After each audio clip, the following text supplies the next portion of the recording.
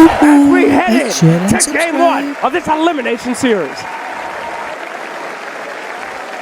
Thank you very much there, Slacks and Kuroki, as indeed we're ready to get into the action here of game one between Extreme Gaming and Nigma Galaxy. Folks, exciting stuff going down in the draft. Of course, Nigma Galaxy very much getting all their strengths. Extreme getting some of their older strengths, you know, some stuff that we're not seeing here. Throwbacks. But not, especially the sniper, right? This is not a surprise. XM, one of the best on this hero. Still wild to see that it took this long in the tournament to have it come out when we're seeing a lot of these. I mean, some of these mid laners that do suffer, right? A lot of Puck Invoker that can suffer versus something like that Sniper. But let's see, because I've talked to a lot of the pros here, and a lot of them have, I mean, mostly the same opinion on the Sniper. They are unsure how to really build the hero nowadays. The damage just feels a bit lackluster, but let's see what the Master is going to be able to do on it. XM, sure. But we have to look at everything else, of course, too. We have a lot of very flashy things coming into this game. We have ET, I have to mention him, one of my favorites. Love to see this hero. But ending up with the CK last pick into a lot of traditional counters. He's playing into Invoker, which literally was one of the best counters for so long versus that CK. And they get a last pick Underlord versus that CK too, which is pretty difficult, I'd say. Very excited to see what Arme is going to be able to pull off on this hero, as it's definitely not something that other teams would be going for. Yeah, and he went for the fundamental forging. So to point this one out, you know, since we never get to see this hero, the Facet lets you get neutral items from the next tier, which could be pretty interesting if you can get like the serrated Shiv, right? I think the one that most of these cores like to have early on. We'll have to see what he does prioritize with that. So far, I mean, with this sort of lane setup, what do you sort of expect for him down here on the CK? Is it an easy lane, or could we see Nigma Galaxy pushing Arme out? They could definitely put some pressure onto him too, but he does have an ET, which can soak a lot of pressure at times. Does mean the ET can get caught and die down here, but perhaps it could secure the lane a little better for Arme. But double melee into this Underlord, absolutely. Noob can have a great time. Oh, they're going to get the cogs down here. Sunstrike coming in as well. XG, they're in trouble. Nigma Galaxy, they're going to be able to clean up the both of them. Oh dear, that's not the hot way to start things. At the same time, up top, it's going to be another loss here for XG. They lose a third hero. Nigma Galaxy striking hot. Beautiful cogs coming in from Omar, catching the two of them. Noob is at plus 70 damage now. The dream to start your lane. Double melee into Underlord can definitely be problematic. Double strength melee as well, right? So that Firestorm, super effective if you can get in that type of connection. Yeah, not easy for these two to trade. No. When they try and step up. Once they hit 3 on the Elder Titan, that's when he's got his power peak. He can trade a lot easier, but versus Clockwork, Clock has traditionally and almost always been one of the better counters versus Elder Titan in the lane as well. These little battery assaults can be very disruptive, burning his mana with the cogs as well too. So let's see how XG can stabilize things after giving up a very early double kill. And just the fact that, as we saw, you know, there's always going to be that easy setup for Sumail to throw in a Sunstrike as well. So Extreme, they've got to be very cautious down here on this safe lane. Sumail will find himself a D-ward in that mid lane. See some of the hits from XM were on the high ground. Nice one from him. And looking up at the top lane. And, you know, once again, Troll coming through, still has a pretty incredible win rate so far here at the tournament. Looks like a good Troll game, or what is there to sort of counter him this time? It looks like a pretty damn good Troll game, yeah. Sure, he can get kited a bit with some of the, you know, chain stuns, and there are some funny interactions that can happen with Elder Titan, of course, too, just controlling him during his entire battle trance, but yeah, looks pretty solid overall, right? Being able to switch between that melee and range form versus Mars is always going to be really effective, and mid-game, I think we've seen what the power of what the Troll can do. Although he did lose, I think it was both games yesterday, right? So after having that 100% win rate, I think we did get a couple. We definitely got at least one. I know he won one of the ones later on, but it's definitely not 100% anymore. He's going to fall pretty low here. Another blast comes in. Sunstrike is at the ready if Sumail feels that he can maybe line something up. It's not even going to be needed. Yeah, GH, he's got it alone. And runs Jin-Q out of the lane. And it's really cool to point out how they did the laning setup, right? We can go back a little bit and how Nigma decided to do these lanes. Having the Pugna up here with this Troll, it's going to ensure the lane a lot easier for him. Just, I think we mentioned it every time with Pugna. One of the best, if not the best, harasser in terms of laning phase. Even if he's versus Snapfire, will kill his ward. Bit of a sneaky setup here. They've got the Tornado and the Cold Snap. Buy stuff for him on a TP in and trap XM in the cogs. XM will get back up as Jin-Q. Tries to stand his ground and turn it. Brings Sumail down. Can he do it? He can. He does. He'll bring Sumail down first, XM, but will still fall. Another TP. Should be able to get away from Jin-Q. GH coming in to make sure that Nigma Galaxy don't lose a second hero. So ends up being the 1-for-1. Not quite able to cancel the salve there either. But yeah, for Extreme, they get that kill first. XM able to have enough damage to bring Sumail down in time. A clever play, though, from Sumail. Usually don't see this too often, right? Getting the Wex point early, trying to get the setup. Does, of course, he dies first, but just on top of things, looking for these early movements. I think we've seen this from Omar so many times from Nigma. Most of the times he was playing like the Bane, so it's a lot easier for him to just naturally rotate, but yeah, impressive stuff. As Omar bottom, X-Nova in the cogs. See what they can do here. Arme ready to step across as well. Sunstrike coming in, finishes off X-Nova. Sumail takes him down. Stun alone, not enough damage to kill Omar. Omar's going to be fine, and Arme taking huge hits here from Noob. I think he actually saved him with that Lotus. I think it was exactly enough HP. As the damage came in from the vault. As it came in. I think it was literally split second. I'd have to look exactly again, but it almost looked perfect. Top lane Ghost.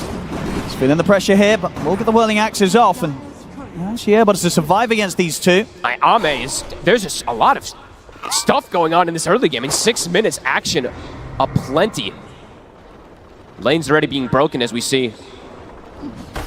Definitely in the mid, though, whilst attention is drawn elsewhere. I think one of the reasons as well we saw Sumail try and go for that attempt with Omar TPing in is because if this gets left as a 1v1, the pressure from XM is adding up. Absolutely. It's much harder for sort of Sumail to step up. Level 3 shrapnels are online. Yeah. XM ready to keep that wave shoved in. Really strong matchup for the sniper versus that invoker, especially in this early. Of course, things have perhaps changed with this new Dominator build, because now you actually have extra armor on the Invoker, which could make a pretty big difference in terms of harassment, but XM is whittling the tower down. It's down to about half HP in the mid lane, just from him constantly poking, so could definitely see another, perhaps, Tornado move come in, where they want to try for a rotation on him. And talking about Dominator builds, what are we going to see from Arme on the CK? Is it going to be standard? You think you're still just picking up the armlet? Yeah, I mean, maybe not armlet versus all this percent damage, but something like Echo or armlet, one of these early items. Omar's in. Here's the setup. The tornadoes. Easily now allowing Omar to close in onto XM. XM will be able to break his way out of the cogs, and he's going to be fine. Now he's actually able to maybe turn with the shrapnels down onto Omar. Here comes the assassinate. It's coming in. Bam! XM takes him down. It's at the point, right? Because XM has been able to play the lane as well as he has. It's not easy to gank him, even when you get such a clear-cut setup with this Tornado, Cold Snap, into the control and damage of the Clockwork. It's not quite enough. XM survives and proving to be a very difficult gank now at this point. If it's almost any other player on Sniper, likely to die, but XM, he is the master of this hero. He pushes it to the limits, immediately just starts poking the tower again. No hesitation, half HP, who cares? Trying to bring any attention onto that mid lane. He just keeps pinging it. Yeah, he's like, I'm hitting the mid tower, guys. Look he's at this. Getting a lot out of this. He's going to bring it down eventually, so let's see how they want to react. He's actually calling for his 2 supports to play around the power rune as well. This tower is going down. See this early movement as well. They also have Ghost coming down to this bottom lane as he's come through the gates. Nice GH and Omar starting to push Arme away. So at least with the presence of the 4 of them, they'll be able to push onto the tier 1 tower. But indeed, this tier 1 mid going down very early here to XM. It is absolutely dead. Sumail also, deep wards being placed. I believe that's just to block the camp. But Sumail, he does have his Dominator finished, but loses his tower at 8 minutes. A pretty big deal. So it's going to open up potential movements, or perhaps for XM, as he's going to find an amp damage. This is a big rune. And indeed, build-wise for Arme, no surprises. As you say, we'll stick to the armlet this game. He is going to do it. Okay. So, nothing too crazy. Probably just can't not go armlet, I guess, on CK. It's just that value with the Phantasm. There is quite a bit of percent damage, though, so we'll have to watch versus that Firestorm. And because how active do you think Arme is going to be? Is this a game where you get the armlet on the CK and you're turning up to fights? Or is it going to be armlet into the BKB or something and then you go? It just doesn't look like the easiest CK game, so I'm not sure. It feels like he might have to just sit back and farm. Because there's just a lot of spells that are excellent versus him. All the Pugna spells, actually, majority of the heroes, to be completely honest with you. So we'll have to see what he wants. See the Tumbler's Toy. Now top lane, XM, ready to move around the map. Use his power to pressure some of these other side lane towers. He's actually going to come back in with the TP towards the mid as they do want to make sure that Nigma Galaxy doesn't get the chance to put the pressure in. Omar's gone a bit deep here as XM and X-Nova will quickly deal with him. Another kill for XM as he'll now be in position to hold the defense and ensure that Nigma Galaxy just aren't really getting any damage at all really onto this tier 1 tower. XM being able to pressure and hold the mid very well in this opening 10 minutes. It's really interesting how they're doing this at the last 2 days of the tournament, right? Switching things up. They have, of course, the CK as their quote-unquote carry, but does feel like XM is going to be that true carry in the mid lane, being given all the space, pretty much everything in the world. I'm absolutely right. In these sort of fights, if it sort of ends up with Arme just being on the front lines, dying, it's not going to be the end of the world for Extreme, because indeed XM can be that sort of carry from the mid as the sniper. I think that perhaps is what he's maybe looking at, right? He's going to absorb a lot of attention and just let XM just peep from the sidelines. Even if it's just sort of being on the front lines, right, so that the troll, when he ghost ults, he's going on the CK, right? He's not touching the sniper. Yeah, could be really, really cool to see. So Nigma Galaxy definitely going to have to find ways to get on top and deal with XM in the skirmishes. And they do have some tools. You know, they do have the Underlord Pit at some points that we'll have to see when they are just able to teleport on top of him. Sumail we'll get the deny on his Dominator. Easy. But Extreme showing it's going to be quite difficult for Nigma Galaxy to enter into the jungle. They did get that Observer Ward down, so decent bit of vision on to Extreme side of the map. We're going to see XXS try for the setup. Kiss is coming in as well. Ghost, of course, will have the chance to get the trance off, but will surely come to an end. And Ghost, he's gone to Sunstrike. Oh, he's ready for it, XXS. He knows. That was really close. Nice sidestep. Very, very nice sidestep. All three laners, all three cores at the moment having a pretty solid time on this side Extreme. This is going to be a very fast Blink Dagger on XXS. One of the scarier Mars as well. We've been seeing this hero just rise and rise throughout this tournament, looking super good in most games, and yeah, it's going to be very early timings for him. And it's literally probably the best hero in the game to protect a sniper, right? They've got 3 fantastic tools to protect him.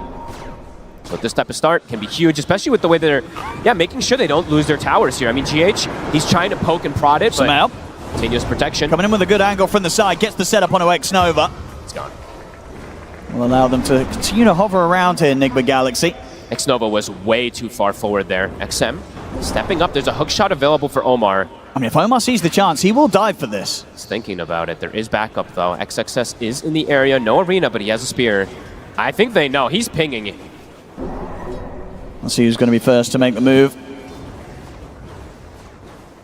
Need the team content with looking to start a fight.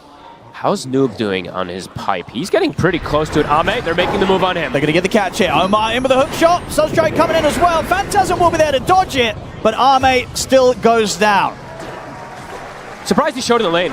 I thought he was going to keep jungling for quite some time here, because it's just, if he gets caught from any of these spells, it does feel like he's just a free kill. I believe that is the pipe finished up now for Noob, so very early timing versus...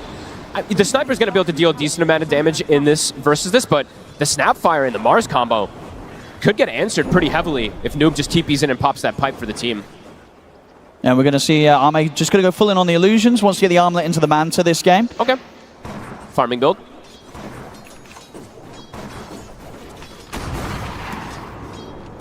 Good early pipe timing from Nigma Galaxy, which it's very early. Absolutely make the difference when they turn up to the fights. And they're going the build that we've seen most of the time on the Invoker. He's going for the drums. Some people have been pivoting away from it a little bit here, but more early game fighting they're looking for. Extreme, ready with the smoke. Blink on XXS. They've got Kisses plus Arena.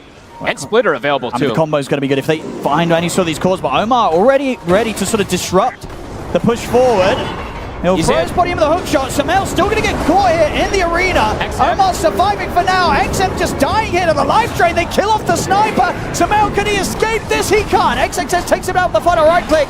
Noob, he should be fine. Too beefy here on the underlord for them to go for. XXS trying to get the connection. Does manage to latch down onto him with the spear. Arme moves in with the stun. Noob falling low. The blast comes in. Noob goes down. Extreme. They find a third. Ghost. He's going to try and fight on though. Committing in with the battle trunk. Another the spear stun. comes in from XXS. The cookie forward. Stun. That's going to be ghosted from the stun from XM. And catches the two of them. They're all dead on Nigma Galaxy as Extreme wipe them.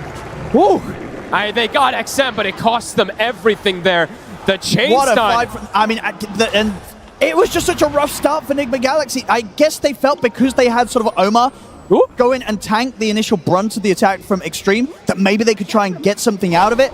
But the reality of it was, even though Omar throws his body in, XXS, he's still able to trap Sumail in the arena. And from that point onwards, it was just chaos going downhill for Nigma Galaxy, and Extreme just destroying them in this 5v5. They just didn't really have that much damage on the side of Nigma after they did lose Sumail, like you're mentioning here. They lost so much of it. Ghost, he's trying to join the fray, but look at the map where he is. I mean, by the time he gets there, it's risky. It's very dangerous. Because here we go, turning up at this point, he's already lost 2 of his heroes. Yeah, and all the heroes that are alive still, every single one of them have a stun, right? Mars has a stun, CK has a stun, ET has a stun, Snapfire has a stun.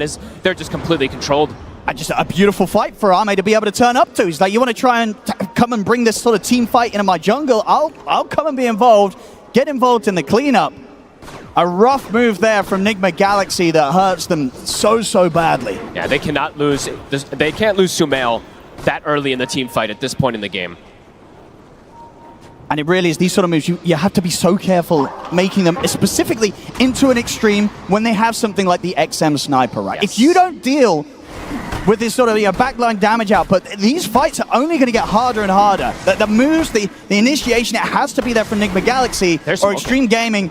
They might just start to snowball. It feels like they might, for sure. I mean, XXS and Jinq are having a hell of a game so far. The Snap has purchased up the Shard. XXS, he's already got Blink Arenas back up, as we mentioned from before. Oh, yeah. They know how strong they are right now. Yeah, they're ready to fight at any time. Even into the pipe that we were mentioning from Noob, they have damage to go through it. They really did. It did not make a difference in that last fight at all. Omar's going to try and get in onto X-Nova. Sunstrike coming in as well. X-Nova will get taken out with the arena. Traps the 2 of them. And XM, he's in perfect position to do the damage. Noob, he has to get back out of them. But the Assassinate comes in, stops him getting back through the Fiend's Gate. It's another disaster of a fight here for Nigma Galaxy. And Sumail, as Extreme, they clean it up easily here, Sumail. They have sentries. They do. Is Jinq ready to lay it down? Ame drags Sumail back in. They just cannot fight into XG right now. XG are just so ready for this. It's too much overwhelming damage, too. Yes, you catch the ET, who was very disruptive in the last fight, but everybody else gets complete free spellcasting. And just free shooting it from this sniper. They have to find XM. XM's just going to be peeping away the entire time. They can't afford to make the jump without having the info on where this sniper is. I mean, it's getting out of control pretty fast. These first 2 fights, when Nigma's the one kind of trying to pick the fights after they catch the smokes, they don't even come close to standing in the fight. And they caught the ET at the start of things, too. Didn't matter.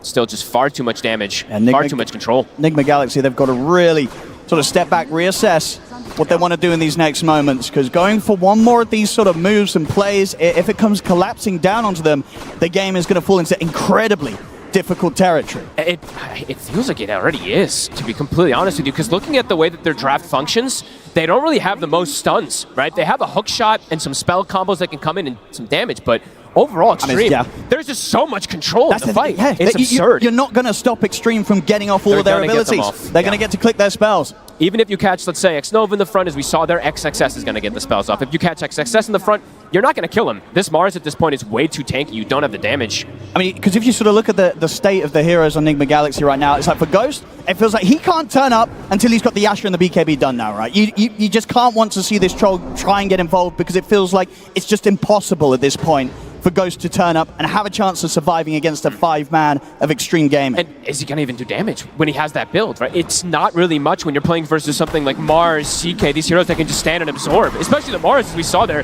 he just faces him. See bottom. They'll find a chance to get a pick off there. XXS caught out alone, Nigma Galaxy. Good catch. Able to make something happen. And the question is, are they going to be tempted now to try and turn this into something else? They've taken one of the big kind of frontline presences off XG, off the map. Can you go for more if you're Nigma Galaxy? I think maybe that's how their lineup just has to work, right? They do have that global threat to catch heroes split up on the side with the Clock, with the Sunstrike, plus the Pits, or with the Underlord, sorry. Yeah. But the team fights just seem way too difficult at this point. So, yeah, like you said, maybe reassess things, split the map up, try to look for these pickoffs to get an opportunity back into this game. Now we'll see things start to calm down a little bit. Of course, XG, it's not like they mind things slowing down even themselves, right? They're running this sort of, it's a carry sniper from the mid. Ame also ready, of course, to still be that carry presence. He's going to be looking towards that Bloodthorn now after the Armlet and the Manta. Yeah, we should point out. They're happy to hit creeps as well, XG. Yeah, we should point out, looking at his neutral item, something we just have to point out for the CK in particular, right? He's got the mystical pollen bag that usually you can't get for some time. These type of things absolutely make a difference in these fights. Just makes him that much stronger. He's getting away with a lot of farm now. 14 to 10, 5k lead. XG, smoked up, looking for the fight again. More than happy to keep going each and every time that the ultimates are up. Yeah, I'm really questioning how Nigma approaches just the 5v5 engagements, or if they just literally have to dodge them until they feel like they have these timings. The 5v5 seem impossible with the way that XG have managed to execute in the last few times. Jin Q also, have to keep highlighting him. He's having a pretty flawless game so far in this Snapfire. 4 staff is done after the shard. Nigma Galaxy is smoked up in preparation. Looking for that Tormentor fight. This does not look like an easy one for the side of Nigma. This is, if Nigma Galaxy sort of drag themselves into the action as well, it's a timing where, you know, Sumail, he's like 600 gold off the Agonies. So close to a big timing. Hey, they're looking for the fight. I mean, this is just a bit of a bait right from Arme. Are Nigma Galaxy going to commit for this? They seem cautious. XXS is in the tree line. I mean, XG is so ready if Nigma Galaxy do try and start something. XXS is going to go for the jump first. Sets up here on the Noob, gets the push back with the spit into the Earth, but a Kiss is coming in as well. Omar will be able to get onto the backlines. It's good gets the clocks down onto the 2, and the meatball coming in from Sumail, burning through the support. Tex Nova will fall. Very good cogs, catches the both of them there. That's Kiss's use. There's still an arena available. I mean, XG, do they still want to try for more 4v5? They might still feel strong. Omar, barely surviving. Healing him up. That's what GH is there for. Noob, that was the show of the Crimson, plus the pipe, absorbs a fair bit of damage. Respawn is coming in for the ET. Does Nigma still want to stay in the area? It looks like they do. XXS. Trying jump forward again. Slowly peeping away here at the Underlord. Noob down to half HP. It's adding up. Watching for the sidelines. Noob, he's starting to drop now.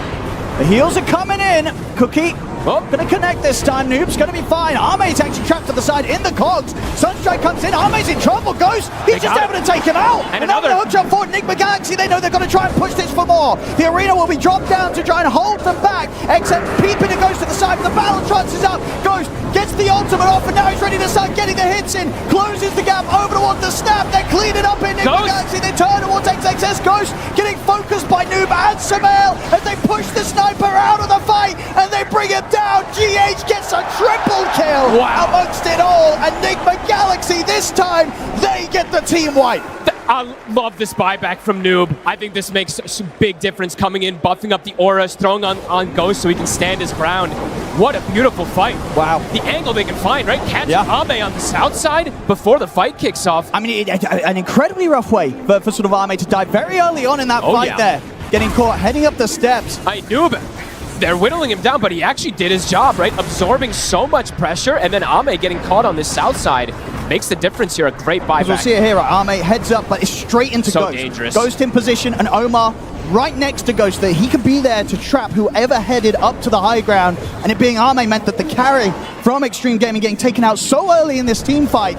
And at this point onwards, XM, he is in position. He's starting to do the damage, but Ghost getting the ult off before that spear into the arena wall was there. And the buyback meant that they had the chance. And indeed, Noob coming in to make sure that XM did not get the chance to continue to peep away at the troll, push him out of the fight, and ensure that Nigma Galaxy take all 5 down. What a cool approach for that Tormentor fight. Love that they're able to still fight into this very strong team fight lineup they were mentioning. They broke the formation, and that's kind of the key. What allowed them to enter to that one there here too. As Ags is finished up from Sumail, as we said, the Crimson and the Pipe was finished from Noob, and even after the buyback, he's actually still pretty good on that net worth chart. Top up there.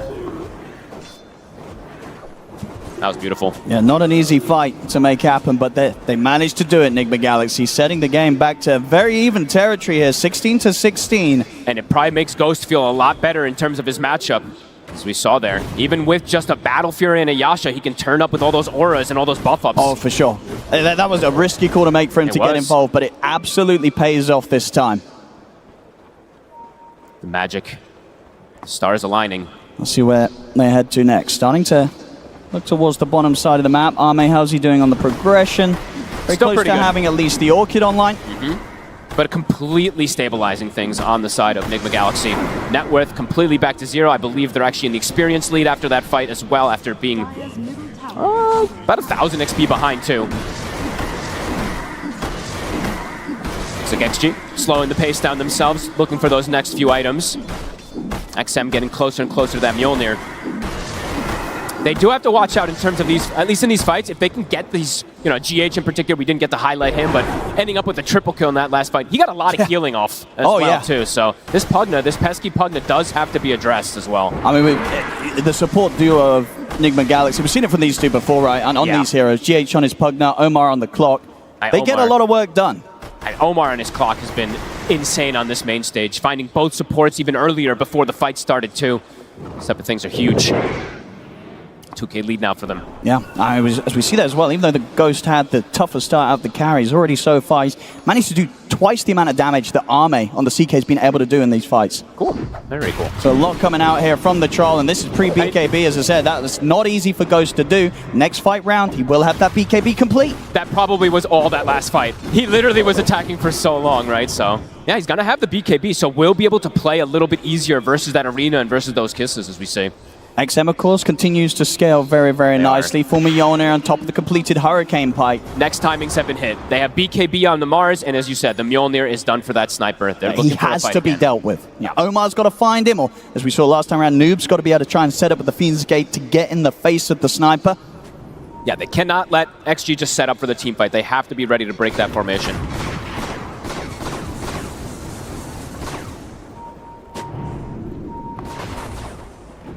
Ward will be taken out. Roche, perhaps the next point of contention soon, as it is top for the next 4 minutes. Oh yeah, I mean, both teams are definitely going to want to have a say about that. Both teams very good at fighting around the pit, though. Yeah, I'm very good at killing the Roche. Yeah. XXS Omar doesn't really want to go in on the clock. They'll just take vamp damage. Yeah, mate, it's getting the Phantasm out so he can push the waves out, set the map up a bit more. Preferably here for Extreme. What's he going to take? He'll take the Magnifying Monocle. Okay, so a little bit of extra attack range, extra magic resist as well for him and his illusions. It's so weird to see a tier 4 neutral at 26 minutes in, just because you don't really see it almost at all, especially not in this tournament. Let's see if it does make that difference. I mean, XG can't really start the Roche, can they? I don't think either really can. You've got to kill some heroes, really. Omar, they're poking from the distance. Kisses, and it's a good arena. Stops Omar from being able to get away with a hook shot. Does take a couple of ultimates, but that is the clock gone. Nope. He's going to Fiend's Gate in. XX is able to back away. Ghost, he's moving on the backlines. He's just able to walk up over towards XM, but a cookie and a Hurricane Pipe pushback allows XM to get out of there. That's an early BKB. It is. He has to back off. Oh, Ghost has to be very careful here. I mean, he tried his chances there to attempt to walk up and get in on top of XM, but no. XM was more than ready to jump away over that Roche wall, get away, and now with the BKB on cooldown for the Troll, that might just be all that they need to have the time to go for this Roche and know that Enigma Galaxy aren't going to contest this. It looked nice for a second, right? Because Ghost had the angle, but there's a cookie, there's a force staff, there's a lot of different disengage. You have to be careful of this. And XM was so ready. He was so ready to step back and step away from that Troll, and there it is. Roshan taken down by Extreme, and Aegis picked up by Arme. They give it to Arme, cool. That's interesting. That second life could make a big difference, because if they use majority of the spells on the first one, then Arme can absolutely do some cleanup.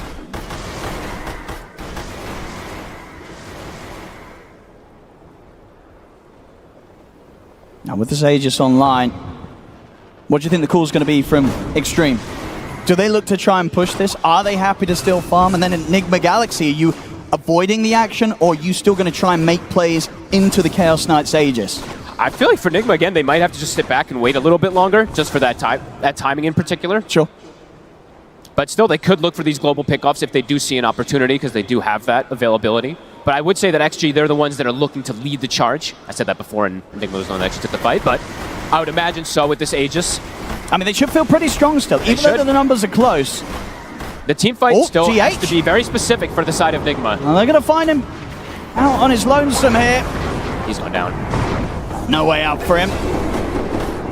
little bit of a freebie for Extreme. Next round of those items getting finished off, though, for Enigma Galaxy. SNY now done on Ghost, and Sumail has got the BKB ready for the next team fight. Damage could be, if Ame is not addressed, if he doesn't get killed early in this one, it could be devastating. The Bloodthorn is done. Manta, Phantasm, Bloodthorn, if anyone gets ripped in, they are just pretty much dead. I mean, this is the thing, right? From Extreme side of things, if they get the stun in the Bloodthorn and they have sort of the sniper and the CK focusing down a hero, the ET around, like anyone will die. Even Noob, right? You got to even be careful on the Underlord if you get grabbed at the start of the action. It has to be very specific conditions that Enigma has to find to be able to look for a fight here. It looks like they are perhaps thinking about something here. I'm seeing some lines being drawn. Okay. XXS, I was seeing he was debating which build he wants to go for a couple times here. He has a full Hex on the Mars. Oh, wow. Very early. That is early in the build. Yeah, so pretty devastating in terms of either controlling a Pugna who's trying to save allies, an Invoker who doesn't get a BKB off. They're looking for the fight, though.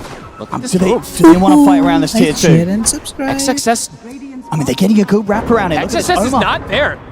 He's mid lane. He showed. Omar's going in. They're going to try and find X-Nova first, as Omar's able to get on top of him. He's able to get out of the cog. Sunstrike coming in onto X-Nova. X-Nova will fall. They take out the ET. Now they're trying to turn for more. GH able to slide to the side with the 4-staff. Now Arme sort of surrounded. Of course, does still have the Aegis. There's the back from XXS. Comes in with the arena. They're controlling Ghost. They kill him off. He's not able to get off the ultimate. That's the reveal. And now the rest of the fight, Enigma Galaxy have to run. GH barely surviving. Arme on round 2. He's ready to keep the push going. They tried for the fight, but what a purchase. But Ghost getting caught out. Not a chance to get the BKB off, to get the battle trance off. They kill off the troll, and with Ghost gone, no chance for the team fight to continue in Enigma Galaxy's favor. I do not think they expected this to come out from XXS this early. Just gets the Hex off. You're not going to preemptively click your BKB in a lot of these team fights. Gets the control pre-BKB, and then he's just dead. Bottom, we saw a fair bit of split push, though. Like 2,100 damage done on this tower from Sumail in the meantime. Arme's ready to push it back out, though. Goes top. XM finishes off the tier 2 tower. That was a very decisive fight there from XG this time around. Yeah, Arme and XM continuing to maintain themselves at the top of the net worth on this CK and Sniper, and just both scaling up fantastically. Now, again, it really is for these two carries that are going to be very, very strong as the game goes on. So a lot for Enigma Galaxy to try and deal with. And so much kiting. You know, this is something that we always have to talk about when there's a Troll Warlord, right? The problem that this hero can run into a lot of times is just sticking on targets and hitting them. I'm seeing Disperser now built up for Sniper. He's got Hurricane Pike. He's got the Grenade. They've got 4 staffs. They've got Cookie. So definitely could be difficult if Ghost doesn't find the right angle. GH, he's going to be caught. The Hex again from XXS, making these moves easy. Starting to get easier for them. The I call this usually the XXS build because I think he very rarely deviates. He's going to go Refresher next, and the teamfight control becomes pretty ridiculous from this Mars. I'll call it the Hex-yes build. Here we go, push coming in on the bottom lane. Enigma Galaxy, do they want to do this? They're going to try. Sumail jumps in and commits straight away with the BKB. They'll look to get the lockdown onto Arme. Ghost, he's in. Straight in on top of XXS for now, as XXS is going to try and tank this, but the damage from Ghost is building up. But the pushback, the spear, into the wall. He'll be held back in the arena. Sunstrike coming down onto X-Nova. Will it be enough to bring him down? But XM, he's in position to get the damage in onto Noob. Take out the double. Enigma Galaxy, they have to scramble back. A risky fight for them to try and attempt there around their tier 1, and it does not go well for them, Fogged. And they used the buyback on GH even at the start of things. XG, they're showing the power of their team fight. Oh, they are. XM is just able to do anything he wants. Ame, he is the distraction. So many spells absorbed there. The Sniper's just peeping on the sideline the entire time. This CK Sniper thing, you know, the first time we're seeing it coming out at this International, and it just feels so at home in the hands of XG. And they're healed up. The Greaves, as we see from Jin Q. He's even got a Vlad's for the sustain in these team fights too. As that shard is been sitting there for some time. He'll get it eventually, but the push, XM, getting a fair bit onto this tower here. And yeah, he's speedy. Disperser's done, so he's so slippery. How do you stick on him? Very difficult. Even without that BKB purchase. Now Ame, he will buy his own BKBs. Yep, he's going to have the two of them coming out. He said the BKB and the shard now being delivered. And now how do you kill the CK, right? The idea of killing the CK is around that Underlord and the Invoker. They couldn't even do a pre-BKB there, as we saw.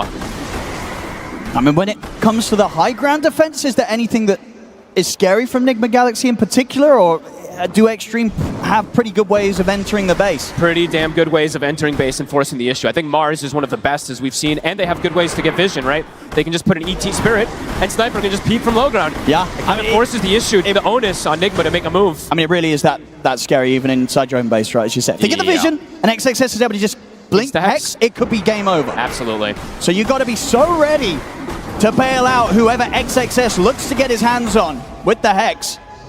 And they do not have, I mean, they do have a defensive force staff, as we see from GH, but he can't do everything. He's been trying to save his allies as much as possible, but just could not on that last situation. Okay, Ame. What's he gonna get? It's the big timing for the CK. 30 seconds. And with the timing, he's gonna get this upgraded tier of neutral. It's just sliding in so well with the progress that they've made so far this game. Hey, this is really clever, the way that they've been able to play this one. DD top, Ame. We'll see now, Enigma Galaxy, earlier on, they were able to sort of turn the tides a little bit. Despite the lead that XG were getting throughout these team fights. Now it's a much tougher point. It feels like they worked magic in that fight top, to be honest with you, because it felt like they had almost no qualms of winning that one, but having that fight go decent for them has put them into at least a position where they could fight earlier, but now we're seeing the problems as Ame. One more token. Yeah, I've got the Blink Dagger now on Ghost, so he'll have a little bit better of a chance of finding his targets. His damage still feels limited, I gotta be honest. Here we go. What's oh my god, he got the Stygian. Yep. 35 minutes in, the power here of this facet. He's gonna kill anybody. And bottom XXS, he's caught the two of them. Noob. He's gone. GH is going to try and run, but the glimmer's going to soon come to an end. As XXS ready to shut down the escape. The damage is just ridiculous at this point with the Stygian. 70 seconds, no Pugna. I mean, how do you deal with this? I don't know, Owen. This, truly don't. Again, this Chaos Knight and Sniper are going to be doing so much damage in these team fights. How on earth do Enigma Galaxy deal with the both of them? And they're not squishy, right? The Mars is very tanky. His Refresher is about to be done, so you have to deal with 2 full combos. And yes, CK is going to be sitting at what? 4,500 HP pretty soon with that Octarine finished up. Outworld staff also for XM. Getting a very nice pickup with the alert as well. So that attack speed, bonus night vision, extra attack range. Pretty perfect here for him on the Sniper. Yeah, and now a BKB finished up too. It feels like he has every single tool that he needs. This fight's just getting harder and harder, it feels. Roche. I mean, it's really going to have to be nothing less than perfect from Enigma Galaxy to try and turn this one round.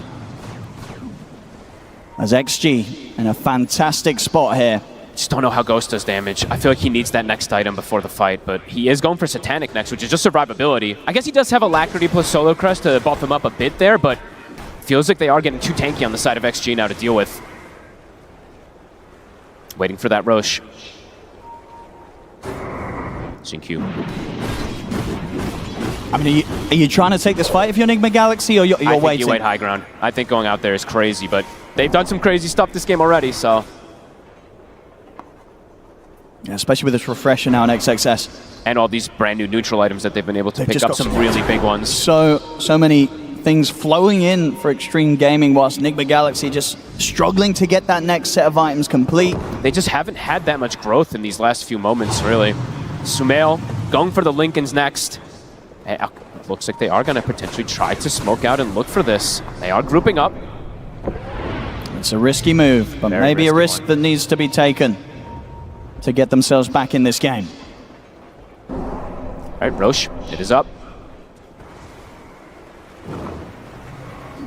Scout out the situation here. They know what's going down. Ame can just sit there and solo it. Roar will come out. Enigma Galaxy, they're going to look for the long wraparound. Try and get up on this high ground. Smoke out, XG. Jinq will break, they know. Ame's coming in. They know what's up now. They know whereabouts Enigma Galaxy is. There's the jump straight away. XXS in with immediate Hex. On towards Noob. Controlling the arena. That's the tankiest one killed off immediately. Backline. They'll get onto the backlines. Ghost trying to get in onto Jinq. He'll be pulled back for now by Ame, but still closing in on the Snapfire. Ghost trying to desperately kill Jinq, but Jinq surviving. Can he actually finish off the job? He can't. Jinq will live. Noob, he bought back for this. He's dead again. And now at this point, Enigma Galaxy, they've got to run. The second arena will be off the mark from XXS, but it won't matter. They still get the catch. On to Omar. The fight is still theirs, Extreme. Ghost? I mean, Ghost, he has to run. I mean, doesn't have room for that one. So I won't be able to pick that up and get out. But again, it's just such an awkward situation there where you sort of have Ghost trying to get this kill on Xingqiu. It just took him so much time where he's chasing this Snapfire out of the fight. Sure, Xingqiu dies at the end of it all, but at that point, the rest of the fight for the rest of the team has crumbled. They also lost their aura carrier immediately at the start of the fight. Noob just dies to the first control. It's just so much damage from these two. I mean, XM and Ame doing the work with the supporting cast. The XM sniper, we said it's a thing to fear. 11, 3, and 14. Yeah, didn't need to bring it out in the tournament up until this point, but he's ready to bring it out now here, down in the lower bracket, and absolutely making a case for teams to consider it going forward in the drafts. Onto the high ground, 30 seconds, Noob. As we said, he used the buyback again in that last fight. I see the damage here, coming up to 45,000 nearly, coming out from this sniper. Insane. Actually doing almost more than his entire team, just on his own. XM has been able to just sit and stand his ground. Trying their best to hold back here. Enigma Galaxy nearly having the full lineup back up. Ame will cut the bottom wave as well. XM sticking around. Level 25 has been hit. More shrapnels. They can't push him off these barracks. It's gone. And that's the mid-melee rack's gone. Everybody is back up, but again, trying to make a move. Trying to make a move into the sniper still with so much time on the Aegis. Can they even stop their racks from going down, Enigma Galaxy? XG is just going to stay around here. They feel strong enough. They have double arena in 40 seconds. Eyes on XXS. Is the smoke. They're going to try something again here. That desperate smoke. But the rack's already gone. And XG is ready. Look at their positioning here. XXS, he's reading the move. I mean, we've seen his reactions this game have been immaculate on the Mars. If he sees them, he's going to be able to make that jump before they even get the chance to think. X-Nova. Catch him first to the side, he's able to force out. He's in with the eggs! The spear though, he misses! It's a whiff, so Ghost is able to get off the BKB, take out X-Nova, and it's now in on top of Ame. Ame trying to bounce away. XM has the BKB, but Ghost is ready to turn back over towards him. Ghost BKB now coming to an end. XM Ghost trying to do the damage to bring down the troll, but the glimmer's there. Noob, though, he will not stand a chance of escaping the two of them, as that's Noob out for 80. No buyback left on him. GH caught by the Hex, Cookie in, dragged back by Ame. Another one for XG, as it's 3 dead on Enigma Galaxy and Extreme. They can continue the push. That might just be it. They've got to try to hold on for one more fight. Satanic and Battle Trance is back up, but no BKB. And no Noob still for a full minute. XG ready to try and close this. Enigma Galaxy ready for their last-ditch attempt to try and hold on to the game. Ghost goes in with the stunts there, into the Hex, they're locking him down. Spirit will get the ult off though. Level 25. Will it matter? Ghost trying to fight back, but he just not have the damage. They lock him down as the ult comes to an end. Ghost will fall. Extreme here, crushing these final moments against Enigma Galaxy. They'll try and hold on here with the last two. Noob's going to be back up in 25 seconds, but the Mega Creeps are up for Extreme. XM onto the tier 4s. Enigma Galaxy, if they got anything left here in this first game, they're going to give it a chance here by the looks of it when Noob's up in 10, but the tier 4s are falling. They might not even get that time. They've got no Ghost. They've got no carry. Ancient exposed. As there's Omar in with the hook shot. Noob back up in 2 seconds, but Omar gets destroyed. The Ancient exposed.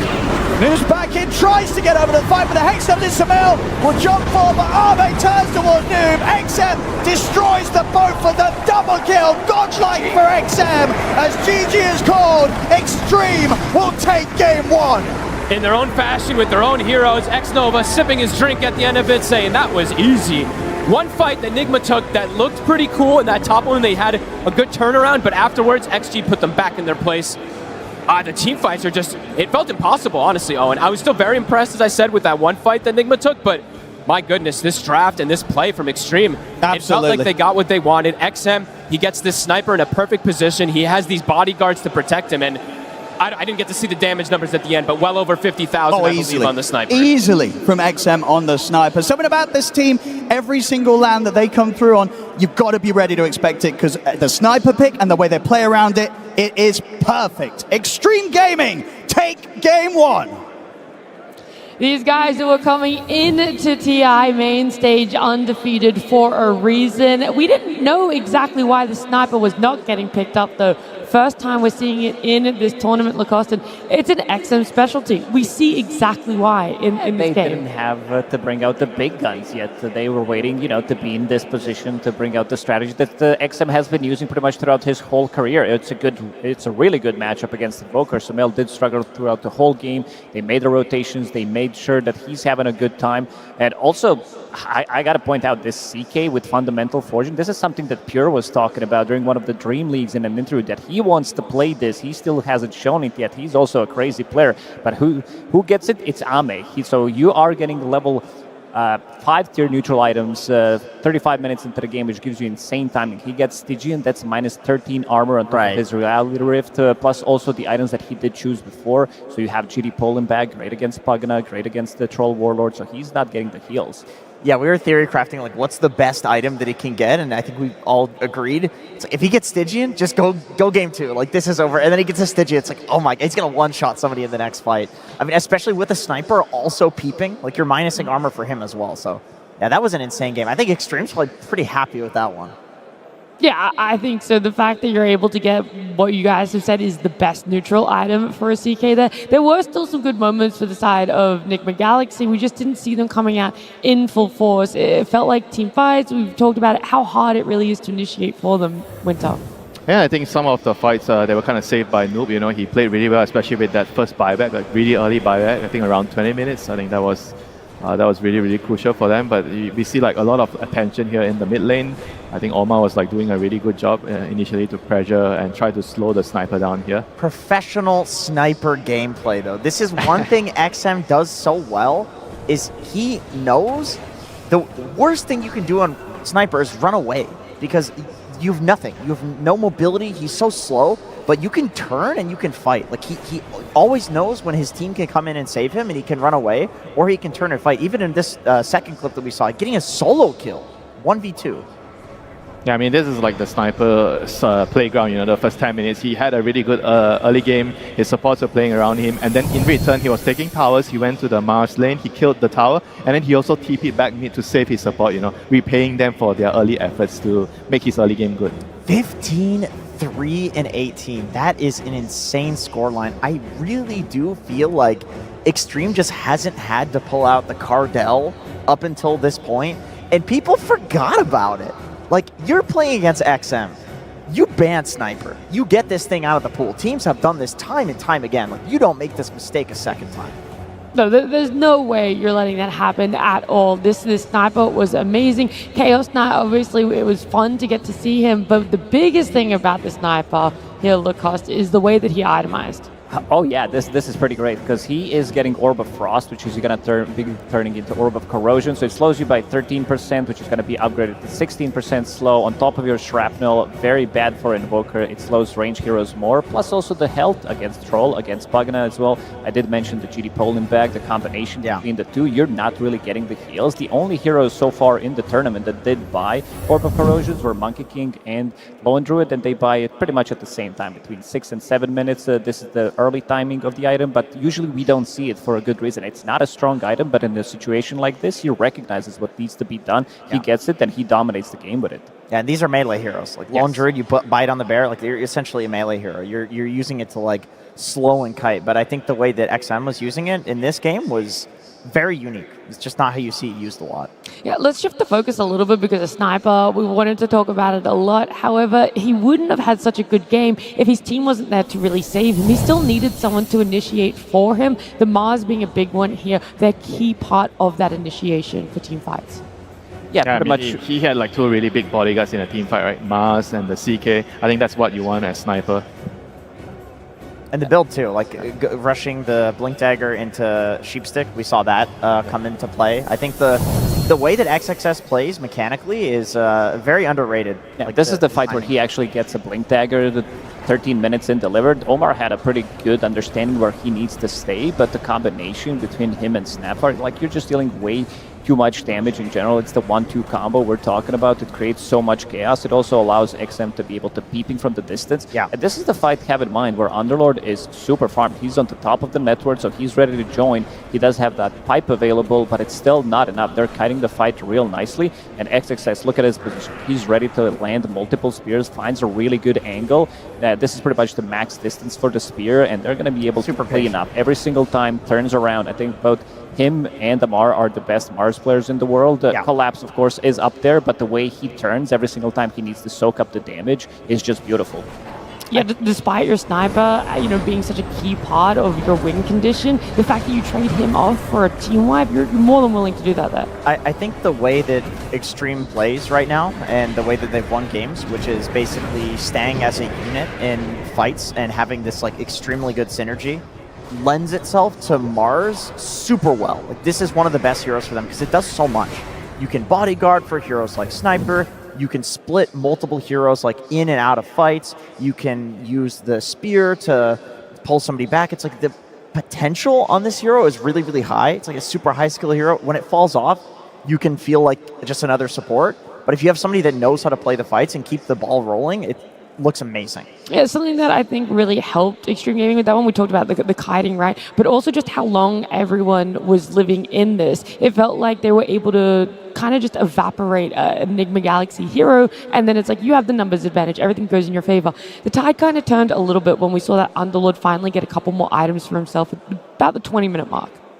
There was one really good fight. It was a big fight because he was staying on top of the network pretty much throughout the whole game, having that Crimson, having that pipe, having his aura as well, reducing most of the damage that is going to be dealt. And I think Noob had a pretty good understanding what needs to be done in some of these fights in terms of he used 2 buybacks in this game. Yeah. At like 38 minutes, he used 2 buybacks. This has to be one of the fastest buybacks on a core. Used it pretty much 20 minutes in to make sure, and this is why they last picked it, because this hero is very annoying, super tanky. Sniper, unfortunately for him, outranges his aura in most of the situations. He's going to be dying here first, but he popped the Crimson already. Even Pagna is giving him a little bit of extra sustain. The problem in this fight for Extreme Gaming was that Ame got caught inside of the cogs, and they were ready to reset one more time. This is a bit of a longer fight where Ghost is going to go ham as well. Good arena, but this time around there isn't that follow-up that they've been using, this 1-2 combo. Snapfire didn't have ulti available, and this is the buyback from Noob. We talked about that this is going to be used in a similar fashion to Centaur ulti. Come in, find the sniper in the back lines, and in this one, he's just going to die. Yeah, you can see despite the deficit, the team play is still there from NGX. This is still a really high caliber team where they understand that they're behind. They have the Underlord Pipe Crimson timing. The way that they need to play the fight is have him go in first, and with that comes the risk that he dies. And so he not only has gold for these items, he has gold for buyback as well, and he's willing to use it. It didn't end up panning out for them, but this gave them a very big window into the game where it looked like Extreme was completely snowballing. Yeah, I think Extreme also kind of learned after that team fight because they realized that the CK cannot be too far away from the sniper. That's why he actually got caught by the hook. As long as they maintain formation, a diamond formation, the sniper is in the middle, and everyone else is surrounding the sniper, the team fights are going to be really, really easy for them. And also they were really, really good at going in and out with that hero. So they ensured that the sniper had all the time in the world to just keep peeping everyone. Yeah, a fun thing that we have as well available for us with the players on stage and everything is getting to listen in a little bit to their comms. CK. Watching CK. I have buyback if needed. I have buyback. No stun on me. Watching was buy. You need help? Full HP. They're killing me. Are you salty? I heal you a bit. We get sniper. Alice is trying them. We're fighting.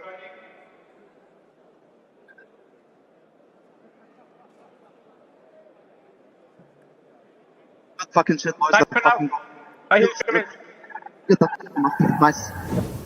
I like it from Noob at the very start. It's clear, I got buyback, I'm watching with buyback. That's where that moment is. Yeah, that was very clear comms. They definitely expressed that. I like that Omar's dead too, and he just goes, "Good fucking shit, boys." Like he's the hype man. Yeah. Hey, sometimes, you do your job, you throw your buddy at it, you die, you're still going to be there for your team on the comms. Yep. Yeah, and also like GH with the call right at the end after the underdog buyback, he just said, "We are fighting, don't move," So that was also really cool. Yeah, that was one of the best fights for Enigma Galaxy. It meant that there was a lot more in the tank for them. It was unfortunate that it didn't continue along, but Purge, for us, is going to be breaking down some of the later game team fights and some of that information. That's right, Nat. Yeah, I wanted to look at the range advantage that Extreme Gaming used that game to great effect. And they tried to nullify this a little bit on the Enigma Galaxy side by killing the sniper a couple times. But the threat that he provides is just so high. Because if you don't manage to kill him, all of a sudden he can just kill you from 1,000 units away, which is a gigantic advantage, obviously. So very spooky things. This really mattered in two very crucial fights. This Roche fight setup here was great for them. They had an awesome ward that was a little bit to the... Oops, wrong tool. Sorry about that. They had a really cool ward to the north that was basically giving them this vision corridor of like this. And by using the sniper shrapnel here, it basically allows them to put all of this power into their opponent from range. Very crucial things to point out. We have the Spirit here from Elder Titan. This is going to lower Omar's magic resistance closer to 0, which basically makes the Kisses damage, which is launching from all the way over here, and the sniper damage from all the way over here. They're doing this from safety. And the one here that does go in is the Mars. This guy's got the Blink Dagger, and he's got a BKB. So he knows that if he goes in, he can also secure his escape with his BKB. And once they see this, this is basically the last range advantage that Enigma Galaxy has because they killed the Clockwork first. Nobody else can gap close like him. Troll does it here by running from the side, but he has to do this really elaborate, basically run all the way over to this position. It takes time to set this up. He can't just react to the moment. So with just simple a cookie and a Hurricane Pike, he gets out, and now all of a sudden Ghost is kind of just in. And the only hero still kind of in danger was XXS on the BKB. So once this fight kind of goes disjointed, they just have to leave. This is all because of the range advantage and because Extreme Gaming managed to kill the one good jump that Enigma Galaxy had first. They get Roche for free. And then the other fight that matters is this one here by the tier 2. They do the same thing. They basically swing in from the side, trying to hit the back line. They need to kill some of these heroes for free if possible, and they use their jump to kill X-Nova. Very crucially, not using the hook shot when they went on him, which is kind of helpful. He can save that for a follow-up initiation on a different hero if he wants. But unfortunately, with the Aegis being on the Chaos Knight here, he ends up being the guy that gets jumped, and very crucial here, XXS lands the Hex on him, which he layers it with his next stun, and then there's a third stun that guarantees his kill. So the Troll just simply doesn't get a good fight because he didn't safety pop his BKB and because XXS had that really fast side device. So range was so important in that fight and in this game, and Extreme Gaming used it to their advantage. That they definitely did, Purge. Thank you so much for that one, of all the breakdown, everything from that start to that finish there. And I loved just how many saves that I had kind of overlooked that this sniper really had. We talked about two bodies being in front, but of course that Snapfire just being so handy in the utilization of more mobility backwards. I think what makes Extreme so scary with Sniper is that they understand better than any team that Sniper is this thing that you dangle in front of the enemy team. It's like, oh, you have to get him. Okay, come on, try it.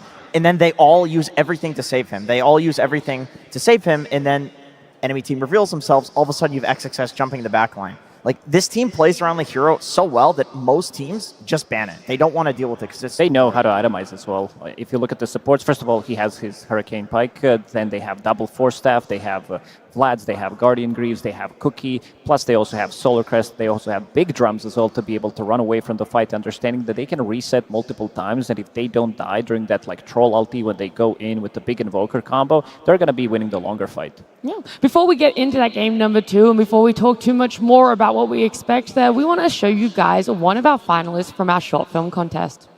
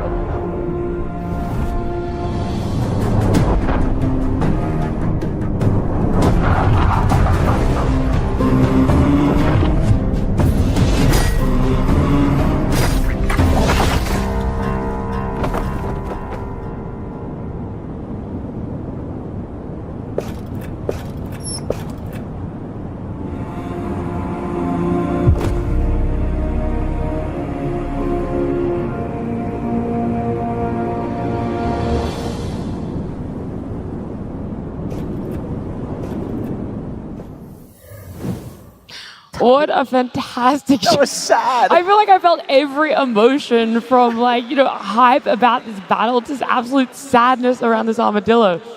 That was a roller coaster of emotions. It was so well made, though. We're going to definitely be having some more of our short film contest finalists throughout the weekend. Make sure you guys keep tuning into this one. And of course, we want to see which team is going to be making their final stand here. We've got Extreme Gaming up against Enigma Galaxy, with Extreme Gaming leading in a one-game advantage. Both teams taking back to the stage after having us talk, whether it's on the side of Extreme Gaming, how to keep ahead of the curve here, whether they're going to be picking up even more heroes, if they can try and get their hands back onto that sniper. Enigma Galaxy, is there an answer, or is there a straight-up ban against it?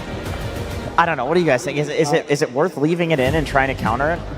Like, they didn't have Blink Dagger on Troll. You know, there are better answers than Underlord. I mean, I think it only happened because of the picks, though, because the sniper was picked because you open a draft with Invoker. So I think if you don't open the draft with Invoker, you're probably not going to have to worry about sniper. Oh, be careful. Be careful. You're talking to XG here, dude. These guys will just whip it out. You're not. I don't think you're going to pick sniper before you see your lane matchup. Oh, for sure. So if you're not opening your draft with your mid hero, I think the sniper could be banned later if you think it's necessary. But I feel like the ban initially is not what I would do. I would just try to maybe restructure my order, my sequence. I'll pick my mid hero later, and if I really need to ban it, then I will ban it.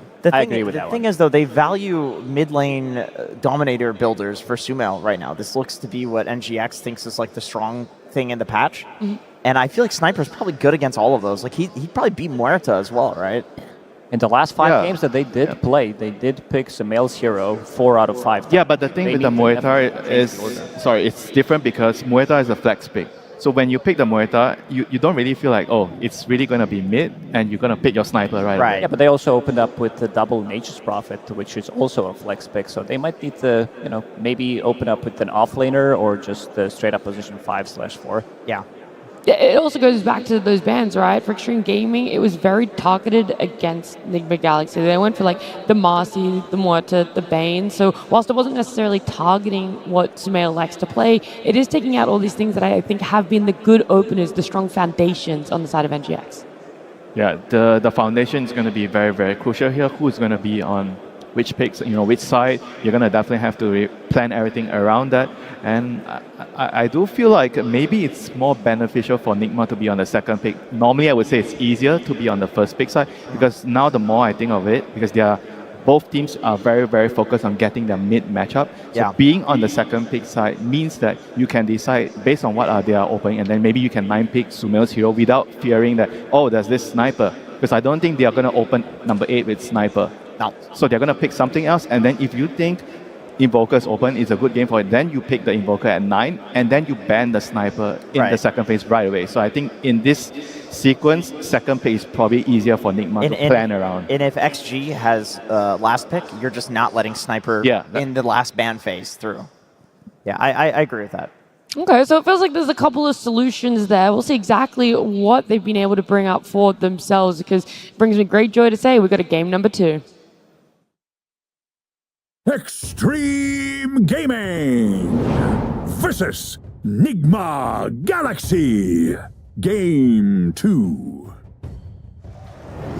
Our lower bracket run for Nigma Galaxy could end short here. They've got to bring everything they possibly can to the tables. Extreme Gaming, they've been waiting for this moment to bring out those gotcha picks, get that sniper on these hands, and now looking towards the bans. It's not changing up too much in what we saw for that game number 1. Shadow Demon is also out now, but this also allows Nigma Galaxy to potentially take the Bane for themselves on the first pick if they want to, because I think they've been playing very good, but also banning Mars, which means that Beastmaster's not going to be in the pool, and this hero has looked amazing. He is undefeated at the TI main stage. We did have the stats for it, I believe 5 out of 5 games. It allows you to be played from 2 different roles, and it gives you so much tempo. Yeah, I think if Earthshaker looks like it's going mid, even just in general, like Queen of Pain would be really good to come out here. I think Noob plays an excellent Beastmaster. I know it's been played a lot more mid, and Sumail can play. He was one of the first people actually to start experimenting with Beast mid. The Shaker, like, we have seen the counter to it, and it is dominating it in lane. the Earthshaker not having a very good win rate on this main stage. A lot of teams have come up with ways to bully him out of lane, but also be very proactive on the spots of either blocking the Ancients being stacked or just taking another core with them to try and steal it. I think the main idea here to exploit this hero is he's after all a melee hero in lane, right? So you have to be able to pick a good matchup to pressure him. So I assume with the next ban, they are definitely going to more or less remove the Quap because the Muerta is already banned. So those are the two main heroes that are going to pressure the ES in the lane. I'm not sure if there's a third one. Both of those heroes also follow the Earthshaker because, of course, both teams are aware that this can go position 4, position 3, or position 2. You know what? Pick Quap, you can go to any of these lanes. If Quap is banned, could they just use Sniper for themselves to pressure the Earthshaker in the lane? I like it. Because you think about it, right? He's going to go Ancients and Sniper is going to take your tower. I think that's like a fair trade, you know? Like, I feel like that would actually make it difficult for the Earthshaker to play the game. What about a Helm Dom Sniper mid from Superman? Are we going to see I think we're overcooking it here. You think we're overcooking? We'll see. We'll see if we're overcooking. I'm going to listen to Lacoste on that one. Okay. Yeah, it might be a bit too much. I'll listen to Kuro. I'll see what Kuro picks. All right, we'll be Nick interested. Galaxy, they did ban out the Bristleback, which did give yesterday Extreme Gaming a lot of speed. This is also Battle Fury Bristleback, which is pretty uncommon. It's a good matchup into it the is. Beast. It is. And also the other good matchup is definitely Gyrocopter, something that Beastmaster doesn't like to play, having that flak, making sure that you can pressure him in the lane as well. Yeah, I was looking at the past for Extreme Gaming. It's mostly been in that off lane for this Earthshaker. So you guys are right. You kind of want to hold off a little bit about exactly how you want to open up. If you want to put all your stocks into the fact that it is going to be going amid Earthshaker. Some more bans. Gyro coming out there, Bane too. And leaves Extreme Gaming going for the Warlock. I like it. I mean, this is a Beast lane counter. You Fatal Bonds the wave, and that will hit the boar. That'll hit Beast. So if it's played in the off lane, which I feel like it probably is here for NGX, Warlock will do well against us. It's also very hard to like initiate a fight against Warlock ulti plus Fatal Bonds. You roll someone, the rock's going to come on top of you and then get hit by some 2-3 man Fatal Bond and fight instantly turns on you. Okay, so they're doubling down on NGX and saying, well, you want to fight us? Okay, we're going to pick another S-tier team fighter. Circles on circles, you know? Yes, yeah, classic Dota. Classic TI. More circles. This is a really, really good pick here. It counters both Earthshaker and Warlock. I mean, Warlock does not lie at all against this has to be Snapfire from Jinkyu again. It's just too good to pass on. You're playing against Beastmaster, easy cookie against Aurora. You have a follow-up from Warlock, a Fissure. So you can choose how you want to be taking the fights, prolonging them. Great against Phoenix Egg, great against Clockwork and his cogs as well, so it feels really, really good. That gives you a team fight. I think the one pairing that we've seen in the previous game, Snapfire plus Mars, now you can do the same thing with the Earthshaker. Yeah. The only issue with that is it does make the support duo a little bit weird between like Snapfire, Warlock, like who's actually running the lane with the off-lane Earthshaker also might not be so ideal, you know. So if they are going for a Snapfire, maybe I would lean more towards the Shaker being like a mid hero. I think they could, I mean, they could also go like Snap Puck, something that's like really, really active on the mid lane that solves the issue with the supports running around and doing stuff together. In your tongue. Yeah, and the Puck also definitely exploits, right, the fact that you have a Phoenix Clockwork support duo. They don't really have the best lockdown against the Puck here. So there you go, the Puck for Snapfire. And this is just going to mean that this game is going to be all about the team fight again. Punishable by the Sniper again. I mean, Sniper. I think they have a couple of good options. The Sniper definitely. Not sure if Sumail wants to bang it out. I think Void Spirit could be really good, very elusive. Yeah, but if you do, okay, actually maybe. Either that, if it was the different teams that did have these drafts, I would say that XXS would probably pick up Slardar against this matchup. It's very good. Like the two supports, you can easily 3-shot these two supports. They don't have much armor. Oh, Ghost Medusa. Right away. Yesterday they did pick it 2 times on 18. Okay. And it did work out really well for them. It's fair, yeah. I mean, they have this, you know, pick where they get the 2 bans, so they want to pick the higher priority thing. This means, I think they agree with us that there are like 3 or more options that are good for mid lane to pick against Puck. Yeah, so yesterday they banned Anti-Mage and Darkseer, right, when they picked the Medusa here. So that's going to leave what other carries against Medusa. Yeah, they also did Animage and Juggernaut in the second game when they picked up the Medusa. Oh, Ame Jug. I mean, if he can find any excuse to play it, he will. It kills the egg as well, and it's good against Beast and lane. We actually saw Warlock Jug lane as well. Okay, so you think it's not out of the realm of the question for us to get to see an Arme Jug on the main stage? I definitely think. I think Ursa could also be decent here, like Ursa with the lane with the Warlock against the Beast. You can also kill the egg. I think those are decent options here. They have a couple of very good heroes here to pick here for XG side. It's all about like thinking what are your priorities. Like, do you want more of a better lane or do you want more of a better late game against this Medusa? I have a wacky one to throw out there for Sumail. Ricky Maru counters the puck in lane. You can't cookie when Ricky gets the Aghanim Shard. Good at killing the supports. Gaming Gladiators did try that against Team Liquid, game number 1 in the Grand Finals last year, and it looked really good for the first 15 minutes, and then they just crumbled. It's good. A lot of these that we are mentioning can work out, but... Is it where the Ricky could potentially fall off, the Beast comes online, and then you're going to have your Medusa online? Is there enough power spikes throughout the thing is, well, the Ricky with the Beast and the Medusa doesn't feel like they have the best synergy. It's very good against their opponent's heroes, but it doesn't really work with their own lineup, which I feel like that's going to be my primary concern with the Ricky. Yeah, NGX definitely does need some sort of spirit type hero that's running around and doing things with the supports right now.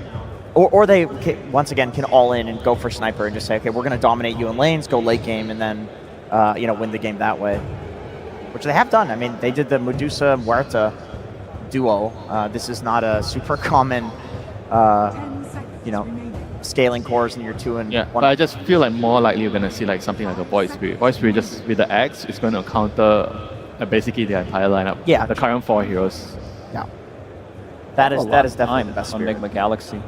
I think Troll could also be a good pickup. You did mention Ursa. All of these heroes are very good. Like Ursa is not as strong of a laner. Warlock fixes that easily because you need that extra bit of a healing coming out in the first couple of levels. But also Troll, I think this is the hero that can build into either MKB. He's fine with that. He can also build into a slightly later Disperser after he gets a couple of good items as well. He can kill the egg. He lanes against the Beastmaster. Doesn't care too much about his boar. Another option, I know that Beast is traditionally considered quite good against it in lane, but Void has been getting, like Faceless Void has been getting banned a decent amount. And I wonder, like with the Helm Dom build... That is probably like the greediest option, right? It's just that they have a lot of stuff to throw into the Chronosphere right now, and it's traditionally considered a decent counter to Medusa, and the supports on the side of NGX don't do anything to a Faceless Void. How do you kill a Void here? Yeah, you have to roar. And I don't think XG has had many options to get it as their last pick. It's almost always banned in this phase. Well, that would make sense why Enigma Galaxy are taking a little bit of extra time here. It feels like there are so many potential options, and they've got to go straight into this ban, into that pick here, revealing everything before Extreme Gaming get that. Yeah, because the off. ban also is really dependent on what they want to pick, right? So what if the last pick they have already countered certain things, so it means that they don't have to ban that hero right here, So that's why they're taking quite some time here to decide what they want. So they banned the Jug in the land. The dream is gone. It's over. Now they have even less time for this. I thought that using so much reserve time, they would have been a little bit more confident in what they wanted that last pick to be. I mean, it's still good to use all your time, just make sure that you cover everything, you make sure you don't miss anything. There's a lot of options. I mean, we've mentioned pretty much everything. Yeah, Void Spirit. I think Ember Spirit can also work if he builds into Mage Slayer against... Wow, that is a fancy one. Okay, I was not expecting SF, to be honest. And they know immediately what they want to pick. I don't know about you guys, but I feel like this Shadow Fiend might be a little bit too risky here. Like, it means that their lineup is going to be very reliant on the Beastmaster, and I think that with the Ursa being picked up, if Beast does not have a good lane, I feel like the momentum for Nigma is going to be really hard to play. They won't have much to go around, and Extreme Gaming, as long as they get to their team fights, their lineup is just going to destroy you. Yeah, I mean, I guess the argument is Clockwork makes up for a lot of what SF lacks in terms of like being a spirit. SF does a lot of damage. He can't really kill heroes on his own until he gets some items. But Clockwork, he will keep people in a circle for you to deal, hit your raises, hit the ulti. Yeah, maybe the other reason why they went for the Shadow Fiend is they're looking at the Warlock plus Snapfire duo, right? So they are feeling like, wait, they can't really gank the mid lane. Yeah, they can't really kill the mid hero, right? Because you when you're playing SF, you don't want to run into some Taz, some Spirit Breaker ganking you early, and they don't have those heroes, So maybe they feel like they could get away with this greedy SF pick. Now that you say that, I think that's absolutely it. Sumail has had like some of the best solo lanes mid. If he can just get a 1v1, I think he's really confident. Like, yeah, guys, I'll get to the point that I'll have the items and I'll be able to carry the fights. Sure, hoping for less resources offered from the side lanes, make them a little bit stronger low cost. Is that then going to be profitable for Nigma Galaxy? A potential for that game 3? I think they want a slower game. I don't think they want to rush things. They're having Shadow Fiend and Medusa. You have Phoenix. Beastmaster needs a little bit more time to come online. So again, same as yesterday when they were playing against Tidebound, I think Omar will need to do a lot of work, and he did a lot of work yesterday. I definitely hear a lot of people cheering for Extreme Gaming, so I feel like we should quickly talk about their draft as well and what we see, how that's playing out. Very well-rounded, incredible team fighters, tons of damage. I think if they can get to the late game, Ursa can full to 0 pretty much all of these heroes, maybe barring Medusa. Yeah, I think the main issue for them is the SF. If they can deal with the SF, they are going to be having a good time. Yeah. All right, all that cheering was because the coach of Extreme Gaming was coming out of their booth, so we're going to head on down to the stage and get some words from him. Absolutely, thank you so much. An incredible series so far, am I right, everybody? Oh, yes. This is one of the loudest crowds I've heard in a while, so for both teams, actually. But let's get to the questions, my friend. So, a lot of confidence coming into the series. 2 heroes that we have not seen picked up yet at this event, and this draft as well. Full team fight, full let's run at them, in my opinion. Where did this confidence come from after the performances that we've been seeing yesterday? 今天打这场比赛超自信，选了2个从未上场的英雄。我们想知道一下这个自信从哪里来？专门为Nigma准备的。We prepared it especially for Nigma. Oh, okay. So any surprises then? I mean, the Medusa, a bit of a surprising pick in my opinion. Were you ready for that? 对面选了美杜莎，对主持人来说有一点点小惊喜，对你来说呢？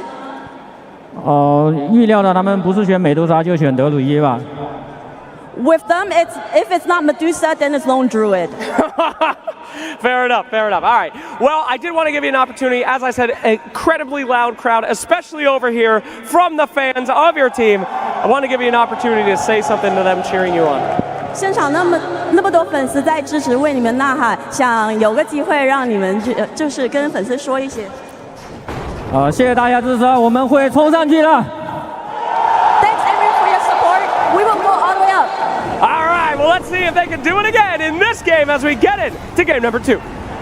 And as we get into the action, first blood, it's going to be going the way of Sumail as he's ready to step up to the mid this game on his Shadow Fiend, of course, coming through as that final pick from Nigma Galaxy this game, folks. And it feels like he does have to do quite a bit, right? Especially with Omar making that quick early little swing around, finding XXS. They've got their early game prepared. Look at the double ward block as well, looking to get themselves to an advantage at the start here, giving Sumail a good time versus XM in particular. So let's see how he's going to be able to do with a pretty much free bottle right at the start of things. So Sumail is going to be going toe-to-toe with XM here. Let's see how these side lanes go, because it does feel like XG is very prepared for them, having this Earthshaker, having this Snapfire, as we've seen them do very well with in the past, and having this Ursa snap-picked, no hesitation whatsoever. Oh, yeah, they were ready for that. They did not care what was coming out from that last pick in the mid from Nigma Galaxy. They were absolutely ready to get our mate back on the bear. Xingqiu finds the kill. Indeed, able to catch out GH there on that top lane, so settling the score for now. And it's sort of overall, what do both of these drafts sort of tell you about what these two teams want to accomplish here in this game too? For XG, feels like similar to last time, just team fight, right? They have so much that's going to be coming together. For Nigma, a little bit more of a slowdown, but pick and choose your battles around that egg in particular, and if Omar can find the catches. But I do have worries, I gotta be honest, just because their only real team fight early is going to be coming from the Phoenix, and there's a Snapfire. So that egg is going to be addressed in almost every single situation, and looking back to what happened in that last game, control became a bit of a problem too. And again, the stuns are lacking for the side of Team Nigma. I mean, that XG has a lot of stuns, and Nigma does not have that many. Yeah, I mean, so when you look at the lineups, would you sort of see this being another game where there will be that period early to mid where the 5-on-5s, Omar, they're just going to have more to press on XG and Arme. Caught. able to chase down the clock, finish off the kill for himself. Yeah, I would say, look, ease of execution, as we like to talk about it, definitely feels like it's there for XGs. If they just get out of lanes, even or ahead, they're just going to have those natural ultis coming in that do a ton of damage, as we've seen with the Shaker, with even the Snapfire from the support. And yeah, we have to mention it too, right? XM, Sumail is looking to dominate the lane, because if you look at the game overall for the puck, as we said, there's like no stuns. It's clockwork, hook shot, and a roar in particular to try to lock down XM. It's going to be super difficult to catch him. Yeah. And we saw how well of a performance XM had last game on the sniper. And his puck, also one, as you can see from that Dota Plus level, one that he is incredibly proficient on. So yeah, if you give him sort of the setup to have an easy puck lane, he is going to be an absolute nightmare to deal with. And let's see how this bottom lane goes, because they, like you said, they snap pick the Ursa. With this Warlock, they know it's going to have a free lane completely, and it's versus double melee. So Ame is set up for absolute success, and Noob, he's going to have just rely on stacks completely. I see he's already sending the boar. He's got a triple stack hard camp already prepared for himself, but he's got 6 last hits. He's getting next to nothing down here in terms of CS. Yeah, very good control there from XG so far. And overall, do you sort of see why they were as confident as they were with picking up this Ursa? Do you sort of like how this hero matches up against a Medusa lineup in time, in terms of sort of timings and strong points? Yeah, no, for sure. It gives you Roche, it gives you Tormentor, it gives you itemization that you can do later on if you want to get a Disperser or anything, but also just straight hard damage, right? The longer that fight goes versus Medusa, you will be able to bring him down. And yeah, so much control. That's just the big thing I'm looking at. An unbelievable amount of stuns for them to stick on targets. We'll see how the mid lane so far is going here between Sumail and XM. 27-5 on the SF against the 20-1 on XM. I mean, how does this sort of play out as they level up? Is Sumail going to be able to maintain a good lead with denies, or as a puck, are you normally able to set up the wave so you can nuke it every time? He can still get a fair bit, but Sumail having this, level 1 bottle, getting that first blood, definitely will have him a bit of an advantage. The problem is, I've seen so many games for Enigma, when they have Sumail with an advantage, Omar can swing over and get kills pretty easily with him. Omar can't do that this game. A lot of damage coming in there. Xingqiu wants him, can't quite get him. The level 2 Shredder is very devastating in the laning phase. As we see there for GH, very low armor. Gets brought down incredibly low. Especially if there's ever a situation where XXS is able to get him with a right click from the enchant totem. Oh yeah, that almost shouldn't happen though. Right? Sure, yeah, you got to keep that distance. In the lane, later on, of course, that's going to happen, but... GH still very, very low. And Xingqiu is just going to be able to shoot him down. That's twice that he's been able to pretty much do this, almost on his own. Yeah, rough couple of deaths there. GH getting caught out. Xingqiu last game played it pretty flawlessly. This one too. He gets the kill, blocks the camp as well while he's retreating. So a pretty perfect play coming out from him there in this top lane. Yeah, it's just going to continue to maintain the lane in a position where XXS is very freely able to farm and get a good amount of denies in against Ghost's farm.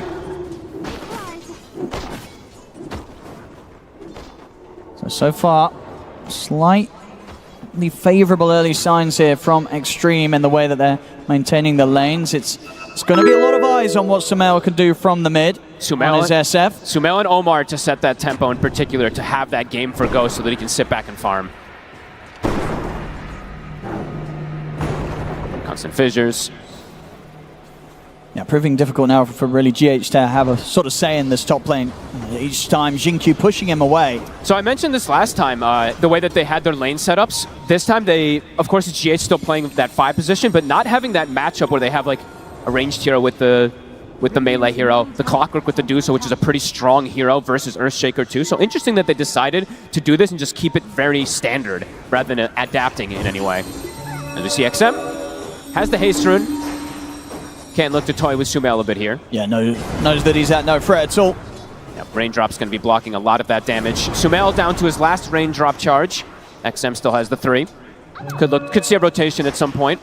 Xingqiu will finally deward the sentries that were placed from the start that we mentioned from Omar, although they were about to expire. Not the same move happening from X-Nova. He is a Warlock versus a Clockwork, so it's very difficult for him to get over there and actually place this sentry to block the camp. So Noob, he will have those camps to go back and farm to, or maybe he gives them to Sumail. We'll see. Maybe they are all just about buffing up Sumail as much as possible in this early game. Yeah. Since he doesn't have access on Noob, so he actually can't clear that neutral. And XM is... they cannot let this happen. This is a huge stack. They cannot let XM take this stack. I mean, I mean, if they allow this to happen, it's devastating. Sumail's got to get over it. He's got a haste rune though, so XM can toy with them a bit here. He got a couple of the creeps, but Sumail should be able to maintain the rest of the stack, and indeed comes in just in time, because losing that would have been quite painful for Enigma Galaxy's early game. Yeah, that would have been devastating. Now we do see Sumail, 1,200 gold advantage over that puck at the moment here. Now it's Sumail so far, getting the stack, getting the first blood, top lane, GH dead again. He's just getting caught off guard with the damage. Just this little shredder plus a fissure, it's just too much for him to deal with so far here.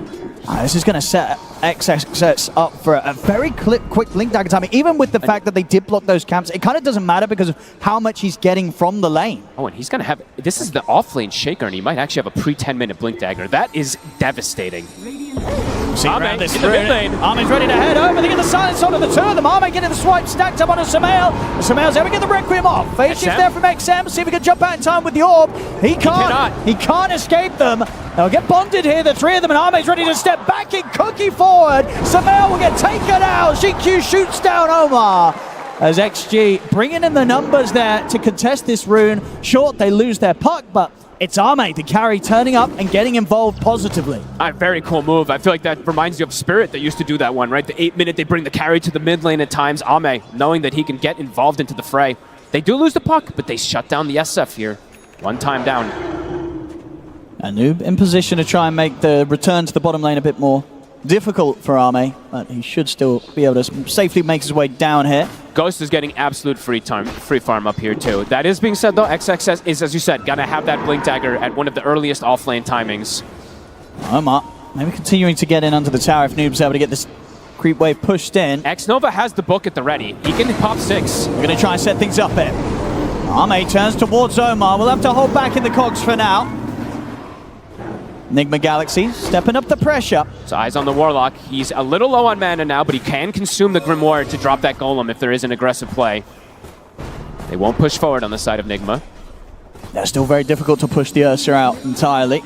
Smoke play now to be coming in, so they want to continue to just bring more numbers down to this bottom lane to try and take this tower off the map as early as possible and potentially find kills on top of it. But Extreme, he's consumed it. They're going to turn up for the defense. There's the setup. Straight away they go for Noob. They'll get the roar up, but the enrage is there. Noob continues to run, but the kisses are coming in. The final hit connects. Noob's gone. Xingqiu landing the shots perfectly to bring down the Beastmaster. I mean, Xingqiu also kills the Dominator. He also cookie saves Xnova. What more can this man do? He's doing so much in this early game on the Snap. 4-0-2 already. Insane. A flawless opening here from him on the Snapfire. And I think perhaps Nigma was maybe saying, hey, Warlock's not quite 6 yet. Maybe we can make a little aggressive move. He eats that Grimoire, has the Golem, drops it, and as you said, the last kiss touches on top of the Beastmaster. Lands every single one of them there, Xingqiu.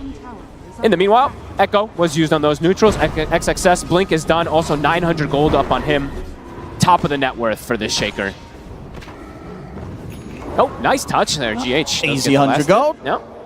Very nice. And has got the 6 now. So Supernova to rely on, but as you mentioned, it's not an easy game to get that egg off successfully. No, Xingqiu, especially with the start he's having, right? He's going to have good positioning in most of those fights to go for that egg. Mid tower, getting whittled down. I mean, they're trying to hold it, but it's a lot of damage already being done here by Extreme. Kisses in 40. XM, he knows he can push the limits because he's playing versus no stuns. And GQ will claim that tower last hit. This is a very rich Snapfire. At the same time, the pressure will continue from Enigma Galaxy on the bottom lane. They will take the tower there. Sumail has to make that trade. Since he did end up, he can't go back to that mid lane because very likely could get set up on. Does go bottom, gets the tower at the least here.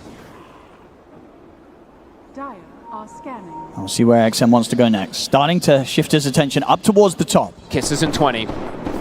Ghost does show himself. He has a big wand, so it does feel safe to show himself up there. Should be ready with numerous TPs though, Enigma Galaxy, if they do want to try and turn up and defend if the dive comes in.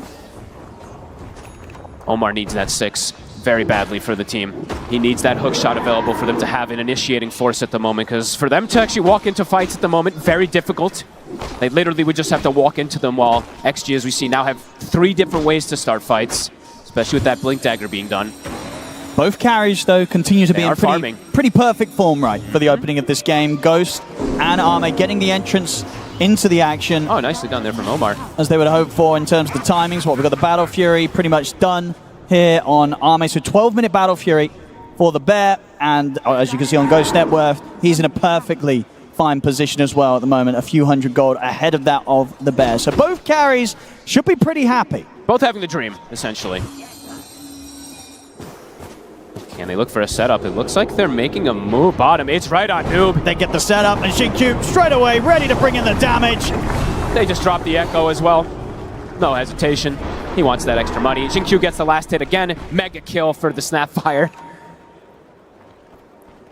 I mean, the way this top lane's gone, you know, sure, we talk about the fact that Ghost has still managed to find the farm out of this lane, but the amount that the duo of Extreme got between the two of them, it is set up for XXS and Xingqiu to just really get the ball rolling between the two of them. The supports are very rich on the side of XG. Xingqiu, we saw what he was able to do that last game with early timings, early shard plays. So far, having a very flawless performance. The support's definitely struggling on the side of Nigma. XM still falling behind a little bit from the mid lane. Absolutely. Despite also just, you know, being able to take out that tower rather early on in the mid. Hasn't quite found as many opportunities as you would hope for himself to get involved with the Dream Coil. Whereas on the other side, it's, you know, Sumail on the SF, that step ahead and ready to look for opportunities himself as they're coming in with the smoke again. They want to try to set up perhaps for a tower push here, but it is into a lot of ultis. Kisses are still cooldown 50, same thing for Echo, but the Golem and the Coil is at the ready. Here's the smoke. Goes to Nomai in position. XXS is going to step up, but easily able to back off as soon as he's aware of what's going on. They turn towards Ame instead. They'll get the Enrage off. Starts to stand his ground against Omar. In fact, they're just able to kill Omar off. So Nigma Galaxy seeing if they could sort of trip Extreme up, but Extreme were pretty ready for them to turn up in that position. They got the tower at the least, right? So showing up for that, but do end up losing Omar again here after that first hook shot reveal. Ame will take that. Almost a Blink Dagger finished. Starting to get these scary tools versus something like that Shadow Fiend, who is very vulnerable to heroes jumping him. Double Blink's going to be finished. Double Blinks and a Puck who can just appear on top of you very early. So they're just going to drop the Golem here onto Ghost. TP's immediately coming in from Nigma Galaxy, though, so the Golem won't be able to do much offensively. A bit wasted, but they're looking to go back in. Ghost. They're still going with the kisses. Ame's closing in. They'll force out the Stone Gaze, but the damage here for these kisses from Xingqiu bringing Ghost so low. They'll fuel him up. They're getting about to sub XM. He's there ready and waiting for them. Shots off the escape. Comes in with the coil. Oh, they were so ready for that. He doesn't get the wand off. Ghost got stunned. Now GH, we'll see XM look to chase him down as well. He's not going to go completely in for the dive play. He's already got what he came for there. I mean, that was just so smooth from Extreme. They had no idea he was coming from that angle. Really starting to build up the early lead now. Extreme 11-2, 4K lead, taking out these towers. And that blink is done now for the Ursa. Sumail's game just feels so difficult, Owen. Unless he can do some type of crazy position plays, but versus double blinks and a puck does feel incredibly complicated. Especially with these timings Ame's hitting, because so once that bash is online, right, it's going to be so difficult for Sumail to turn up and get the combo off. I mean, even if he does, right, he can always get the enrage, right? Like, you can never, it's very difficult to ever Requiem an Ursa, Requiem at the puck, perhaps on the Shaker in some situations, but there's stuns, right? It does feel very hard in this early game for Enigma with the way that XG has prepared, with the way these lanes went down in particular, too, as we keep saying, the supports, almost level 10 on the two of them. A slow start for the side of Enigma. I'm ready to go again. Echo slams at the ready. Kisses still going to be off for 30 seconds, but with just sort of the jump burst alone between the two of them, most of the heroes on Nigma Galaxy will suffer. Omar, Ame does find him. If they find Sumail, it's going to be quite a huge one. He's just a free kill. They're on top of him, it feels like. They've got enough control and burst. Here comes the silence from XM. Nothing to be done there by Sumail. Uh-oh. This is looking really tough for the Shadow Fiend. They wanted him to get a snowball going, but he's now bottom of the cores after that death. Noob. He's going to start running down in this direction. I feel he's got to be careful. XG's still got a lot around. He's going to open up with the Roar onto XXS. See if he can make this play happen, but the kisses are up. XXS will die, but it's going to cost Noob his life. They get a trade. Xingqiu claims another. With these sort of kill involvements that he's going to have, he's level 11. He's very so soon having level. this level 2 kisses. And he's doing already so much with level 1. He's got Pavis, I believe, finished up too to block out the damage from that Medusa, mostly from the Medusa. I think they're starting to just realize that it's going to be the Medusa versus the world very quickly in this game. Straight into the pit here. Addressing everything else. Is there a chance they go for a steal? They do have kind of hook shot and stone gaze at the ready. They could try for a risky sort of move here. It is under vision, though. Look at the ward they placed down. X-Nova, he sees them smoke. They've got Supernova ready at the waiting as well, so they have got the tools. Can Omar get the angle? They've got to try for this Nigma Galaxy, but are they going to be able to do it in time? It's the hook shot, they're in! Can they get the steal off? They can't! Ame gets the kill, gets the Aegis! As Nigma Galaxy have to run, but a Fisher from XXS will stop Omar having any chances of retreat. They tried, and they were so close to getting the timing, but Ame stands strong and claims the Aegis. It's one of the cleanest early games I've seen from XG. Just pretty much no mistakes coming out from any of them. Quick moves, super early Roshan, pre-Tormentor as well. And Ame, as you said, that Basher, it's pretty much so done. early. Dusa, SF, like these heroes, if you can get on top of them early, very difficult, but if you have Bash as well, they can't even turn and stand their ground. Ghost starting to also fall behind. A 2K difference almost between him and Ame now. Sumail just yet to be able to get really involved. He, of course, has that one kill from earlier, but besides that, just difficult for him. So much magic damage. He's going for the blink next. It feels like he has to go all in, but maybe does have to change the build a little also. We'll have to see what he wants to do. And it really is just, as you mentioned earlier, so much pressure on either Noob or Omar to find some sort of hook shot or raw setup. Because without that, there's just no stun. You can't make the plays. You can't have a chance at trying to take down a puck. Another freebie. It's a beatdown so far. Hook shot trying to catch somebody here, but off the mark. 60 seconds cooldown. How on earth do you catch this puck? I mean, he has Blink Dagger now. Max phase shift. He almost has to make a mistake for you to get any type of catch. And Noob, he will lose the Overlord. Jinq will claim that 250 gold. That's the Solar Crest done as well. Shard plus Solar Crest done. 706 on the Snapfire.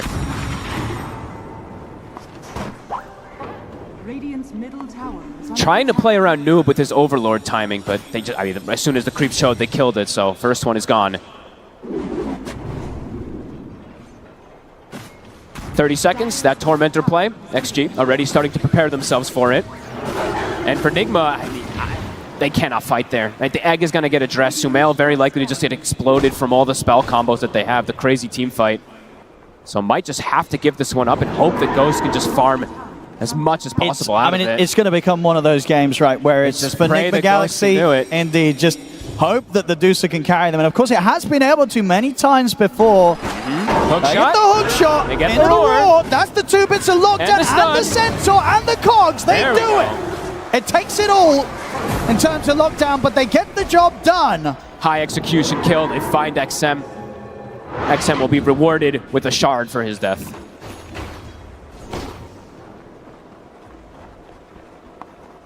Ame ready to continue to push on. 2 minutes on the Aegis. Not a lot that he fears right now.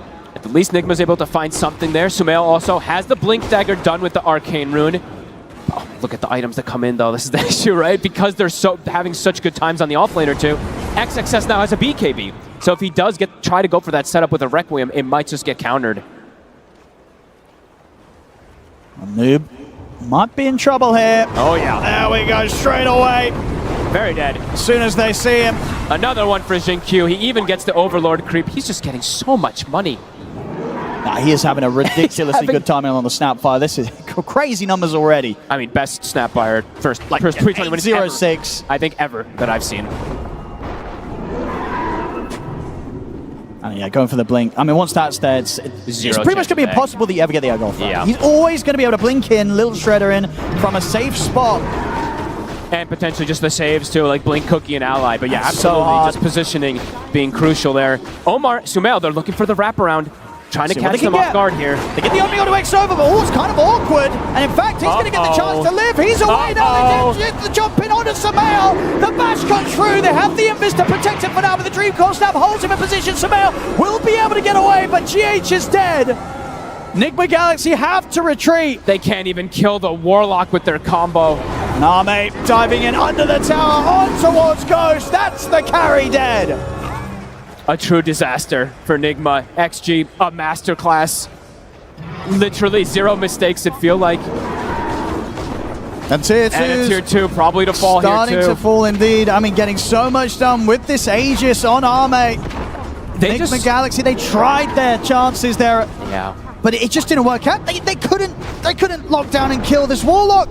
And even if they do, very likely they all just die immediately afterwards too. So an attempt there from Nigma, but quickly answered from XG. BKB's about to be done after all the rest of his pickups that he already has. He is massive on this Ursa. I mean, Sumail's game just feels actually impossible. Coming on towards the top lane, Sumail and Noob, they got to get out of here. Power Ranger TP is coming forward, immediately killing that Overlord. The kisses to Scout. And they're going to be able to find him. The Fisher comes in. You can't escape Xingqiu. He's always ready to spot you out and just do the damage. It's like, what do you do against this Snapfire? Don't give him it. This is actually insane what he's able to do so far this game. Nigma can literally get nothing going their way, it feels like, right? Even when they got like one of the kills, it wasn't a free kill by any means. The trade ended up happening on bottom. I believe that was the last one that they were able to find. The moves from XG just too fast, and yeah, the BKB done for the Ursa. Sumail hasn't been able to find this Requiem combo, and he may not be able to at all in this game with the items that they've been able to pick up already. XG. They've got to be careful down in Enigma Galaxy. XG are coming in from multiple angles. XXS, he's got the BKB. They're going to try and burst him. They get him with a hook shot, but BKB's there, straight into the Echo Fishers. He locks down the two of them. XM ready to come over as well as the Dream Coil's there, catching out Sumail on the retreat. As Sumail nowhere to run once again. XG take him down. Arme deals with GH off to the side. It's level 1 hook shot, super low duration, right? I mean, sure, it only goes up 0.2, but even 0.2 makes a difference in these type of situations. Doesn't get the Requiem before that BKB. And these items, they got them too fast, Owen. The fact that the Shaker was able to get it this early. I mean, it's just his item timings in general, right? Parasma online, 24 minutes in on XM. And they're making it look pretty easy right now. 21-4. As you said, it's Ghost versus the world, but they have the answers for this Dusa. Even though he has Butterfly, the Parasma's done already. The Ursa can start to make the build toward that MKB if he feels like he wants to. Oh, he can, and he's going to be well on the way, Arme. 2,500 gold ready to start spending up into that MKB. I mean, almost 5,000 gold ahead of the Dusa. And space now starting to be pretty limited for Ghost, and he's actually under vision the whole time. They know exactly where he is. I know, just needs to get so many items online to be able to have a chance in this one. I don't know how many he's going to need. A much rougher game too, and game 1 was not a fun one either for Enigma Galaxy. And at the moment down 16k gold at 25 minutes in. I mean, all the timings that they wanted to go for, as we said, just aren't working. They aren't going to work because of the itemization that XG's gone for, but the timing that they got them to, as you said, Sumail, the Blink Yashikai is out when all the BKBs and shards and Rage is available for the Ursa. Setting up top. Guess they're scouting if there is going to be anybody in the area here. XXS is going luxury build. It's actually going to be going for the Octarine next. So more and more stuns going to be coming out from this Shaker. They find Ghost down here. Oh, they're going to find Omar, which is good news for Ghost, as that should give him the info to get out. You say that, but Ame's on him. Indeed, Ame coming in for this angle. He gets the bash. Ghost. Oh, he's going to try for the TP, but the coil's there. The Fisher, the kisses, everything coming in on towards Ghost. He can't escape. They're just reading every single one of the moves. Even though Omar tries to catch the gank, Ame comes from a different angle and instantly through the portal again. No hesitation. It's an incredible play so far here from Extreme. And we hear the crowd already loving it from Ame. They can feel it. Noob being stalked again. No, that was the Golem. Okay, maybe they thought he was on the other side of that there. But really despise these Helm of the Dom creeps. Yep, whatever. I'll get rid of it. Yep. Next Nova is like, don't need it anyway. GH.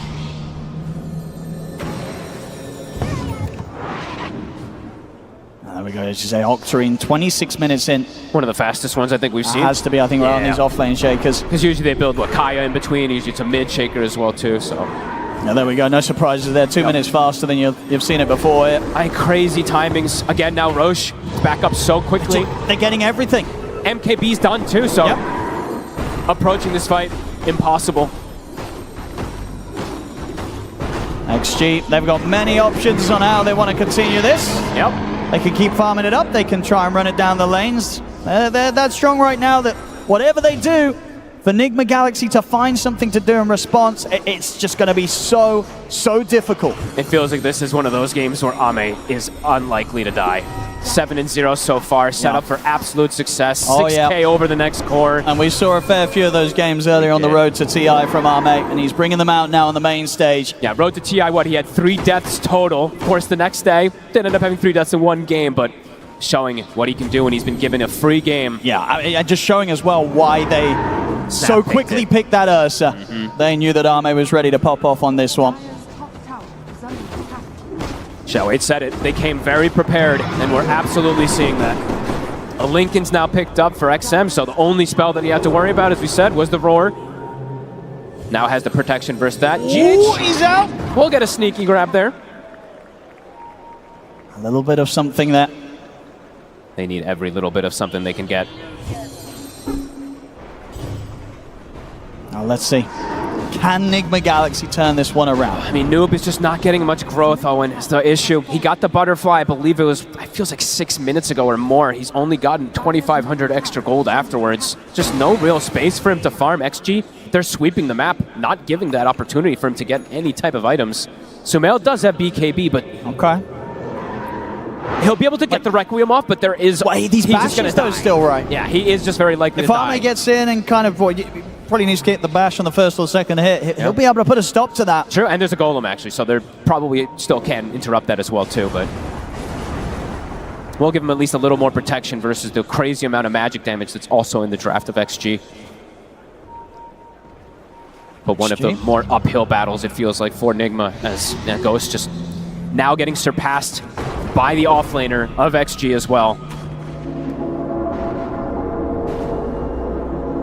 They still just have to do their best to avoid Extreme Gaming completely. Try and build things together so that they can scramble together some sort of semblance of a team fight and defense on the high ground, despite this huge lead that Extreme have against them. That feels like it has to be at the high ground. Anywhere else, I mean, even at the high ground, it feels almost impossible at this point, but that just has to be where they look to pick that fight. Ame, he's in. The banner's down. Ready to get damage done. Still 2.5 minutes on this Aegis, so a lot of time for Extreme to amp up the pressure. Stopping that Sunray. And Nigma Galaxy, what have they got? It's 2 minutes still on this Aegis. The Ursa's fully buffed up. Trying to hold on here in the competition. And at the moment, just having to watch Ame tear apart their barracks.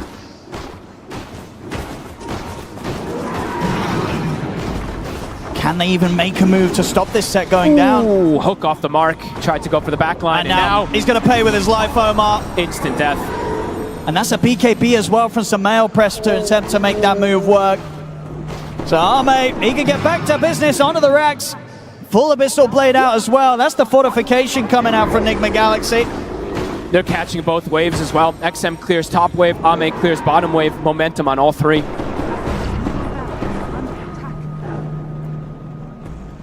Backdoor will kick in, but the top wave coming in shortly. The jump. And he's ready to dive! Instant kill. They're truly making it look easy, Owen. They really are. They definitely seem set to make quite a run potentially in this lower bracket, XG, if they keep up this level of performance. And how do you stop? There's still a minute left on the Aegis. You have no BKB for Sumail for 40 seconds still. Ghost steps up. At any moment, it feels like XG is just ready to close this.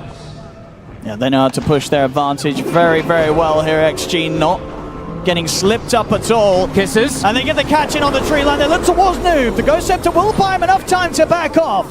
So he'll survive the jump this time round. Ghost. Another tier 3 gone. Ame moving in onto the Medusa. Ghost has to be careful. Mana's falling low. Buildings are dropping. Ame, Aegis, 20 seconds. Trying to slow him down here with the Fire Spirits. And the Rain Tracks is gone. Got what they came for. Looks like they are going to respect the fact that Nigma Galaxy are all up and the Ame's Aegis shortly about to leave his hands. Just playing it as safe as possible. They just got a ton of money pretty much on everybody. Almost a full Aghanims on the puck. Ame, soon the Swift Blink. How close is Ghost to sort of the next item? He's still not close, Owen. He's not farming. He can't. 800 gold or so until he has the Skadi complete. Just even then, he really needs that Daedalus on top of it to have the chance of doing enough damage to scare or threaten any of Extreme's lineup. And speaking of Extreme, the fake back. Oh, they're ready to go again. They're looking to close this game out. Samael might just be caught here, stepping up straight away. Abyssal Blade into the damage. Samael's out for a hot minute, no buyback. Godlike for Ame. It's Extreme. Claim the final, well, sorry, the second set back. They've still got the bottom lane to deal with, but they're ready to sweep around and go for that straight away. Just clinical. And no need to head back right now as Extreme coming up to 30k gold lead, coming up to 1,000 gold a minute in this game. One of the bigger and earlier advantages that we've seen grow on this main stage. At 30 minutes in particular, right? Having that So almost early. 1k per lead is crazy. Ame. GH won't find him this time. But the tower's gone, the final set of barracks exposed. They jump into the tree line again, XM. Catch the silence in on towards Omar, not enough damage to kill him off. Ghost starting to push forward. Attempting to hold them back. We'll get them off the racks momentarily. 10 seconds until Samael's back in. Ghost was able to at least finish his item. His damage still not quite there, but at least something to give him a bit more protection. And Extreme continuing to play it careful. They know how close they are to moving on here. They don't want to let this slip away from them, regardless of how far ahead they are. I mean, they can still look to just play the Constrict game, right? Look at the ward coverage that they've got. They see absolutely everything. So if Nigma does want to step outside, they will know instantly. And Ame, yeah, look at this, 9,000 ahead of Ghost in that net worth. The Swift Blink is finished up. Immediately goes to the Tormentor. Maximum efficiency coming out from XG. And all Nigma Galaxy can do is sort of wait. He did step outside. They are very well aware that he's done this, so he will have to get back soon. Ame rejoins XG. Oh, this smoke could be the killing blow. Ready for the move. XM has the Aghanims. Is there any way Nigma Galaxy can outplay? Oh, they're sneaking in. Kisses. See Noob. Ame tries to make the jump on a GH. He'll get the dive off, so they'll avoid the initial jump from XG. Final racks. CP coming in here from Noob. XXS. He's got A on disc at the ready.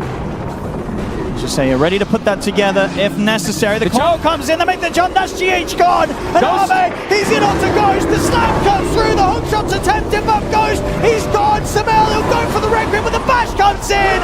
He's dead. Noob will get the roar up, but he's the last one left alive on Nigma Galaxy as XG deal with him as well. It's game over. Extreme knock Nigma Galaxy out of the International, and incredible fashion as well in this game too. A complete just mismatch of skill and performance in this one, folks. This was one of the biggest stomps we've seen here on the main stage. A total beatdown. I mean, everybody, right? Everyone on XG did so well. Their draft as well. Xiao Wei coming in, mastermind.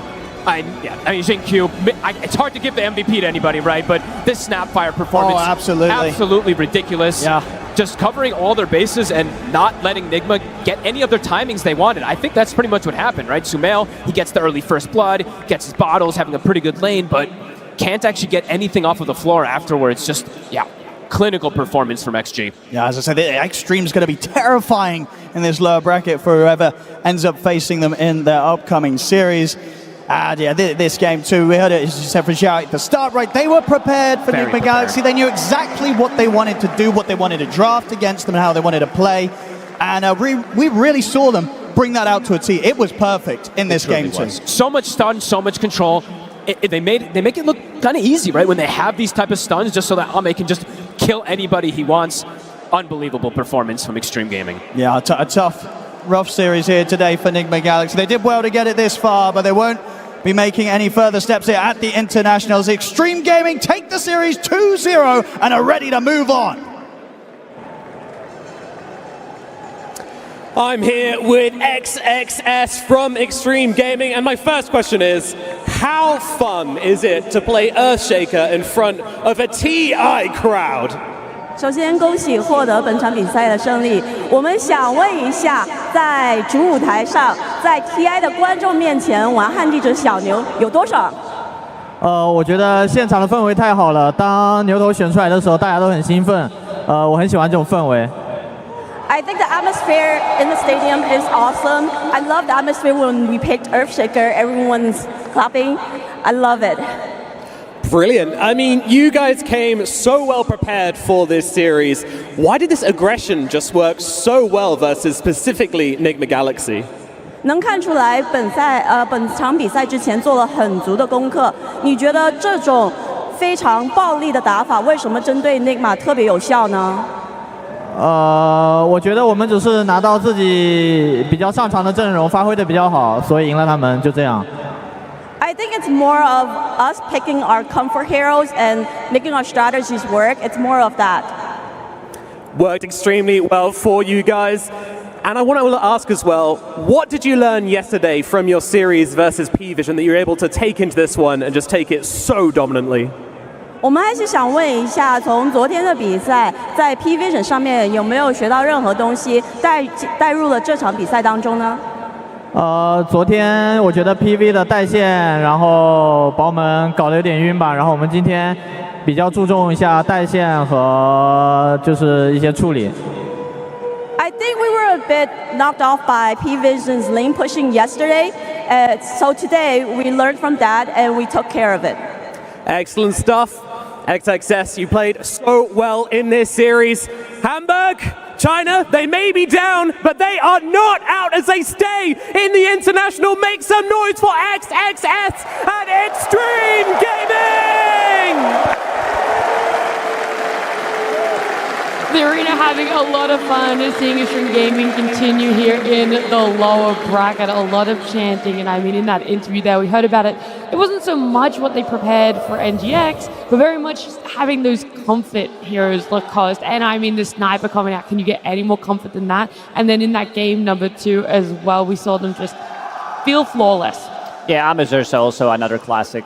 These are the heroes that they love to play. Jinkyu on the Snapfire, on fire pretty much throughout the whole game, being paired up with either you see this Earthshaker with Ursa, just to have +1 so that he can be grabbing the kills, and it was pretty much flawless. We said that Enigma Galaxy, they need to take it slow, and they took it slow, but you know what? Extreme Gaming, they wanted to end this one quickly. That was a nice little tidbit about the lane pushing. Like, that was very honest from him, because I do think P-Vision, we saw it yesterday, the way that they're using the Dom creep is very oppressive. So, I mean, this was not a close series, legitimately. So whatever they learned, like that worked out. Yeah, Extreme Gaming getting to bounce back like that. We get to see them progress, but unfortunately, it does also mean that we have to say goodbye to Enigma Galaxy. Yeah, thanks, Nat. I am here with GH, legend of the game. That's for you, bud. I realize you've just lost this series, bitterly disappointed and to go out, but have you guys had fun at TI? You've been incredibly entertaining to watch. It's always super fun to play in front of such an amazing crowd, to be honest. Having everyone who supports us here. So I would like to shout out all the crowd, all the supporters, all the fans. We truly love performing for you guys. They love watching you as well. So other than that, what has been the highlight of this TI for you and the team? I mean, for me, honestly, I'm just extremely grateful to be here in the first place. It's such an honor, such a great experience, surrounded by so many good, great players. It's just the overwhelming feeling. The standard this year does seem very high. How far do you think XG can go? Because that was a hell of a performance from them. I believe top 6 teams are all contenders for the top 1. So they could go all the way, they could do anything they want. Fair enough. I'm going to get back to your team in a second, but I just want to say, can we get a huge round of applause and a cheer for GH Enigma Galaxy for entertaining us at this wonderful TI? Thank you, GH. Back to you guys. A pleasure to see these players come out onto the stage, to just get the arena going. There is so much energy around it. Everyone has loved supporting them. Months ago, they put in that effort. They came through the qualifiers. We saw them last week put in a lot more effort to make it to the top 8. And here, they get to be happy still with a top 6 performance. It is, nothing to be ashamed of to be knocked out by Extreme Gaming, someone who came into this undefeated. Yeah, I mean, in TI, like, this is where you want to see NGX perform. And I totally agree with Ted, and I think the audience feels the same. This has been one of the most fun teams to watch. They didn't just get top 6 playing, like, normal, boring stuff. They did it with style. Like, they completely reinvented the meta, and I think it caught a lot of teams off guard. And we will definitely see in the coming day teams using stuff that NGX came up with. Yeah, I mean, that mid-Muerta was such an issue. It had to get banned out. And then we see SF coming out, right? This is a hero that isn't surprising at all to be picked up, Lacoste, but it is surprising to see how the mid lane went for him with the side of Extreme Gaming stepping it up. Yeah, they were ready for some of these early movements. Even though he did have the first blood, things were not going his way. I think SF needs a bit of a different setup. This is a really nice move from Ame. This is why he's one of the GOATs when it comes down to being super aggressive, understanding that they can try to kill him with the coil. This should be an easy kill, but the Clockwork is here, and they're still going to be ready. Like, even they mess up this gank a little bit. XM he doesn't go to the up ground and uphill, and he dies, but guess who's here? It's Jinkyu, it's Ame. Cookie lands on one, he goes for the bigger target, Jinkyu gets the double kill. These type of moves, you don't expect them to happen. We've seen Yuma from Heroic going for these twin gates rotation 5-6 minutes into the game multiple times, but these type of rotations where Carry leaves the lane 8 minutes into the game, goes to the river to secure the rune for his mid laner and try to grab a kill, it's very rare. I mean, it kind of also solves the problem, right? We mentioned that the SF was going to be a problem, and I mentioned after the draft ended, it's going to be interesting to see how they tackle it, and that was like a really important move, right? SF, he was top net worth at 8 minutes during the game, and that kill actually meant that it slowed down their momentum so much. Yeah, that's something that Spirit was really good at during both of their TI runs, was figuring out if one hero is a problem and they can't just bring the supports to a lane to solve it, they would bring Collapse or Yatoro would go. So it's really cool to see XG pulling out that here in the top 6 because, you know, once again, going back, like this is the sort of championship plays you need to win the whole thing. Always the 1% when you're able to just min-max it a little bit more. Also, though, when we went further into this sort of game winter, the team fights that were coming out, having the numbers again, Extreme Gaming has always been so good at balling up together early and taking over so much of the map. I mean, their draft literally screams team fight, you know, in both games. And I also wanted to highlight that the way they involve everyone, because it's not just about starting the team fights, right? How are you going to involve all of your team? And right here you can see the Ursa once again comes in, Ame rotating in with his team. They have all the ultis up. They try to take a fight. They try to take the tower here. And Nigma, they just couldn't really respond with 5 heroes because the Beast didn't have a good start. And usually Beastmaster, you don't really want to TP into a fight. You want to be in a position and your team goes to you, right? So they took full advantage of that, and Nigma just couldn't bring 5 heroes, and they had to run, and they lost their carry. With so many early rotations from Ame, we kind of see him take that extra leap. There's a much bigger gap between the two carry players in this game there, Jenkins. Yeah, I mean, this is a Ame classic, the Ursa, and I feel like this is what Extreme has been playing really well around since day one of this tournament, which is having some, like, really bursty carry, and then heroes that can like kite the fight, do things from far. You know, they've Snapfire, they've Earthshaker, or Warlock. Like all of these heroes, just they poke. Like this basically lets XG play as a unit, and then Ame can like pick and choose his jumps and just not die. He went 9-0-4 this game, but honestly, this is how most of his Ursa games go because they pick around it. Yeah, a big difference between having an active early game carry compared to a late game scaling carry in the Medusa Lacoste.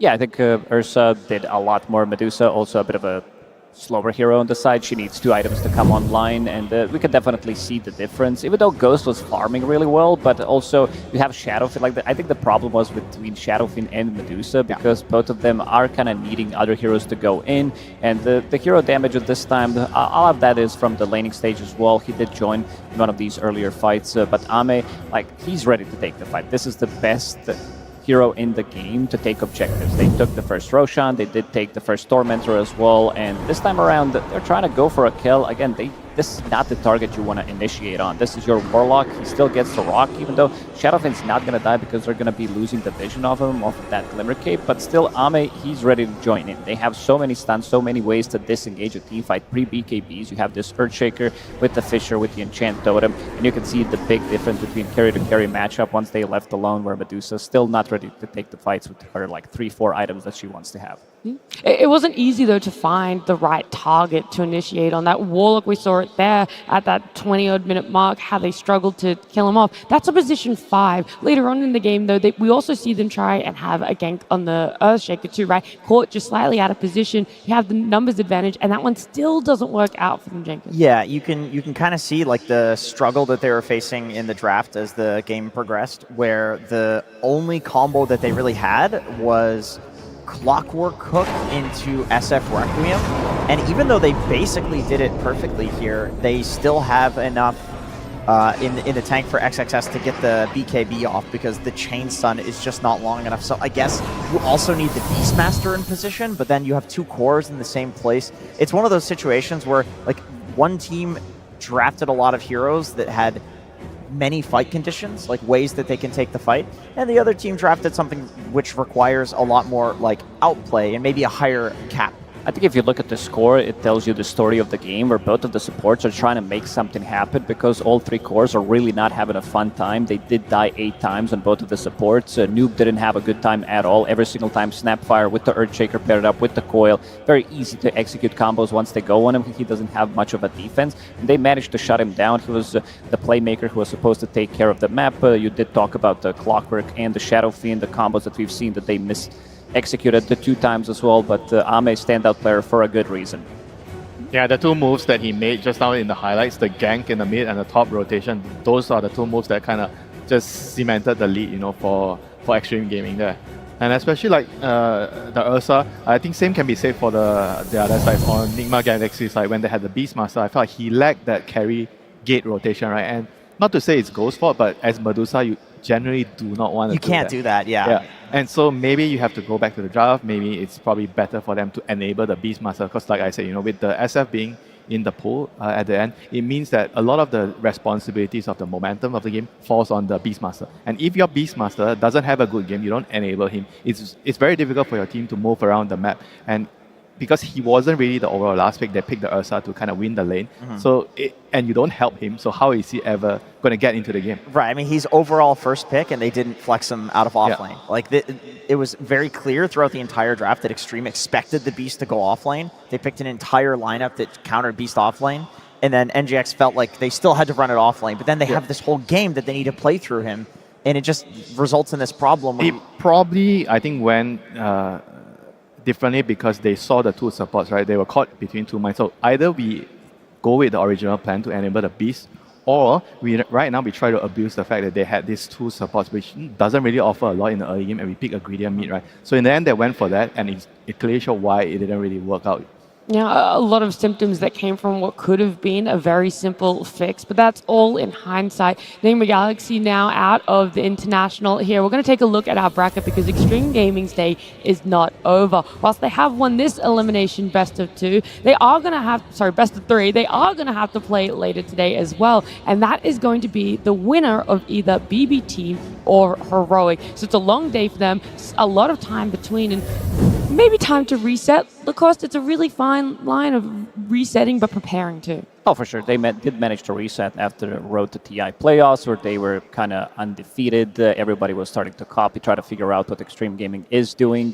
They did lose to P-Vision yesterday, which was one of the game was competitive. The second one, they couldn't figure out what P-Vision's doing on the map. Very annoying team to deal with. And now they have a couple of series left to figure out who they're going to be playing, either BB Team or Heroic. But Extreme Gaming, they're definitely resetting, and you can see them powering up. This is pretty much Extreme Gaming from Road to TI.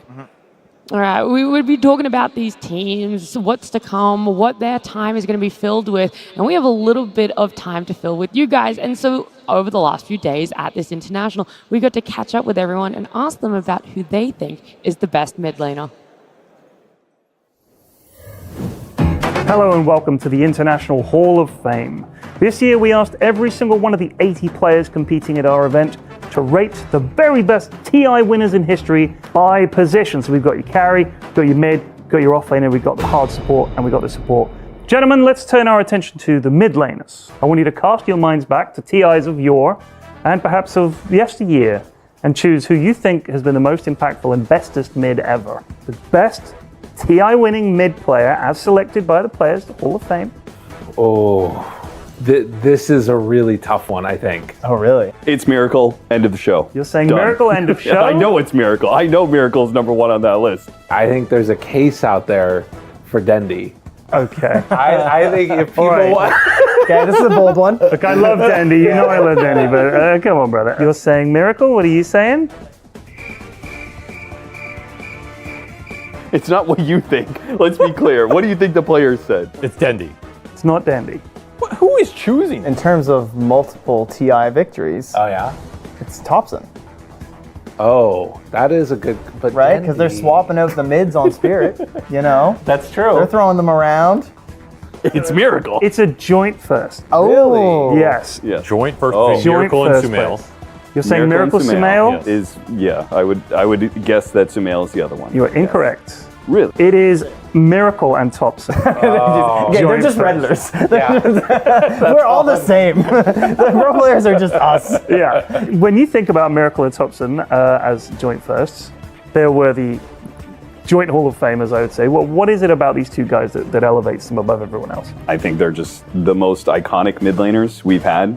Both of them were a step ahead of their competition. Sumail, probably the largest skill gap there's ever been in like roll-to-roll matchups at a TI. I think that Thompson was also ahead of people, but in a more creative aspect. He wasn't necessarily mechanically that much farther ahead of the rest of them, though he was a god I in think that it was regard. his brain was that further ahead. He had the galaxy brain, yeah.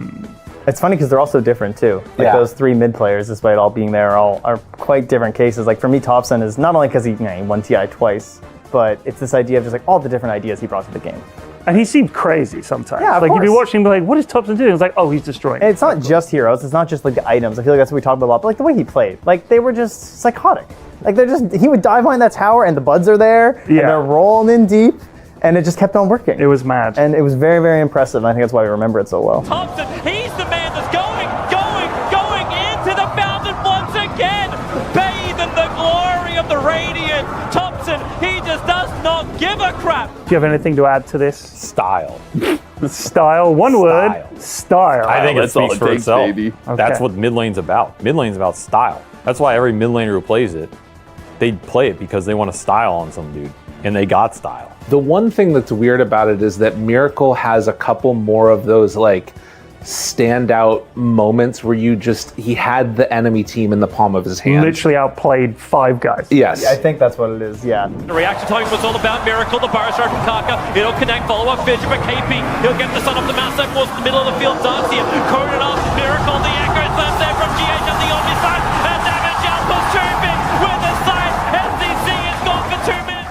That's what gives him the most credit. Yes. Is that he was like the individual. And the buds were there like helping him out. But Thompson was more of like a gelled into the team thing, I think. Like Yeah, I they played a think lot you're right. around him and you saw the success together as a unit. But when we think of Miracle, you think of just like some giant like 25-0-7. Can you think of a play or a moment each for say either Miracle or Thompson where you would thought, "Holy crap, that's The like, Thompson Invoker, that iconic moment where he's casting 1 billion spells and outplaying everybody in that team fight. Yeah. Yeah, thank God that wasn't against me. Yeah. Set. Can he keep this man alive though? He doesn't have the black hole backup. You have an Anna with a big gust heading him back. Tornado! Thompson! He's in with the backup. The beach! 70 blocks coming down. Thompson wins the save. Gets both of them. Thompson Invoker! As far as Miracle goes, there are too many highlights to think of just one. Okay. That's entire half of YouTube's video list is just True. Miracle highlights. Even now, it's all just Miracle True. highlights. Yeah. That's well what done. half the Dota audience is still watching. Miracle TI highlights. ended, and they started loading up the Miracle 2016 highlight reel. Miracle highlights and Thompson builds. That's what people want. All right. Well, thank you, gentlemen. That was mid. Well, don't go uploading, and searching for those highlight reels just yet. TI is still going. There's still space for some new mid laners to carve their name in that Aegis, and of course some moments for themselves as well. But that was our casters talking about who the pro players had voted as the best or most memorable mid laners. Do we have any differing opinions on the panel about it? I mean, Miracle has been such an iconic mid player. It's kind of hard to go against him. Yeah, those are pretty good ones. Yeah, I mean, I have a Miracle biased one. Okay. Of course, I want to say SCA mid. You can still do it, Winter. Nah, but they're totally spot on. Both of them, like Thompson and Miracle, they definitely changed a lot of players' mindset in the mid lane, how you're supposed to play, how you're supposed to lane, what items are you going to go, how are you rotating. They definitely started a totally different trend. Yeah, and now we see, mid lane, just exactly how it is played out, how much more support is given around it, what the teams like to do. It's very indicative of their playstyle as well, and two teams that have extremely unique playstyles or hero pools are the two that we're going to see next. We have BB Team up against Heroic, and I mean Heroic coming out with these Pudges. Obviously, they also love their clockwork. We've seen them with the off-lane Phoenix too. It just feels like you can never put this team in a box. They always go above and beyond expectations in any regard.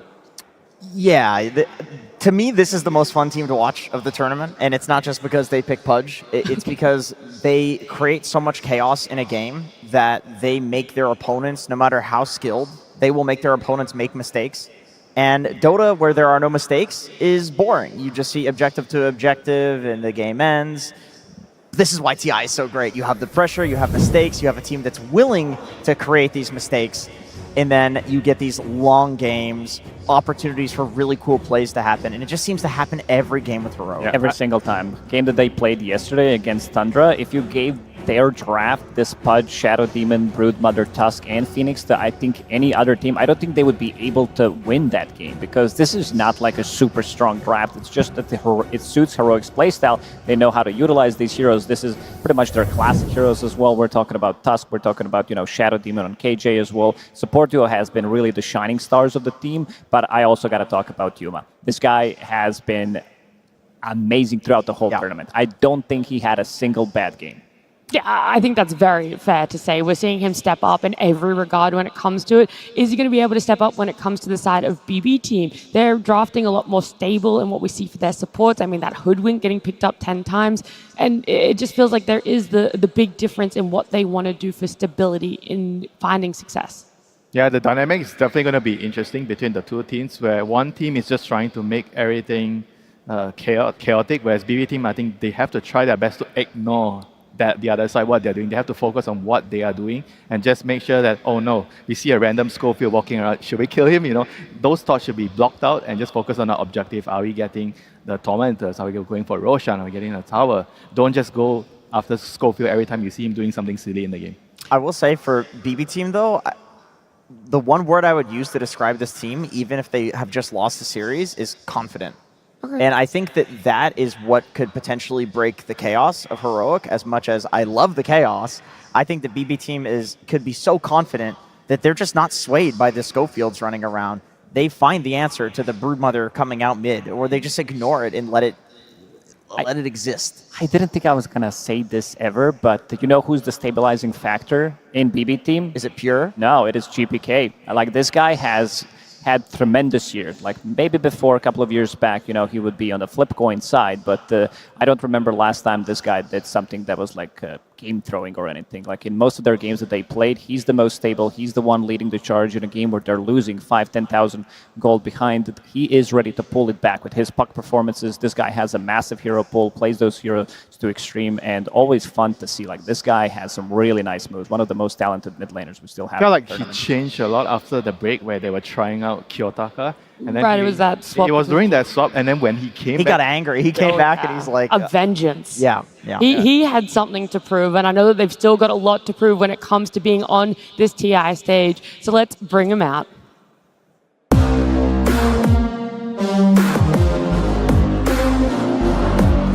we're back.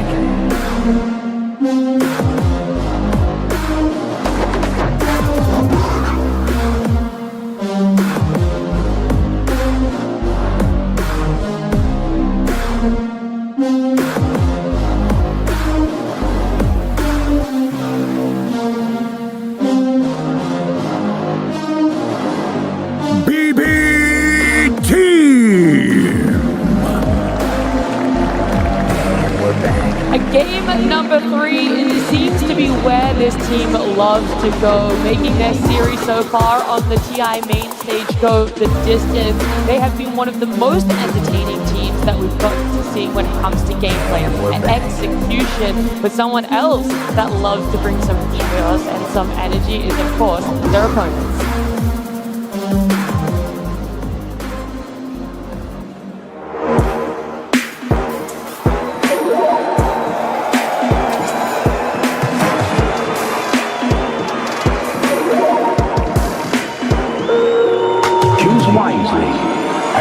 Those responsible.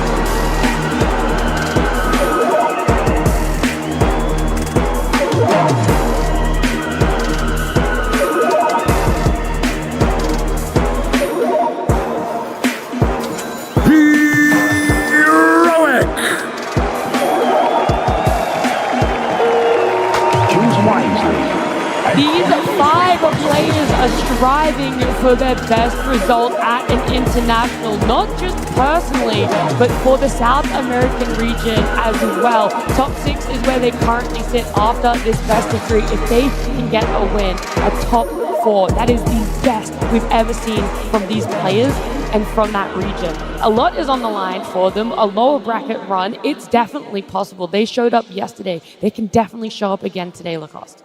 Oh, they definitely can. This is a team that is super explosive. And when we talk about South America, Tundra Awaken, they did reach that 5th, 6th place at the TI11, infamous 7th, 8th place Beast Coast, Heroic TI13, and Beast Coast and infamous during TI9 and TI11. So for the region, this is pretty massive. Having a team that is doing so good at the TI main stage is just pretty impressive and doesn't seem like they want to stop. I also think that this matchup might be a bit of a different one for BB Team because, I mean, they did meet a couple of times throughout this year. BB Team did win every single time, but I think Heroic powered up. This is a team that learns a lot from their mistakes after the loss that they did have earlier, and all I'm seeing is a completely different mentality and a completely different playstyle than any other team that we still have left at TI.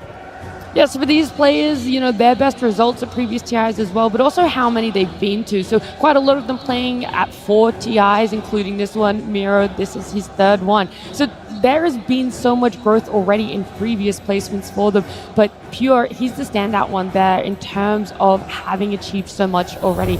I feel like he's one of those players that just would not be happy going out here now. This elimination, I think, means more than anything to he wants to make it to that final day is essentially what I'm saying. Yeah, he did reach that with Tundra, but also I don't think Pure has reached his full potential yet at TI here, because in the previous performances, this guy is the dominating factor. He's the one controlling the tempo of the game with his Monkey Kings, with his CKs. He plays Lone Druid as well, but I don't think he's playing to 100% yet. It really feels like BB as a team, they live or die off of the back of Pure. This is what we saw in the series yesterday, where he was rotating on anti-mage, you know, level 2, level 3. Oh yeah, that mid rotation. It was really interesting. Like, he has very creative ideas when it comes to the game. He has a lot of confidence, but as a result of that, you can have these games where it's very volatile. Like, either he's 18-0 or he's 0-18, which makes for very interesting Dota. I mean, on top of that, I think it's very rare nowadays to see a carry player leading the team as the captain. Yeah. Like, usually you see it come from the support, or maybe sometimes from the mid player, because a lot of the plays come from the mid, or maybe sometimes in Tundra's case, you know, the 33, you know, the offlaner is the captain, you know, but you rarely see nowadays players from the carry role actually captaining the team, because on the carry side, there's a lot of responsibilities on your own, right? You have to really focus on your game, your itemization, your laning, what you have to do in the game. So having to hold that extra responsibility with the draft and taking care of the team aspect is something that is really, really big.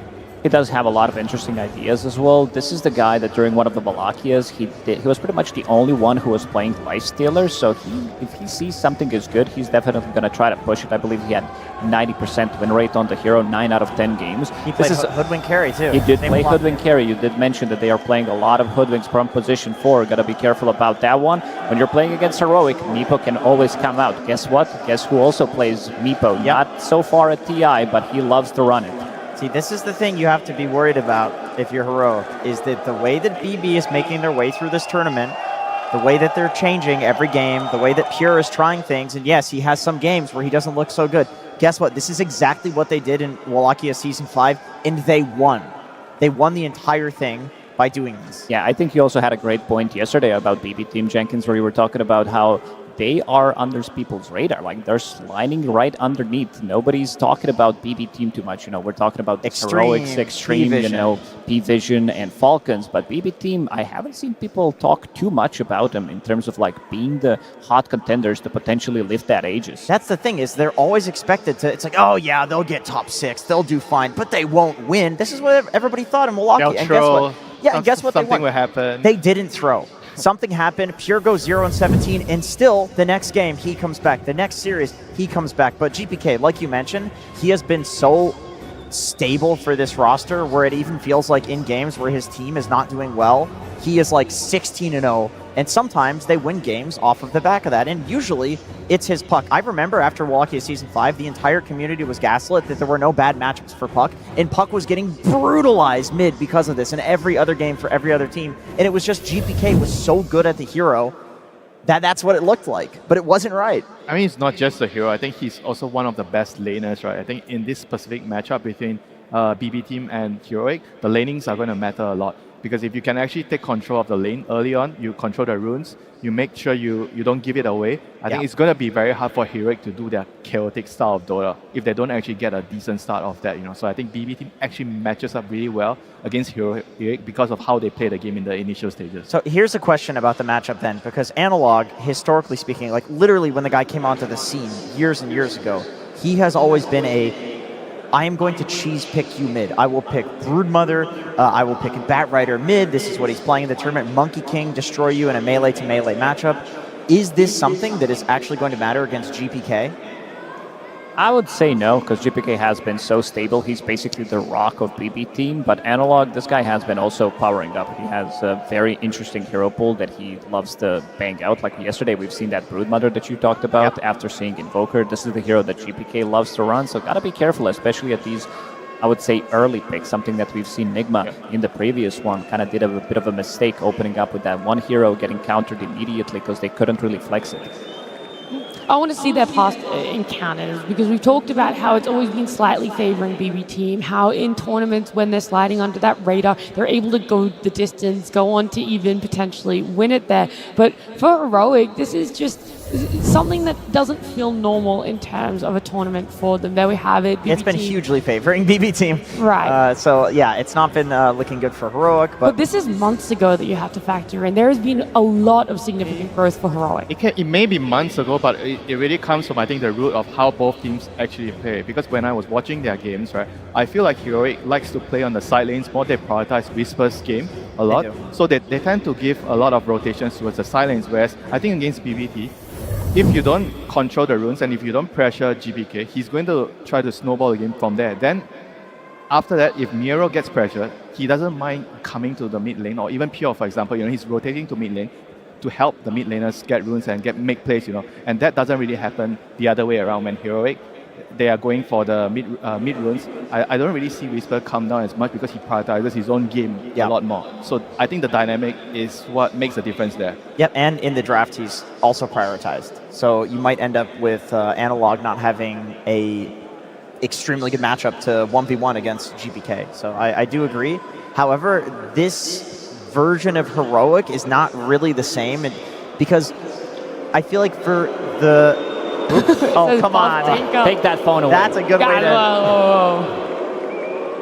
The arena was definitely vocal about what Where's they the security? Escort him out of the arena. Do either of these teams pick Tinker? I don't think we have... No Tinker Wait, okay, mids, when at you least. say No that, Tinker mid. I was going to say, they're not necessarily like Tinker experts, but I do feel like there is one person on almost every team. They're not going to bang it out. Anyway, Heroic has powered up in this tournament, and I think every other tournament this year, barring the Parker PGL Wallachia, when they had him, they have pretty much played to their expectations. They don't beat the good teams, but they beat all the bottom tier teams, and then they just get knocked out by when they face their first good team. I mean, usually that's like a sign of a team not being flexible enough, right? Because to a certain point, you might need to play out of your comfort zone to make certain adjustments to beat the stronger team. Yeah. And maybe right now, like you said, they've already powered up, and we'll have to see whether they are really willing to make that change, like the prioritization. Are they going to try to move that away from Whisper and try to help Analog more to make sure that they don't get run over by BB team in this series? I think the offlane duo for Heroic is pretty similar to way P-Vision plays, where Schofield, I'm going to say, they put their offlaner in a really weird position, whether they're going to be dominating the lane completely like they did yesterday with this Marcy plus the Batrider, or he's going to be doing his own thing on the clock, would be very annoying, something that 9 class does really well, compared to the offlane duo of BB team with Miero and Save, who's been so stable in the last, pretty much ever since he joined the scene. Nero, I also think that this meta does favor him because we're talking about these Helm of the Dominators, the Zoo metas. These are all of his most successful and the best heroes. We're talking about the Lycans, Beastmasters, Visages as well. So he knows how to micro. Look, those fans are getting passionate out there. They're seeing Heroic on the stage and in their booth, and all they want to do is just get on into this series. BB Team versus Heroic. Game 1. Yeah, we have another elimination on our hands here between BB Team and Heroic. We've talked about the chaos that could potentially ensure for these two, depending on what they get their hands on in the draft. The stability coming from that off lane, especially in the position 4 on the side of BB Team. However, on the side of Heroic, it's the chaos that is somehow stabilizing their lineup in a position 4. I'm never going to get used to a first phase ban Pudge. That is so goofy and wacky. Actually, speaking of the 9 class comparison that you made, Lacoste, I think one of the best measures of goofiness in a position 4 and like chaos is courier kills, because you're just on the enemy side of the map. That's where you're going to snipe couriers. 9 class is number 1 in the record for I assume Schofield's number 2. Why am I not surprised? So the comparison is definitely very accurate. I mean, the counter to that is to pick Marcy, so your couriers don't die easily. That's true. Genius. And it might actually make it through here. Yeah, I think Heroic does have it's first something pick. that's not highlighted enough. You know, whenever you have Marcy, it actually helps the lane a lot because of that. It does, yeah. More of a counter to Heroic, but they snag it. Such a strong hero. Like literally the reason that the whole Dominator meta even happened. Like the fact that you can run it as a core position, like it can play in every core role. I think even mid would be fine. You can run in any core role with the Dominator, play for having a lot of damage. You can run it in either support position and use the double jump, jumping your ally in. And the facet is also really strong, right? It's not just the helm, like the Fleeting Fury facet. I think those are the two things combined together make the hero so hard to deal with right now. Yeah, the position 4 pick me up facet, getting people out of trouble. Or didn't we see one game like previously, like someone did it on a core role? I think it was Omar. Oh wow! Oh, support. Facet for the damage. Yeah. I think that's fine in some games. If you feel like if it's all like ranged cores that you have, you don't want to jump them in, and you don't feel like there's anything good to save from, or you think you can scale. It's definitely okay. Yeah. So we are seeing a trade here between Marcy and Lycan. Yeah, the crowd definitely is cheering for the Lycan. They love the howl that he's been doing. I don't know if you guys were tuning in last time he was playing. It's a lot of fun. I do wonder if Heroic are going to get their hands on the Shadow Demon, though, because that was something that was a big factor in their series yesterday. I mean, I want to see like how both teams deal with the Helm, right? So both teams got the Helm hero, and you have to kind of build the draft to deal with it. And I would always kind of favor the Radiant side a little bit more because of the fact that you get the earlier Roshan access and the Tormentor. So I feel like you have to like really plan your draft around that, whether you can actually stop it if you're on the dire side. Is there any way of having heroes that can actually stop it from happening early on? Like you want to have, I think, heroes that can sit in mid lane and defend a tower. Because the thing with the mid tower is, the Radiant side, once they kill your mid tower, it's very easy for them to kill the Roshan between 50 and 20. Yeah. So that's a good point. I would like to have heroes that can push the way out. Like we've seen Sniper, we've seen like Puck. All these type of heroes I think are really, really good at defending the tower.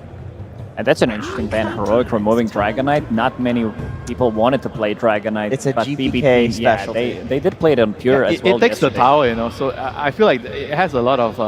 It doesn't really defend the tower as well, but it takes your tower. So I think it can make it difficult for the Radiant side to get that early Roshan also.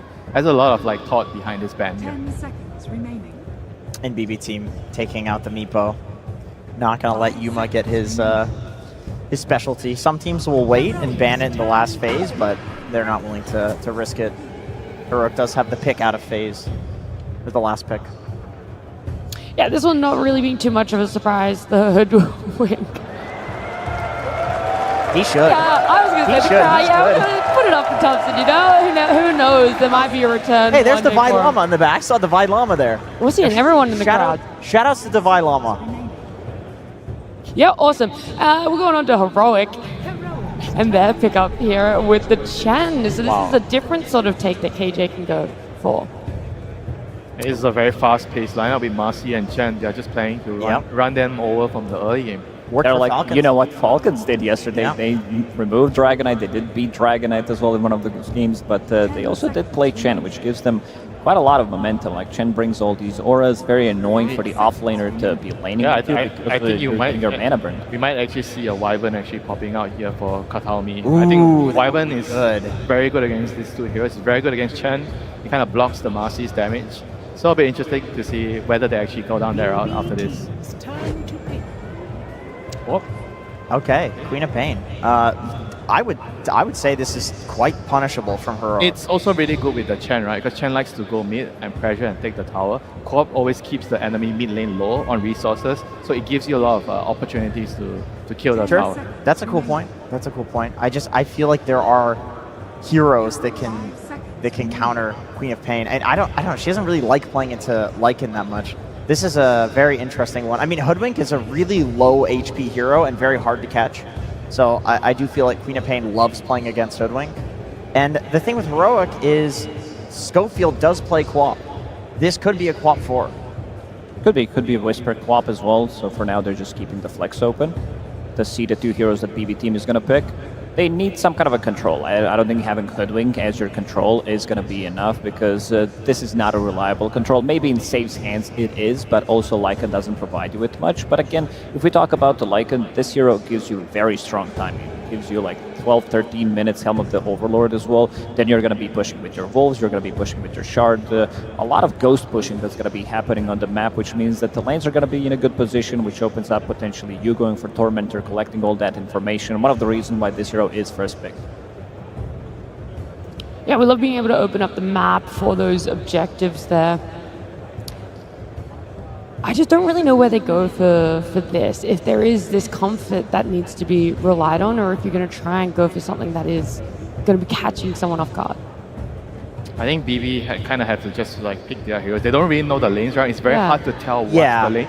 But they have to pick their position 5 and their carry, right? Because they're picking twice in a row. Yeah. So I feel like they just pick a really strong lane. I'm trying to think, like, what can they pick that will hype Casual Disruptor, I think, is fine. Good for catching the Queen of Pain, because you're going to be having vision. And this is going to be the hero for GPK. So they're deciding to pick the mid lane right away, which, I mean, we already discussed, maybe the co-op is not a mid laner, so it might not be the lane that the Void Spirit is expecting to go in here. So, but they're putting more stock on keeping the carry hero until last year, probably because he doesn't see the lane, so he doesn't know what he wants to play yet. This is a decent catch against the co-op here, and Lycan gets people to run away from him, so guess what? Disruptor brings them back. Yeah, he loves an anchor, for sure. I mean, this is like one of the best duos, right? I think I remember seeing these two together. I think earlier today, in Nat, you mentioned Yep. the combinations, Disruptor and Lycan. It's a very strong trio, too, between the mid and the two supports. Like, they have a lot of kill threat, lots of magic bursts, lots of ways of locking people down, and even if the two supports go with Lycan, like, these are really good. This is what Lycan likes to have with himself, any kind of lockdown, any kind of a slow, something that can keep him in place just so that he can be the one dealing that damage. And I would say that this is relatively natural response to what they do have. Because so I guess Shaker's going mid now? Yeah, I assume so. I think this Queen of Pain will be shifted to off lane, I would say. Yeah, it's very similar to like the Bat and the Phoenix that he plays, right? He plays all these like range heroes that deal a lot of damage, aiming to destroy you in the lane. I think that's probably the reason why BB team felt like they are more comfortable waiting for the carry pick to fully understand what is a lane matchup, because that's what heroic like to do. They like to destroy the safe lane. They do. They're always having that strong offlane. That's what we guys talked about coming into this one. And so it does make sense that they're looking to try and hold off, give Pure the best game, because he hasn't really been having the greatest showing. He has a lot more potential than what he's been bringing to the main stage so far. So we'll see what exactly gets taken out from the side of Heroic. What are you worried about? What is a Pure hero that could do so much damage to their lineup? I feel like if you know you're playing into Queen of Pain in the off lane, Lifestealer, Abaddon? Abaddon would have been great. Lone Druid does very well against Queen of Pain. Oh. And I feel like that's something you should be afraid of, not necessarily because it's the best, but because it's very good and it's BB team. But does it depend on who's your 4 as well, right? Maybe the right position 4 would enable the co-op against that specific matchup. I don't know if there is a position 4 that enables Quap versus Launcher. I mean, some of these melee position 4s, if we're talking about Task potentially coming out, but for now it does seem like they are thinking that this... I mean, Marcy is kind of the same type of the hero if we're talking about melee position 4s, that they do have stuns. Queen of Pain, Marcy could be their offlane duo. Yeah, just pick another carry, right, if they want to. Yeah, that's true. That's what BB seems to think. They're banning out the carries. Yeah, Marcy Quap is definitely a very strong lane. Disruptor can feed in that relentlessly. Yeah, so that Queen of Pain and that Earthshake still having some questions, but now I feel more confident that a Marcy is going to be a support. So yeah, just straight up banning out what carries are good here. So both of them trying to get the best lane matchups, the best possible last pick. Yeah, but Pure gets to see his lane, and he gets to see the carry-to-carry matchup first too. So. I mean, if you're picking a carry, I kind of feel like it has to be like a more general one, like something like Gyro. For Heroic? I mean, yeah, for Heroic. Yeah, I like either that. Because you don't really know your carry-to-carry Assassin. matchup. You want something that... Oh, TA. Yeah. You need something that can maybe fight a lot more early and just help your team, you know. Gyro Chen would do very well against Lycan in lane. Yeah, you have the flag for the creeps. Yes. You have the armor. I think and Lycan it's an is excellent strong. gate hero as well. I think Heroic loves to have a carry that can come through the gates to unleash their offlaner Whisper. I was building up because they're still thinking about this ban that goes into that pick for themselves. What else has Pure just really been? I think Lifestealer. I think Lifestealer is a really big one, but the one that you did mention as well could work out, especially if this is going to be Queen of Pain from the offlane, and it does look like it's going to be. It's just too scary in the hands of a team that's willing to... So they need to pick something that kind of covers the Lifestealer's bases here. I agree. Would that really be that Gyro though, or do you lose a little bit of faith that was the matchup? Gyro in Lifestealer is a bit complicated. I don't think you can beat the Lifestealer later. What about picking up the lifesteal for themselves? Wow, well that answers my question. Yeah. Maybe, like, do you just hard push? You go Nature's Prophet? You just... Nature's Prophet looked so bad from We're gonna overall, play I gotta say. I think TA Gyro are really good options if they want to speed things up. These are also heroes that allow your supports to be playing around you. So you are not going to be afraid of Lycan. Chen's going to give you protection. Chen's going to be giving you some armor as well. And if you're fighting close to them, these heroes are going to be strong. But they're going to take... Oh, I like that. This is good. This is something that Extreme Gaming did try yesterday as well, to go with the Bristleback, to have a little bit more extra pressure, something that comes online super early, and that did work out for them at the early stages of the game. They did ended up losing that game, but Bristle, I gotta say, it looked good from the carry roll. I mean, Lifesteal looks pretty nasty here now. I like the Bristle too. Like you said, it's an answer to the Lycan. There is Void Spirit who can face you, force you to face in a certain direction, which is always rough for Bristle, but carry Bristle will get a BKB. They do have break mechanic though. And this is a relatively early hoodwink pick that you're gonna be to be careful about, and you have something to pull him back. You did mention Void Spirit as well, turning him around. I mean, the thing about the Bristol is it kind of enables their whole lineup, right? Because if you don't have the overall last pick, I think the next best thing you could do is just try to make sure you have a draft that covers all your bases. You enable each other's timings, and hopefully you can, pull through. And this anti-mage means it's gonna go totally the other way for Pure. I see. Okay. I mean, this is a Quap counter in the lane. This is a lane dominator against Queen of Pain. Although I will say. Wait, do you change your lane matchup right now? Put the Quap on carry and put the Bristol there. I think that's what they're doing. They're doing Schofield 4 on Queen of Pain, and Bristle versus AM. Oh, that's actually a very nice switch up here. Smart, very smart. Because Bristol loves anti-mage. Yeah, he's not worried. Now, is this anti-mage last pick really lost its value, or is there still a lot of value in having it? I think the value is to win the lane. I feel like their lineup is slow with the anti-mage, but if you can actually win the lane, then it kind of compensates for that fact. But Heroic is noticing that how important is AM needs to win his lane, so they're swapping their heroes down to try to destabilize that.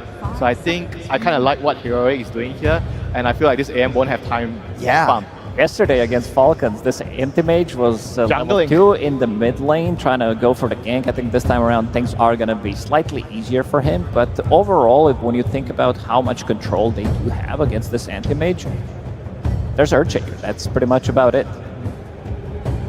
That's true. I like the switch up. I think Heroic has 3 winning lanes. Earthshaker should also do very well against Void Spirit mid. The question is, like, it is GPK. He seems to win matchups that he shouldn't. Does that factor in? But I love the switch up. I mean, it's not just the lane, right? After the lanes, they're going to group up with this Shaker and Chen Creeps and the BB in front. How is the AM going to stop the push? Like, they're going to lose their towers, they're going to lose Roshan, they're on the Radiant side, Tomata is going to go down. And I feel like AM is going to need too long and he's going to miss his timing in this game. Well, is there a timing on the side of Heroic now that we're seeing? Is there a moment where you feel like they might lose some power and kind of fall a little bit short? Is there that time limit? I think this is where Lycan comes in because this hero comes online so quickly, so it's going to be a lot on Miro to be able to do a lot. If he's not shut down, it's going to be him and GPK buying just enough time so that Anti-Mage can be able to push back because this is not an early game-oriented hero. Even with the Helm of the Dom, I just want to see how good of a start you're going to be having on this AM. Alrighty, we're almost ready to get into our game. Before we do, we're going to head on down to the stage with Tsunami and the coach of Heroic. Thank you very much. I am indeed joined by Caps of Heroic, where I've got some questions about what you made Schofield do this game. You picked up the Queen of Pain, decided to turn it into a support. What's the idea here? Well, I think everyone that plays high-level ranked know that Schofield plays a lot as a core.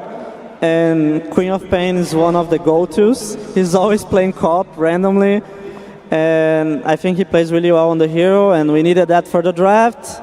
We're doing that a lot this tournament, and I believe him. I think he's going to show he's good on the hero. I'm more than happy to see that become a reality, and what you're doing for the draft is working consistently. You put Analog on Shaker. I'm biased, but that has been my favorite hero to see him on. I'm happy you're making it happen. What was the reason in this matchup? They picked the Void Spirit. It is a flex for them, because Spirit already plays. And we figured that if we pick Shaker and we have co-op, we can have two good lanes against Void Spirit on both mid and off lane. So we could double flex and just play for that. It kept him guessing. I need a one-word answer for this last one. Anti-Mage, 25th, 24th pick. Are you scared? Yes or no? Nah. He's not scared. Let's see if it happens as we get into game number one.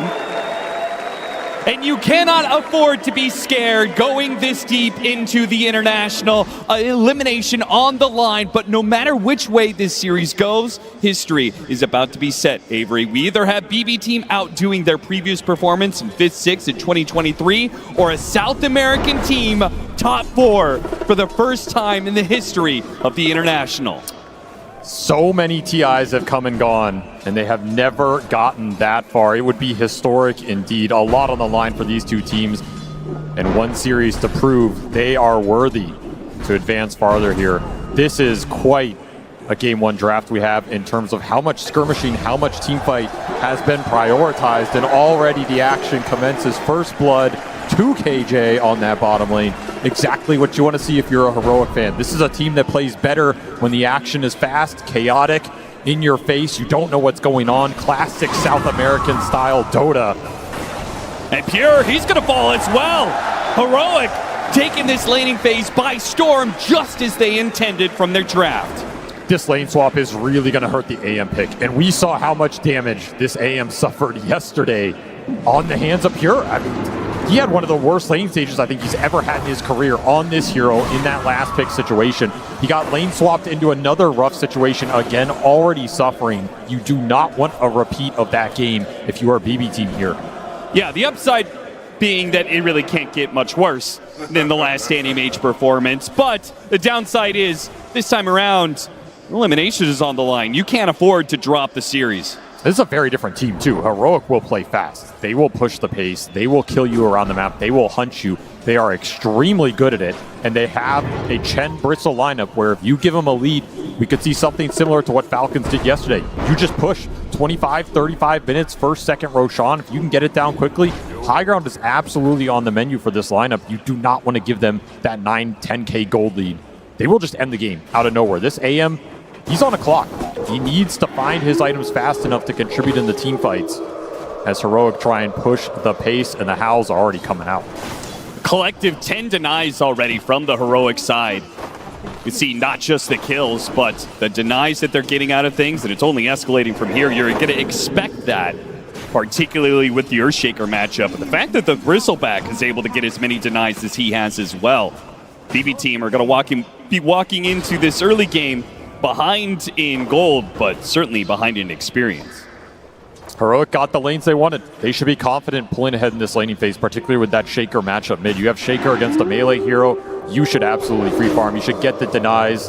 Fight for the Lotus will go BB team's way here. KJ, he's going to try and hold on. It seems like Pure, he'll take some damage, but in the end, gets that Lotus. And how did that fight with the Chen? I have to imagine KJ, actually, he was able to sit there. He was able to force BB team back, so he got the Lotus on the safe lane. Big win for them. Putting mana into these two side laners for Heroic, really important here between the Bristle especially and the with a jump. Yuma, he's going to make expert use of that mana. Pushes Miro out of position. A healthy amount of damage. The Bushwhack, the only thing that saves his life there. Putting the pressure on these Helm heroes always feels good. You just delay it a little bit, it counts for a lot down the stretch. If you can pick up a kill on this lane, it would be amazing for Heroic. Extra experience going into this Chen would go a huge way for KJ in this game. Get those auras up, your team fights a lot stronger. Another jump, another rebound, another toss beautiful in. Double hit, the Lotus. Bit a heal going the way of the Lycan. Will survive to the Helm though, flying out now. Feels like Miro got through at least the tough early portion of this lane. Analog feeling heat of his own. This glimpse is coming for you, just out of range. Almost got him. Has to hit him with the Ren. That does manage to do so. Now the glimpse is in range, but it's not even required to get the kill. Nice little rotation from Kataomi. I mean, that top lane not going well at all. Try and make something else happen on the map. And this will skew that mid matchup that was going Analog's way. Now it's going to swing back to GPK. We saw how much of a rock GPK has been for this team. If you're going to put resources into one lane in this game as BB team, it's got to go mid. Enable this man, let him carry you, let him carry those early mid-game fights. He's your one playmaker. He's got to create space for this Lycan and this AM. Look at this body blocking. KJ, true to his name, king of the jungle, but apparently not good enough as Kataomi continues his roaming experience. As a glimpse. The Disruptor with the glimpse ready to go. One kill, looks to turn to two. It's an immediate bushwhack after the glimpse, guarantees a double for Miro. This double Disruptor rotation completely broke that stranglehold Heroic had on the early laning phase. They're topping the CS chart, but the net worth is starting to swing. And more importantly, there's just not the equivalent pressure going into the AM. The Helm is flying out for him. He's getting some decent net worth on that top lane. Top CS. Way better start for Pure than we saw that other time around. Yeah, the fact that BB team is actually up in gold now, is that how concerning is that for Heroic, considering the fact they put in so much effort to win the laning phase, and it seems like the latter part of this has not worked out for them?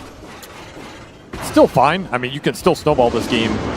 You can still put pressure on the lanes with Chen rotations. You can look for the Shaker Blink. You can look for the stacking on the triangle too, right? Schofield trying to just deward these sentries to free up the camps. It's been a nuisance for them. So no stacks created at the 6-minute mark. Could hamper Analog's momentum here. If you can't find kills, you got to go back to that jungle. And if there's nothing waiting for you in the jungle, then where are you going on the map?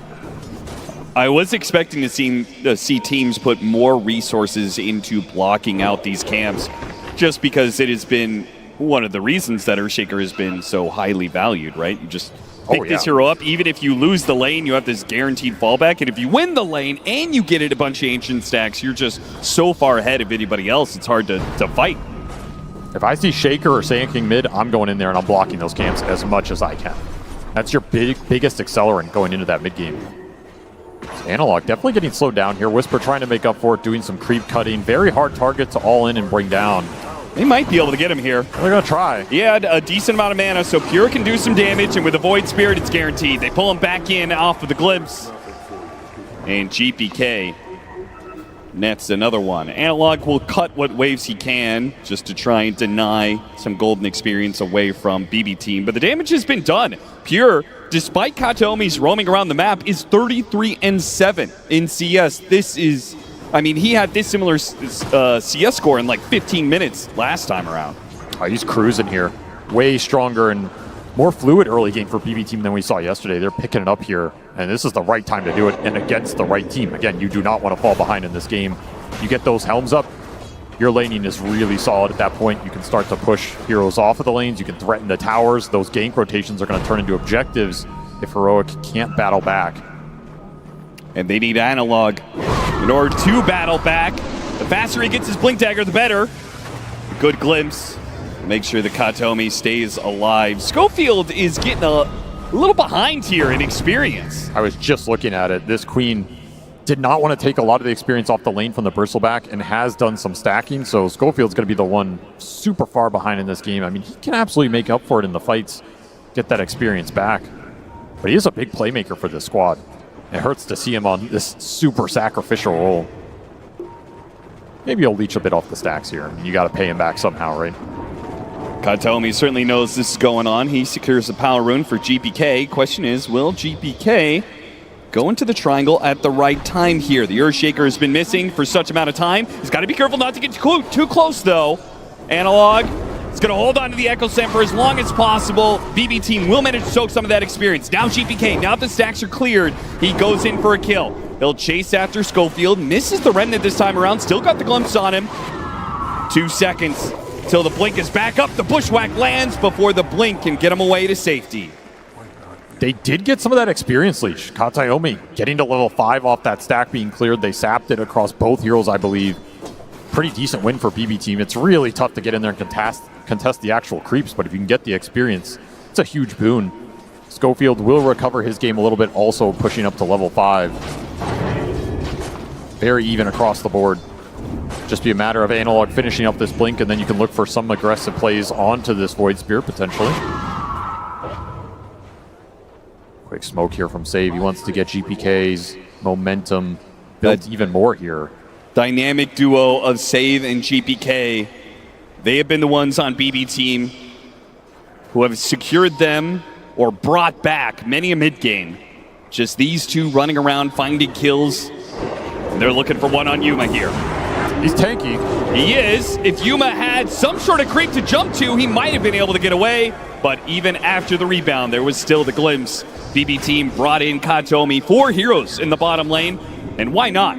If they get a kill like this, if they clear out this bottom lane, the tower is free for the taking. It's a Lycan, it's a Helmet Dom, it's kind of guaranteed. It's just dying. Double Troll Summoner down here. All this skeleton rally on top of Wolves, on top of each other. So much tower damage. This tier 1 just got shredded. Try to secure power runes here. Instead, going for the kill on Katomi. A Fissure will help out here, slowed down by the Hellbear. They certainly got it, but the trade-off. GPK trying to do some damage. Sonic Wave just got picked up. Big damage on Save in the back lines. They focus on GPK, though, and they've got the Sentry in place. Despite the Invis Room pickup, they still hit the kill. Necessary for Heroic, as it felt like things were slipping away a little bit. Really nice connection from Schofield. He hits 3 Screams plus the Sonic Wave on 2. Max damage coming out from that fight. Your Queen of Pain right there. Hits his mark. That's exactly what you want from this support. It'll get him to an early fighting item here. And a really nice connection with the cores. I will say this combination of mids that are able to go hit jungle, the Earthshaker, Beastmaster, the 2 that come to mind, clear out stacks, giving an opportunity for supports that fall behind like Schofield did in this game, and just give them the mid lane for a while. Right? It has done wonders for a lot of these 4 positions that have found themselves a little bit starved in experience trying to give solo to their off lane. I agree. They did a nice job recovering Schofield here, prioritizing him. Do not want that Sonic Wave on off the bat for too long. Straight up Echo is the burst damage. There it is. They got him with the trio of Whisper, Analog, and Schofield. They pick up that kill, but the pressure from BB team is still on. They may be finding kills around the map for Heroic, but BB team are taking towers. The rally continues here. Glyph already popped this tower. It's going to fall really fast, and you use that Echo top, so they're very confident to push. In fact, they want more. They want mid and a kill top, looking for the glimpse plus the sharp shot. Managed to get the shot on him. He's going to be broken into the Static Storm for the guarantee. Not messing about whatsoever. As Heroic back away after taking the tower of their own, they lose a core. This is a really fast-paced game right now. Everybody's just looking for more off of the initial play, and those are generally the games where Disruptor thrives, because you always get that +1. You always get that secondary kill off the little tower of the fight. Kataomi having himself a very strong early game here. Sonic Wave back up for him. Got him, but they used the glimpse, so unfortunately a bit of overlap there. It doesn't matter. GPK, thanks to the amp damage, had more than enough to bring down Schofield and another outer tower pressure. The kill combo of GPK and Save, combined with Miro and his efficiency in taking towers, is taking map control away from Heroic at a blistering pace. This is where this anti-mage looks so much different than past iterations of the hero. I mean, Pure has contributed with this helm to a lot of pushes. He's been stable on that top lane. He's farming incredibly fast. You picked him off twice, but he has not slowed his game down at all. And you simply can't say the same about Yuma's Marcy. Nope. Another break onto the Bristleback. Underneath the tier 2, this just cannot happen. Sonic Wave goes out, already got the assimilate. Nice hit from Yuma though. Lands on top of the Void Spirit, toss him back into Kataomi. They'll finish off the support, but can they get the core? This is a crucial kill. GPK trying to hide away, goes to the desperate teleport out, but there's a Fissure. That'll stop him in his tracks. Heroic, they do strike back. Just about to point out the fact that Yuma, despite having top net worth, has not really been an active force in this game, but he shows up at the perfect time. The points he has chosen, though, have been very good. That mid-fight where he helped them get extra kills, and now this top lane, you help pick up the Void Spirit again. He has shut down the Void Spirit's momentum off of the carry roll. Can't really ask for more. He's had himself probably his best tournament ever. I think that is easy to say. He's continuing to put the pressure on here. Quick smoke from Heroic. The pace just does not stop. They want to free up some space to finish the Marcy BKB. No Sonic Wave for this play, but you do have that Echo Slam Blink Dagger available for Analog. Looking to find his mark. Would love to find a big core target off this smoke, especially if you're bringing multiple cores. This could be Whisper just farming that Ags. Instead, he's looking for the aggressive potential. Scan hits. All right, as he's on top of the Ancients. Perfect opportunity for a big Echo Slam. A ton of damage. Miro, he's going to go for the shapeshift, and they don't have enough stuns. In fact, they're going to turn back around. The Earthshaker's in trouble. A static storm on 2. The Quap runs out of it, but the cores are stuck inside. Schofield makes his blink away. A glimpse to pull him back to his doom. They thought the opportunity. Miro was farming up Ancients, but the damage, they underestimated just how tanky this Lycan truly is. A total disaster of a play for Heroic. They just didn't have the Ags on the Bristle. You're missing a lot of damage. There's not that many creeps around for this Echo Slam, and that Wolf, he's got over 2,000 HP. That is not an easy target to go in, especially without that Sonic Wave. Again, you made that play without the Queen of Pain ulti. If you have it, it's a guaranteed kill.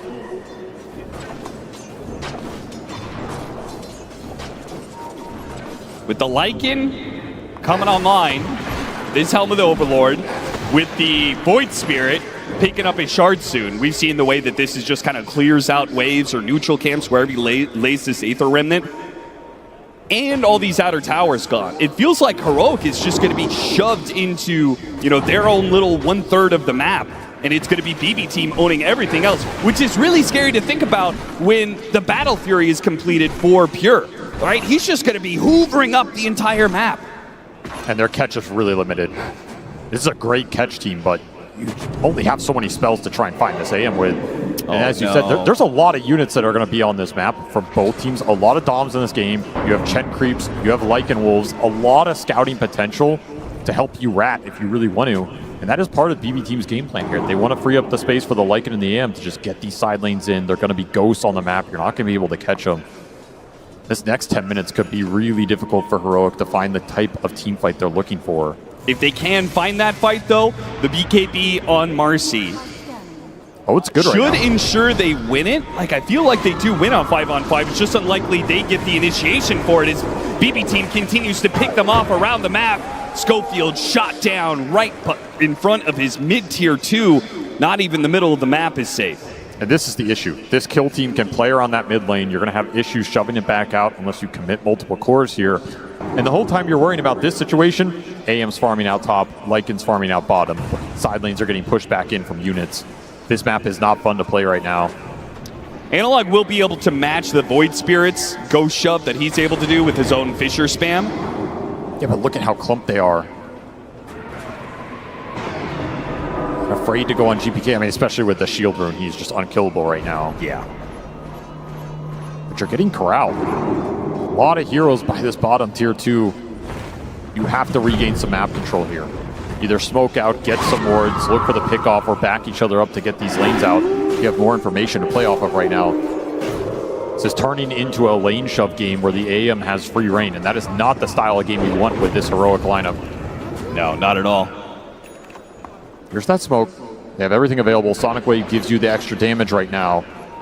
And that BKB timing on Yuma, really powerful if he can just lay into some cores. It feels like if this smoke doesn't land... I mean, how do you land this smoke, though? This is the issue. You just got to go blind. But if it doesn't land, I feel like they are almost going to be forced into late game scenarios, right? It just doesn't feel like they're going to ever get enough map control to take over the mid game the way they want to. This might land. Smoke from BB going straight into them, unaware of the positioning. And it's 2 supports, but they threw it inside the Fissure Pit. They do not hit the 2 supports that are on the side, but thanks to the Bristleback cutting in from the side, they should be able to still get them. Schofield makes his blink away, but he's still going to take out in the end. Pretty clumped. Miro's going to chase after him here. Echo Slam attempted, but GPK's already jumped away with it to simulate. He's got a haste rune here. Oh, they're trying to blow him up with the Marcy, though. The Fissure goes out. They've got the damage. 2 swings from Yuma. 2 rounds of that ultimate.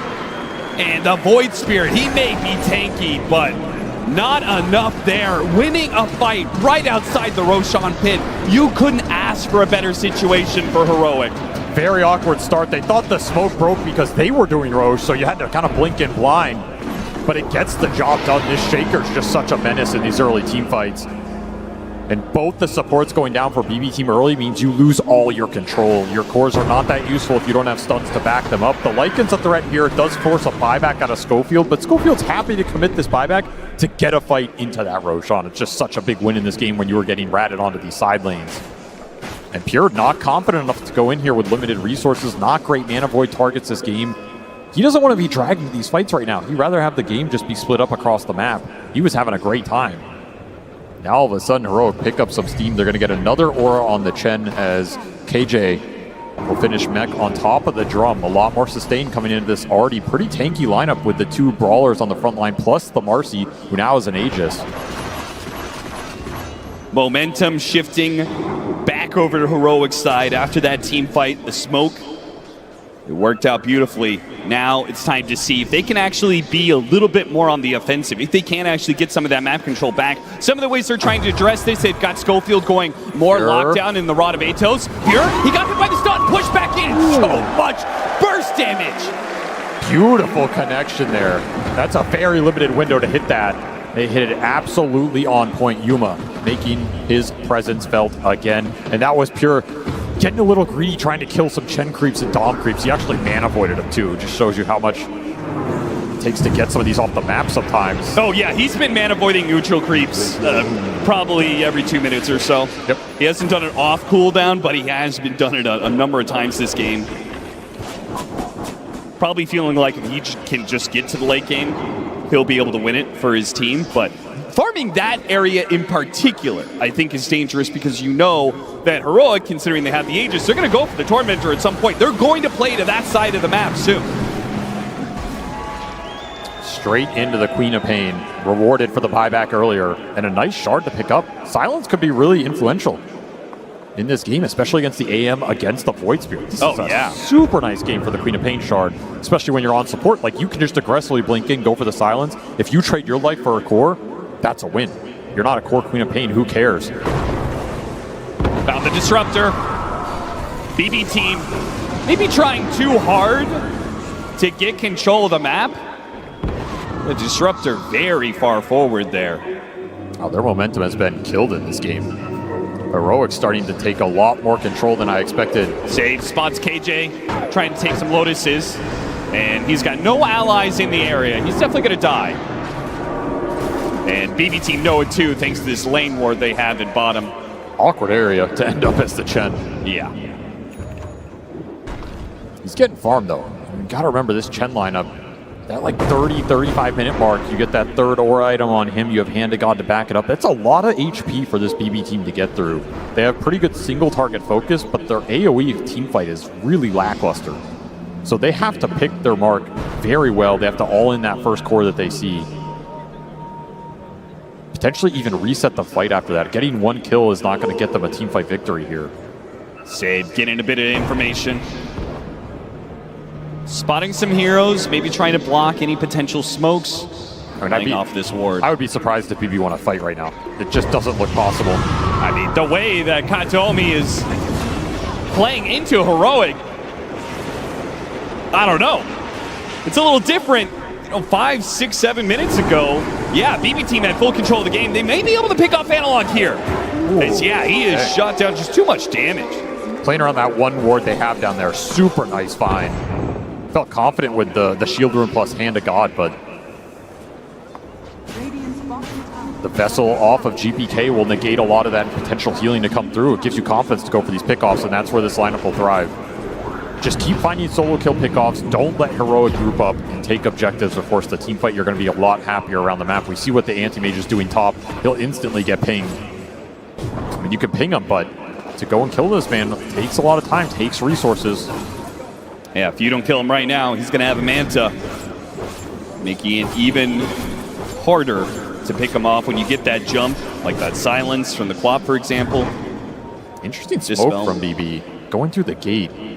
Almost like they're reading some sort of play that was going to go on the AM and they were trying to back him up. Instead, they just run into Whisper. Yeah, it's just a Whisper. Now, he has a BKB. He pops it now. He's got his team joining him. They've got some Suns on Pure. Pure is the one who has to blink away. And what they get out of it, still 250 gold off of that Helm of the Overlord creep. Something to work with. BB team just out. Continue to farm the map. No reason to take that fight head on. That'll waste the Aegis period here for Yuma. Time's out. So that next Roshan potentially in 3 minutes, you're looking at that. And you really want it if you are Heroic. You gotta gear up for that fight. Could be a fight that BB easily contest if they have some nice item timings for it. I don't know. I mean, you're going to get Aghanim Scepter on the Void Spirit, but is that going to matter if you're matched up against triple BKBs? The BKB timing is going to be tough for BB to fight into, but they potentially have Nullifier on Lycan, that Ags on the Void. If you can get to another item on the AM, I think that team fight is absolutely doable. Again, you're looking to go in, get a target, or pop BKBs, reset, kite that fight out, re-engage. It's not just an all-in slam. Sure. For Heroic, it's a lot more straightforward. You can just go in and slam. Yeah, see hero, stun hero, all in. Especially Yuma. If stuns connect on a target and he can get in there with the rebound, he's just going to shred anybody in this game. This Marcy AM matchup is not fun for AM until, 4th, 5th item. You can start to kite the fight out and maybe survive. I don't know. I don't think it's still ever good for Marcy. Yeah, I don't think it's ever good, but at least then you have a route to take the fight. Right? Sure. You can try and dodge and play away from the Marcy, kill other heroes, kite him out. But Yuma's going to be really confident in this matchup, and if he can finish this Daedalus, which is coming out very soon, it's going to take 2-3 seconds of stun duration. This AM's gone. And there it is. There's the Daedalus and the damage buff up of the Vlads from the Chen. Could also potentially find an Alpha Wolf in this game. You could buff his damage considerably here. Yeah, and Bristleback won't say no to that either, right? We have two big physical damage hitters. And because we see this Bristleback scale up, we've unfortunately seen a Battle 3 Bristleback even, but the Seeing Red facet is no joke going into the late game. And even the Earthshake, a lot more magic damage out of him, but that Enchant Totem still hits pretty hard. This AM is not going to be protected in this game. So I think you have to almost go 4 or 5 items on Pure before you take the head-on fight. I just don't think he can enter it. Maybe you get a really nice Mana Void target after BKBs are out. They know he's here, but the Fisher just a little shy. GPK able to get a jump away, and now Schofield is an easy pickings for BBT. Well, their long-range poke and kill is so nice with this trio. Yeah. Just so low committal. You can't turn that play. There's nothing to turn on. Yeah. What much harder for, I think, particularly for Marcy, who is kind of the shortest range core of these initiators. Like, you really need... You can't really contest this, like, 1,500 range that BB team is working with. No shot. The fight for Heroic has to be within Yuma's range and has to be centered around that Marcy damage. And every time you overreach or that fight gets stretched out, way harder to connect with your biggest damage source. So more time for BB to split this map. The game continues to be dead even. Yeah, well, look at that. I mean, Whisper, he's thinking the same thing. Yeah, I need to get on top of these heroes. He buys up a Blink Dagger. Yuma buys up a Blink Dagger. Double blinks for Heroic, trying to solve the gap close issue. I like it. More mobility in the fight to find your core target. More instant damage follow-up on the stuns from the Shaker. That could be a big problem for you in this game. The blinks should fix that. And Analog, he's going to find a gift down here. Yeah, what is this? Pure, once again, farming just a little bit too aggro. See ya. They are more than willing to drop double ultimates to get a big kill like this, particularly when Roshan is in that spawn tier. That's a huge find. Absolutely huge. Just gifted. I mean, I think that was a look of surprise from Analog. He's like, wait, this is real AM just sitting here farming. Yeah. That Roche will be in 30 seconds time. So Heroic are going to set up for it, hoping it'll spawn sooner rather than later. That's a really long spawn for them. A little unfortunate here. But it also means they can just keep trying to take fights. They'll run into some wards, clear out the area. Thanks to a gem on Yuma, not even the Wolves are safe to scout out Heroic. Max spawn. You try and force it now, 15 seconds on the AM. There's a window here. I mean, they have a lot of physical burst to put into this. I also feel like it's easy for them to do it with just 1 or 2 heroes. Not a ton of risk in that regard. Yeah, you just man up here. I mean, again, BB's pit fighting is pretty lackluster. Even if you're clumped in that pit, what's to punish you? Static storm drop on a mass BKB lineup? Who cares? And even the Wolves, if they're not killed by the Marcy, they're converted by the Chen. Schofield, I mean, he's been punished a number of times for these aggressive blinks.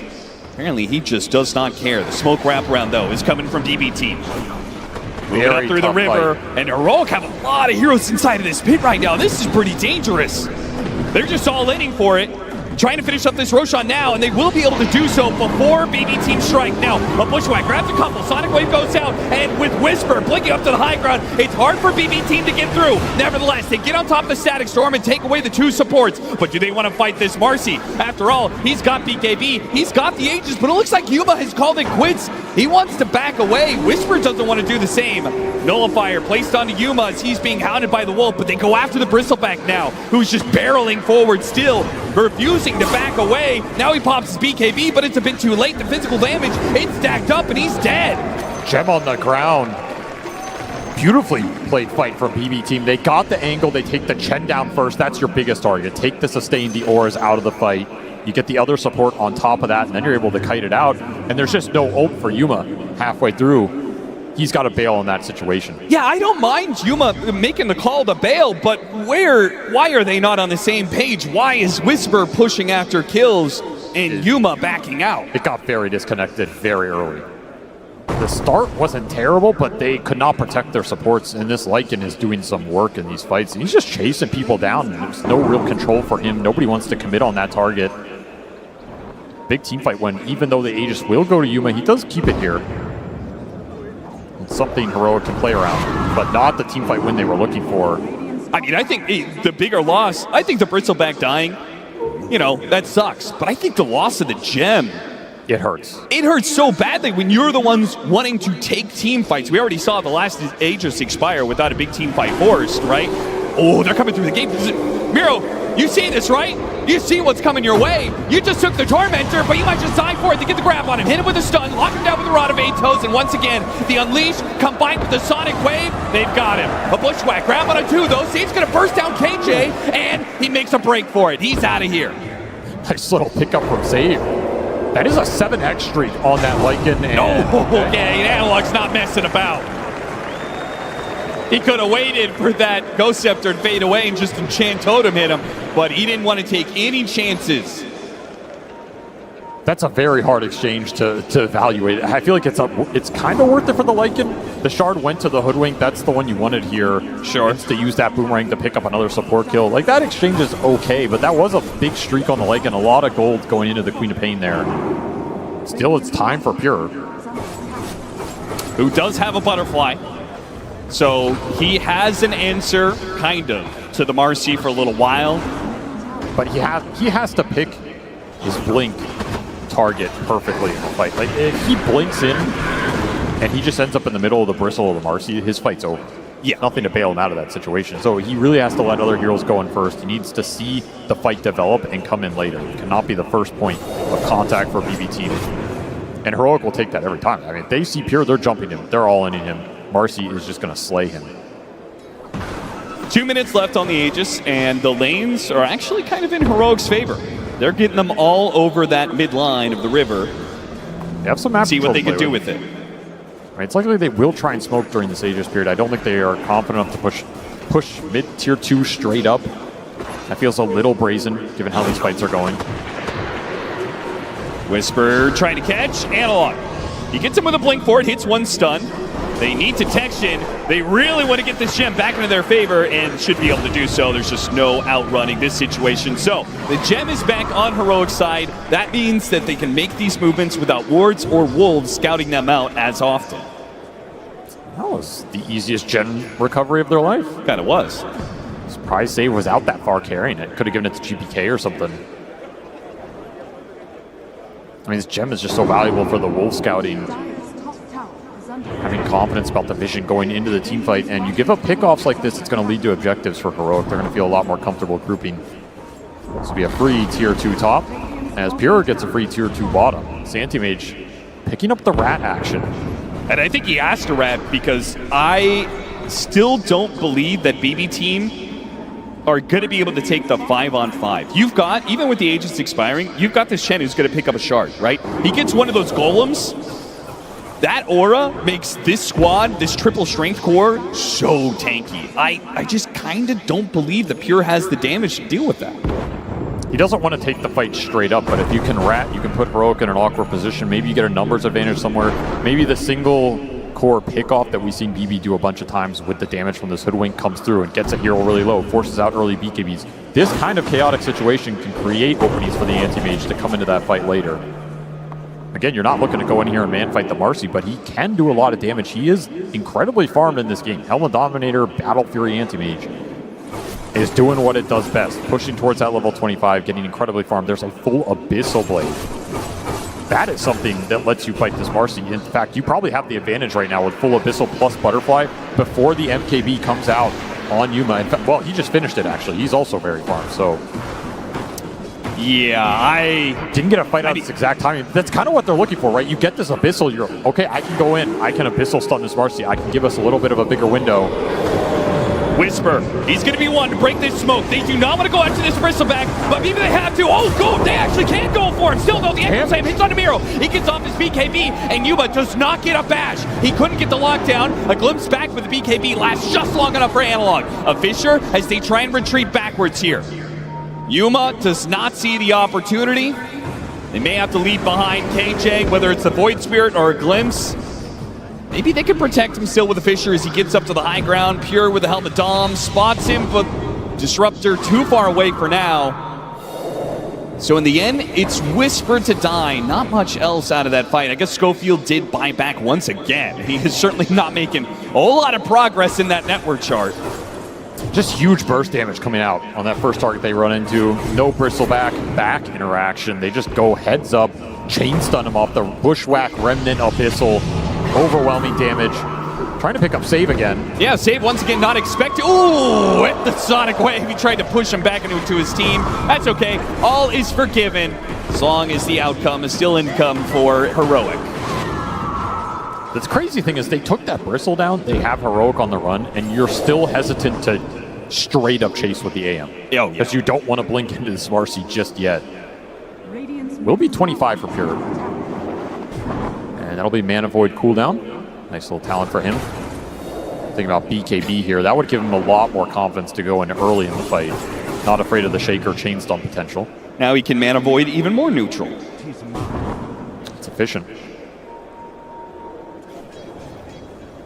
Brought the Shaker down bottom, plus the Marcy, maybe looking for a quick pickoff on one of these waves. They will only find illusions. This feels like the point in the game where BB wanted to get to with this lineup, right? You stalled out the early momentum, you fought through those first two Roshans. Now you're getting to the late game with the Anti-Mage, with the Lycan split push. You have a lot of scaling to fall back on. You have a Disruptor Ags you can get into. You have 3 more items on GPK that he can eventually build into here. A lot of room to scale. I feel that way for both sides. I mean, the Void Spirit, known to be quite the menace in the late game, and they've got some very solid supports behind it, but Heroic also have like this tri-core lineup. It's not just all in on the Marcy. think their biggest problem is going to be, that man right there, Schofield, and how well he's able to progress. Having to buy back 2 different times, and the sacrifices he took in the laning phase means that he is not scaling the best. But even he is working towards a Scythe of Ice, and as long as he's got levels, he'll have damage. Smoke coming through. BKB done for Pure. He buys out for this moment. A fresh blood right for Analog. This Octarine opting for that over the Refresher. They're going to spawn Whisper, try and burst him down again. Whisper wants to make sure he gets off the BKB first. But it does mean that the commitment from BB team, they can just go in and out. Oh, the Echo Slam whip there. Analog takes a bit of damage from somewhere, stopping his blink forward. He got clipped. Covers them with the Fishers. Miro. Okay, they managed to get the glimpse back. And all in for the Earthshaker. The Mana Void is ready to go. Pure will use it, puts it to use, brings down the mid laner Heroic. Now Schofield in some trouble, looking for his blink back inside the base. Heroic again losing the fight, but also still limiting their losses to 1 or 2 heroes. These fights, they just are not clean one way or the other. Can see what BB team are trying to do though, right? Go and get that target, kite the fight out. They threaten the Chen. You have to BKB Lycan. He gets out of there. There's just no clear jumper target for Heroic. If that Echo Slam lands, it could be a very different story. But Analog is really struggling to find the window here. It's just units constantly on him. There's random damage sources. It's not clean. GPK continuing, just trying to get something out of Heroic right now. Yuma is not a threat without a Basher. Nope. Like this Void Spirit and this Lycan just keep on going into the fight, and there's nothing to control them during their BKBs. You have to get that BKB piercing disable for Yuma. I think there's no other way. You have Hex on the Queen now. I mean, most of the control that Heroic have, especially with the Hex online now, is them initiating. Them finding the first target and letting the Marcy go in on top of that. I don't think we've seen that for probably 20 minutes. I think it's always difficult to do, right? That is one of the advantages that Lycan gives you. 100%. All these Helmet Dom creeps plus the Wolves, they just always seem to have vision over you. Combine that with the Disruptor. You have to just smoke and jump off the smoke. That's your best chance in this game. And this may be the perfect opportunity. BB team very brazen in their attempts. It is going to be interrupted by GPK here, but if they get the jump on the GPK, got him with the Echo Slam. A response from Kontaomi. It's not good enough. He got a good static storm, but the BKBs are already out. Pure, he's going to go for Whisper once again. Hits a big mana point. Whisper, not dead yet. Gets a little bit of heals out of the Chen, and he's staying alive for now. Pure, he has to back away. Miro's right in the middle. They solo jump in, but an Echo Slam, no, it doesn't do much. Pure, he finishes off Analog with the lock-in. Rod-of-Atos, and BKB is gone for Miro, and so is his life. 2 cores down on the side of BB team for the 1 of Heroic. Heroic have the advantage for Roshan, but now it's switching over to the other side. Oh, God, the shield rune. Right in front for Heroic. The Scythe of Ice doesn't stop the rune grab here, but they do have an nullifier. Oh, what a beautiful bushwhack on the 2! They try and blow up Yuma. Not quite. He blinks after him, hits him with another bash, and finishes him off. Now Whisper. He's up next. Rod-of-Atos holding back for now, but he's got to blink up. He'll chase after Whisper. And save once again with the bushwhack. A glimpse back, pulling him back to his demise. Pure working him through. A Scythe of Ice and a buyback. This has to work for Yuma, and he gets it. A monster kill on the enemy. Stops Kataomi as well. And that means Heroic. It was a risk, but it pays off. They have control of the pit. Sick bushwhacks from Save, but BB end up overextending into the Marcy buyback. Not ready for Yuma round 2. And Whisper dealt so much damage to that anti-mage. He bursted him down with the Quills 11 stacks, 2,000 going into Pure. He just could not survive the physical onslaught. The buyback, I think this is coming too late. Oh, they're committing. Try jumps inside the pin. Can he grab it? He's got it! GPK, he rips it away from Heroic. And now, it came at a cost. It cost them the buyback. If Yuma dies here, he's in trouble. He got BKB unleashed. Now it's Pure. He's in trouble. Gets off the man to hit by his stun. And a Missile Blade goes off. A Fisher to try and stop him, but he's away. And now, danger time. BKB not up for Yuma. He's dead. A dieback. 2 minutes. Heroic kept the fight on without him. With just 1 core to do it. And being hounded by the Wolf. Miro chases after them all the way back to their fountain. All the way back if necessary. They will find that 3rd core. And Heroic now on the brink of death. They've been cleaned up all over, and BB team have full control to push as many buildings as they want. What is there to say? One time and time again, this team goes to GPK to make the plays. Absolutely salvaging that team fight, steals the second life away from Yuma, destroys his presence off of the buyback. Will it be enough? The chase down. They pass Cheese over to Pure. It was a beautiful itemization usage. Gives him the strength to keep pushing on, and they just want the game here. As always, Pure has called to end the game. And it's going to be an Earthshaker buyback to try and hold it. Without the Marcy, though, it just feels impossible. No Bristleback buyback available. They simply just do not have the damage. Nothing will stop BB Team at this point. Try as he might. He tries to go in with his BKB. They pop the cliff. But it is delaying the inevitable. BB Team, they have routed you, they have outfarmed you, and they will take game number 1. What a game 1 it was. These teams are just here to brawl. There's a lot of creep action going around in the map. I'm sure it's very uncomfortable for Heroic to play, considering how they would prefer to play this game, but that is what you're up against. And this BB Team is just, they're weird, man. Like, they have these games where it looks like a struggle, and then at some point, the switch gets flipped, and they are just in zone. They are hitting every spell. They are routing you in the fights. The game just ends instantly within 2 minutes. We saw this yesterday in that game 1 they played. I don't really know what's causing it. I don't know if the early game is just so awkward it slows all their pace down, but once that switch gets flipped, this team is on, and they are terrified. 35 minutes of farming. The Animage has come out of the jungle. He says, I'm done farming. It's time to end the game. And Pure does just that. The acceleration from BB Team closing out this game, I mean, an Aegis snatch is really what turns the tides here across, because there's all these fights around mid, a back and forth between the two teams, but it all comes down to that rush. One thing I always loved about BB Team is that they're ready to use their buybacks, come into the fight, and make sure that they're going to be ready to, like, they are a team that's, I would say, out of the other teams that are still left at the International, that are willing to risk it the most when it comes down to the buybacks. We saw like 2 buybacks in Enigma series, but they are on point. They use those buybacks, and they're going to be winning the fights off of that. Yeah, that game was awesome. That was like a UFC fight where they just like brawl right at the end, and then one guy gets knocked out. That was S-tier cinema. Like, I love the buybacks from Heroic. I really like that they were trying to like risk it all there. That is well within their character. But on the flip side, BB Team is, like Cap said, this is the team for just, we're going down mid, boys. Yeah, throning right now. Even if it's like really risky, they're gonna go for it. Like, you cannot give them that opening. They will take it.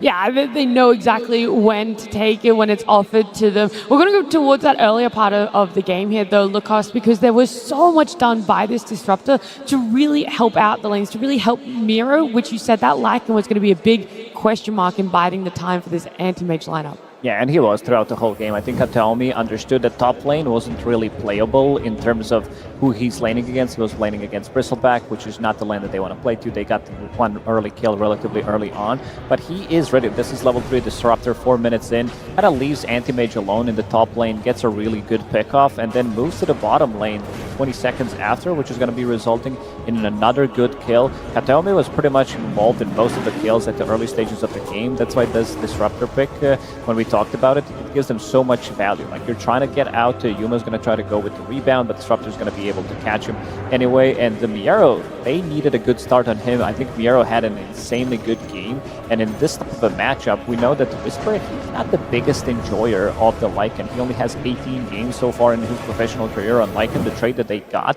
getting this Marcy for Lycan and giving it to Miero, who's one of the better Lycan players in the world, I would say was a big mistake.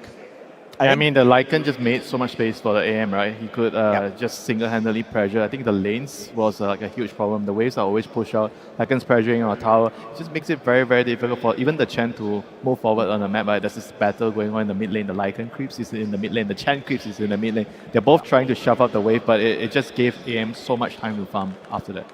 Yeah, I agree. I think that's a really interesting thing about the Dom meta in terms of how it's progressed is support's understanding that if they have a safe lane core that is building into Dom, you have these items that give you regen and like health and stats in the lane, so you can actually leave the lane. Like, you can get active. It's the Dom is not just affecting the meta for the the cores, it's also very affecting the supports as well. I mean, do you think the matchup actually should go that well for the anti-mage? Because I felt like part of why the early game went so well for the Disruptor is because he didn't need to babysit the AM. You know, the AM had a really good start. He could be left alone, and then he could just run around and setting up kills. I guess I'll respond to a question with another question, which is like, your understanding of the matchup, isn't that based on a meta where anti-mages weren't going Dominator? Because I feel like that changes things a lot in the calculations. Yeah, it just changes so much of the viability of anti-mage. That's been one of the biggest questions about us seeing so many more heroes being picked up in that carry role. What really makes it viable? Something, though, that we weren't really too sure going into this one was if Yuma was going to be showing up today, right? He's been having an amazing series, an amazing performance on the main stage, but for this one on the Marcy, there was a lot of great fights for him, but it was rough to come up against a Lycan in lane, and it required him having to do so much more for the team earlier on. Yeah, he was doing a pretty good amount of work, honestly. Like we talked about the Yuma rotation through the portal, but even going into the early to mid game, he rotates quite a lot. And on Marcy here, like, he needed to be the hero that's going to deal the damage. Earthshaker has some burst. They're waiting on a Blink Dagger for a while. You know, he's got to get in there and do things. And he was active. Like, this was pretty much the only reason that Heroic was able to stabilize this game past the laning stage. A big key factor for them. And then we go into more of team fights, something where people are bringing more of the numbers, because that's something around that Wisdom Rune, right? The 7 and 14 minute, it feels like not everyone's committing the numbers Lacoste, but when it comes for a big objective like a Roche, that is where you're going to see the first big clash of a 5v5. Yeah, the team fights in general, like Anti-Mage, he doesn't provide you with much. He's never going to be ready. Pretty much he first joined 35 minutes in, making sure that he has his 6 items. This hero pretty much is never ready. One more. Do you need more time? Yeah, just one more big item. And these are very expensive items that he's buying. You know, he's buying the Butterfly, he's buying Abyssal, BKB. He's never going to be ready. And this is the fight where they're going to pretty much get the perfect initiation. Look at what the GPK is doing. He goes in, gets out, and turns him around with the Remnant, and then they're ready to join. You can see that Pure, at this point of the game, he has enough of farming. He's going to be blinking in. And there was also a couple of later fights as well where they were unable to get the Echo Slam. I don't think Heroic, they were on the same page. And at this point, you see that Anti-Mage, he's ready to take the fights. He's ready to jump the target with the Abyssal Blade and blow him up instantly. I mean, the reason why you're going to really find really good Echo Slams is you think about their heroes like Anti-Mage, Void, Spirit, Lycan. They're not going to be next to each other. They're always playing different sides of the map. They're trying to break your formation. So it makes it very, very hard for the Earthshaker to find a good Echo, in the team fights. Yeah. There was a moment that we saw how impactful the Echo was, right? When it didn't actually end up connecting. We have to look at this. I'm curious. I want to look at this very closely because I wasn't sure exactly what clipped Analog here, because he had a really great, big Echo opportunity. Look at BB all stacking together in the top right of the screen. What was it that clipped him? Oh, it was Disruptor. The Disruptor Q. Okay, extremely heads-up play from Katomi then. I mean, we talked about how he performed in the early game, making the rotations for his team.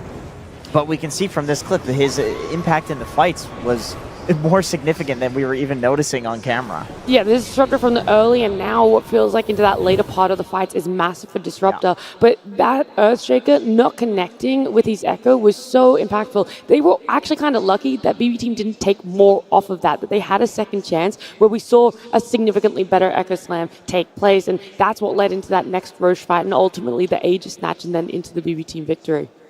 Yeah, we have to take a look at the Aegis Snatch. I mean, that's a given. It's so funny. We talked about GPK as being the stable one on the team. He always seems to do something clutch to keep his team in the game, even when things are not going so well.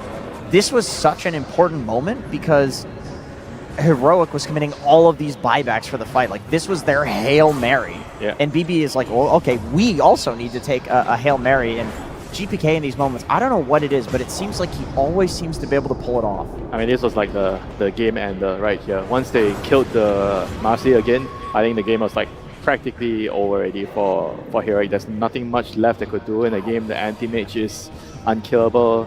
You don't have the Aegis, and yeah, I mean, this is just you're just thinking about the next game at this point. I do wonder, as amazing as seeing an Aegis Snatch is, and we obviously see the outcome of that, how much would this have differed if we had have seen the Aegis go to the side of Heroic and have all of those buybacks come out from BB? I still feel like the BB side are going to be happy with the situation, even though if they don't get the Aegis, but they felt like they could have just ended the game there. That's why they are a very special team to watch, right? I think most teams would maybe just prefer to, okay, we have AM, we have the battle late game, let's just not use the buyback and Slow risk it it, right? down. Play it slowly. We're still going to be able to win it, but Pure says, no, I want to end the game now, GPK, please go and get the Aegis.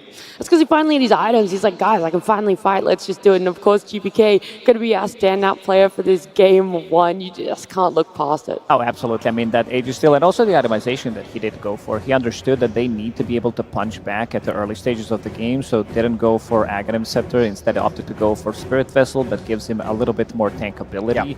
Gives him extra bit of a damage. Like once you finish off your Spirit Vessel, once you get to tier 2 neutral items with the Strength Treads, you basically have 2000 HP. If he didn't steal that Aegis, I would say that Miero, like he's kind of my MVP because of how well he moves across the map. And this guy, it's pretty much his meta. I think I said it pre-series that this guy enjoys playing these heroes and they got a very good pick for him. And also understanding how far he can push the limits of his hero with that wolf back, getting extra 5 seconds when he gets the kills. And also itemization, like this time around, he didn't go for a relatively early shard that we usually see, opted to go for different items, picking up that AC relatively early on, understanding you're playing against Bristleback, you're playing against Marcy, there's going to be a lot of physical damage coming out, so making sure that the whole team is tanky enough. Yeah, we're going to take a look at this game from a different point of view. We're going to head on over to Purge. He's going to give us some more details. Hi everybody, I know what you're here for. It's about Chen, right? That's why you're here? Yeah, he's one of my favorite heroes sometimes, but something that was really interesting about what King Jungles did this game, he got a completely different facet. Every single Chen player that I've seen grabs the Sagers because it helps them control the early game, but there's little things that are interesting about this early Hellbear. It gives an aura for everybody's attack speed in the early game, and if it dies, it gives your team 120 attack speed. So this means you can actually fight your opponents in the laning stage, and Heroic drafted this knowing that draining the Lycan's mana is not that big of a deal, and instead they can use this Hellbear to fight. If you kill the Hellbear, your heroes attack fast, and so you have to go for hero kills instead, and this allowed them to get a really early first blood here. That big chunk of damage, by the way, was the bodyguard linking these two guys together and save attacking him once. So he got attacked a couple extra times. So early first blood gave them a really nice advantage. Look how strong this facet can be when he fights. He contests the Lotus by himself with his summon, and he uses his third skill on him, which is going to give him and his creep 5 bonus armor. So 2 different heroes actually get zoned by him by himself with that facet, and he offsets the minus armor from Lycan just by casting that third skill. So look at the pressure that they're able to put on Miero in the laning stage. It's actually kind of a miracle that he was able to recover and have such a good game, because this lane pressure that came from this different facet on Chen was huge. And when the wolves come in, you steal one of them, the one you have has 300 more HP, so they basically just took away his first skill and all of his skill points. Great lane pressure there by Heroic. And then how this transitioned was really interesting here. They used this Ogre to stack. Basically, King Jungles focused a lot on farming because he wanted to buy aura items, like plus armor items, that made them more resistant against the physical damage that was being done. And something really cool about this, about the Chen that got buffed recently, look at this damage for Clap here. He's level 5 and this thing's doing 250 damage. This is his special one that he summons here. So he's basically using this facet to not only win the lane, but also increase his farm speed and counteract his opponent's minus armor. And then he's using his creeps basically just to push out the lane while they go get ready to do stuff, because now he can do this much faster than Helm of the Dominator can. And by pushing these lanes, what it does is set them up for a perfect Roshan. So they basically just stop every single creep from getting in Roshan while they prep to do this, partially using the lane push, because all of those lanes got pushed in really effectively. So everything they send in there to try to kill it gets destroyed, and that's why they were able to take this Aegis before BB Team was able to respond in time. Great use of map control, the summons and all that. It was a shame it didn't work out good enough, but it was some cool new tech that we got to see. I love to see when a hero has so many viable facets, the way that you can play the lanes so differently. Of course, we see that Disruptor really helping Miero the Lycan get back into this one, but it's crazy how different of a game it would have been just based off that one Chen facet.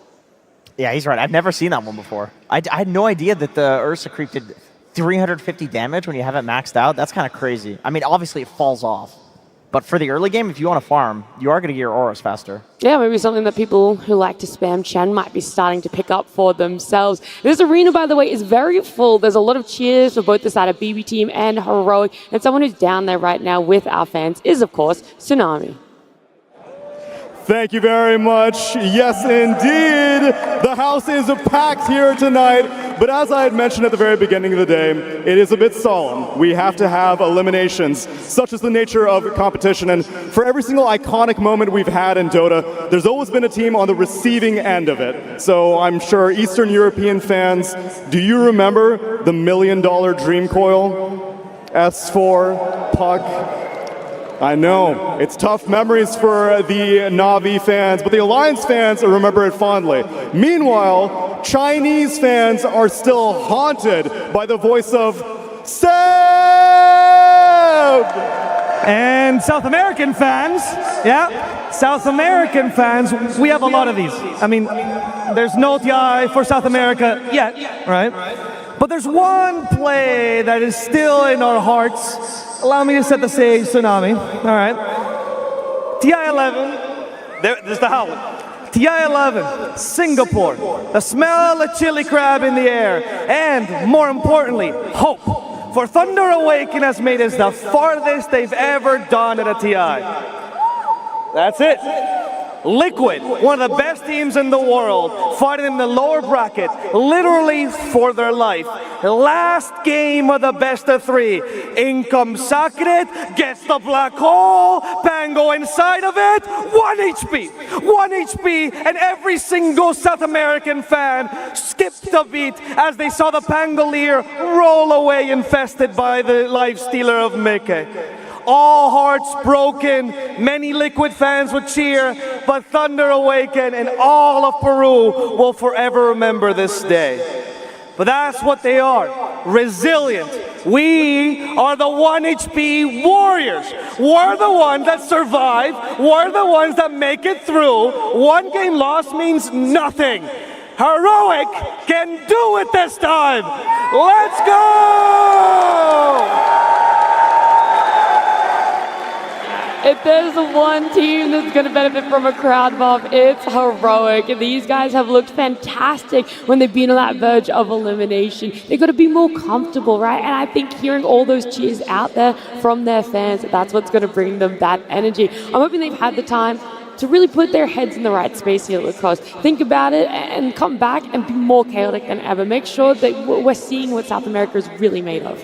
Oh, for sure. I think this team comes in very well prepared. They have like double coaches that are working quite a lot. Like, it's always nice to see and hear from them, because they always give good insights. They're not afraid to show it to the rest of us. But I think a lot of teams that are still in the tournament have hidden strategies, and I want to see something else that is going to come out from Heroic, because this one I really didn't feel that much coming out from this Queen of Pain. I feel like there's been a good flex that they kept until the end. Even like the damage numbers, if you look at it, I believe he dealt 17,000 damage on Quap, pretty similar to Earthshaker, but something was just not clicking. I want to see Schofield on a bit of a different hero, something that can be more annoying. Even Queen of Pain, she does have a Blink Dagger, but some of these melee position 4s that he really excels playing at, Clockwork, Tuska, I want to see them on heroes like that, something that can buy time, something that can relieve pressure off his mid lane, something that can have a greater impact. To me, it's not chaotic enough. It doesn't create enough space on the map. And honestly, I thought Queen of Pain was completely imba about like 2-3 weeks ago, but the meta has changed so much since the road to TI. There's people building all of these DOMs. You know, Lycan is very popular, like tons of summon heroes. I don't think Queen of Pain is that good anymore. Is that because of those items you're saying, that Queen of Pain has kind of fallen off? But you also have to look at the reason, right? Why did they want the Queen of Pain there? Because they wanted a hero that could be moved around, flex, and confuse their opponents. But I think they didn't really count for the anti-mage at the end. Or maybe they did, and they figured that, we could just do the co-op support, but it didn't work out. Because for their lineup to work, they really need to get away with like some sort of early game advantage so they can snowball. Yeah. But they just didn't do it in the game. It felt like it was leading up to that for the support Queen of Pain, but we see double buybacks throughout the duration of this game, and I think that's going to slow. It doesn't matter what hero you play, that's going to be Schofield's going to do that regardless, no matter what hero he's playing. Okay, all right. Maybe I'm a little bit misguided on that one. Yeah, I feel like it just came down to like the strategy that they chose, right? I think in the first game of the series, it's fine if you have some idea that you think it might work. You know, you try to use a flex pick, but maybe your opponents are not aware of, and you try to lead them astray with the draft. Okay, fine, didn't work. Next game, you have to just keep your heads up, held high, and go for something else. Our teams are waiting in the wings, eager to come back down onto the stage here, get back into their boots, and focus up. This is elimination. Heroic, if they can make it back in this series, they will have the best placement that a South American team players have ever gotten. On the side of BB team, their expectations are high. Coming into this one, especially for Pure, who achieved so much at last year's TI, it would feel like a disappointment to get top 6, and it's a feat in itself to even get this far. Yeah, and I think BB team are also a team that having one game advantage in a series is pretty scary. Like, they're willing to pull out some crazy stuff. I think that they also play better with confidence. Pure in particular is not going to have one of these like 1-in-17 anti-mage games after just winning a game, especially with the anti-mage. You know, like he's gonna pop off in the next game. So. I mean, also for Heroic, right? Every time they lose the first game, they kind of lose the series, right? They haven't really played any 3-game series so far, you know. So this is definitely going to be like a huge challenge. How are they going to overcome this BB team here? Yeah, but that's funny because BB team right now on the main stage, all they've had is 3-game series. So it feels like what exactly is going to win out here in these two teams? Because BB team, there is the confidence that carries over. 100% agree with you there, Jenkins. But sometimes it's a little bit of overconfidence. Maybe they try and think a little too far ahead. Yeah, it's possible it's a blunder against Heroic because Heroic does like to play chaotic. If you play overconfident into that and you give them some openings, they will definitely take it. One scary thing about BB team is whenever we talk about them, this is the one scary team that has an extremely good early stages of the game. We haven't really seen that so far at the TI. I would say that this is something that they've been lacking, but if they can start doing that as well, that they've been doing ever since they've been formed pretty much as a squad, this is going to be a very, very scary team. They already are, but imagine if they can really push the limits, win the laning stage, have that 5k gold advantage 15 minutes into the game. Yeah, you're right. This is a team that is extremely aggressive and knows how to close out the games early. Historically, they've dominated lanes and then snowballed that into a dominating game, but that's just not how it's been so far. I felt like they've been a lot more patient than like compared to like a couple of months before, right? I feel like whenever they were having this sort of lead before a couple of months ago, they would try to push it maybe a little bit too far, hence the the throwy nature of the team. And in this event, I feel like they have sort of like addressed that. They played more defensive when they could just sit back and farm. And or they muted Pure's mic. Yeah, and when they needed to go aggressive, they would have tried to use their buybacks and do something aggressive. So I feel like I like that balance. I like that change, and it certainly paid off. So far. Anything else though? When you guys see this, it could potentially be Heroic's last game on a TI main stage. There's going to be some staples that you guys are eager and itching to see. I mean,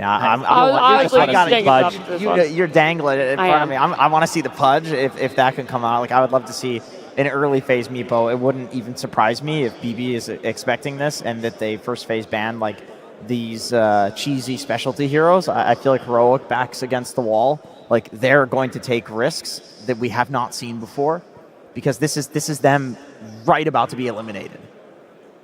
Yeah, if they have to play like a normal game, I think it's going to be difficult for them. They have to throw things off the balance and try to surprise them. Just first pick the Meepo. Just whip it out. I actually wouldn't mind seeing KJ going back on that Shadow Demon as well. I know he still had a really good early game for the Chen, but there was so much when it came to team fights on the way of trying to pick up that hero. But we don't want to discuss Theorycraft anymore. Our elimination series continues between these two teams. BB Team versus Heroic Game 2. With BB team up one game, they're feeling confident, they're in a good position. Our draft has already begun and the bans and first picks coming out already, where we're going to see a Nature's Prophet for the side of BB. And of course, here we have an Earthshaker for the side of Heroic. They're going back for it. They feel like they've not lost confidence in it. And maybe it's more open to be flexed now. It still does a lot in most of these games. So, like, you could see that BB team wanted to invade enemy triangle. They saw him going into the triangle, but they were keeping the distance, not allowing them to get instantly killed on 1 or 2 heroes potentially, but wanted to get something out, knowing that Earthshaker is still going to be very low HP after clearing those Ancients because you need to drag them close together. But again, you get very good timing on a Blink Dagger after taking the Ancients, and Analog, he did have a very good time in terms of killing the enemy carry hero. Yes. Pure got killed like 3 or 4 times by Earthshaker because he got that early Blink Dagger. Nature's Prophet to me is such a classic Game 2 hero, because especially if you win Game 1, because I feel like BB thinks that they are just simply the stronger team, and if they can win the lanes, win the early game, they can absolutely up the tempo with this hero. Nature's Prophet is a lane dominator almost against anything, and very few carries can TP around and get kills and take the towers like he can. I mean, sort of see like a heavy emphasis on carries that can be around the map to push out waves, right? I think that's why we see it in a resurgence in anti-mage, because he's probably one of the best, right, outside Nature's Prophet to push out those lanes, and we saw it how much he could influence the state of the game by just chopping out lanes and making it difficult for your opponents, and you give your team time to get objectives. This is very interesting, the bans Spectre, that just happened, seeing that they are banning out Spectre, which means that this Nature's Prophet is definitely going to be a core. So far, BB team didn't have much success with it. They only played it once, they lost that game, and Nature's Prophet at main stage TI also didn't win a single game. He's been played 5 times, didn't find much success. I think the nerfs that did happen also are not in his favor, and now you're going to be playing into Earthshaker, into Clockwork. These are 2 very difficult matchups for you, allowing you to get on top of him, having multiple stuns, so he needs to do a lot. Even though he builds into Hurricane Pike, he builds into a BKB, still not an easy matchup by any means. Yeah. If it is going on Pure, I am also wondering about how susceptible it is in that early laning phase, because that has been the biggest weakness so far for Pure, is how punishable is this Nature's Prophet in that first 10 minutes.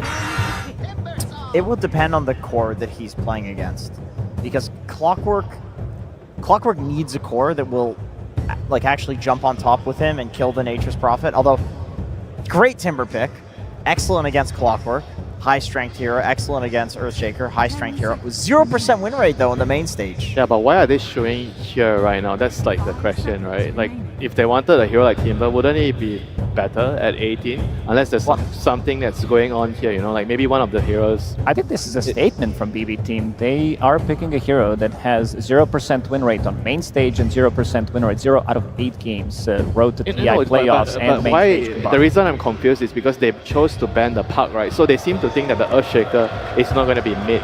And now they're picking Timber, I presume, against the Earthshaker, which he wants to go mid against the Shaker. That's what I find a little bit confusing here. I mean, one argument is Miro is level 30 Timber. It's easy to talk about, you know, the Amars of the world and forget that Miro is, like, he came onto the scene playing Timbersaw every single game. So maybe it's just a confidence thing. I also think it blocks Meepo a little bit. You don't feel as good playing Meepo into this, and I think Heroic could maybe bang it out here. We'll see. I mean, they have last pick, so they could look to get it there, but it's not going to make it through the second phase ban, or the third phase bans. No, I don't think so at all. That's something that everyone's very cautious of, about letting them get their hands on. A Bane here as well for BB team. Kataomi's done wonders when it's been picked up. That's something that gave them success so far on this main stage as well, is when he's on that hero. Yeah, Bane plus MP is absolute pleasure to have. You know, as a teammate, you're playing Bane. You want someone that can just come to you instantly when you catch a hero with your sleep or your Fiend's Grip. Even though it might seem like counterintuitive to pick Bane into Clockwork, because Clock is one of the worst matchups in the game for Bane. But I do feel like they put a lot of emphasis in enabling this MP. That might explain the Timber, you know. Maybe they are feeling that we need some offlaner to keep shuffling the wave and pressure. So you draw the attention to you, and then the Bane goes to you, sets out with an MP TPing in. Maybe that is the idea of their first 3 picks here. Yeah, BB is definitely prepping to be really active, because Timber also is a hero that loves being left alone in lane. So that means they can pick a support that can run to the mid lane, play around GPK, have Pure on Nature's Prophet TP in, and Miro's just chilling, farming. Yeah, Hero seems to agree that the Timber is going to be on the off lane, picking the TA right away. TA is like one of the better heroes against Timber in the lane. So let's see if like maybe BB team try to, you know, adjust, try to move the Timber away, or they have to try to figure out what type of support they pick to enable the lane. You know, TA is just going to be, I think, a very strong lane matchup into the Timber. Yeah, I like this pick a lot, allowing them to have a super strong laner, and this is not gonna be an easy game for Bane by any means. He might need to shift priority. He might be need to play as a position 5 in this one, because you're playing against Earthshaker, Clockwork, One Fisher, Clockwork with the hook shot, the trap silence from Templar Assassin, just the global silence in general is gonna make things a lot more difficult for Bane than maybe he expected. Yeah, that's a nasty silencer pick. Like, even Timber, Arcane Curse, he hates playing against this. The lane too, like just the Silencer versus the Timber and lane, I think is a winning lane almost no matter what carry you have. If you're forcing Timber to deviate from his build, okay, that's why I felt like the Timber is there's gonna be something interesting with the Timber. So that moving the Timber mid, they are picking a Darkseer, changing the lane matchup. So they are trying to outfox Heroic in the lane. So Darkseer against TA, that's a pretty good matchup here. In the lane, they need a strong, probably strong position 4 to make sure that the Silencer can't really bully the Darkseer too much. They could still get a very good matchup for them if they want to get something like a Lifestealer maybe for themselves and use this Nature's Prophet as a support plus the Bane. I know that the Darkseer loves to have, something that he can run in, some Tiny, some Tusk potentially, but overall they don't have the last pick. But after seeing this Templar Assassin, I think they use Nature's Prophet as a bit of a bait to see where the heroes are going to go and try to counter-react it, because I'm seeing Enigma as well. This is one of the few matchups that Lifestealer doesn't like to play into, and also another hero that I think overall Whisper plays really, really well, and it would give them the momentum. I think having Templar Assassin building into Deso, having Earthshaker from the mid lane, 2 supports who can easily rotate, and they want to rotate to get that +1 for Silencer. Clockwork wants to be active. Could be that they just want to shut down the tempo that Heroic is building up. I love the Hoodwink ban because that could be either a the carry or the 4. You have to ban it for both. Because, I agree with what you're saying. Maybe not Lifestealer. Like there are also other options. Faceless Void is an option there as well. Like, I mean, any hero that builds a Manta style you want against Silencer, and something to win the core-to-core matchup against TA. I guess TA is kind of solved by the Darkseer. Do you split your band then, or are we still looking at a potential strong position forward to come out? Because you've given a lot of good carry potential for the side of BBT. Is it that easy to take it out? Is that easy to all in that's the last pick that is required? It could just still be a 4 for save. That's also possible. We're just thinking of like interesting flexes because they don't have the last pick. I mean, he usually likes to play like range heroes on save. We've seen him on usually Grimstroke, Rubik, Tauhir, Muerta. I mean, Batrider. Like, share, and banned. subscribe. Okay, well, that would have been great. I'm just trying to think, what are the ranged heroes that play well with Darkseer? Willow? Yeah, Willow is okay. It's like Bat and Willow are the 2 good ones that you can actually Ion Shell. Yeah, but at the same time, I feel like they want more than one initiator. Right now, that's only Bane, right? If your core is going to be MP, Timber, and Darkseer, you kind of want more stuns and catch for your lineup. And Save Lion is a classic. He lanes well with the Darkseer. Yeah, Lion's actually really nice for their overall composition here. You have the vacuum into stun combination. So it's going to be the Dark Widow. So you have instead of the stun, you have the vacuum into multiple brambles, which can be really nice in the laning phase. Yeah, peels through the TA refraction eventually as well between the brambles and the Willow ult. Not a very conventional hero right now. No.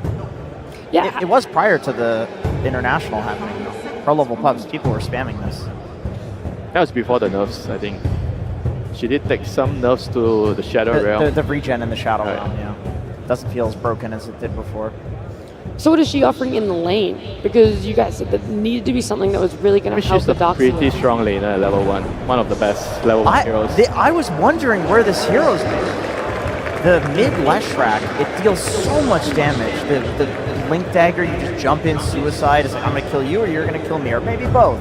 Oh, they definitely upgraded the draft from the previous game. This draft kind of plays itself out. You're never going to be lacking damage. You have enough stuns. You have a global presence. You have very good scaling. You have heroes that come online super fast. Lashrac going for the Blink Dagger. You have Templar Assassin with your Dragonlance Deso. So it does feel like they're going to be ready relatively early on to be able to punch back against what BB Team is bringing in this one.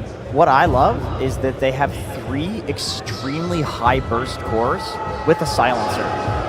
Like, if they cover a jump with the silence, they will kill like 2 or 3 heroes potentially. This is very strong. I think the pipe timing for Miro on Darkseer will be very important. Like the pipe in Crimson Aura timing. Yeah, they have to make sure whenever the Silencer global comes out and with the Earthshaker jumping, they need to survive that initial burst. If they can actually do that and make the fights drag out, then it will be really good for the Timber and Darkseer. But overall, I feel like execution-wise, it's a lot easier for Heroic here. I feel like their team fights are just pretty straightforward. Laning phase is also pretty straightforward. They're very, very solid lanes. So I think we are actually going to see a game 3 here. Winter, I feel like you changed your viewpoint. You went from not sure if Heroic were going to be able to bounce back in the series to loving exactly what they're bringing in game number 2. Yeah, you gotta love if someone gives you something you like to see. You know? What do you love so much about this one, Lacoste? I like that they are shutting down the cores as well. I feel like with the picks that they do have, it gives them a lot of momentum as well. And BB Team, they are picking heroes with very low win rate. These heroes are low win rate or have no win rate whatsoever for a good reason. Nature's Prophet didn't win on the main stage. Neversaw didn't win a single game. And they're really trying to push the limits. This is also a bit of a test. If they are going to be managing to win this one, it's also a bit of a statement for the rest of the teams that are still left in the tournament. Yeah, I like that you're bringing up those statistics. It hasn't been working for other teams on at least 2 of their cores on the side of BB Team. And so I feel like we need some answers exactly what that coach and how this draft is going to play out.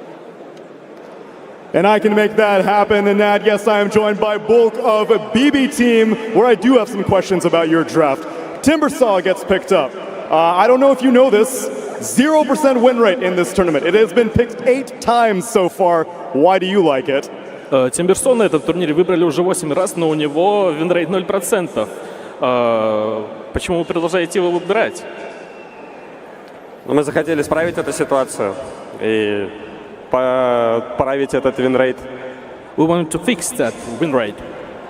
No more 0% win rate after this game. Makes sense to me. Last game, I asked Caps if he was afraid of your last pick anti-mage. He said no. Are you afraid of the analog last pick Leshrac? В интервью тренера после прошлого пика он сказал, что он не боится вашего антимага. Боитесь ли вы их Лешрака? Нет. No. I'm sorry, I didn't get that. What was it again? Нет. No. No. Oh, no, that's what it was. I see. Well, then, let's see if it happens in this game number 2. Good luck, Bulk. And luck may be needed here. It seemed like the panel liked the changes that Heroic made to their draft. I personally like to see that Whisper is going to be taking over the Earthshaker, and they got Analog a Leshrac pickup. That felt like a nasty last pick here, Avery. There's a reason Timbersaw has been struggling this tournament. Now he's going to have to go up against another hero that can just absolutely burst and chunk him down. I'm looking to Analog to step up his game in this game too. I think he struggled the most in that game 1. It wasn't all on him. It was just a really tough game to find the angles for those Echo Slams against so many summons, so much scouting, a long-range poke lineup. You're against the anti-mage. Not the easiest Shaker game here. He gets the priority in that last pick. They put him on a super high damage dealer that can just get in the fight, play against a lot of heroes that he can just take down instantly. Looks like a great game for the Leshrac, and he has the silencer to cover him. I mean, what a silencer game. You're against Timbersaw, Darkseer, Dark Willow, Bane. This curse is going to hurt in the team fights. The global silence can bail out the grip. Looking at those 2 heroes for Heroic to have big games here in game 2 and force this into a game 3. And if you're BB Team, as the panel mentioned, you are trying to play some heroes that have not been too successful so far. Doesn't mean they can't work here, but they have been struggling. Save in some trouble. Already used the Shadow Realm. Unless he can juke through the trees, he is gone. That's going to be first blood to Yuma. And that is quite the boon because the off lanes on both sides are suffering. Schofield will end up going down. Both supports will die, but it's Heroic who walk away with the extra bounty in first blood. And there's some money tree action going on. Wait, Nature's Prophet looking for the gold bags. Not a facet we see a lot, if at all. But if you start snowballing with it, it's definitely a little extra income. I did not have this on my TI bingo card. No, I didn't either. I do remember that it was so bad they had to buff it up. But it seemed like the numbers still weren't quite right. I guess in this matchup, it does kind of look like a free lane for them. So if you don't need the extra lane sustain out of the heal, why not, right? It's a double range matchup against a double melee matchup. Like, surely you should win this scot-free. Oh, vacuum pull back in, trying to go for KJ Fairy Fire. Oh, he walks back into the Ion Shell and will be run down and saved. He's already healed up enough. Refraction from Yuma is quickly burned through, and he'll have to back away. No rebuttal here. Schofield, meanwhile, Fairy Fire of his own is going to be popped to stay alive. This double melee offlane's really suffering against the double range, plus the presence from this Furion. Look towards Pure to have a big game for BB Team. He can set the pace, he can drive tempo around the map, he can TP into all these plays, give you the extra gold off the money tree sprouts. Those can go either way too, you know, anybody can pick up those bags, so you really want to snowball up this facet if you can. True. Just have some bigger presence in the earlier team fighting. Particularly if the other lanes are going to be a struggle. This Darkseer lane is not going the best for BB Team. And Yuma has had an incredible start on this TA. Despite some of the early skirmishing going both ways, he's absolutely free farming down there. And they picked up the early kill. So it's going to be another strong laning phase for Heroic. The Leshrack's going to free farm. The TA is pretty much going to free farm down there. And if they can get something out of this double melee off lane, it's another really good start to a game where they can pick up the pace. Be very interesting to see who rotates supports into mid lane first in this game as well, because you are really eyeing these 6 and 8 minute power runes, and this is an explosive matchup. Start taking some of these later points in Edict, just so much damage on isolated targets fighting for those runes, or if you get an early haste or arcane, Leshrack can be devastating with it. And frankly, if your Shaker is already kind of struggling, and he can maybe do some Fisher shenanigans to pull the lane back, why not move the Clockwork, say, into this mid lane and try and help the Lesh win that matchup? I think Schofield has the most freedom here to decide what he wants to do. Trying to deny the water rune. Miro chased down. The teleport will be canceled. A little bit surprising there. They were a bit low. Schofield brought low by the Nightmare. Katomi continues to menace this opposing support. He just cannot seem to use his cogs effectively at all. Every single time he tries to go for the cog hit, he just gets nightmared and hit a whole bunch. Getting outplayed in this early game. Will at least deny the water rune out from GPK. It's a little minor win on that mid lane. That was his goal here, but another slow start for Schofield. Once more have to make it up, and this is not a game where you're going to get a huge amount of stacks up with this Clockwork. No, be able to fall back on that. You have to find some action around the map. Action continuing in this lane. KJ not respecting the Shadow Realm Ion Shell combination. Maybe Yuma can, if he gets the kill on the core, it will all be worth it. But it's taking a lot of time off of lane. He still hasn't got to put the treads pick up. That'll help give him some extra movement speed to get the kill, and he does not get caught in the brambles.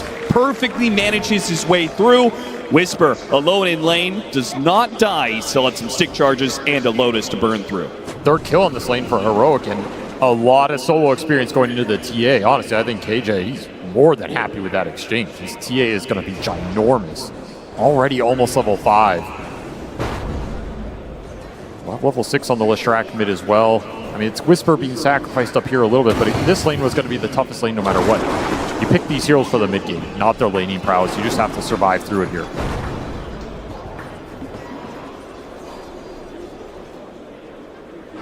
Considering how well Yuma is doing, I halfway expected the Silencer, KJ, to go through the gate, maybe help out this top lane, but he's opted against it, instead playing for power runes. They're just too weak up top. Too many resources got burned out there. That play is not available. You can look for the mid clash, however. Again, these power runes are super valuable for the Leshrack if you can secure them. I love that, though. They already have the ward in place. They will run down KJ first, go back for the power rune, which spawns top. Works out well for them. Analog would have gotten it otherwise, but instead Katomi gets an amp damage, and he's going to pull the Leshrack underneath the tower. Now it's going to be the Clockwork who wakes up that Leshrack. Leshrack going back in with a dive ball. He's doing massive damage onto Katomi. One kill and trying to get out. No stuns left. Save has already blown everything there, so Analog will be able to get away. Support for support trade-off.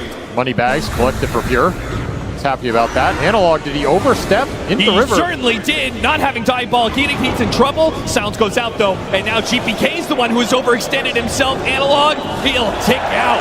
Analog didn't have to run forward. KJ will collect that kill.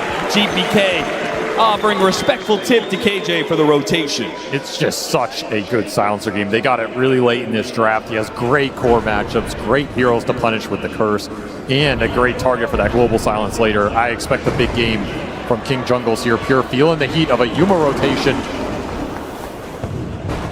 Rocket Flare gives a little assist. Yeah, a bit too late. If it had caught him as Pure ducked away into the trees, maybe they could have killed it, but now Whisper has been baited to go for that Pure kill.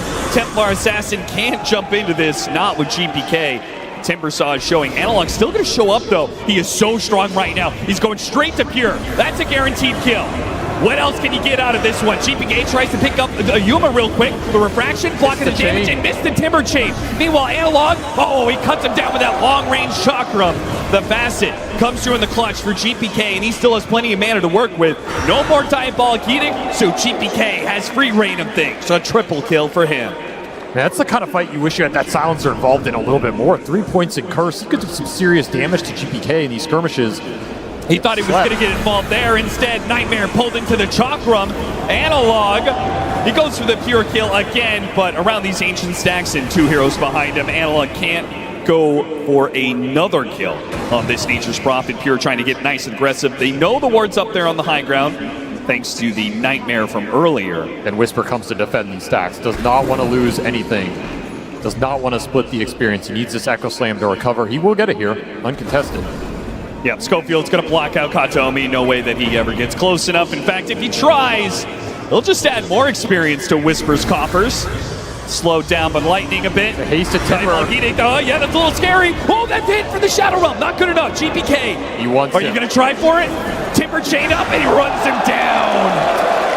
GPK boss gets that steal in game 1, and he is off to a 7-1 start here at the 8.5-minute mark.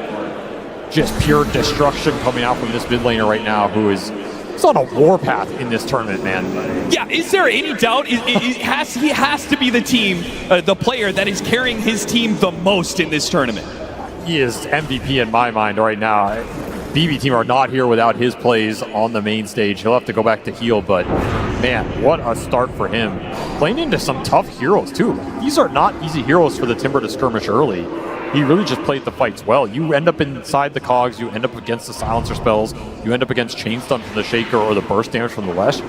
Not the easiest Timbersaw game in my mind, and he's had an incredible start here. It's going to go a long way. He is the only reason that Heroic hasn't really broken away in this early laning phase. I mean, they're still up by a K, but it could have been so much worse, right? He gets that kill on Yuma, and that top lane rotation, that could have been just Pure dying again. He's kept Analog down a bit, but he will be the center of attention for Heroic. Hook shot does land, and really no way out of this one. Nope.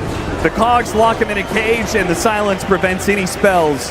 Analog, he knows that he's going to have to stay one step ahead of this Timbersaw if they want to push this to a game 3. And these smoke plays are so strong. They're not going to have a lack of damage like we saw in that game 1 where that block got off turned around. Not needed. Whisper already has his blink dagger. He gets in front of Katomi, and they chain the stuns for another kill into Analog.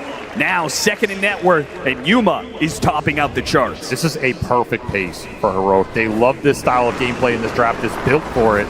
You just showed so many heroes, though. Yuma, he's left alone in this bottom lane and run down by a simple 1-2 punch of a Miro wall and save with the Bedlam. That is going to cost Heroic a decent amount. Gotta respect this Helm creep with the Darkseer Ion Shell and the potential Vax Stomp that could come out. It's been a while since we've seen this combination, but it'll be live in this game. And all that space that the Timbersaw created allowed Miro to catch back up. He was doing farming.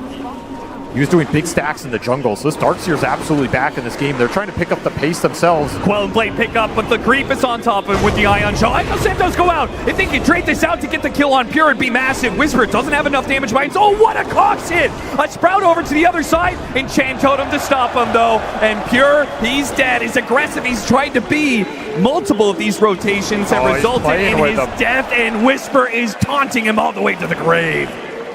You got to have some respect for BB team. They went in this game, and they're trying to play Heroic style of Dota. They are just taking the clash, just getting aggressive, but this is a terrifying team to play this fast against because they'll take it to you every single time. I mean, they're some of the best skirmishers in the world. Schofield in his element right now. Smoke breaking, Schofield. He'll just wait it out. GPK runs right into that brick wall. I'll try and smoke the supports around. Tower goes down. Scan still hits on that hill. They're looking for a bigger core target in the jungle. They want Yuma right now with this grip. Is this two-man squad good enough, though? They land the grip. They're going to try it all in. They got him. And long-range hook shot.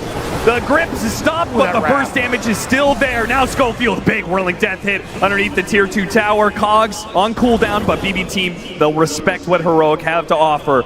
Backing away from the cliff and the multi-shot of the tower, not worth the risk for a simple support.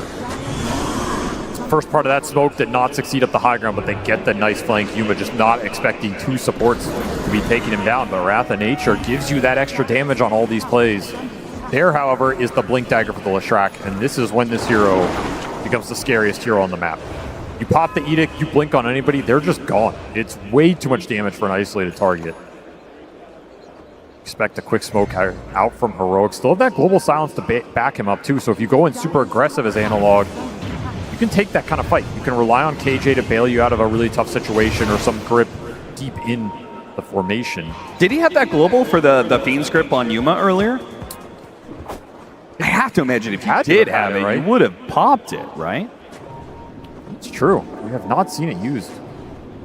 Maybe Yuma expected he was going to get some sort of bailout here, but let's hope that Global Silence is put to better use here. This is the same smoke path. They scanned it, and they have this ward still on the high ground. Their sentry in range never killed it. Yeah, this is insane that this is still up. BB team unaware and caught out by it once again. Global Silence just in case.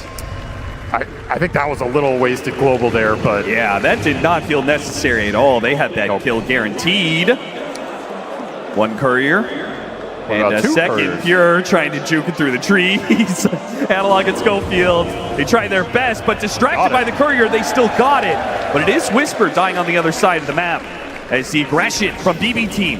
They see all these heroes on the other side of the map. They're going to go for the Wisdom Shrine, expecting that Schofield will do the same on the Clockwork. But they're going to fight. Analog, he's going to jump right into the bait. Opts not to go for the Wisdom Shrine, gets the quick kill on the support. Can he get to the Wisdom Shrine in time? He opts for the stun. He does not want to go into melee range of this GPK Timbersaw that has been menacing the map the entire time. He takes the experience and makes a run for it. Hook shot in 7 seconds here. Save, he knows, I think he's given up his life to block the pass. Miro, he's run down by the dodgeball. He thinks that TP is not going to work for him. And it's GPK, the only man perhaps who can make it out. Schofield spots him. Oh, that hook shot just barely off the mark. That is still a fight Heroic will gladly take in exchange for that shrine. They got so much of that. Some extra in for the silencer. It's up to 7 brain drain. And that Darkseer, he was the most farmed hero going into that fight. Miro quietly just having himself a game here, farming up at a very fast pace. Big kill to give away. It's your best team fighter on the side of BB. He just got locked in the cogs from Schofield, who chose to go to that fight over stealing the shrine. Absolutely the correct call. Arcane Rune in the river. Huge rune for both mids. Analog snags it. GPK not getting all the power runes he's used to. This is almost the downside for him having the best start out of everybody. Is this Timbersaw went 7-1, but you can't push your advantage into this lineup. There's too many spells that counteract you. You need defensive items. You need either super fast Lotus or super fast BKB, and I think it has to be the BKB he's eyeing up because there's just way too many disables for you to play into. He also couldn't really use that momentum, not just because of the counters, but because his own supports don't start the fights. They can't really guarantee that heroes will stay inside the Timbersaw AoE, whether it's because of the Global Silence. Frankly, Heroic's heroes are just better for that, right? The Clockwork and the Earthshaker, they're going to be much more active at starting fights for their mid than BB team could be. Control is just more reliable here. It's also longer range. Fissure plus hookshot, you can start the fight from anywhere. This Dark Willow Bane has to get in pretty close, and that's super risky against this lineup. There's a lot of interrupt. That grip is 0% guaranteed against the global especially, but even if the global gets thrown out, there's still a lot that can stop you. Adesso online for Yuma, puts it to use, does not get the last hit on the mid tower. So missing a bit of bounty there. Analog, meanwhile, working his way through the jungle with this Invis rune, spotted out by a sentry. Did BB team with the night vision of Katomi. They certainly know this is coming, and he's going to be so far forward. He's going to be caught out the Global Silence. It hit, but the hook shot did not. Baited in by BB team. Analog will overstep himself, and his team might be punished for it. Schofield, the Force Staff, gets him away from Pure. They will not lose anybody else for that blunder. All 5 heroes were there to punish him. Even the Furion coming in, landing a little helping hand, and the damage is just overwhelming. Even though you get Global to bail you out, you're stuck in the brambles, you're stuck in the chalk room. You just can't get out of there. You have BKB, I mean, that looks way different, right? But that is a ways away right now. Slowing this down is crucial. Any pickoff because of the Deso could lead to Roshan, right? But the faster you get this early Rosh on a Templar Assassin, the happier you'll be, especially if you can do it during this night cycle where it is on the Radiant side. You can continue that cycle throughout the rest of the game. You'll always have that outpost advantage. You just want to find any sort of pickoff right now. Keep hunting, keep abusing the fact that Lesh is super strong around the map and you have good initiation. Any sort of big skirmisher fight will lead you into that objective. They'll find a little Katayomi. Nice little pickoff there. I don't think this is enough to instantly force the Roshan, especially where you are on the map, but you can chain this into something else as well. And you look at the vision right now, you would love to get some deep vision on Dire's side of the map if you are Heroic. The more information you can get of where BB team are sending their heroes, the faster you can set these plays up. Pipe complete for the Darkseer. BB teams... Pure almost just TP'd into Analog up top. But they actually had a Dire ward on that camp, so they saw him. Oh, so he was teleporting to the Ancient camp? And then about to go in there and farm. It would have been instant death. Nice defensive ops, saves Pure's life. It does.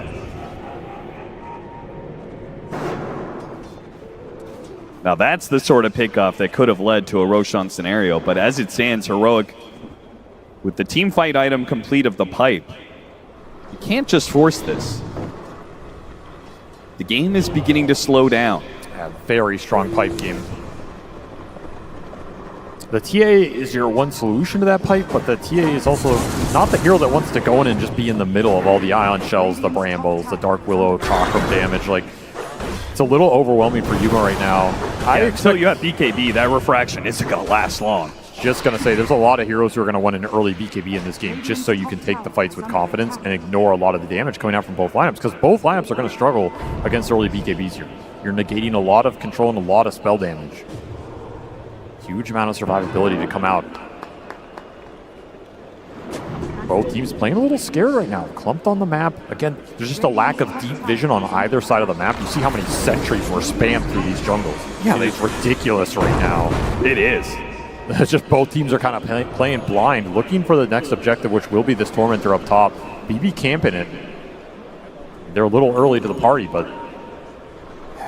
I mean, better to be early than late. 100%. That's what it feels like Heroic's going to be. Are they not... Do you feel like they're at a disadvantage for contesting BB team? I don't think so either. I'm surprised they're playing so passive right now, but as we say that, both teams are going to go for their own smokes. Not going to be met, not going to be surprised on a Tormentor. Instead, they will clash inside the Dire jungle where BB team do have the ward advantage. But the initiation, it's going to be jumped onto the Darkseer with the Global Sounds over the top. Two are wiped off the face of the earth. And now Heroic want more. Can they get that? Whisper, he's going to chase after him here. The silence wearing out. GPK, he gets the Timber Chain out of there. And Heroic call it quits. Good enough for them, I think, to do the Tormentor. Got to take it away right now. This area is entirely Dire's vision control. So you win fights here, it's super nice. Get a chance to deward, get a chance to take that objective, save. Wants to get something going. Good 4-staff. I mean, this early 4-staff picker has done wonders for GPK, though. He was pulled in by this, and there's too many stuns. Overreaching, trying to find a little opening and stall this objective up. You end up paying even more of a price. The damage is overwhelming from this lineup right now. It's just no way to take an early, easy fight if Heroic are the ones jumping you. And that was a very fast hook shot Cogs, very fast blinking from Yuma. They have so much confidence to go in with their cores before all these BKBs are out because they have the global silence to back them up, whereas BB team do not. And this jetpack could actually do a lot of work for Schofield. Helps him get out of Sprout, will help him find some of these supports, and maybe even the Nature's Prophet as he's been ratting around the map. BB team going to play to try and take this Wisdom Shrine. This is a crazy play. Schofield, he'll be Fiend's Grip right off the start. Still gets it. He still gets the Shrine. He will die. That's going to be triple ultimates used to kill this Clockwork. I think Heroic's perfectly fine with that. If they can dodge fights when Global's on cooldown, that's the MO. And that's why BB team were getting aggressive. They want to fight when the Global's on cooldown.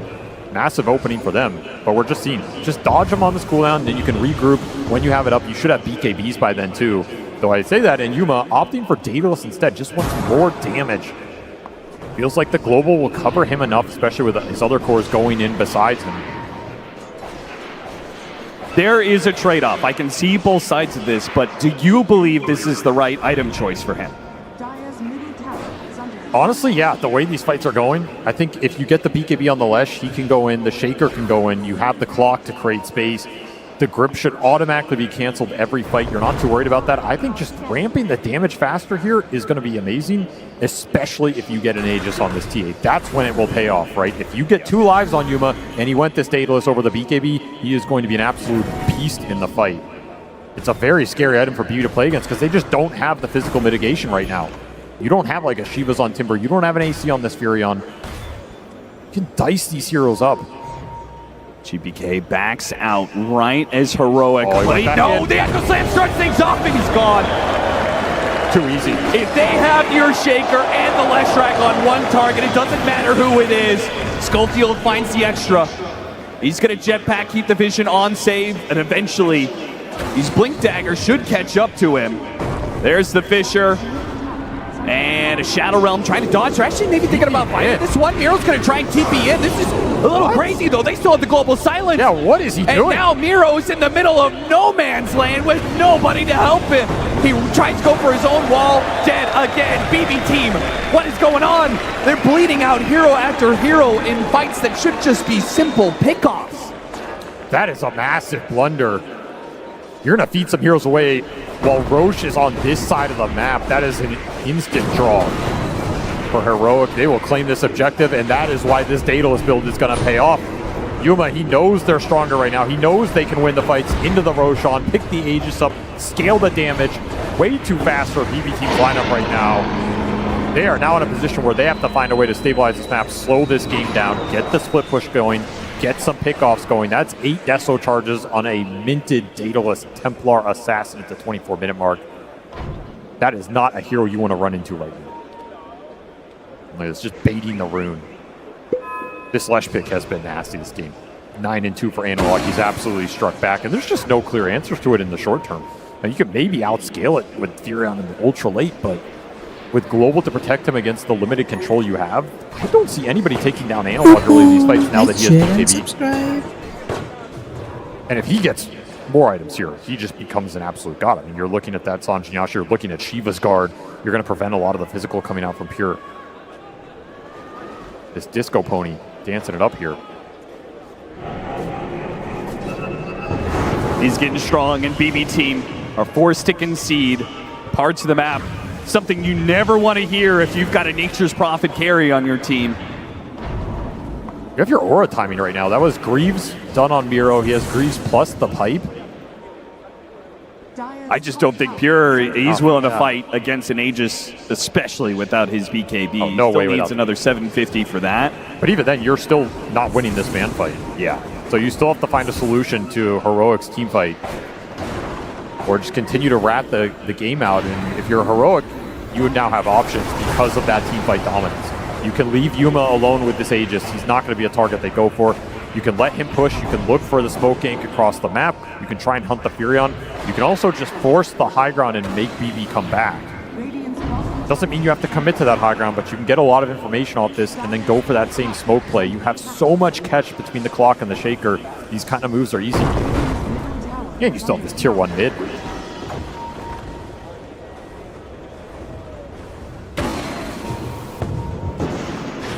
Every time you cross the river, you run the risk. There's just so many Blink Daggers, so much initiation, so many stuns.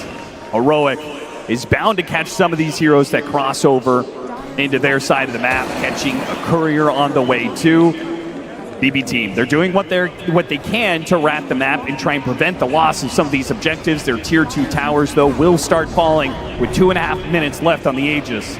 Is there any world that Heroic would ever hit the high ground to see how BB Team respond, or are we just going to systematically work our way tier 2 to tier 2? I'd rather get the tier 2s off the map right now, but you can absolutely hit that high ground and try and force some heroes back. The thing is, Pure is always going to be farming. So you have to weigh this economic advantage you're gaining versus what he's going to take off the map.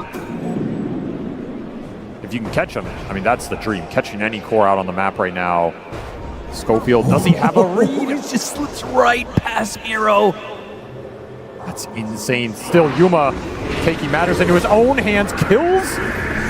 The Terrorite goes out. Timbersaw will try and take advantage of this. The first life of Yuma. They're burning through this refraction. BKB goes out from Analog. And a quick ankle slam for Whisperer. Knock it down 2. Miro, he gets a 4 staff to save his life. Analog's fighting up against the physical damage. Pure Pop's going down. He makes the commitment to Leshrac and he gets it. Meanwhile, Yuma on his second life almost dies here. Goes back against Pure. Knows that BKB is going to wear out. Knows that the stuns are coming in with the cogs pushing him around. They do have this nightmare in the back line, so Yuma just can't get down to this cliff. Schofield and Whisper, the two-man tag team of stuns. They can't get the kill on Miro right away, but they'll get it on Pure, and Yuma cleans up both.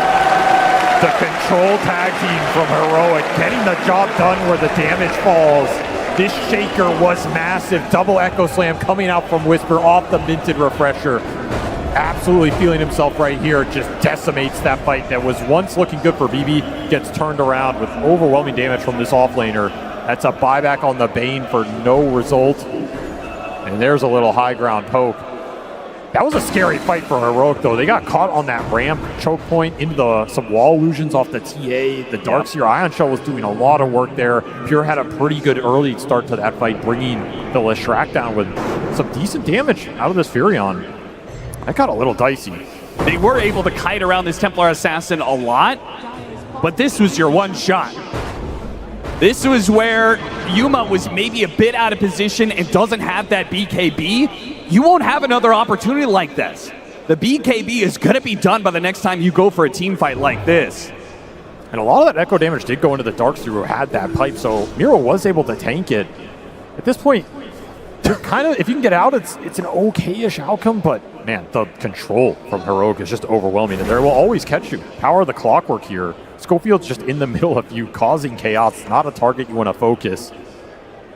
Sets up the return from Yuma. Collects some more Deso charges here, up to 16 off that fight. Oh yeah, he's huge. Analog. Ooh, he runs into him and Yules. Save. He's faster than Analog. The BKB will be forced. You got to get out of here. Save. He does manage to get a helpful force staff to get away here. GPK is going to go for it. Now that Analog's BKB is on cooldown, but the global sounds over the top of that BKB. GPK, he is left with no offense, no bite.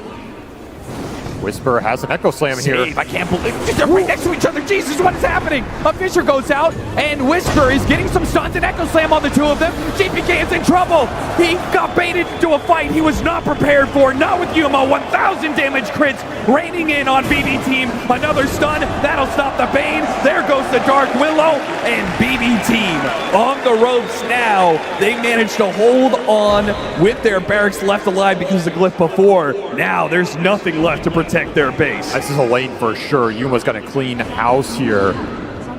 Another great Echo Slam from Whisper.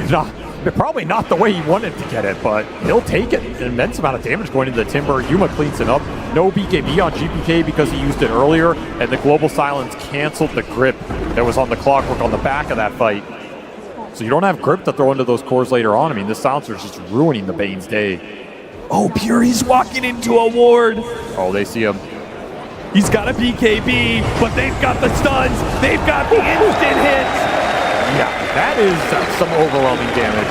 Double wards in this jungle area. Heroic knew exactly what Pure's playbook was going to be. When he's behind like this on the Furion, he's going to play to your side of the map, and Heroic were more than prepared for enough for that. Just look to the camps on the sides, right? There's only a few places he's going to go, and you know he wants to go to some of those ancient camps. They've been setting up for multiple times in this game, especially with the vision from the clock and the TA traps. Put wards on top of that, and you have a lot to play with. This game is firmly in Heroic's grasp right now. All that's left is to get another Roshan, and then you can start to think about ending things. BB Team, I mean, if you're on their side of the equation, what are you looking at? What is the opening that could possibly bring them back into this game? Baiting out early usage of BKBs or Global Silence will create an opening in that team fight. That is very difficult to do without getting punished, though, because of the range on the catch, right? The other opening is Massive Vacuum. Yeah? It sounds a little difficult to get here, but in theory, if you can vacuum 3 or 4 heroes, you have some spells to combo with it. You have to terrorize off the Dark Willow, you have Brambles, you have potential Centaur Stomp off a Dom Creep, you have Chakrams that can go through and dice everybody up. A Massive Vacuum into a wall, create a bunch of illusions, make that fight chaotic for Heroic can be another pathway to victory here, but I think it has to be one of those two options. I mean, that timing is tight. Vacuum into Terrorize? Yeah, it's not easy against the BKBs that are now available for Heroic. And Heroic will lay claim to that Roshan and that Aegis. That'll allow them to go high ground once again, take the outpost as well. Every little thing you could ask for is going the way of Heroic for this next high ground push at 33 minutes. Man. All that's left is another pickoff to make it that much easier for them. I've been watching Pure TP, and his TP decision making is not easy. You look at how much Radiant Vision is on some of these camps. It's like pick your poison. You have to pick the one camp that is not spotted, and then try and get out. That is not the one you want to pick. That's not the one. That's not the one. Whisper. Oh, this could be the death blow. Back-to-back side of the map pickoffs on Pure. Read him like a book. It's just nowhere to go. He's just playing Minesweeper out here. Too much vision control on Radiant side of the map, and you don't want to keep farming your own because your team also has to get something right now. Nowhere safe to go for this Furion. Nowhere safe for GPK either. He's going to be forced to pop BKB. No teleport available. Is already canceled. BK knows his life is forfeit. Does a little dance. Whisper, he's going to be chased. You do manage to catch him before the Blink Dagger comes back up. He turns around the Echo Slam, does what damage he can. His team is making their way here. KJ's now here. He slows him down. Thanks to the 4-step, Whisper can turn back around. The BKB will last long enough, but save. Big hit there, and a Fissure to finish him off. They couldn't get the Earthshaker. They'll catch both Save and Katomi. Worse comes to worse. They're losing their tier 3. They're losing their second lane of barracks, while Pure is still dead for another 30 seconds. And there's a refresher on the silencer. Why not? If one global silence caused you problems, how about two? This game has completely spiraled out of control for BB Team. They had some brief windows in that early game, but since Analog has been playing decisive, it is all been Heroic. No hope in these team fights. No chance in the skirmishes.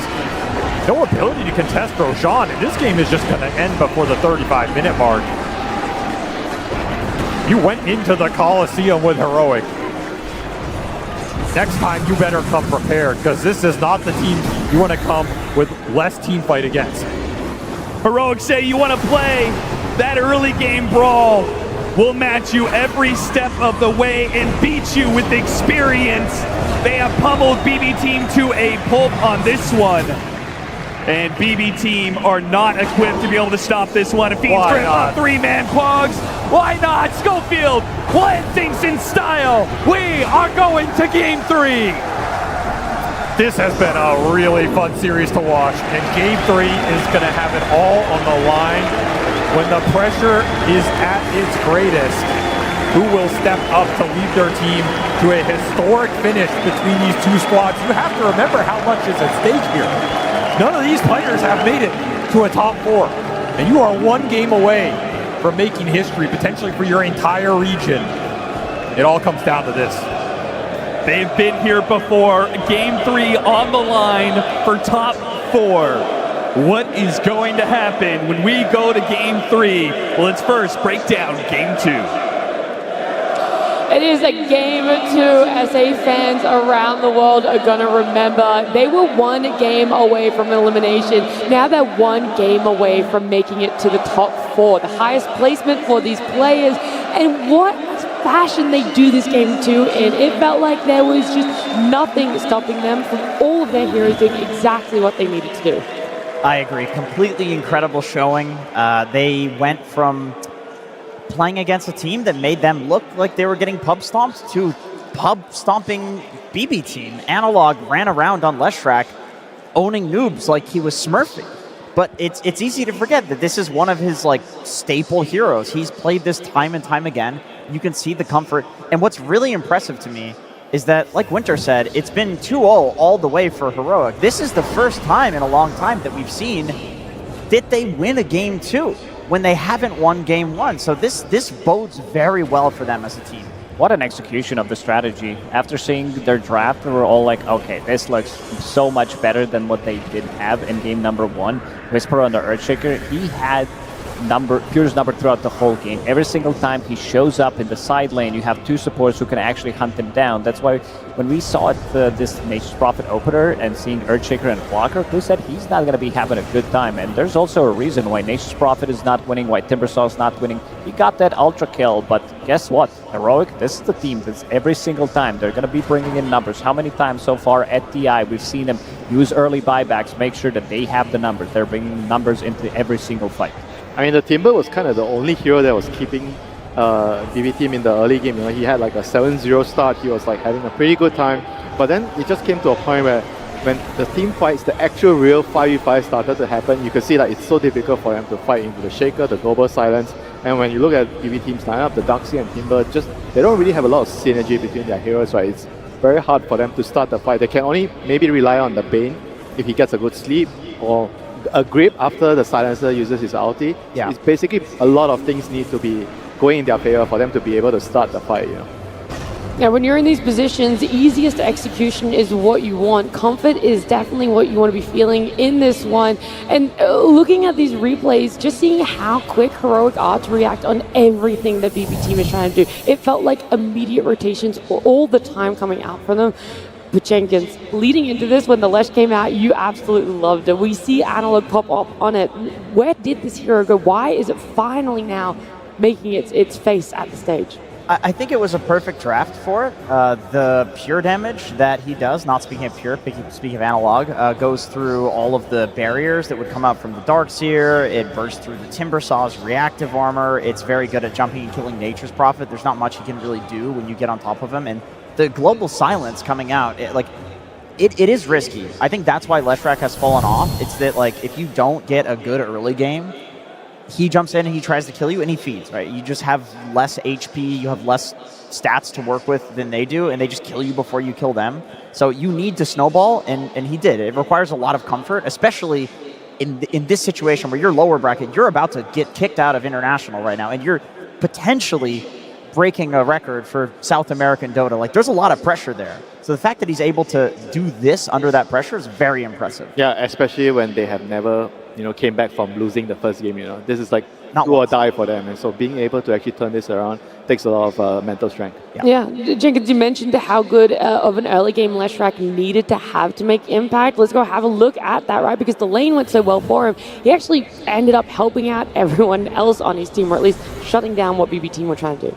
Yeah, this early game was kind of like the battle of the mids. I think GPK's rotation here was very good because Analog was also making the rotation. Of course, Timber versus Lesh is not so easy, so Timber was level 6, Lesh level 7. That's max Edict with the pure damage. It is quite significant. So this was a very chaotic fight. Going back and forth, I think GPK ends up with a triple kill here. Analog gets some kills as well. But I totally agree with Avery when he said that you are playing Heroic's game. To run around in the early game and engage in this chaos, like, you are entering into a chaos pit with a team that they were born there. Yeah, probably that's why we saw in the first game how slow they were taking it. They did not want to risk it too much. They were trying to mimic some of the rotations as well. Again, GPK on the Void Spirit in that game number 1. And coming into the third game, I think they're going to need to address this issue, not fall into a trap to try to play the game that Heroic has been playing. And also for this second game, they really didn't have a way to initiate a fight, especially if you're playing it from behind. Who's going to start a fight? Timbersaw jumping in and be like, yo guys, I'm here, try to, maybe use some spells on it, but they do have the overwhelming damage that we talked about, having this Leshrac with the pure damage, having Temporal Assassin. Yuma had an insanely good amount of farm, and we talk about the team fights, but you now have Global Silence to counter any kind of team fight, even if it happens, but there is none on the side of BB team, so they will definitely need to fix the draft coming into the third game. Agreed. Yeah, struggling to initiate, but it also felt like they were struggling to disengage. Heroic thriving in that chaos, and they kind of just got to chase whenever there was an attempt from BBT. They get to keep getting more out of a team fight, out of a pickoff. Yeah, there were a lot of Benny Hill type situations in this game, which I think favors Heroic a lot, and you could tell that when they smelled blood in the water, they continued to strike and strike and strike. They did not only take this kill on GPK in the mid lane, they figured that the rest of BB, well, they had to be positioned somewhere here on the map. And also, they know that if GPK is going down as the most important hero, that the rest of BB is probably going to retreat. So they get kill after kill after kill. BB might stand for bleed bleed because they're bleeding out in this situation. That was kind of the entire game. Like, it was just BB team bleeding kills. It looked like a pub. I think the elephant in the room is that their draft was almost disrespectful with the picks. You know, you heard Bulk at the start. He's like, nah, we're going to up the win rate.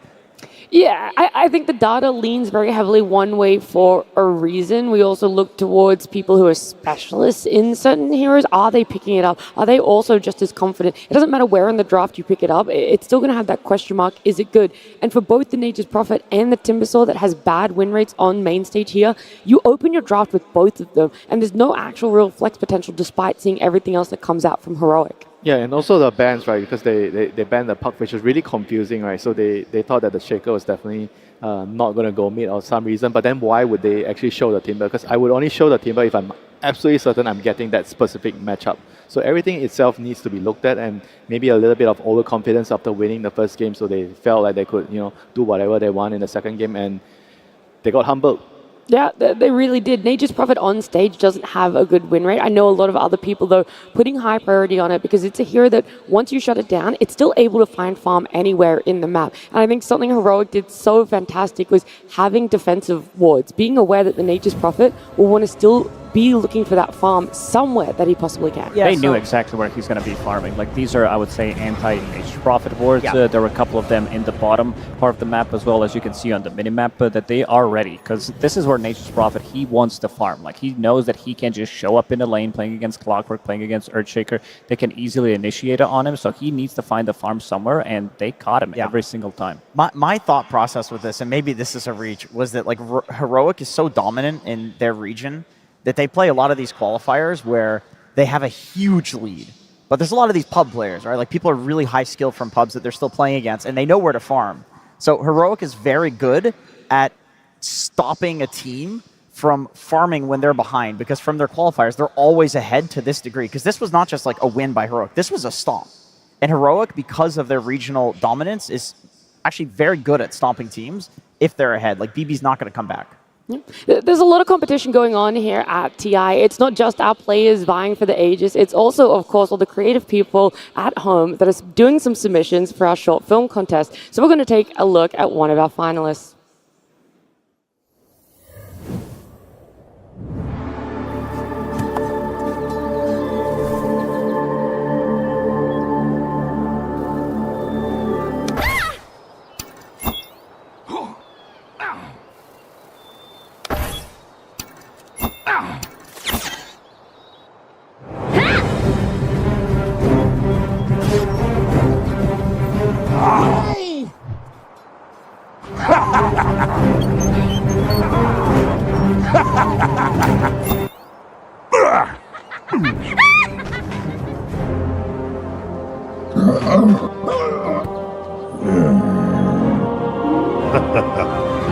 Sunstrike.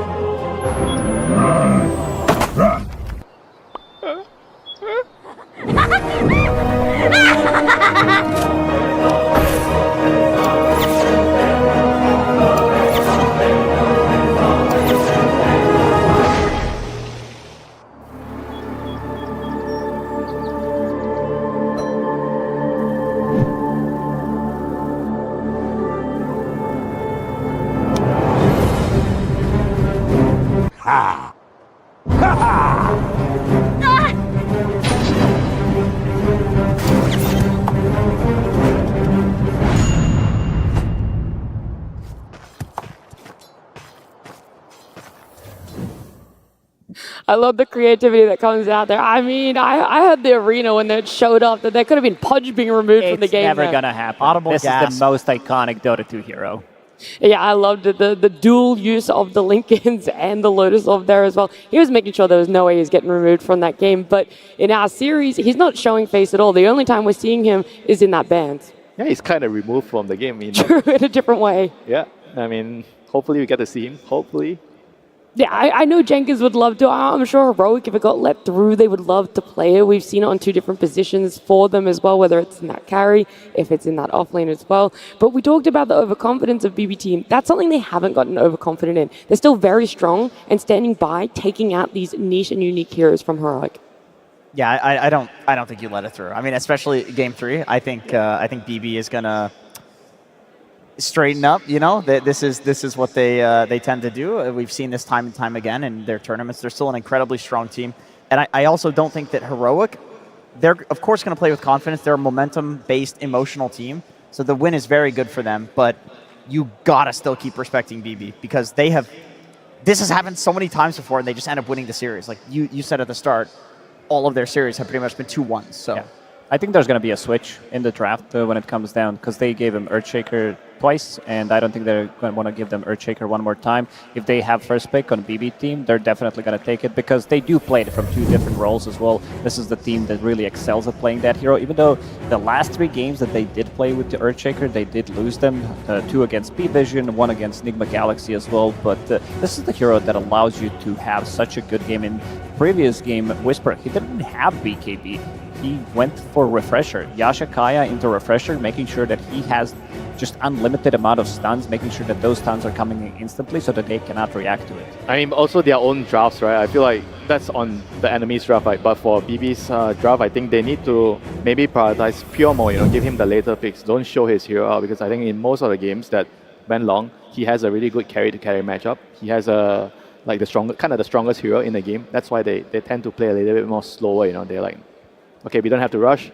We can just take this late. We only go when we reach our timing. So it doesn't feel like they're going to be forced to make a lot of moves in a game. Yeah, is that something that's also dependent on if they get first pick or second pick? Yeah, of course. I think with the second pick, maybe they feel like they could do it more. And on the first pick side, I still think you can do it, but maybe just don't open the draft with his hero. Well, I mean, a few weeks ago, you could just open the draft with Nature's Prophet, and it would still feel like the strongest hero in the game. That's just how overpowered it was. But, nerfs come into play, and the meta changing comes into play. Like, the Dom meta has really changed everything because everyone is reacting to that, and because of that reaction, Nature's Prophet maybe isn't as strong. Yeah, but it also depends on how they're diagnosing the problem. Right? Do they think that Nature's Prophet is the problem or the other pieces that were picked after the I think the whole Nature's composition of that team was the problem, but also picking that hero so early, and also with the bans that they did have, removing that Spectre that one time Heroic did use with the Helm of the Dominator to have that global presence, which again is a really bad matchup for Nature's Prophet. But then again, we had a lot of those heroes being countered in the previous game. You do have Bane, who doesn't like to play into Clockwork, doesn't like to play into Global Silence. Then you have Dark Willow playing into Leshrac. I feel like every single hero on side of BB team got countered by what Heroic did have. Yeah, I mean, if you have to first pick a hero and then you have to use some of your bans later for that hero, then it probably means that hero is not suitable for first picking. Because ideally, you first pick a hero and then you don't really care what the enemies are going to pick. Yeah, that's definitely where the flex could come in too. You just run it as a support, like 4 or 5 position.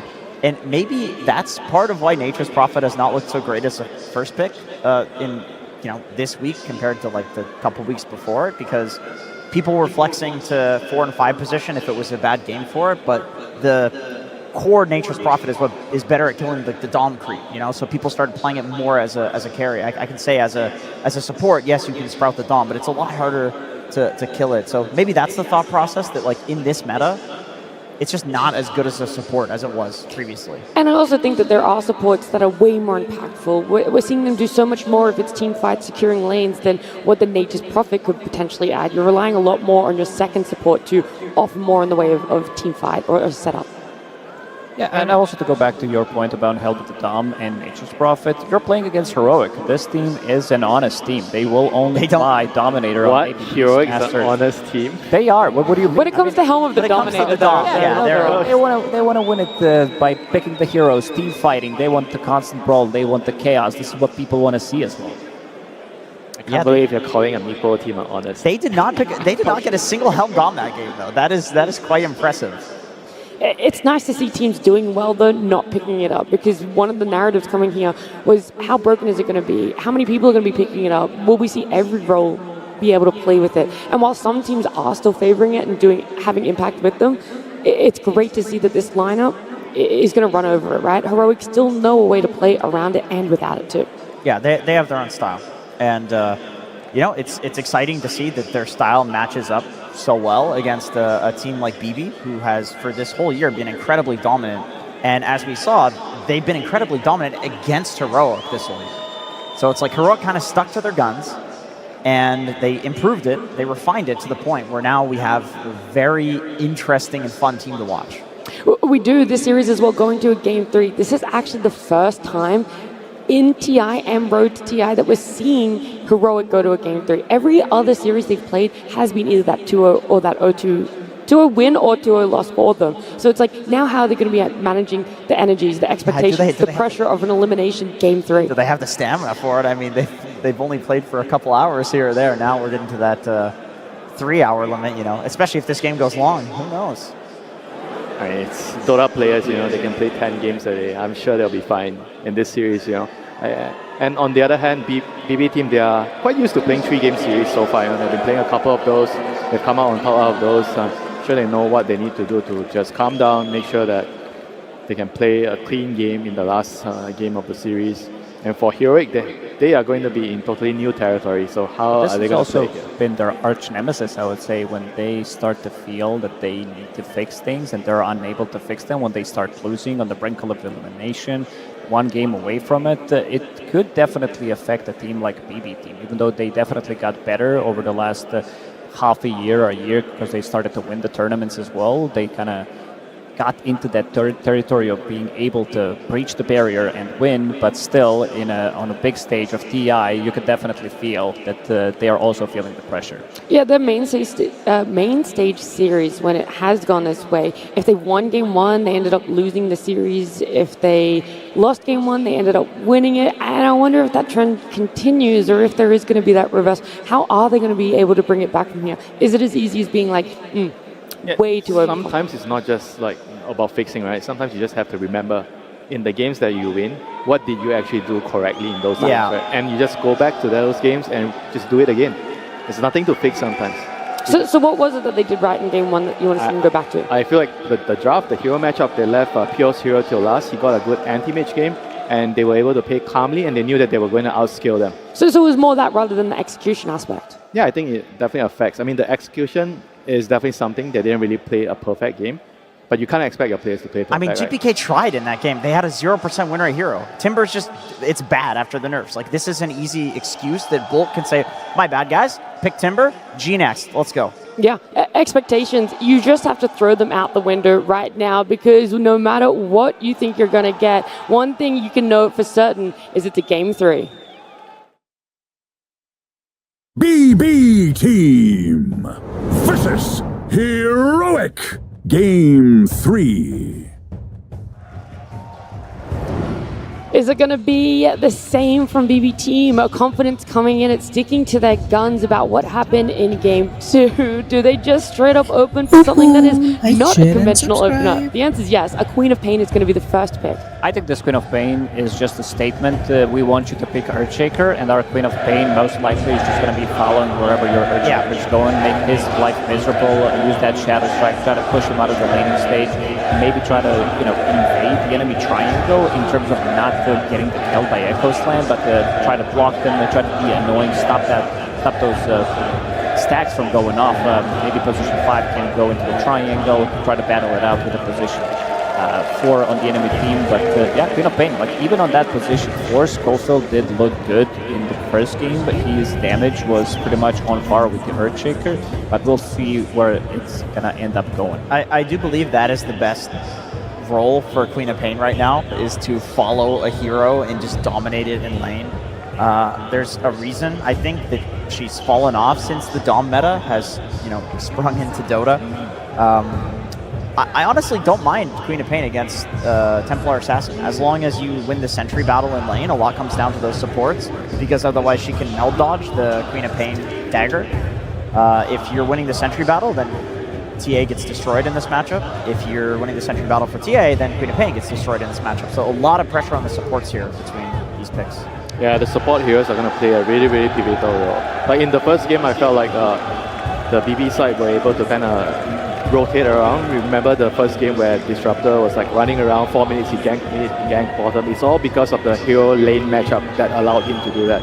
So if I'm BB team, I'm going to try to replicate that. I try to have maybe the co-op, keep them guessing where my co-op is going, and then try to figure out a way how do I get a favorable lane matchup so that my supports can move around. I mean, this TA is definitely a very good answer to it. Like Andrew already said, you know, you have a lane matchup where you're not worried that the co-op can pressure you, and you're like daring them to put the co-op in your lane. They are removing Silencer. He did one hell of a job, even though they didn't have too much of a team fight to break the team fight. Not even a waste to start a fight in the previous game, but they're going to give it more respect in this one. Disruptor is still available. You did mention it. I think this could be very good against Queen of Pain in general. It makes your life so much more difficult to play. One bad blink into Static Storm, then you can get pulled back again. Unless you have some kind of a save, it could be very difficult. Are you surprised that they still banned the Earthshaker? Because I was with you with the way you rationalize why they first picked the co-op, right, to kind of block the Earthshaker, but right now they're still banning the Earthshaker. Probably thinking about it and maybe deciding it's better to remove it. Don't give a whole second phase of picks to also protect the Earthshaker. Because I do agree, I think it's worth being worried about it in the first phase, you get some bans out, but BB Team, they are one of the first teams that was using Queen of Pain offlane. So I feel like if this as a pick, it doesn't just have to counter Shaker. Like, yes, you can use it as a tool to not have the first pick Shaker come out, then ban the Shaker because it was too good in both games, and then later on, you just have Queen of Pain and Mira plays it. It's one of his best heroes. And do you think it tells you that co-op might be a support? That's why they're banning the Shaker, because they don't want to go mid? I don't think for BB Team. I feel like it's almost guaranteed going to be Mira playing it, unless somehow GPK in the end of this draft still has a good matchup for Quab, then he'll take it. BB will make these plays in the draft. Well, now with these teams picking up their supports, we thought the Disruptor could have been good for Heroic against the Queen of Pain. We saw its impact. However, BB Team going to go back for that Hoodwink, picking up Saves Hero a lot earlier in this second phase, along with the Disruptor. So double support showing here. Do you like the lane though, if Pop's going off lane with the Hoodwink with the double range? I was thinking about that. I think it's fine. I don't think double range is that bad. Like, Quap as an offlaner honestly acts as a tank anyway. You get the strength talent, you blink in with Blade Mail, you tank. It's a lot of damage, a lot of cheap damage on low cooldown inside of BB Team, so they can keep fighting. If they want to be matching the aggression that Heroic did bring in the previous game, that's also doable, because we have seen them kind of lacking that in the previous one. When there was no Dippersaw, they couldn't really help out when the Heroic was running at them. And this is also relatively cheap, long distance, low cooldown abilities that can stop Bane's ulti from going off. Like Disruptor with the Glimpse, Hoodwink with the Bushwhack as well could easily stop it. Queen of Pain later on with the Shard. There's a lot of things that the Pain doesn't like to play into. I do think BB needs a mid that is more like an offlaner. Some DK, Void Spear, Hangolier type hero. Turns out it doesn't matter what you guys like. The audience is enjoying this Enigma pick. Everybody loves Enigma pick, you know. It's an explosive hero, very strong team fight. One of Whisper's best heroes too. Oh, where did this hero go the whole time? Is that a position for Dawn? I think Dawn in any position is good against Enigma. So maybe and Silencer is out of the pool. So maybe they pick it to block the Dawnbreaker coming out as a response to the Enigma. And it's also a pretty good lane, yeah. Dawn plus Enigma. You're gonna have a very, very strong lane setup here. I think even if the enemy has a gyro, the lane is gonna be tough. I like what Jenkins is saying a lot, because you're asking where this hero went. In the road to the international playoffs, Dawn had an abysmal win rate. It was something closer to 30%. It was below 40, and it was struggling so much. And that's because people were leaving that silencer in the pool. I think the counters to Dawn are such hard counters. Like the two big ones are Silencer and Nyx Assassin. Anything that can stop her from ulting in. The next one is not even that easy when you get the X, because it's so quick. Sometimes you just don't get it in position in time to stop it. Yeah, it's true. And you can get a BKB on Dawn. So it's not like impossible to play. Silencer, that's a hard one. Yeah, that's very difficult. But we do see the gyro here, so like standard hero against Enigma. But Heroic definitely had some plans towards dealing with the gyro. They probably feel like with the Dawn, the lane is strong enough to handle the gyro and Disruptor. It's a super strong lane. Enigma plus Dawnbreaker, you have the slows for your Eidolons, you have multiple stuns plus the Blood Grenade. If someone's getting caught in that lane, either Disruptor or Gyrocopter, they could be definitely getting the kills. And with Enigma, the lane is going to be closer to your tower, so you can kind of always play aggressive. Yeah, BB does have one problem, which is they lack a melee hero. They Frontline. They do not have a guy to just run in and be tanky. Queen of Pain is not terrible at it, but it's also, you're still an inch core. Like, her stat gains are really good, you build a lot of stat items, but it's not like a Brewmaster, for example, or a Bristle, which have both been banned out. Yeah, they need like some sort of aura frontline hero.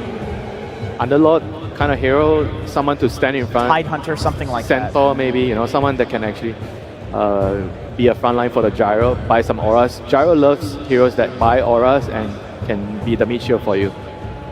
So I think those are the heroes probably we would maybe see from BB team here. I think they need a Blink Initiator. I think they need somebody to go in and just stun people, because starting a fight is going to be a bit hard, something that they did struggle with in the second game. Sure, you have Queen of Pain, you have Disruptor, Gyrocopter. He wants people to be kept inside of a certain area to be able to go in and just to, keep them in a place, so that the Gyrocopter with the Flak Cannon, Queen of Pain, Centaur is getting removed. This is, I would say, one of Miro's better heroes. I would say that potentially Mars is okay, but you have Enigma, you have Dawnbreaker, Sanking, there it comes. Sanking is the hero that could give them that just blink initiation on lower cooldown. It kind of does both. It gives you a hero to run in and be tanky and start things off, and then also be a blink initiator and a team fighter later on in the game. Yeah, I like this a lot. I also like the lane setup a lot more here. Yes, with the Hoodwink. It's a hero that plays much better with the Hoodwink, and honestly, any try pairing of the heroes on BB has a lot of damage, a lot of stun,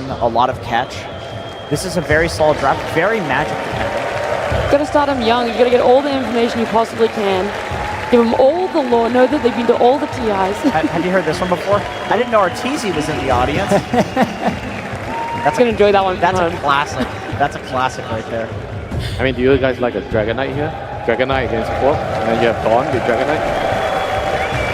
Good call. An amazing prediction from Winter. What are some of the key reasons that you wanted to see it being picked up? Lane matchup against the Queen of Pain, and it's also really good with the Dawnbreaker ulti. It's a good setup. I think it allows them to play together as a unit. I also think if he's going to be going for a Blink Dagger, potentially Mage Slayer, you have Mage Slayer plus Pipe coming out from the off lane, and so good. You might be having a lot of issues in terms of dealing the damage. This is something that Sanking really hates to play against. There's also going to be Queen of Pain. Sure, she does have some pure damage, but most of the damage that they do have is going to be magical early on. Yeah, I mean, it's pretty much all magic damage. Even Gyro doesn't like playing into a Mage Slayer plus Pipe combo. I'm looking at where these heroes are going for Heroic. And it's the Enigma position 5, which I feel like has not been seen as a support in so long for competitive. It doesn't work most of the time when you see it. It doesn't work. It's like a Chen, right? In a way, it's a weaker version of Chen. Yeah, if someone's going to pull it out, it's either Insania or King Jungle. I mean, so basically they're doing this to avoid the Enigma against Gyro matchup, right? They're trying to improve their odds of winning the lane, which I can understand why, but it means that their whole draft is slower, a lot slower, I think, with the Enigma position 5, because you don't really offer much to your team early game. So then how are the lanes going to be looking if we feel like this Enigma might be good in lane, but not towards the later part? How important are we going to see BB team focus on having those lane wins? I think this is solely because they have this DK plus Dawnbreaker ulti combo in the game. They want to accelerate the game, give Dawn a core roll, so they can keep doing this when they get the X early and just keep finding pickoffs on the map and play around that. I think they're hoping that would actually carry them through the game. They have very good counter initiation as well. You have this Dawnbreaker, Aghanim Scepter is pretty much your core item. You have Dragon Knight who can blink in, Enigma. Eventually you're going to be getting the items as well on this position 5 Enigma, because you can always go to jungle, try to get some farm. Maybe stay in the lane a little bit longer depending how that lane's going to go, but we always talk about Sanking not being the strongest laner. I want to see how much he's going to be able to get out of that lane. And some final thoughts from you, Jenkins? I think in that lane, he can get a lot. Against TA, you peel the refraction charges off. You got a Hoodwink in lane with you, too. You're against Enigma 5. It's pretty easy. All right, with our game number 3, we've already talked about how important this game is. It's elimination for Heroic. If we see them advance, it could be the best placement South America has had. Before we get into the game, of course, we're going to hear from their coach, Caps. Thank you very much. It is time for game number 3 of this elimination series. Caps, you seem pretty pleased with the heroes you got on the board. Tell me about what you got. or we can just soak this in. Guys, are you ready for this game number 3?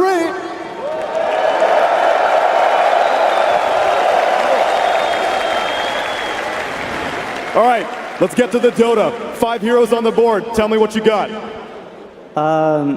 We've been practicing this for some time. I love the draft setup. KJ is a fucking beast on Enigma. I hope you can deliver. I think he just might.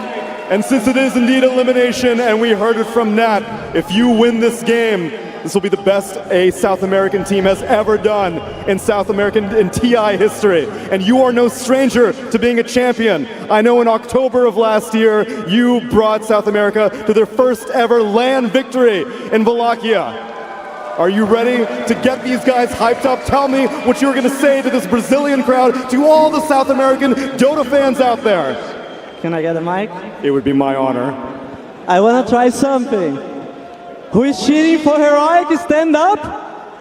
Who is cheering for Heroic? Stand up.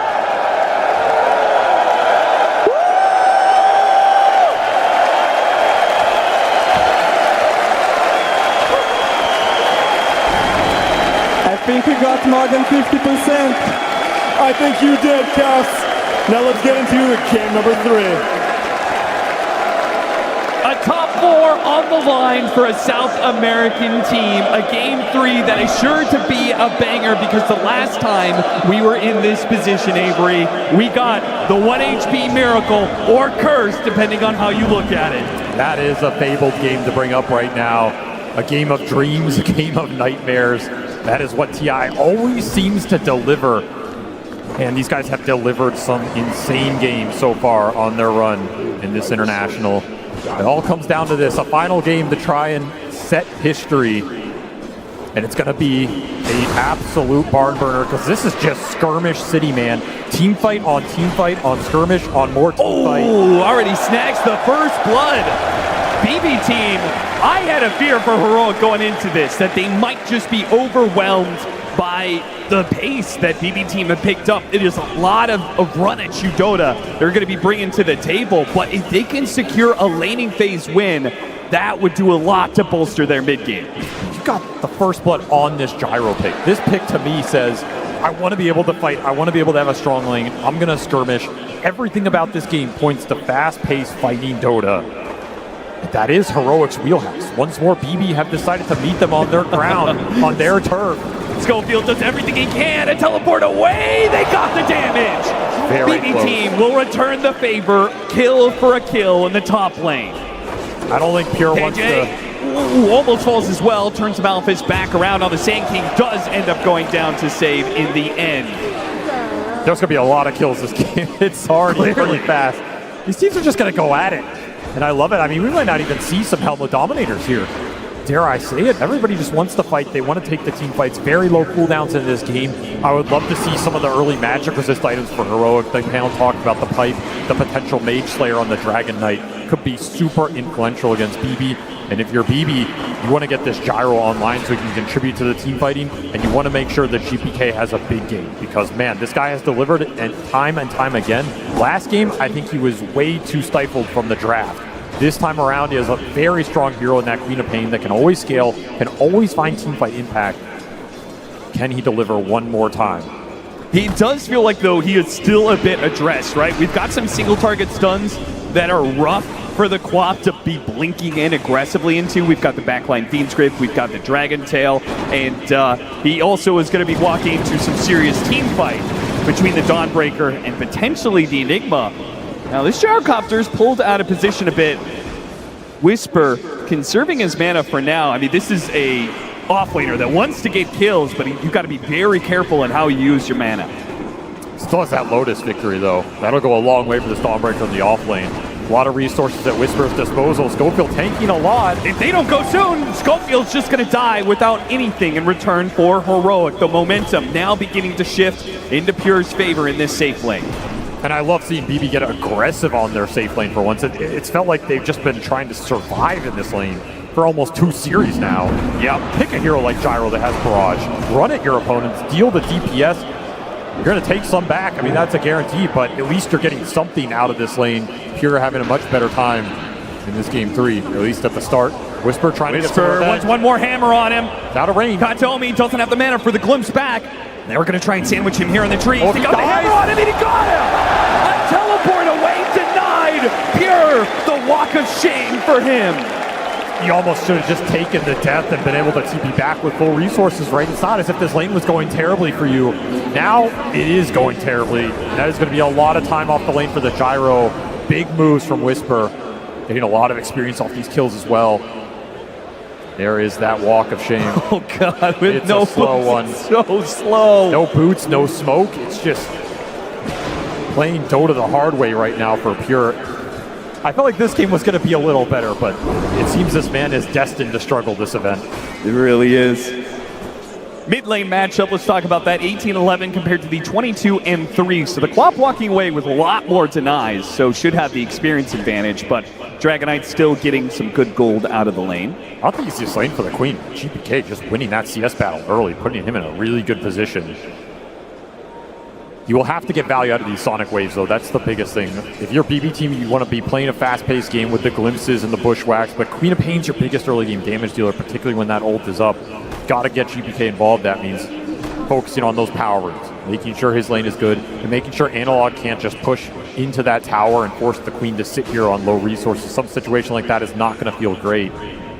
Save already marking his territory here. He's just going to camp out for 30 seconds if need be. There's a triple stack potential for these Eidolons right now. KJ eyeing it up. Can he get them all? Oh, yeah. A little tricky. As Cav said, they've been practicing this, and maybe this is exactly how a triple stack for KJ. Absolutely beautiful. This is the stuff you have to practice in lobby. Nail that timing exactly, especially with all these camp timings changing every patch.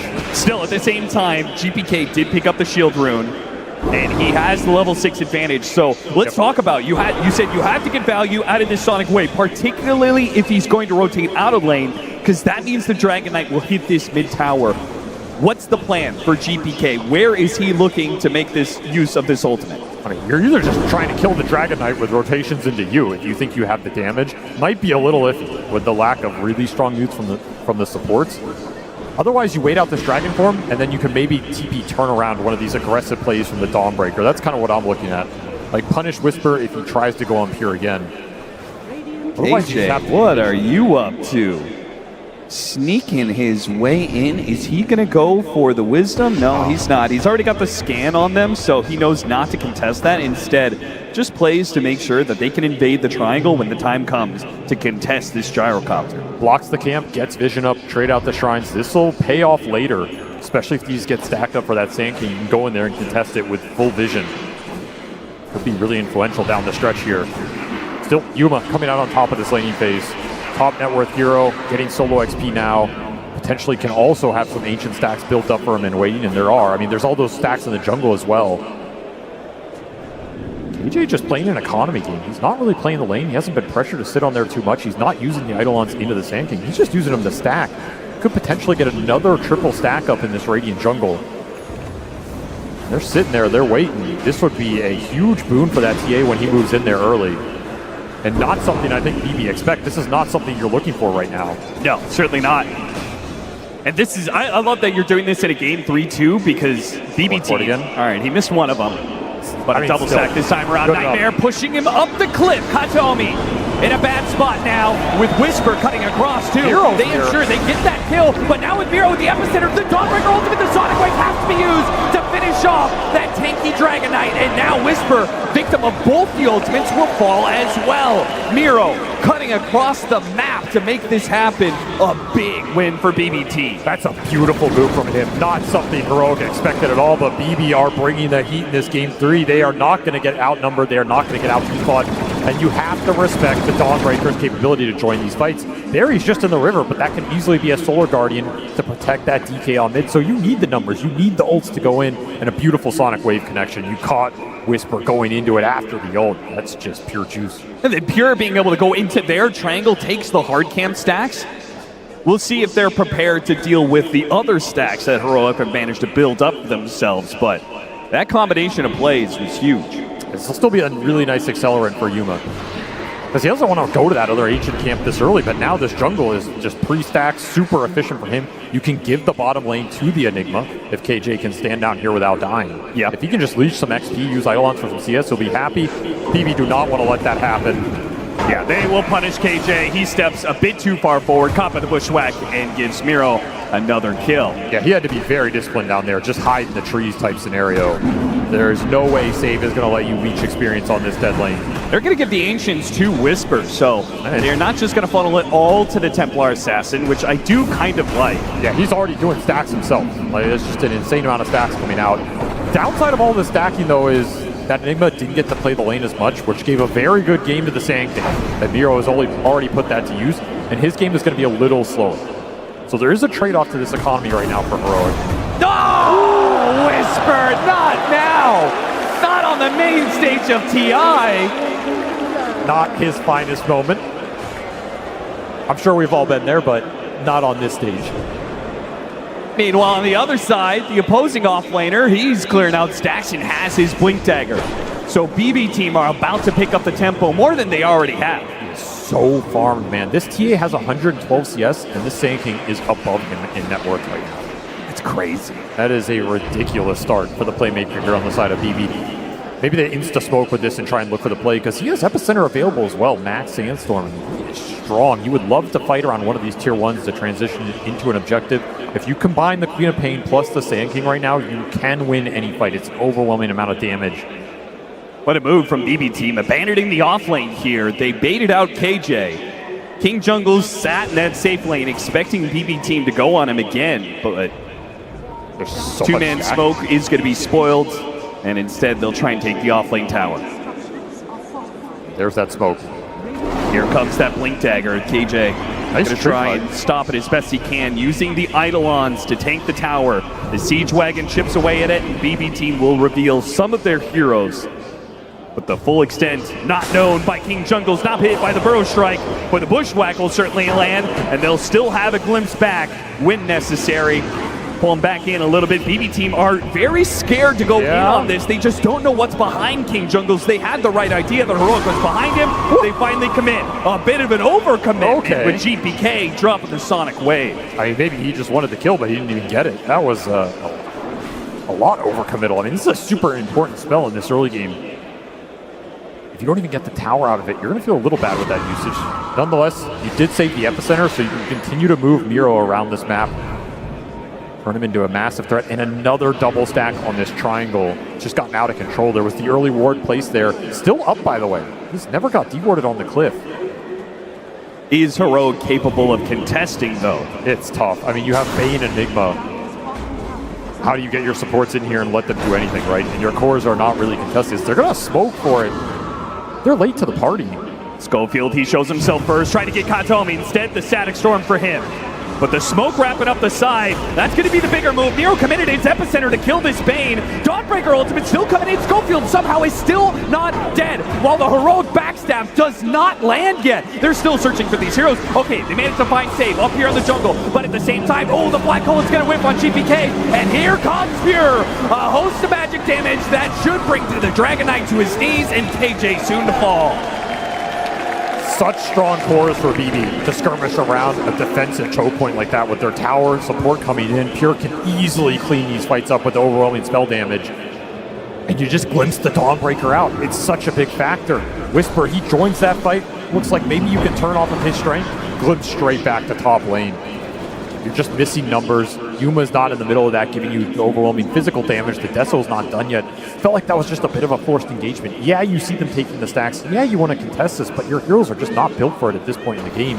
And you got to respect the damage this Gyrocopter can output. This is a fighting carry.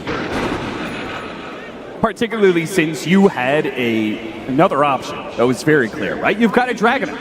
If they're going to back off and take off, their jungle, their stacks, then you've got a Dragonite to pressure these towers. But instead, the tier 1 mid and the tier 1 safe lane are still up for BB team. You're also just close to big items. Like that Blink just arrived for the DK. That's a clean initiation when he runs up the hill in the Queen of Pain. You can maybe make a play off that. Instead, it arrives now after that play. You were closing on the Deso. It just felt like the wrong time to try and strike BB. gain a little momentum off that team fight. Save looking for more. Yeah, Katomi, he tried to go for the Wisdom Shrine, see if he could sneak a Nightmare play. But he will be caught and killed on that. Amp damage rune top as well, GPK. Pick it up for free right here, closing in on that level 12. Such a powerful rune at this point in the game for this hero. Not only is BB Team getting the kills, obviously, with a score of 11-4 to their favor, but it feels like they're actually catching up in stacks. They definitely recovered the stack team. Early it went Heroic's way, that mid game it went their way, and they're just continuing to play off of Miro's strengths. Absolute beast in these smoke ganks. A lot of early smokes committed. That might be something that comes back to haunt you when the Roche is a contestable objective later. But for now, they are working, and it's giving you a lot of map control, especially if you get this tier 1 off this play. And Pure's going to make sure they do get it. With Miro behind them, ready to go with the epicenter, it's not possible for Heroic to stop this. Taking advantage of the fact that the Enigma is just not that strong on the map compared to the outrange of the Disruptor. Hoodwink Pure. Listen, man, your games have been a struggle a little bit. I'll make it any more difficult than we need to. Yeah, there's no need to draw even more enemies on the field than you already have. There's the Blink Dragon Knight move. With the form already committed, they need to get something out of this. Just using the Blink, they know they can catch him. Dragon Tail, Beam's Grip if necessary, and they feel like it is. Big kill. That's a 4x streak, almost 1,000 gold to the team after that kill. And some early Deso charges for Yuma, almost level 13. Really nice clean pick off there, abusing the fact that tier 1 went down early in this game. Speeding these cores along to BKB seems a necessity for Heroic, though Analog's not going to go for that. Mage Slayer. Mage Slayer instead for him. You actually think that's the better choice? It's just so good against BB's lineup. Like, I don't know how you can turn it down. Maybe it's a little slow, but...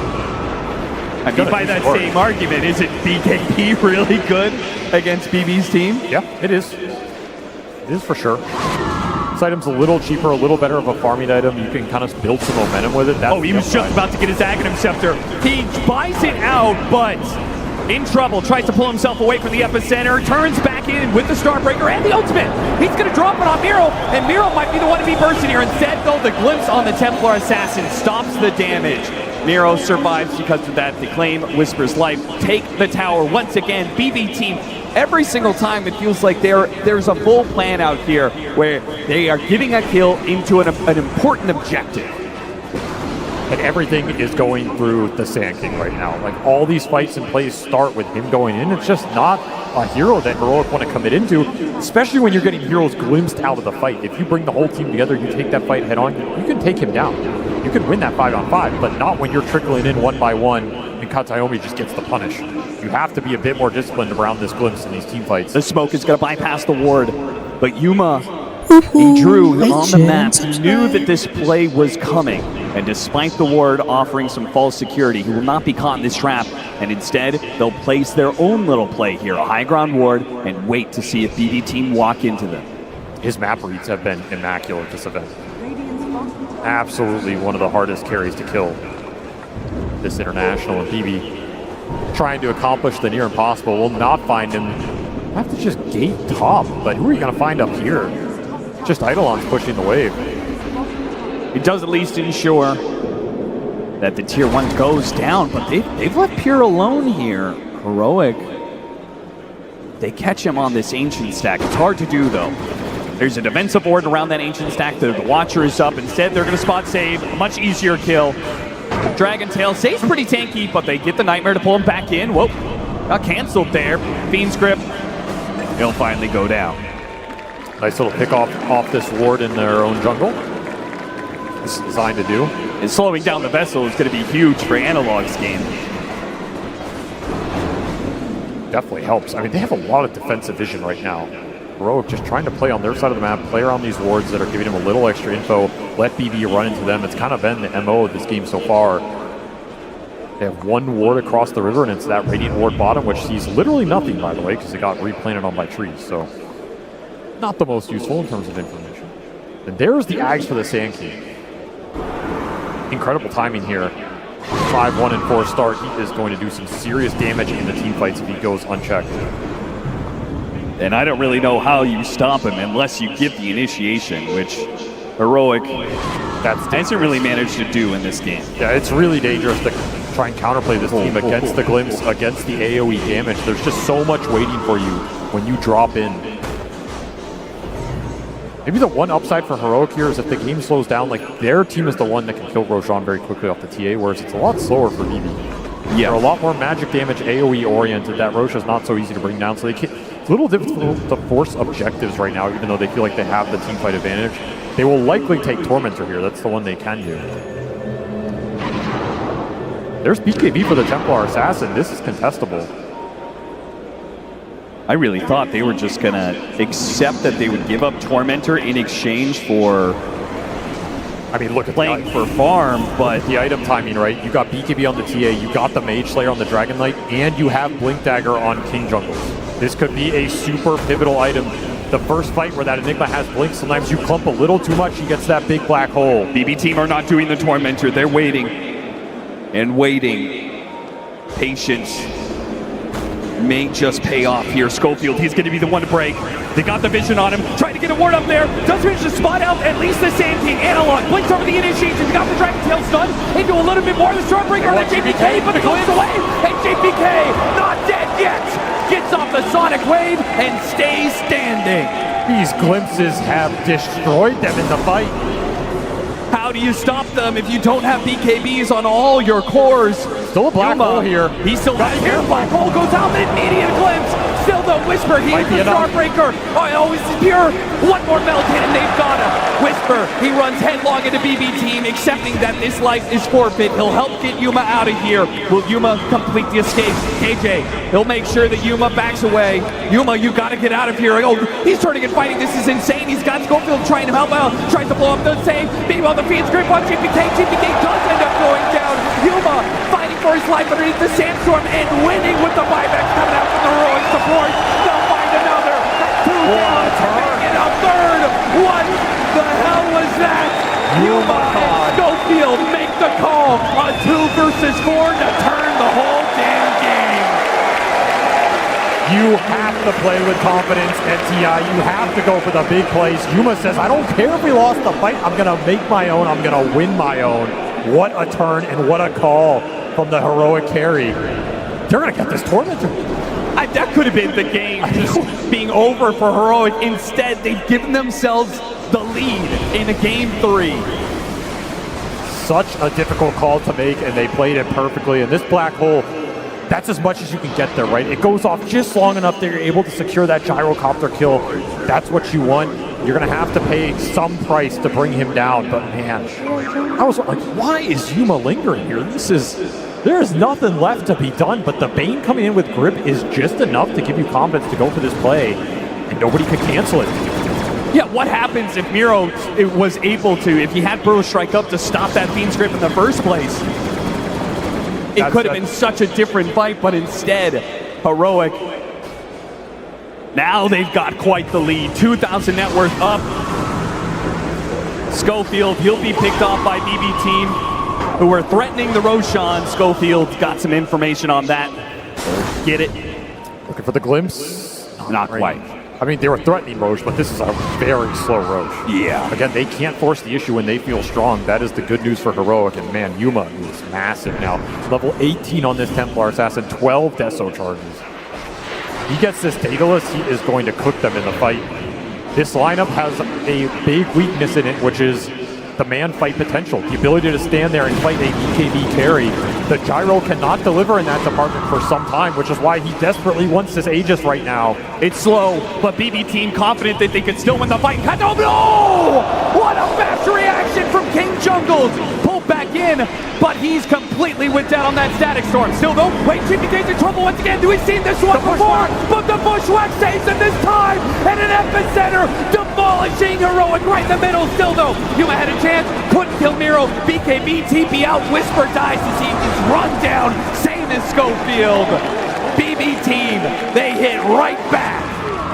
saves Hoodwink is so goddamn good. It is ridiculous. He has delivered time and time again on this hero. He always finds the bushwhack at the exact moment BBT needed in the fight. They get a swift Roshan into a team fight victory. The momentum swings back their way up 2K, and now this Gyro can take the fight to the Templar Assassin because he has 2 lives to do it. Ags online, Manta online, and then Ags delivered for the Queen of Pain. That will be GPK's item of choice to try and scale into this one.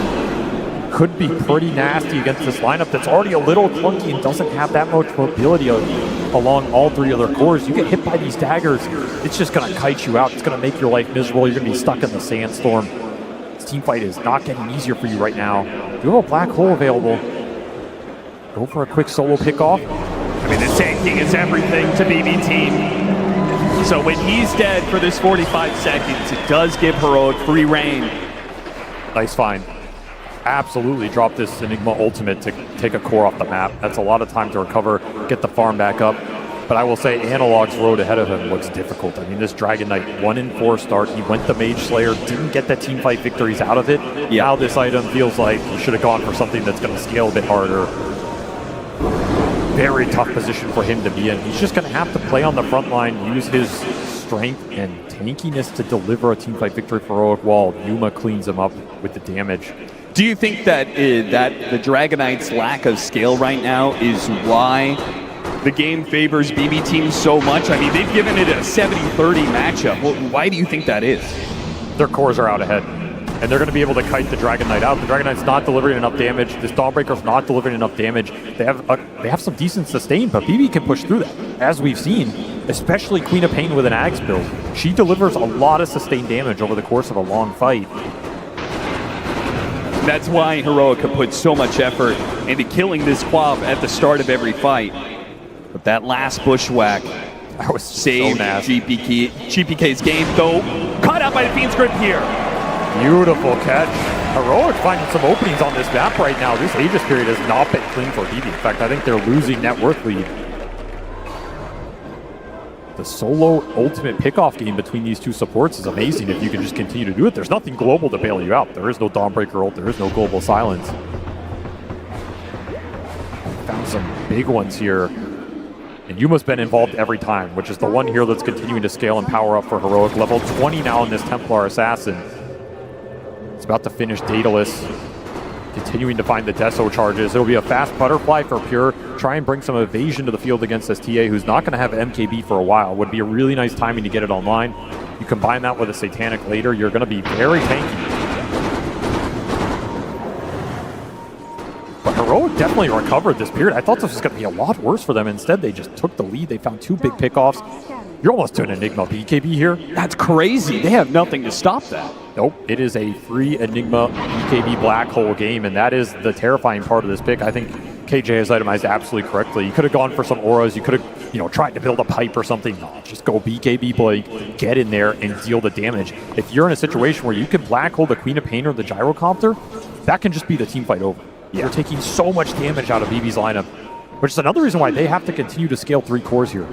You are up against some very strong debuff piercing ultimates between the Bane and the Enigma. You cannot rely on one hero to be the say-all, be-it-all. You need to get in there with everybody and deal damage across the board. BB Team, with less than a minute left on this Aegis, want to take the tier 2 top, completed a butterfly. A lot of timings coming together here. And Pure likely to just brute force it. Level 20 as well. You have to get something out of this Aegis. You have lost around 4 or 5K net worth lead. It will also be the Wisdom Shrine. Another big one. See, Whisper, he's going to try and stop Miro on the other side, but Miro gets there the other one. And that means they're going to chase after the Gyrocopter. Unable to find the stun. Could have Solar Guardianed into that. That was a dangerous play for Pure. That was. KJ playing with fire on the back line here, just taking camps away, getting wards out. Yeah, look at all the vision he's gotten down and placed that lane ward up top. Like, they know what the game plan is. KJ, he wants to just rat the map as much as possible, and he's doing a good job of it with his Eidolons. Yeah, the wards enable that. I mean, this is an impactful 0-8 Enigma. It does not feel like he's 0-8. No, it doesn't. You can also just potentially find a solo hero with Black Hole into Solar Guardian. Like, that is enough damage to bring some of the heroes down in this game. He commits for the courier. That's the gyro courier. Didn't die. Got off the shield. That means Pure will still have a TP scroll if that courier can get to him. Who are currently smoke wrapping through triangle, getting deep into Heroic side of the map, Yuma. and wrapping into Yuma. Yuma see him right past him. He blinks away. Instead, they get the Bane. Even getting the BKB out of the Templar Assassin would have been a small win, but smaller still is the life of Schofield. Maybe they try and kick Analog out up here, but there's Radiant Vision up here. He can play it to the limit. And that was an amp damage Queen of Pain for GPK. That was something they wanted to turn into a team fight. Won't get it. We'll have to probably wait for this next Roshan if Heroic continue to dodge. Though there's the BKB for KJ. Their team fight's online. It looks scary, man. This Black Hole is going to be a big problem if you clump. I think it's always scary when you have the rat combined with the clump punish, because you're so busy running around the map that sometimes, maybe discipline, it wavers a little bit and you don't maintain that positional, distance between each other to make sure you don't get Black Hole. You're so busy chasing after the Enigma or the Dragon Knight who are ratting you out that you may find yourself in a turnaround situation. Or you Heroic may not expect the move to come into you because you've been on the chase for so long. Now you are the chase. And it's Katomi. Two-shot casually by Yuma. The rest of the smoke not revealed yet. Now it shows on a save. Save shoots himself down to the low ground, but revealed. The trees are taken away from him. All cover gone, and Yuma, a godlike spree for him and his Templar Assassin as they regain control. Just feels like Heroic have a better read on this map right now. Yuma just playing out of his mind. A perfect game from him so far, 9-0. TA has an insane amount of Deso charges, an insane amount of damage, and if you give him an Aegis in this game, that was an important reason why BB took it away. You do not want to put Aegises on this Templar Assassin. That fight becomes impossible. Oh, just outmaneuvering him right now. They have found more pickoffs. They've gotten the lanes in better. They've got deeper vision, more information to play off of. And it kind of feels like they're outscaling him. Like, they have this Enigma backup. They have this Bane grip that can come out. I don't know what this Gyro is supposed to do in these late game fights against all these DPF Pure Scene ultimates. You can recover this Dragon Knight's game. It's not impossible. He already has that BKB done. He can build into some damage. You can get a Bloodthorn here. You can eventually get to Black Dragon if you want it. You can get a Mjolnir. Whatever your choice is, the DK is going to do some serious damage. There's a lot of pressure on BB to try and find something here in the next 5 or so minutes leading into this next Roshan. You have to execute, have to find a jump, have to make Heroic clump so your AoE can go to work. That's the best thing about your lineup. Are they ever going to have anything that stops BKB TP out? At this rate, it feels like Heroic could do this indefinitely as long as they have the right vision to see the initiation coming. It feels like they could just keep splitting the map until they're finally ready to fight again. Austin, this is Heroic.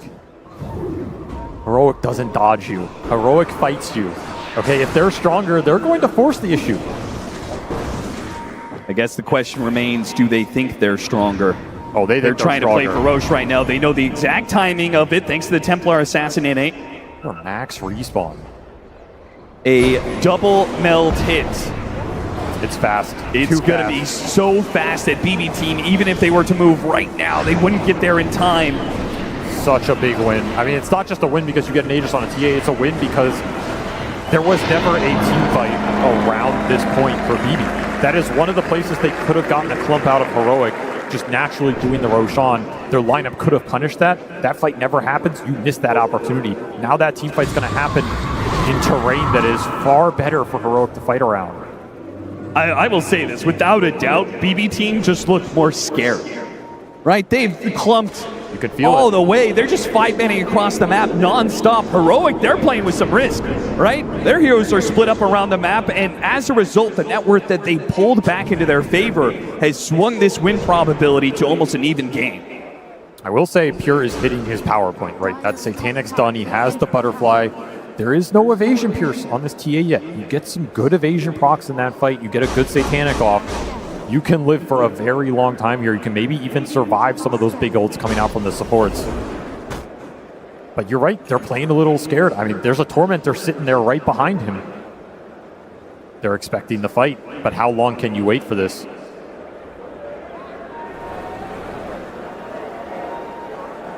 Everybody waiting for the fight to come to them right now. This is what happens in a TI elimination game.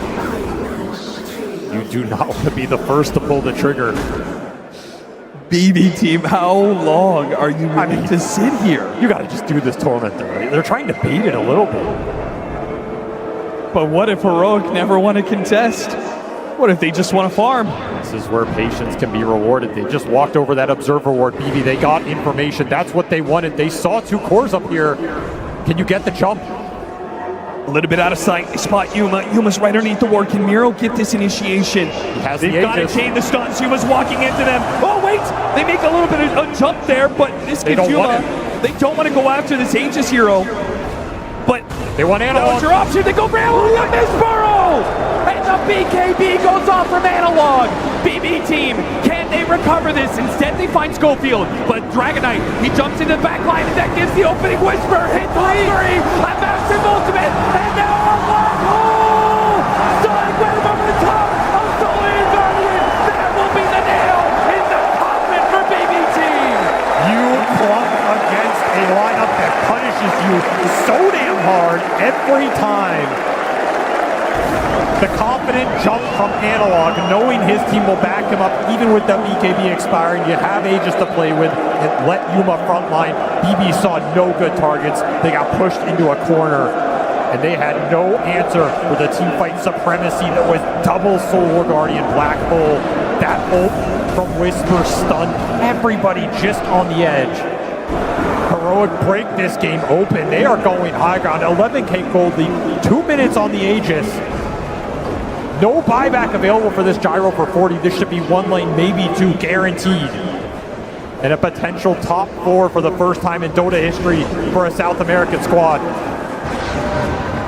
The spirit of an entire region behind Heroic, and they're playing like it. They're playing with that aggression, with that fearlessness.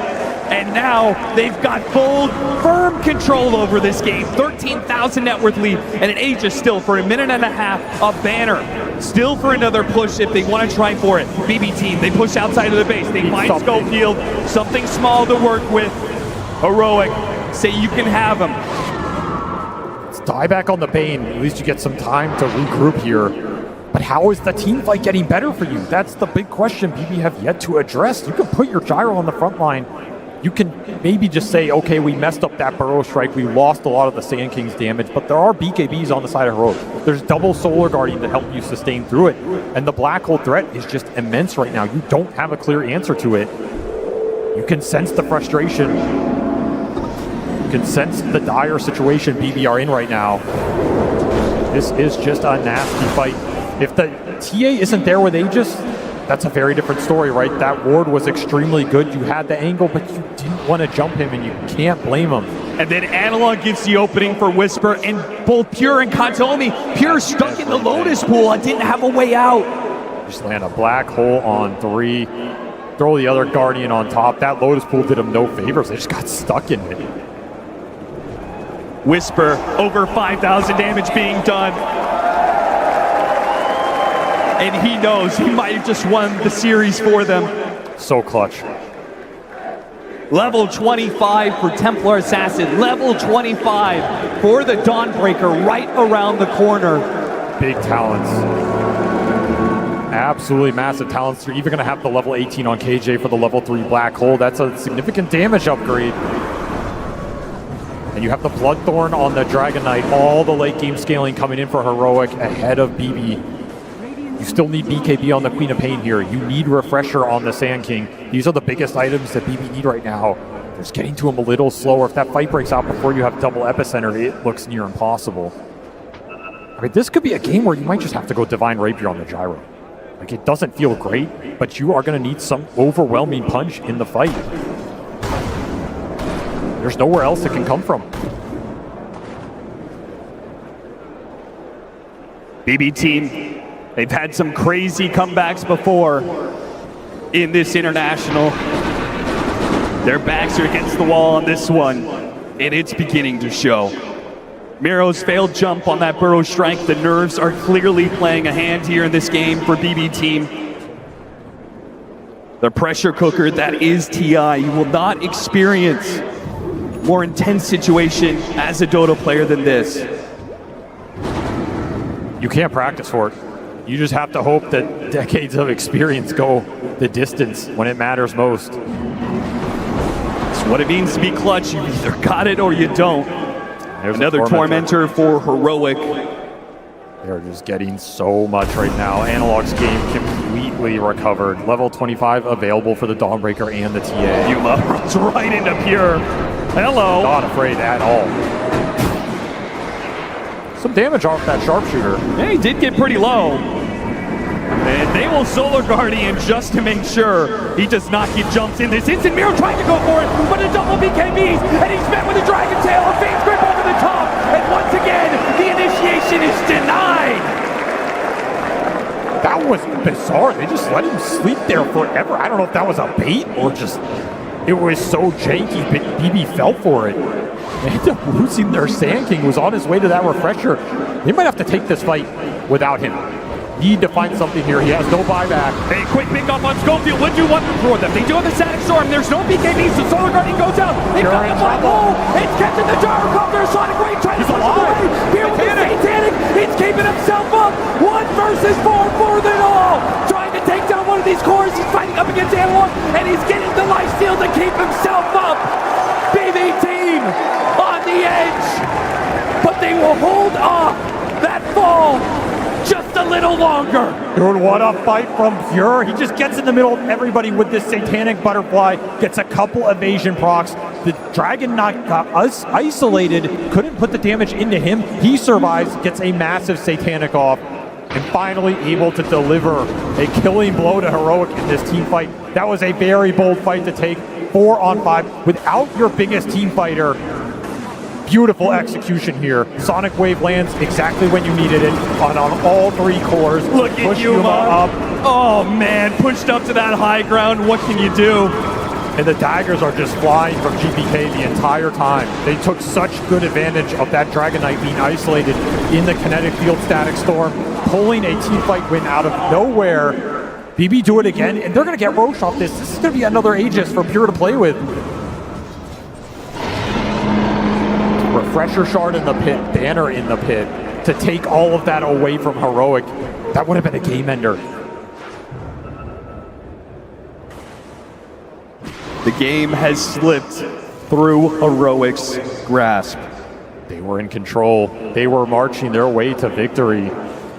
And now this is absolutely anybody's game. They've got to claw it back. I mean, but BB Team, they've got the momentum now. Is this divine territory for Pure? I ask it again. You have Aegis. You're getting close to that gold. You're running out of slots. This man has done it before at TI. It's not uncomfortable for him. And it might be what you need to win this game. Just think it's Swift Blink. A refresher for Miro. So if they can find that initiation, Pure will be able to jump right into it, as will the Disruptor potentially. Now that Burrow Strike, it's a lot more deadly if it's an Ag Static Storm over the top of it. These are the opportunities BB need to win these fights. Didn't exist 4 or 5 minutes ago. They exist now. You have an opening. You can go in with this Burrow Strike and threaten any of these cores because that Ag Static Storm will be dropped on top. And there is no way to bail that hero out other than committing more with the Solar Guardians on top, with a black hole in the middle of everybody. It could work out for you. It could be an absolute disaster. Yeah, the more you throw it at, the higher the risk is, right? Maybe that Solar Guardian doesn't save you. Maybe you're just running into that Static Storm, and BB Team on the hunt. 3.5 minutes left on this Aegis. Sweeping across the map, keeping that same 5-man formation. They say, if we're going to go down, we're going to go down together. And Pure, he disassembled that Butterfly for Swift Blink. Felt like the MKB was incoming for Yuma, which would have been his next item, but he doesn't have it yet. Kind of interesting to give up that evasion. You do have 2 lives off the Aegis and that Satanic. Especially since that evasion was entirely what saved him it did in work that last engagement. Absolutely did work. Look at the Space Ward right here. This is incredibly nasty if you get caught on it. Something interesting to work with. You get a little information on the Dawnbreaker. And keep in mind, 25 hit for GPK, that's a Sonic Wave damage upgrade. This thing's hitting for 900, and he's the one who got the Refresher Shard off the Roche. So it's going to be double 900 damage, pure damage Sonic Waves going into the fight, amped up even more. This is over 2,000 damage of pure going into somebody. Somebody just has to take it. Heroic have to get the jump. It's the only option. And Pure is going to put them in a very uncomfortable position. With the banner drop and a swift linking into the base. You do not want to dive too deep, though. This is still a lineup that can look at the cut. This is big. If they can manage to take away the mid-creep wave as well, so that should be protected by BB Team. Kills that banner, though. That hurts a little bit if you're going to commit to the high ground push here. It's such a terrifying push. You don't know who has buyback available. And guess what? It's all 5 for Heroic. They all saved it up. This push is almost doomed to fail. Unless you execute out of your minds right now. The fortune favors the bold. Will it favor him here? A bold move to go into the base, but they found the bushwhack into the epicenter initiation of Sonic Wave 1, and that's one down. Now they still have the Solar Guardian though, so it does trade off core for core with the buyback being used on the Dragonite. Heroic, they want to make the most of this situation. They got the control on the GPK, another Solar Guardian to finish him off. The bushwhack held the Templar assassin at bay, and GPK, he's away. Another Sonic Wave, and back in. A killer instinct for GPK, but it might just go awry here as a black hole. It catches Pure. Safe Whisper. Wait a minute, a Satanic. He stays alive, doesn't lose the Aegis just yet, but Analog, that's going to be a dieback for him. A Nightmare with the high ground. No, he's not going to make it. Stuck on the low ground and nothing on a bushwhack. Save. Give him an opportunity. BB Team still working with this Aegis. Do they go in? Do they go for the throat? 2 heroes dead, one of them with no buyback. You use GPKs though, you all in here and you die. It's game. It's up to Pure. It's his call. It's his shot to take right now. 30 seconds on the Aegis. Another buyback from Heroic. They're down to 2. Whisper on that Dawnbreaker. Yuma on that TA. They somehow got Whisper out of that Another Refresher. They may not see this coming. There's another black hole available. As he said, they got the Static Storm on a Pure. But you can't go. They can't. No. GPK. He does go. He does get that kill. He does force that buyback. Where is it? Yuma, you have to pull the trigger. There it is. KJ, this is an opportunity. A moment for greatness. Can he hit the black hole? Sets up everything for Heroic. God damn, it's not enough. Pure hits the Satanic, and everything is wasted for Heroic. How is he alive? He's just tanking Sideblade after sideblade, not enough to kill Miro. And Pure, he can play it slow. He's got another Satanic coming up. There's no way you back here, right? I mean, you have pushed this to the limit so far. You have another Satanic. You've gotten everything out of Heroic from 5 buybacks to none available. Black Hole dropped. Refresher Black Hole dropped. There's nothing left in the tank. Pure makes the call. Divine Rapier, Swift Blink in. He's going for the throat. Going for the throne. He wants to deny a South American top 4. And claim his own top 4. He made it to the final day of TI before. He's led a team to this victory before. He apologized to his team. He said, I'm sorry, but next time, I will carry you. And he does it. He takes his team all the way to top 4 at a TI. What a redemption game for that man right there. That thing looked completely out of reach, and somehow that one team fight bottom tier 2, belief in the squad, belief in your carry, go in, let him do the work. The Satanic timing was beautiful, and Pure just turns this game on its head. Crazy bushwhacks from Save, crazy survivability from GPK. This team was pushed to the brink, but they just did not give up. And they will find themselves victorious in a Game 3 that seemed out of reach, denying South America that top 4 that has always eluded them. It was so close. If you execute one more team fight in that game, it is yours. It was all it took, just one more fight. And South America, hearts bleeding right now. They've been here before. They've watched a team come so close to setting history. And Heroic regrets and redemption. The two sides of the coin in these matches. Overwhelming happiness for the win and unforgettable grief in the loss.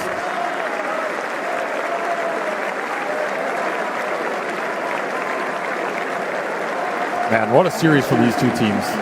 It's one of the most memorable BO3s I think we have seen at TI in a long time. So much on the line, so many clutch plays, so many insane teamfight victories off the spellcasting alone. In that last fight, that base defense, you land the black hole of your dreams. You cannot ask for more, and it is not enough. Let's talk to the man of the hour. He did it. He did it for BB Team. Let's talk to Pure.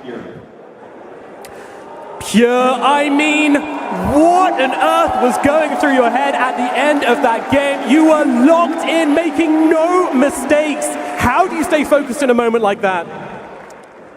I mean, I think I made quite a lot of mistakes, but we won in the end, guys.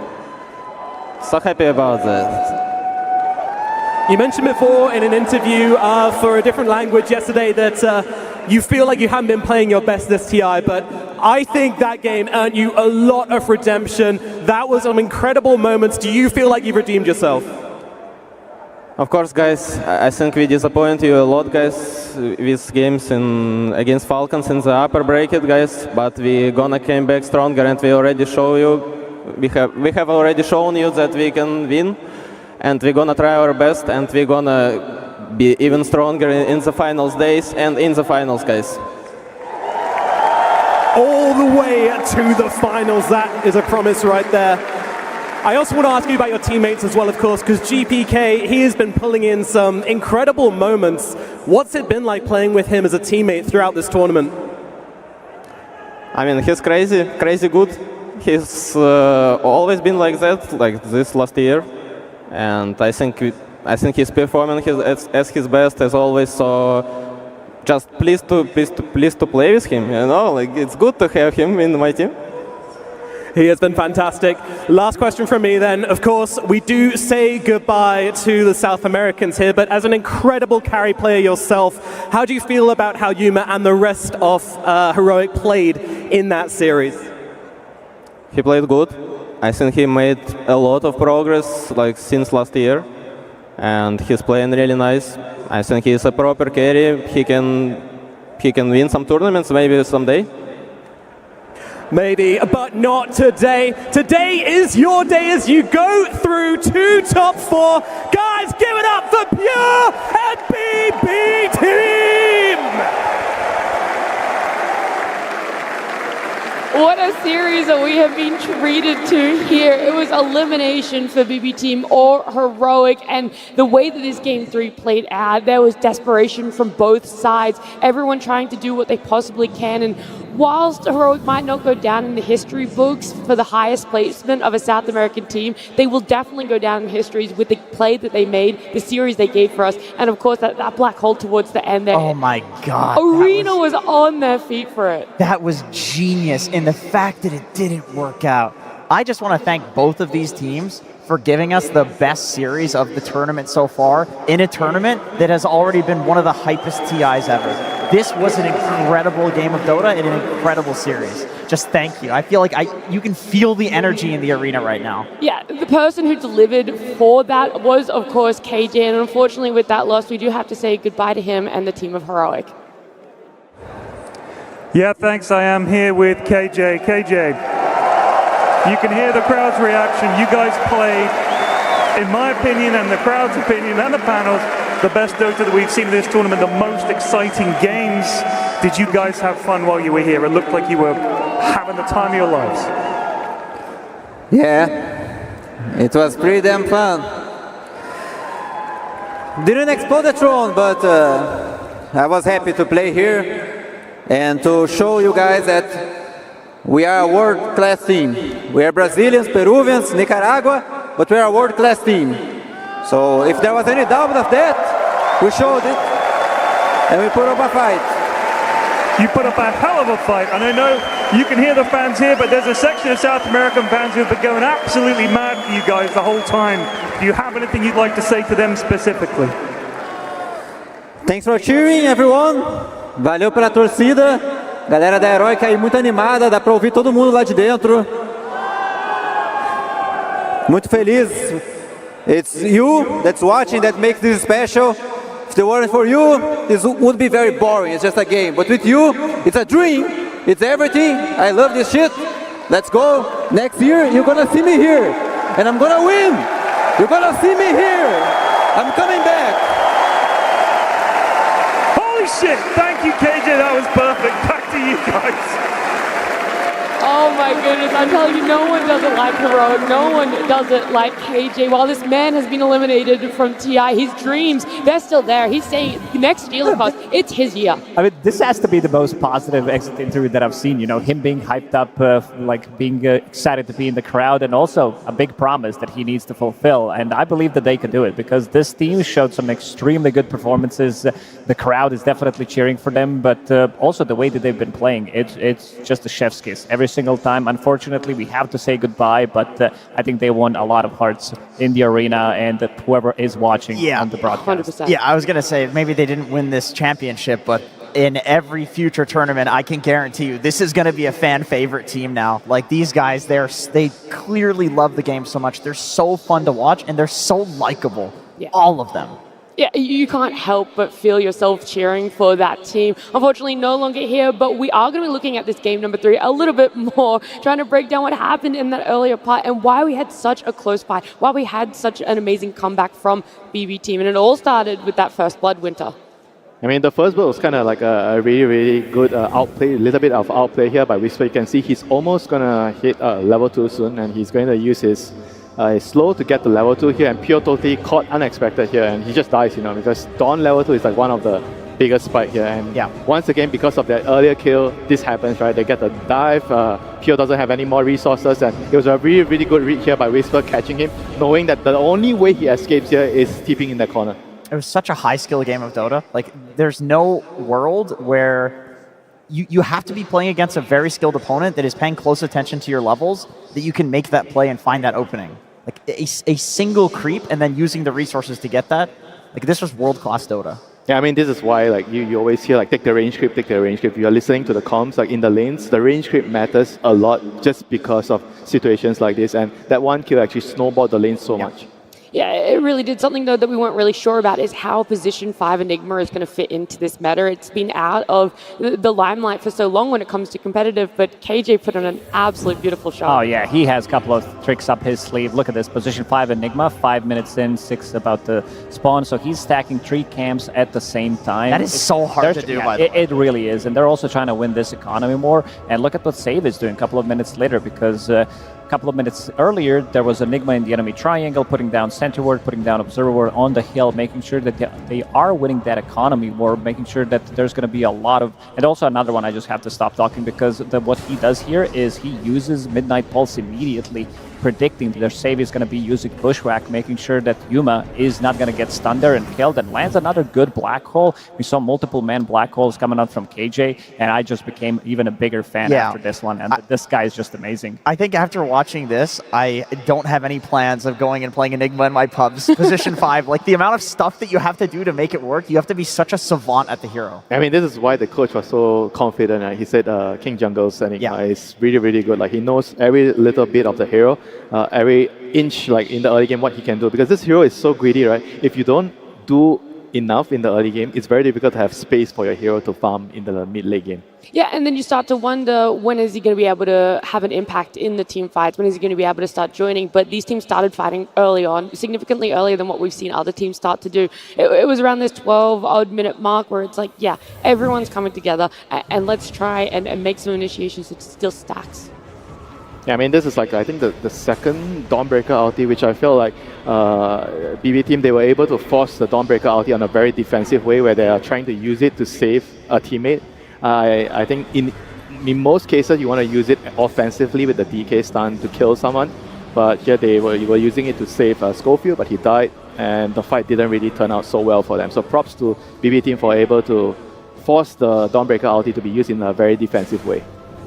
I think this is part of why we've seen Dawnbreaker falling off a little bit, is that the higher skilled teams are good at like baiting out the ulti and essentially playing around the hero. Whisper still made it extremely hard to deal with, especially when he got the Zune Blood right, as well as the talent that increases the AoE of it. It was very hard to not be like counter-initiated on, but there were a few times that BB team did a really good job. Yeah, I mean, I think this game definitely showcased why the hero, I think, is still a very, very strong pick at the right time, especially when Silencer is banned, right? I think you mentioned that a couple of times. When there's no Silencer in the game, the other counters doesn't really seem like it will bother the Dawn too much. Yeah, there were still moments where we're like, okay, this Dawn, why isn't she getting picked more? And then you see some of the solutions there. We were also seeing a lot of fighting around this Tormentor. 20 minutes, that's when we see teams clash a lot. This is not the goofy one. The goofy one where they stood around for like 5 minutes happened a lot later. It was such a tense game. And I think this was a really high skill play by BB, like knowing that with the TA, of course you want to go to that Tormentor. This hero can like legitimately solo the Tormentor, so you do not want to give this objective up. So they bank on the fact that Heroic is like, okay, well, BB's going to try to take it from us then. So there's just multiple levels to the gameplay here. And the team fight, the Black Hole, it was very nice on Pure. Unfortunately gets interrupted. You saw the Hoodwink could not connect the stun earlier, like Lacoste mentioned. In this fight, it dragged on and dragged on and dragged on. And eventually, BB being patient on that Tormentor high ground did pay off. Yeah, we're going to see the rest of what happens here, though, because whilst they're patient on that high ground, they overextend, and you're able to get better positioning on the side of Heroic, and it actually leads to them getting the this is something that only happens at TI, to be honest. Like, the pressure is there. You feel the nerves. You feel like we can do this. We can we can get a bunch of kills here, eventually end the game, get a big lead. I also think you can overchase. Yeah, we've seen a lot of these top-tier teams that are still left in the tournament utilizing these buybacks, making sure that they're going to be winning the fights. We saw earlier in Enigma series as well, 20-minute buyback coming out from Under or just to kill Sniper on XM, buying back one more time. So understanding that certain heroes are much stronger, especially those that have global presence, potentially like a Dawnbreaker in this series as well. Whisper, he had a great game. The Refresher, the Aghanim Scepter build. He also did build into a bit of a later pipe combined with the Mage there. We did reduce tons of damage, but most of the damage in the late game was physical, and the way they did it on Pure with this Blink, Divine Rapier, Butterfly, disassembling with the Chop Shop. I think Pure is the one who's like ready to go in multiple times, risking everything. We saw it in game number 1 with the buybacks as well on their side. I think buybacks is a very crucial thing that we also need to mention a lot. Whisper even ended the game with the Blade Mail. When they were in the 2 or 3v5 situation, he not only goes for this late game pipe, which I think is really interesting, you kind of have to do against all of this magic damage, but he goes for the Blade Mail to try to... This was the game-defining fight here, where the Gyro kind of solo carried. I don't want to say solo, but he kind of didn't die and carried the game. It looked like it was going to be really bad because it was a 4v5 fight. I don't think Hyori expected BB team to actually take the fight, but somehow Pure doesn't die, and he survives and he kills everyone and totally turns the game around. Yeah, having that Satanic for him, being able to get it off, him unfortunately not dying in that black hole. This is when things started to unravel a little bit for Heroic, and massive props to BB team, and exactly what you were just describing, Lacoste. Pure is not afraid to be that person that sits in the front line despite being the carry. He's okay if the black hole is used in him, knowing how much he can rely on his support, how impactful GPK has been as well. Yeah, he definitely knew how much he can tank there, and also being very patient with his Satanic. He knew that he was going to get black hole. Sonic Wave did connect for a couple of seconds, making sure that extra bit of a damage from Templar Assassin is not getting through, and also life-stealing with that Satanic still with the Aghanim Scepter, with the Side Gunner, and very nice read there coming out from Pure, really pushing the limits of the hero. He had to absolutely do that, because I think if that same damage is pumped into his teammates instead of him, they lose that fight. It's legitimately... They lose the game there. They lose the game right there. So if he does not wait until the last second to use the Satanic, let's say he uses it during the black hole, it doesn't work out. He knew that he had to push the limit there. This is the only way they're going to come back in the game, and good lord, what a comeback it was. Yeah, what a game, yeah. That has to be by far one of the best games I've seen this week. It wasn't just that game, it was this whole series, right? From our game 1, where we had an Aegis snatched from GPK, it feels like it was so long ago, but that was literally the same elimination series. These teams pushed each other as far as you possibly could with all of it. And so, yeah, Pure going to be our standout player for that game number 3. But BB team are going to have to play later today. You got to find some more energy in the back pocket here. I don't know. They got to go to the sauna or something and relax because it would be very hard to cool down after something like that. Yeah, you have to reset. You have to forget everything that happened. Sure, it was a hype series, but you need to conserve your energy. You can't really celebrate. You need to keep your mind on the next game. You have to focus, and your job is not done. Well, we're talking about conserving energy, but someone who has energy in buckets is, of course, our stage host. We're going to head on down to Slacks and Tsunami. Thank you very much. Yes, we are cooling down from a very intense series, and I thought we'd play a little game of our own. Now, if there's one thing I've learned with my time in Germany, it's that things are very orderly and things are very coordinated. So I thought I'd do a test of coordination with 10 fans from the crowd. We're going to play a little game. It's very simple. You're keeping a line going of one of two actions. Slacks, you're going to hold out the mic to one of them, and they're going to start out by either doing GG with GG, knees have to hit the arms, or you do well played, hands up. We already got some people who know it. Let's get a little practice run. If I say GG, or we do well played, and we'll keep the chain going, but if you mess up, you're out. All right, Slacks, you get it? What? Okay, we got it. It's fine. We'll figure it out. All right, gentlemen, do you understand the rules? GG's well played. All right, audience, you guys ready? All right. Practice round. Let's do a no practice one is round. eliminated. Make sure we all know the rules. We're going to go quick. Are you ready? 3, 2. GG. Well played. GG. Well played. GG. Well played. GG. Well played. GG. Well played. GG. Well played. GG. Okay. Careful, young man. GG. Well played. GG. Well played. GG. Well played. GG. Well played. I'm seeing a lot of half-hearted hand hold-ups. I gotta get those hands. Here.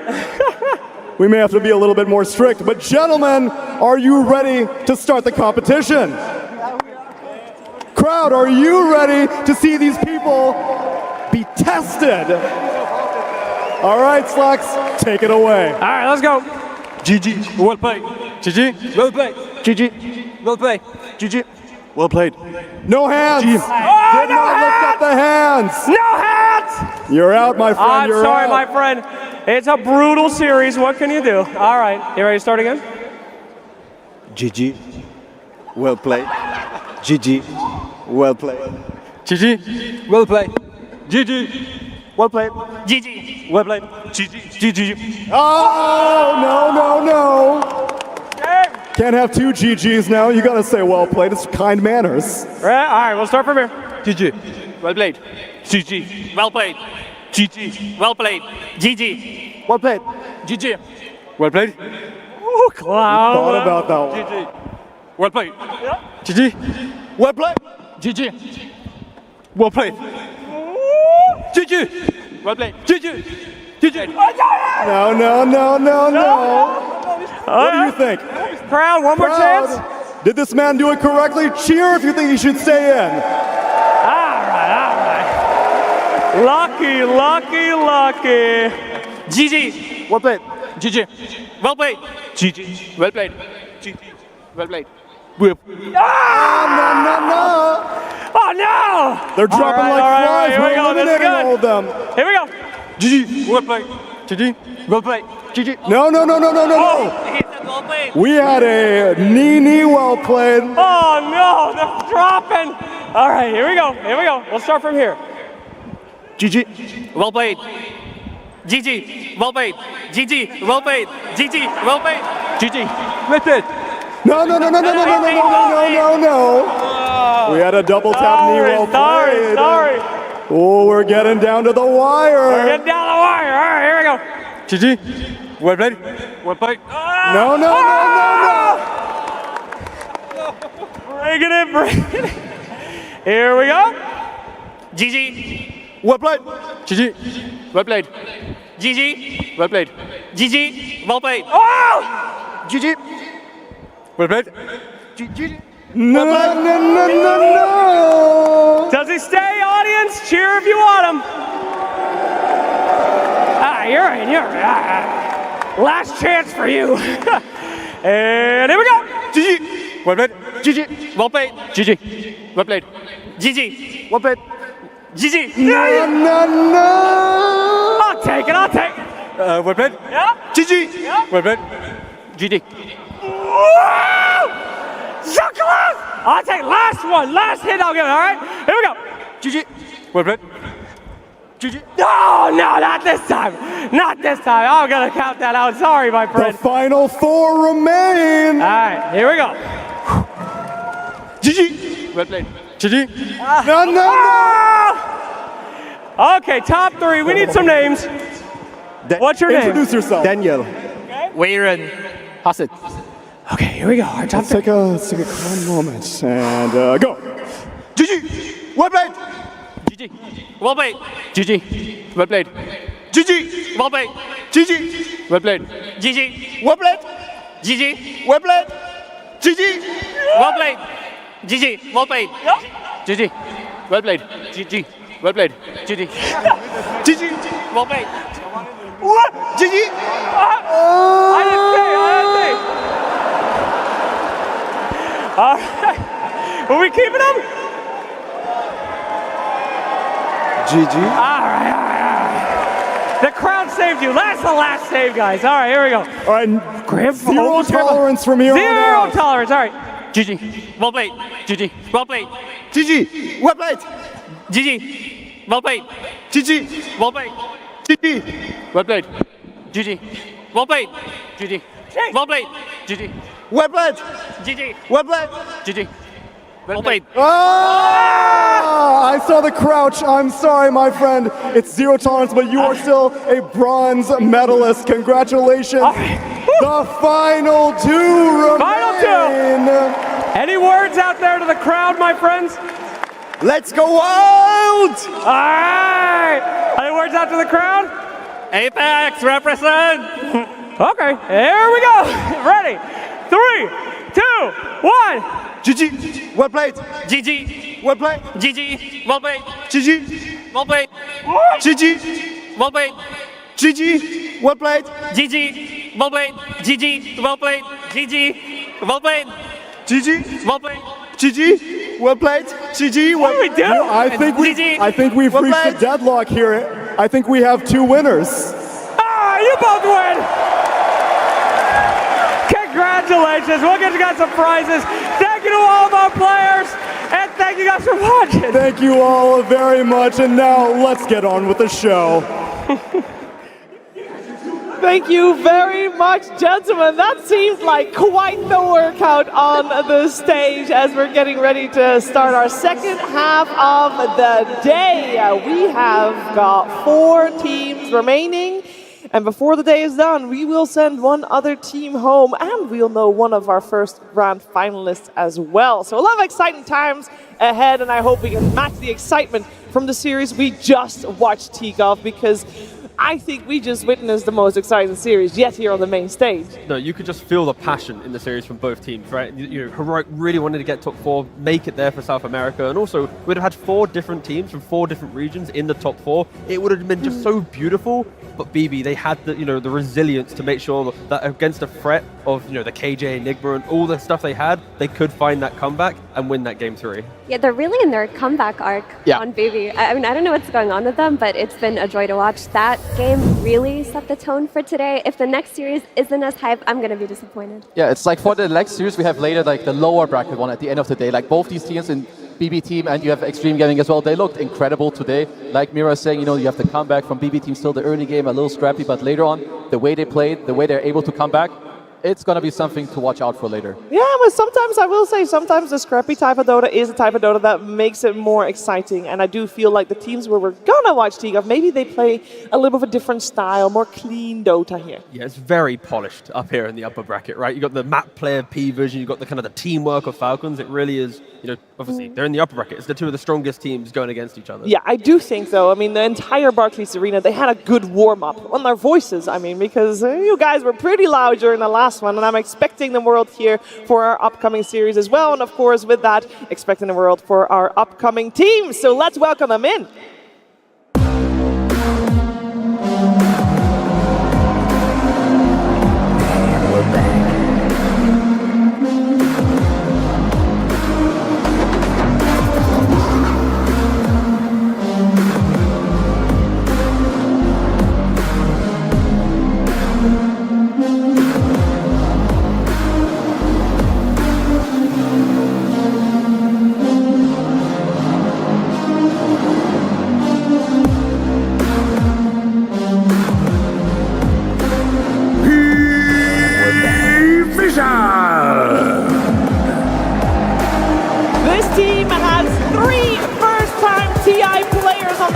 but you would not know it. This team levels up in front of a crowd, and that goes for every single one of their players. It's a joy to watch, and I'm sure we're gonna see a hell of a show be put up by this squad of P-Vision, and I'm also sure that their opponents will do everything they can to stop their advantage. Let's take a look at Falcons.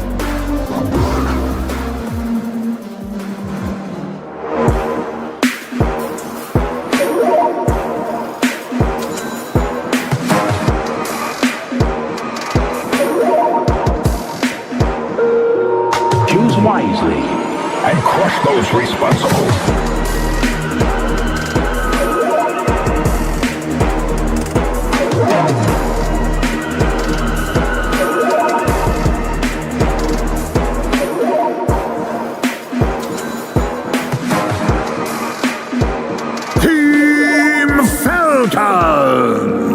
Choose wisely and crush those. Ever since Falcons' inception, it has been top finishes for this squad. Yes, 2025 was not as clean as the year prior, but they end strong. They always do within a tournament, and perhaps this year is their year. Ending strong is what they do, and we'll see how far they can take it at this international in 2025. They are on the right track to go all the way. I would say for a lot of people, it was Falcons that was one of the favorites coming in, but I don't know if that's still the case. When we see these two teams, Effie, do we have a favorite? It's so hard to pick a favorite between these two because they are so polished. Their style of Dota is so strong right now, and they both have kind of peaked throughout this TI. So I can't tell you what's going to happen, but what I will tell you is it will be very nerdy. You've got Astini on one side, AUI on the other. Yeah.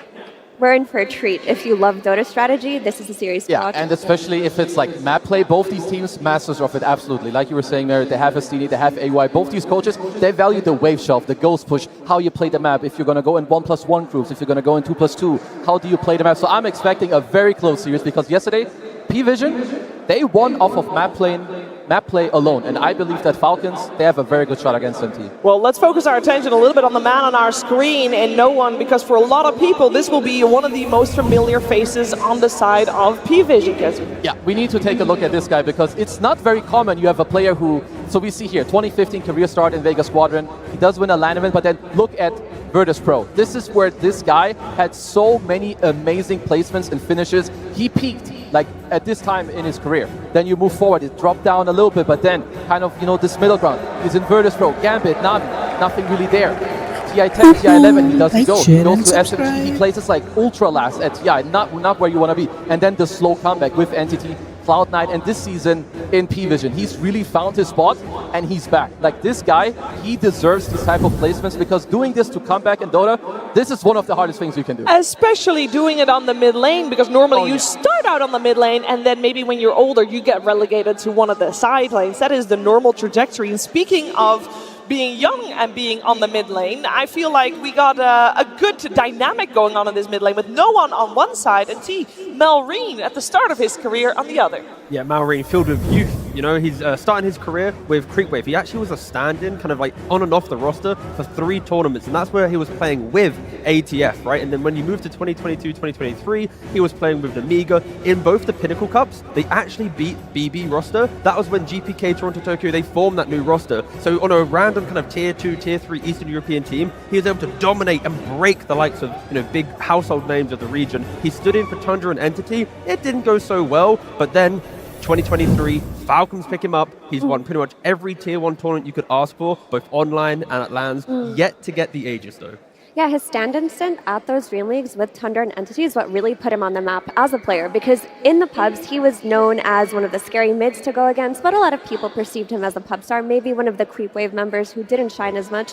After his stand-in stint, Falcons, when they were forming their roster, they took a look at him and they said, this guy is good. We need this guy on our team. He's way better than a lot of the potential mids. And they took a shot on the best possible choice. He has fit their team so perfectly. Oh, yeah. And they have like this really nice mixture too, right? We talk about it a lot. The veterans with the young guys. You have the experienced coaches. Because to me, I didn't really have Marino on my map maybe like 2-3 years ago. Yeah, you see even pubs. To me, he was like one of the annoying guys. The alt chat, the tipping guy. He still is. Yeah, exactly. Like he hasn't changed. He's like Amar 2.0, but he didn't have like I would say the experience and like the placements to back it up. But now, like we're saying, he fits in so well, he plays amazingly. Yeah, just tip top. But what is any core without their support, Effie?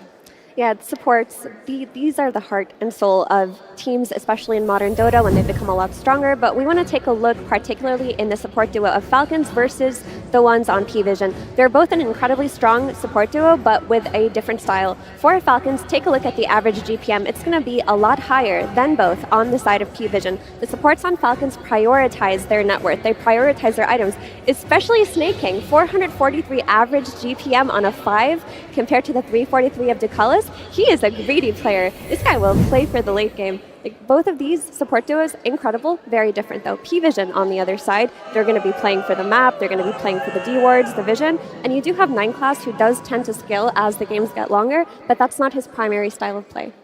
I do really like that you could see, right, with like the GPM that we saw just now, like Snake King, he's really high up there. It's more about like the map, putting the map in the right state, pushing out the dead lane, whereas you have Crit, who's lower on the GPM because his spot, like T also talked about a lot of other games, they're about this 1+1 kill duo on the map, so he's more about the cores, going with him, making sure you've got the damage. And it's scary that Snake King's doing it on heroes that also provide healing and buff ups, right? Like on Chens and Pugners and Chantresses, like you give these heroes economy, they are going to break the game. So it is very scary. I think Snake King from that graphic is the player to look out for if he can get the scaling in this one. Yeah, and speaking of heroes, there are a couple of heroes, Kezu, that we should be keeping an eye out for in this upcoming upper bracket finals. Oh, absolutely. I mean, I'm just going to mention the ones that I know of, because when you get to this stage, they're going to be cooking up stuff. But from the ones we've seen, you've got the Sand King, the Beastmaster, Fall Marine, can be flexed to Amar as well, and the Amar Mars, like absolutely like hero of the tournament for him. Hoodwink from the support role. We've also got the Pucks, that kind of come in and out, I would say, for both the mid players, and then P-Vision. A lot about this map play, being annoying, being toxic on the map. You've got the Carry Tinker, you've got the No One Invoker, he absolutely stomped in some of his other games, and then the Slark, the Monkey King from 9class is just the absolute bread and butter from these two teams. It is the bread and butter, and there is a lot of pressure, and I'm sure that both teams have done their prep to, maybe alleviate the pressure a little bit as we see Skeeter getting in the zone for the upcoming series. We'll see if that proves to be correct. On the right track, that is absolutely for sure. But can Falcons deal with the heroes that P-Vision is bringing? Because it's definitely a different style. Yeah, when Kezu and I were talking about the heroes that they were playing, I was like, you know what, let's double check what Falcons actually play from the P-Vision hero pool. And it's only 3 of them, right? When you look at the contestables, Naga, Beastmaster, Monkey King, all Falcons have played on 7.39. But they haven't touched at all Enigma, Lycan, Tinker, Invoker, a critical hero for no one. So in this upcoming draft, we're either going to see Falcons play heroes they have not touched at all in the patch to take them away from P-Vision, or they're just going to be unable to play them and have to use them in the bans. But it is quite interesting that a lot of the staples of P-Vision, Falcons just have not tried playing so far.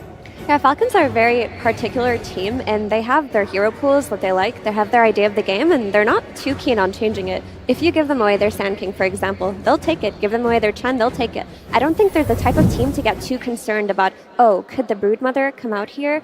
Could the Invoker potentially come out here? If that does come, they will address it, but their style of Dota is so strong that they should just stick to their fundamentals. One thing to note, Amar did play the Slug previously in a different patch, but on the offlane role. So if you want to go absolutely crazy, then Amar would be doing that. But, upper bracket TI finals. If the right game calls for it. I mean, yesterday he busted out a 24 Huskar. You cannot say he's not going to pick something else. Exactly, but he's done it in the past. But of course, Crit, he's an honest man. He's not playing the support slot. Yeah, can we talk for a second about the road that both of these teams have taken to get to this point? Obviously, both from the upper bracket, so nothing but victories. That's good. P-Vision has 2-0'd both their opponents, where Falcons, we saw yesterday, drop a game against BB Team. Anything in particular that we can learn from that loss that they suffered, Kezu? Maybe something about the mid game, because if I remember correctly, they were also doing very well in that game too, and then they kind of let it slip away. And that's not the first time I've seen that. That did happen to them in the road to TI as well. So maybe P-Vision overall feel like a little nicer. Maybe that's something they want to exploit, like this potential mid game pressure and threat, try to force them into a mistake. But like we've talked about, and also the coaches, they're so experienced, they're going to have looked at this, AY and Destiny, they're going to talk to their boys, guys, remember this, let's do this, and yeah, they're going to be ready for this. it is kind of fun to see only one hero that both of these two teams have incoming. That's kind of unusual, isn't that right, Effie? It is unusual, but like I said, these are very stylistic teams. They have their own way of playing, and ATF in particular, like he was the hero specialist. His hero pool has expanded quite a bit, but every few patches he'll fixate on a handful of them, and for this patch it just seems to be the Mars and the Bristleback. Those will be the most contested. I think we still may have potential for the Timbersaw to come out, something like the Huskar we've seen yesterday, but for the most part that Mars has been his bread and butter. Yeah, and definitely one of the heroes that will be contested in the upcoming game. And speaking of that game, guys, upper bracket finals, one of these two teams will be guaranteed a TI finalist of this year's international. A lot of pressure. Let's see how the teams deal with that in the draft.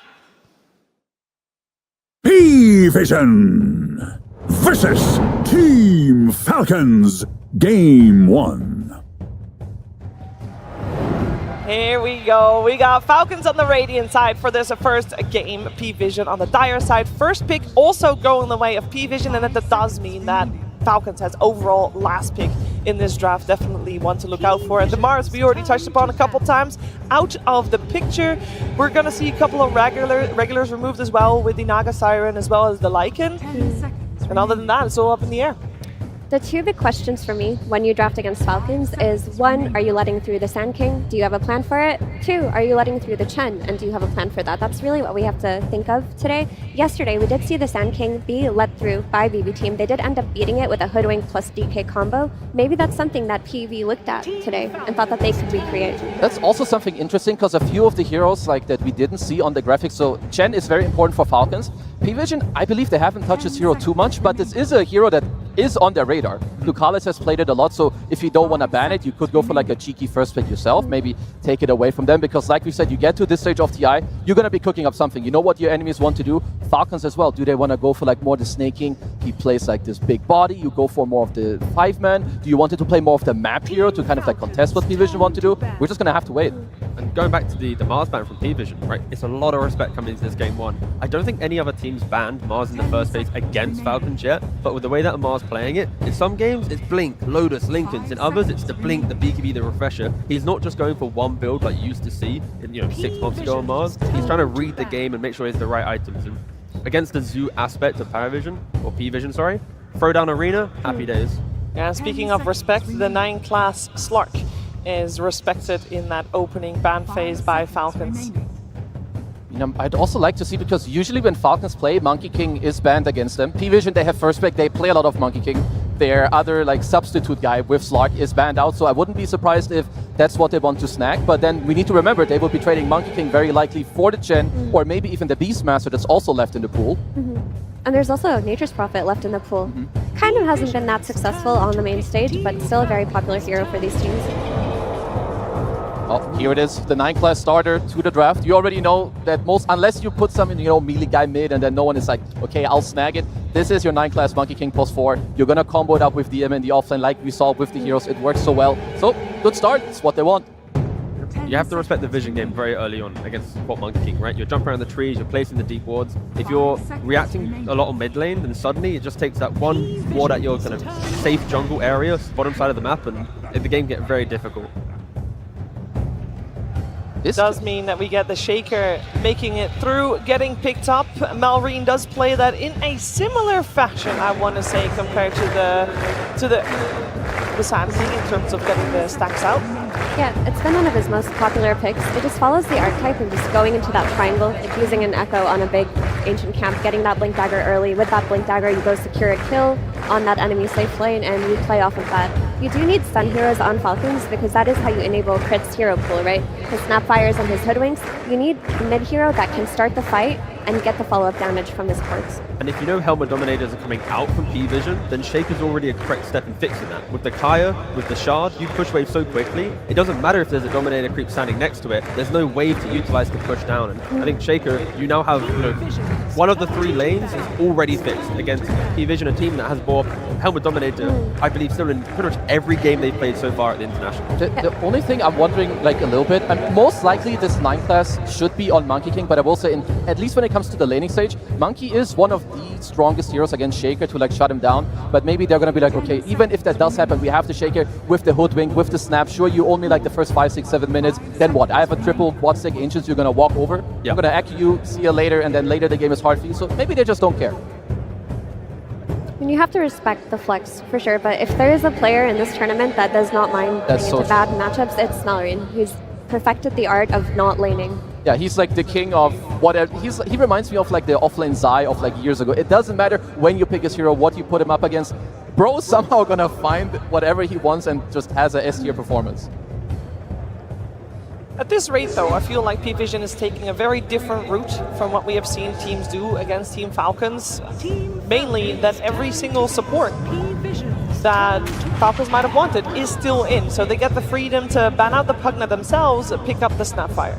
I think P-Vision is respecting the fact that you can ban supports, but it's the front line that Falcons need to utilize to get themselves into a game, right? And I think a lot of the bans are the building blocks to the aggression of Falcons. I respect it, especially for a game 1. You go with this style, if it doesn't work, going into the next game, then you start respecting the supports maybe. But go for this idea, try and implement it in the first game. And Falcons continue down the very kind of textbook approach of their draft. They enter the second phase, they pick Snapfire, there's Hoodwink, the Snaps, you just pick one of them, nothing too crazy. And something to note is that P-Vision, DM has still been playing his sacrificial style of offlane. He'll play his buff or utility offlaner, so if they need a pipe now that they've seen the Snapfire, you could just roll it back, have DM play a hero that builds the auras, buffs his team, let 9 class roam, and play off of a mid-game timing with that aura. I mean, that will definitely already be quite good, right? You see the Shaker, you see the Snap, you know it's overwhelming magic damage that's coming out later. I will say I love this pick from P-Vision. First, not only does Monkey play well with Bob, it's a lane that's playing aggressive, you can actually gank it early, you abuse like the map, you both push, you can kill with each other, but also it's one of the better heroes alongside Monkey King to pressure an Earthshaker in the lane. They're trying to make sure this Earthshaker does not have a good time, right? During the combo, you've got Oracle, any of his defensive spells, you throw them out, that's going to combo break the Shaker. Like Kesby just mentioned, the laning aspect of the Queen of Pain, the rotation of the Monkey King, they really want to make sure Malrine cannot enter this game. Yeah, P-Vision have assembled a very strong middle lane here. They're going to get the rune prediction from the Oracle, the roaming Monkey King to play with this Queen of Pain. Like, they should have these runes on lock. If you're taking away the power runes from this Earthshaker, you're kind of relegating him to just farm for a while. He's not going to be able to rotate. You're going to have to deal with the pressure that is coming out of this No-1 Queen of Pain.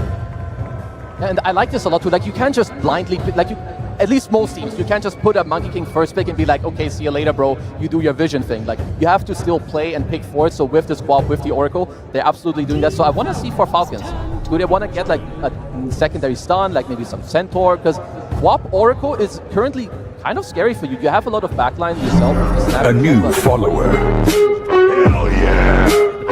Sustain, right? Yeah. The sustainability of Queen of Pain, the elusiveness of the Monkey King, Oracle, of course, as well. And now Falcons go, you know what, you've got all of this, we now have our Chen. Whoever you go on, we can push forward. And I think Falcons, they need to pick up another initiator so it isn't the Shaker having to go in first. I think if someone can develop the fight, provide information, and allow Malrine to then layer on top, that's when their draft will come online, be it from Skidder or from ATF. It also gives them the ability, after they've hit a few of their key item timings, to just group up. If you look at Monkey King plus Queen of Pain, what they want to do is they want to have Monkey King scouting in the tree line, Queen of Pain instantly following up. They want to just look for pickoffs on these side lanes, take advantage of Falcons playing their tri-core and scaling. With the Chen, you just group up early. You're not even worried about this Monkey King and Queen of Pain picking you off. And with the Snapfire pick, it is protecting Doom from that flexibility of the Monkey King that you guys mentioned, because if the Monkey goes into carry, you've got Snapfire the cookie, ways to displace and kind of keep the Doom alive. Sure, it's not going to be a great lane, but I think they respect the Monkey Flex, but they don't really care. They just want to get their items, get online, and play for that mid game. Yeah, that wasn't a good Doom stat for Falcons, though, I will say, with the 0 and 2. How does it fit into this draft? Is it a good fit? Are we happy with this? They don't have perfect lockdown, right? If it's a Shaker combination or a cookie, not really relying on a Centaur stun from staking. So find hero, Doom hero. Find hero, black hole hero. That's what I like. This is normally banned against people. Yeah, this is because the DM hero. is a monster. Like, they don't really get their hands on this hero, and it goes into like their script, right? You've got the Monkey King with the Enigma, the weaker guy with the stronger guy. I get you out of the lane. you do your thing. I will say Chen is considered one of the nicer heroes, at least in lane early on. You can like steal an Eidolon and like fight back. But yeah, both teams getting a lot of the things, honestly, that they were looking for before the game even started. I think for P-Vision, they're really leaning on the pacing of their lanes, right? If Quok, we know Quok's going to have a good time against Shaco. We know Monkey's going to open up the map. Enigma should be able to open up bottom, especially if he's not laning into a Gyrocopter or a Dawnbreaker carry. Yeah, Skidder, I believe he has been dabbling with Dawnbreaker carries, and that is a good counter to Enigma. I think if the Enigma lane can be shut down, there's life to Falcons. If you don't shut down the Enigma, I can see this map getting absolutely broken in the first 15 minutes. We also have to respect the flex of this Doom. Like, you could easily, if the last pick from P-Vision calls for it and Falcons see a better hero for the offlane, they could just throw this on Skeeter.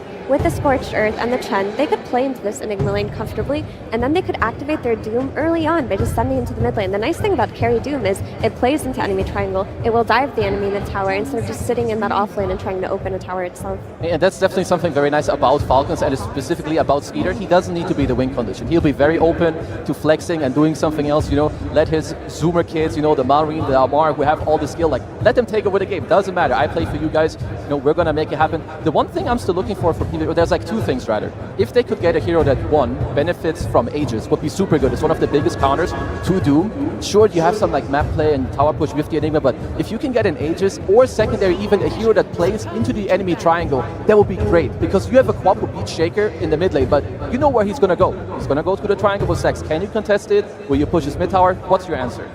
The issue with that is I kind of feel like I'm leaning more towards Terrorblade. He's not going to be able to invade the triangle, but he provides more. He does the rest. So after you finish the triangle part, he does everything that you're asking for, right? And against the Doom with the Sunder, more wave shove, keep pushing the waves in, find that opportunity to get that correct black hole. It's definitely one of the heroes I was looking at too. Let's see, they're going to go for the Svendan. And I had something else in mind, but I am blanking. I mean, it is you have to consider that you're in the lane with Oracle. You would like to free up the hero, and it's also not the strongest in the lane itself. How much pressure is on DM in this game, right? You've got a Boundless Strike and a Black Hole. Okay, so they had to do this because Medusa looked like such a good pick for Falcons, especially that they covered it with the Doom. They have to pre-pick the Anti-Mage in case the Medusa comes out. That was one of the perfect ranged carries to play into the Enigma lane. But why not pick the Huskar again like they did yesterday? If they want to, they definitely could. They could do it. I will say the other heroes around P-Vision are a little bit better than whatever the surrounding of PB team was yesterday.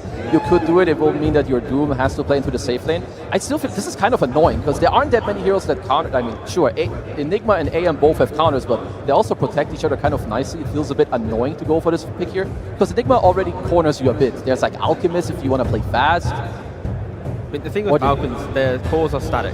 Doom and Shaker kind of play in their lane. They might poke their head towards the jungle for the Shaker, but they're not really breaking open to the game. That's why I think P-Vision are kind of running the gambit, like, can we get the Anti-Mage through to the draft? But once they all have items, sure, they're going to look great. A troll. Yep, Falcons go for the troll. It's a nice carry matchup for the Anti-Mage between the two. You ever lock onto the Anti-Mage, you can ensnare him up with your ultimate, get some procs, happy days. Good versus Enigma on lane as well with the whirling axes. You know, you have like Chen to dominate one of them. You can just kill the rest of the Eidolons. This is way more important than the draft. Oh, we've got the Gamba. Live unboxing. Hold. Come on, man. Come on, brother. Come on, brother. You got this. Stop teasing me. Come on, open the packet. Come on. You got the where did it go? Wait. Anticipation is critical. Oh, well. It's lost. Yeah, he messed up. Oh, no, you got it. There we go. Back to the draft. On the topic of the troll, it's a very reliable hero in the hands of Skeeter. It's going to give them the scaling matchup that they need. It's only going to make their draft a little bit greedier, right? You're going to have your Doom farming, your troll farming for a while, and then they're just going to run into this mid-game stalemate of both Satanic's Anti-Mage and Skeeter's troll farming. It's just going to be about who executes the team fights better later on. Yeah, I think P-Vision, they still have the tempo early on. When you put Quap, Monkey King, and Enigma in the early game, the pressure they apply is insane. If Falcons can just stabilize that, then we have a game on our hands. But there is a chance that P-Vision just accelerate this game through these heroes, but I really hope to see this game go the full distance. Like, there's so many beautiful, back and forths that these two teams can provide. Do we feel that Falcons has what it takes to draw out this game then? Because they are kind of known for these very long games. Shaker is a very skilled hero, and you simply press Fissure and Totem on the wave, and it gets deleted. You can buy as much time as you want. Yep, so does Snap, Chen also. I think both teams have incredible things. And when you get to the stage, sure, the draft matters, but to me, the gameplay is what truly is going to decide this game. We'll see if we'll get to that late stage. I do know we're going to go on the stage right now because it is Astini that we're going to listen to with Slice. Absolutely, everybody. I am here with the last hope of South America, Astini! All right. Astini, you ran out of that booth. I mean, you finished drafted and you were here. You beat me here by like a minute. What was going on? Well, what was the communication like? You just busted ass. I want to see Duka smoke and see if I get Crimson First Blood. So I run like I know they know what items they need to do, what they need to do. Draft is done, so job is done. Okay, all right. The boys know, and the man wanted to see if he got a Crimson. Good luck to you, my friend. All right, let's talk a little bit about this Monkey King. They let you have it. Unbreakable win rate here. Do you feel insulted when teams let you have this Monkey King? Maybe they just don't understand how good you guys are with it? Are you surprised you keep getting it? What I say to my team is we're going to have 5 heroes. They're going to have 5 heroes. Don't matter. Like, they're going to have comfort heroes. We're going to have comfort heroes. You need to play the game. Okay, interesting stuff. Anti-Mage's last pick, was that an answer for a potential Medusa pick, or did you have something else in mind? I wanted to see they play that Clown Huskar, but they didn't, so it's kind of unlucky. Okay, no Clown indeed. Do you think Anti-Mage versus the Troll is going to be an okay matchup? I mean, he's got, some nets. He's got some stuff going on for that. Yeah, we want a lower Troll win rate in the tournament. I believe we can do. All right, and a lot of people want to know here today, my friend. Thank you very much. Will you be going to the grand finals? I hope yes. The work is done. The work is done. Come on, I hope yes. Give it to me. Are you going to the grand finals, baby? Bora caralho, vamos! That's what I'm talking about! Let's get into game 1. Welcome to the upper bracket finals here at TI Stuntsman here with Center. We got P-Vision versus Team Falcons. Quite the matchup. We've cast them feels like 100 times this year, and it feels like they're always very hype matchups overall. Yeah, and this tournament has been generating a lot of long games. The main stage, maybe not so many, but perhaps this could be that series where everybody has so much tape on each other now that we have that potential to really get some of the longer games. And if it's going to be tough to top that previous series that we just witnessed, because that was crazy hype, but these two teams, they're here for a reason, and a top 3 finish is never the target for either of these. These are championship-winning teams through and through. They've had a lot of finals appearances, both of them within the last year, of course clinching some of them for themselves. They want to get the upper bracket route and have more time to study the ultimate opponent. Yeah, despite the predictions for everybody this tournament being completely wrong, I think seeing these two teams as top 3 is not surprising, though, which is funny. It's just the road to this point has been very unexpected. Absolutely. As we have the bounty rune spawn. Yep, Satanic, he will grab the bounty and has to take the blink to get away.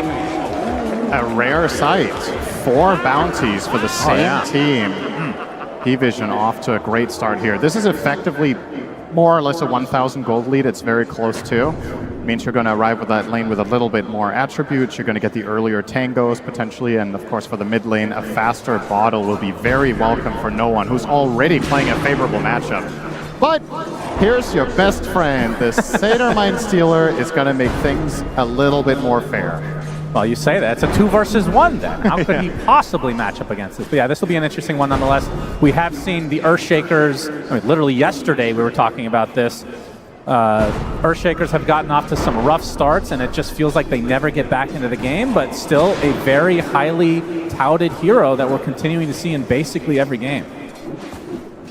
Yeah, we've seen it moved around a little bit. We saw XXS play an offlane Shaker. I personally would love to see some position 4 Shaker. I think it is playable this patch, and a lot of the offlaners actually work quite well. You see, a team like P-Vision are able to run Monkey King, who is not a strong laner as a 4. So you would think it's also possible for Shakers to perhaps pull a wave or 2, fissure block, and get your offlaner what you need, but it's almost exclusively been in that core position now. A really nice head start mid from Malrine, 5 and 4 against the 1 and 2 and Queen. And for no one, this is a lane that you can't ignore the mental aspect of playing a favorite matchup and just losing to a Chen creep. It's really frustrating, but there's not really anything you can do about it. Yeah, no doubt about it. Has the level in Shadow Strike right now. We'll see how many points he wants to put into in this matchup. But Mallory, I feel like of all the people that play the Earthshaker, he's been, maybe it's just confirmation bias, but he's been the most consistent, it feels I would like, agree with that. tournament. And it's not only this, I would also say his Sand King. We've seen some, to put it bluntly, some pretty underwhelming Sand King games on the main stage, like a lot of missed spells, perhaps some positioning errors, but Malrine to me has been the gold standard of this tournament on those two specific heroes. Therefore, I think it's really valuable for them to give this Chen creep to mid. If they didn't do it and he would be losing this lane, you're losing a lot of the momentum that this guy brings to the team. Many of the games and the tournaments they've won this year have been off of Malrine getting active early, as he is playing with one of the greedier offlane players in the tournament, in Amar, of course. And I think if there's one word to describe Falcons as a team for its entirety of its history, it is greedy, right? Yeah. They always farm. Snaking, maybe the position 5 in the scene that gets the most last hits on average, I would think. Just has some ridiculous farming performance. And I feel like a person that gets lost in the shuffle is actually Skeeter. He maybe doesn't take the most farm, even though he is position 1. He feels like he is the most consistent because Malrine and Amar, they take up a lot of space. They're very flashy, but the steadiest one on the team, I feel like, is actually Skeeter, which is not very common for like a position 1. I think Falcons deserve credit for finding a way to somehow run out of farm on the map so that Skeeter can't get a position 1 farm every game, but that's just how efficient they are. Balance strike, Malrine. 9 class. Yeah, not much he can do here. Shadow Strike applied, first blood to no one, and P-Vision. So at first, getting some help with the creep was Malrine, but now the Monkey King on the other side will even things out. Something I was curious to see in this series in particular going into today was how Falcons were going to approach the first phase, because in my opinion, P-Vision are not holding their cards close to their chest with how they draft in phase 1. It's always this Monkey King or this Slark. You banned one but gave away the other. I was wondering if they were going to ban both and try to take some different trade, but so far, 9 class on this Monkey King with a ridiculous win rate gets to play it again. And you're seeing why with that first blood mid. Well, depending on how this game goes, maybe you'll get your wish in game 2. Obviously very early on, but when you think of 9 class, you think of easily the most annoying position 4 in Dota today. He just plays weird. I mean, not that Monkey King 4 is that weird, but the Slark he's brought into the fray as a support, much to everybody's chagrin in terms of pubs. That's always terrible, it feels like. In a way, he actually reminds me, this is a pretty long throwback, but he reminds me of a developed Maybe Next Time. If you remember how he was playing like Ricky and Bounty Hunter and just roaming around the map, killing couriers just like this, ganking mid, just all over the place. That style seems to work very well for him right now. And I was wondering, nobody seems to really be copying him either. We're seeing no teams in this tournament really try to run a Force Lark except him. In previous tournaments, some teams tried without as much success, so maybe it just is one of those true specialty heroes that require a lot of practice or just, instinct. Yeah, it feels like to be a support Slark, you have to be a true degenerate, which most of us feel like we are, but maybe not on the same level as 9 class. Yeah, there's always someone who's more degen than you, as the saying goes. Yeah, that is definitely a saying. 9 class is going to spot Snake. Snake spots him as well, but the tango out. You can tell Snaking running with the Quelling Blade Chen, just trying to cut away trees from the MK to work with. Not a common sight. On support, you more or less exclusively buy this item against Nature's Prophet because of the Sprout, but this is the one other hero that it does have some merit against. 9 class on another scouting mission. And, well, he might just get another courier kill here. Nope, he went the wrong way. I say wrong. Well, could be a dive potential here. We're getting 6 now on No One's Queen of Pain. This is a great moment of opportunity if you could find the connection. Now, let's see how patient he wants to be. You're right.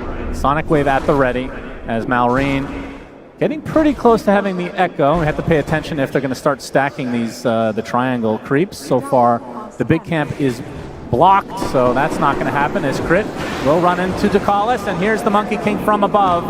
Looks like another kill going the way of P-Vision. So 2-0 start. I'm going to make sure that there aren't any ancient stacks as 9 class just all over the place, which means that bottom lane kind of just left alone for DM, who we've talked about so many times before, one of the best Enigma players in the game.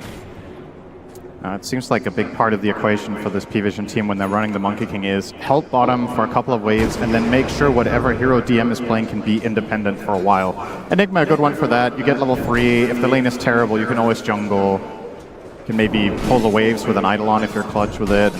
I think overall P-Vision probably quite happy with the start here. But as we say that, you look across the chorus, everybody's got pretty good last hits on the side of Falcon. So I don't think they have any reason to be too concerned. Oh, Crit, a little bit of a misstep there. Might actually fail the stack. He stopped his attack animation. Ooh, yeah, that is unfortunate. Narrowly failed, not blocked, but now he might come to the conclusion that it is blocked and waste a sentry too, perhaps, if he thought he was on time there. But yeah, a little bit of a mess up. Well, Wisdom Shrines for both sides, so no stealing shenanigans this time around. This looks like a kind of juicy echo. Yeah. Oh, yeah, well, okay. Actually, Monkey King gets a little bit of damage as applied to that as well, half HP. He was next to the creeps and he just dies. He's just an innocent bystander, you know, no big deal, just looking from above. Snake King will now be taking some experience in the mid lane while this is happening. He's going to take a Shadow Strike for his troubles, though, as no one has the Sonic Wave, but doesn't want to use it. Not quite enough damage. Yeah, there was a Healing Lotus in Snake King. I think otherwise no one might have gone for that one, but just enough healing in the tank. And I gotta say, relatively unsurprising, a quite slow start. These two teams are not generally all that explosive in the super early game, but they like to ramp it up when they get their first major items on all 3 of their cores. Gonna take a while for Amar. He's going for the Phase Boots double bracer, so it will be some time before he gets there. And in classic Amar fashion, has of course queued up the Hand of Midas. At least on Doom, it's kind of normal. Yeah. Just sell that bad boy later. One of the more interesting facets in the game for sure. 9 class, shadowing. No one is there with the shield rune. Crit, nice cookie into the tier 2, will survive. This creates a little bit of space, but a lot of rotation from P-Vision. Ducalis makes his way over as well. We want to talk a bit about him in just a bit as Amar completely out of mana. Now TP from said Ducalis comes into play. Just needs to get into range as no one joining the party as well. But Amar just simply walking away, although Satanic, is he going to continue? No. That is very... honestly, just a pretty poor rotation from P-Vision there. They don't have anything to connect on the Doom with. They're obviously hoping to land a Fortune's End and then follow through. But Satanic could not stick on top of the Doom specifically because Amar has the ice armor creeps. This is counteracting. The slow of Anti-Mage does not slow him down enough comparatively, so he can still run away with Phase Boots. Of course, the Cobalt Cup. So this will fail. Still, P-Vision sporting a 1k lead, which effectively means, in the grand scheme of things, nothing has changed since the runes at the beginning of the game. It's okay. Things will ramp up eventually. I mean, these teams late game are absolute beasts. 9 class runs right into Snake King, but an entire army of Zoo creeps greet him on the high ground. He will be able to walk away safely, though, because he is a monkey after all. That's also an animal, in case you were wondering, Cinder. And so talk to me about the Oracle as we see a massive Troll Summoner push. This is a lot of rally damage applied to this tier 1, but this Echo Slam could be insane if he gets close to DM, perhaps. Doesn't have to blink yet. He will use the Echo to clear out the creeps. That must have felt incredible. Radiant's middle tower is under attack. Yeah, would you back to farming. would you have thought the first 2 Echoes go on creeps, and he still doesn't have blink? That's true. It's not quite there yet.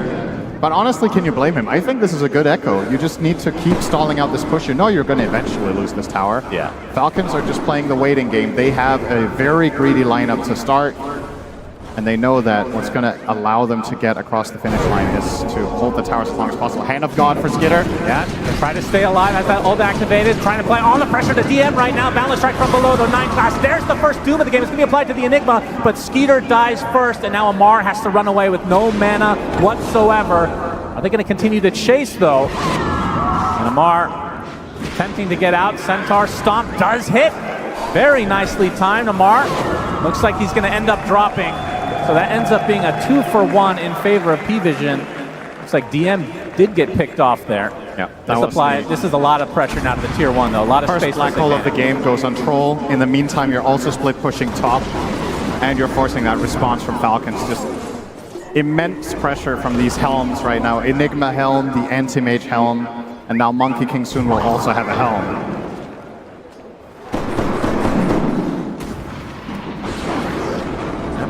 Seeing some stacks in the triangle for Mallory, and obviously no Echo for 40, but like I said, the Blink Dagger. We'll see if they opt for a smoke around that timing of the cooldown.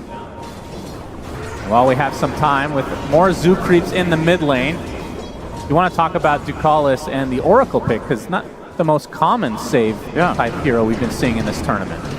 They picked it as a response to, what did they see? They saw Snap Shaker, I think, at the time. So maybe just that overwhelming magic damage, just wanted the the Fate's Edict against it to cover, and of course in response Falcons to grab the Doom, which will counteract the healing. But yeah, you're right, it's cool to see. I've always liked this hero. I think it's very high skill and has a lot of cool skill expression. Maybe a little bit less so than the old version where 2 of the spells were more polarizing, like Fate's Edict was disarming your teammate while giving them immunity, etc. But still a lot of play, and one of the heroes at a pro level that requires the most precise formation. If you're caught out even slightly, your hero can go from a lot of high save impact to having absolutely none. Yeah. Very important that he does not get caught by, say, a Shaker this game, or get doomed. I think dooming Oracle can absolutely be worth it. Oh, some cases. Malrine finds one. He has the Echo if they need it, but there's so many stuns to work with. 9 class will be picked off without it. So that is second kill now for Falcons. That is the Blink reveal. Still Echo Slam, though, at the ready, of course. Yeah. And while all of this is happening, Satanic just having a completely free game on that Anti-Mage. Picked it as a response to the Doom, one of the harder heroes to Doom, of course, with the Reflect, and you're going to naturally buy Manta. You could even buy additional protection later in the game if you need to. And with this early start for Satanic with the early Dom, he's now going for that Battle Fury. Imagine he will have in about 3 minutes. That'll be a very respectable timing. Usually a 16-minute Battle Fury for AM is very slow, but you add a Helm in there and it's very good. Well, Skeeter has a respectable time of 14 minutes. It's more respectable because he did not go Helm, because as AUI said yesterday, his team is very low skill and cannot control creeps. Yeah. You too can make top 3 at TI if you feel low skill. Clearly Falcons are proof of that according to their coach. Yeah, the only one to be able to micro is Snake King, but I think Helm of Dom generally won't make sense on his heroes. Maybe one day we can just aspire more to creeps that. for Chen, why not? Yeah, true.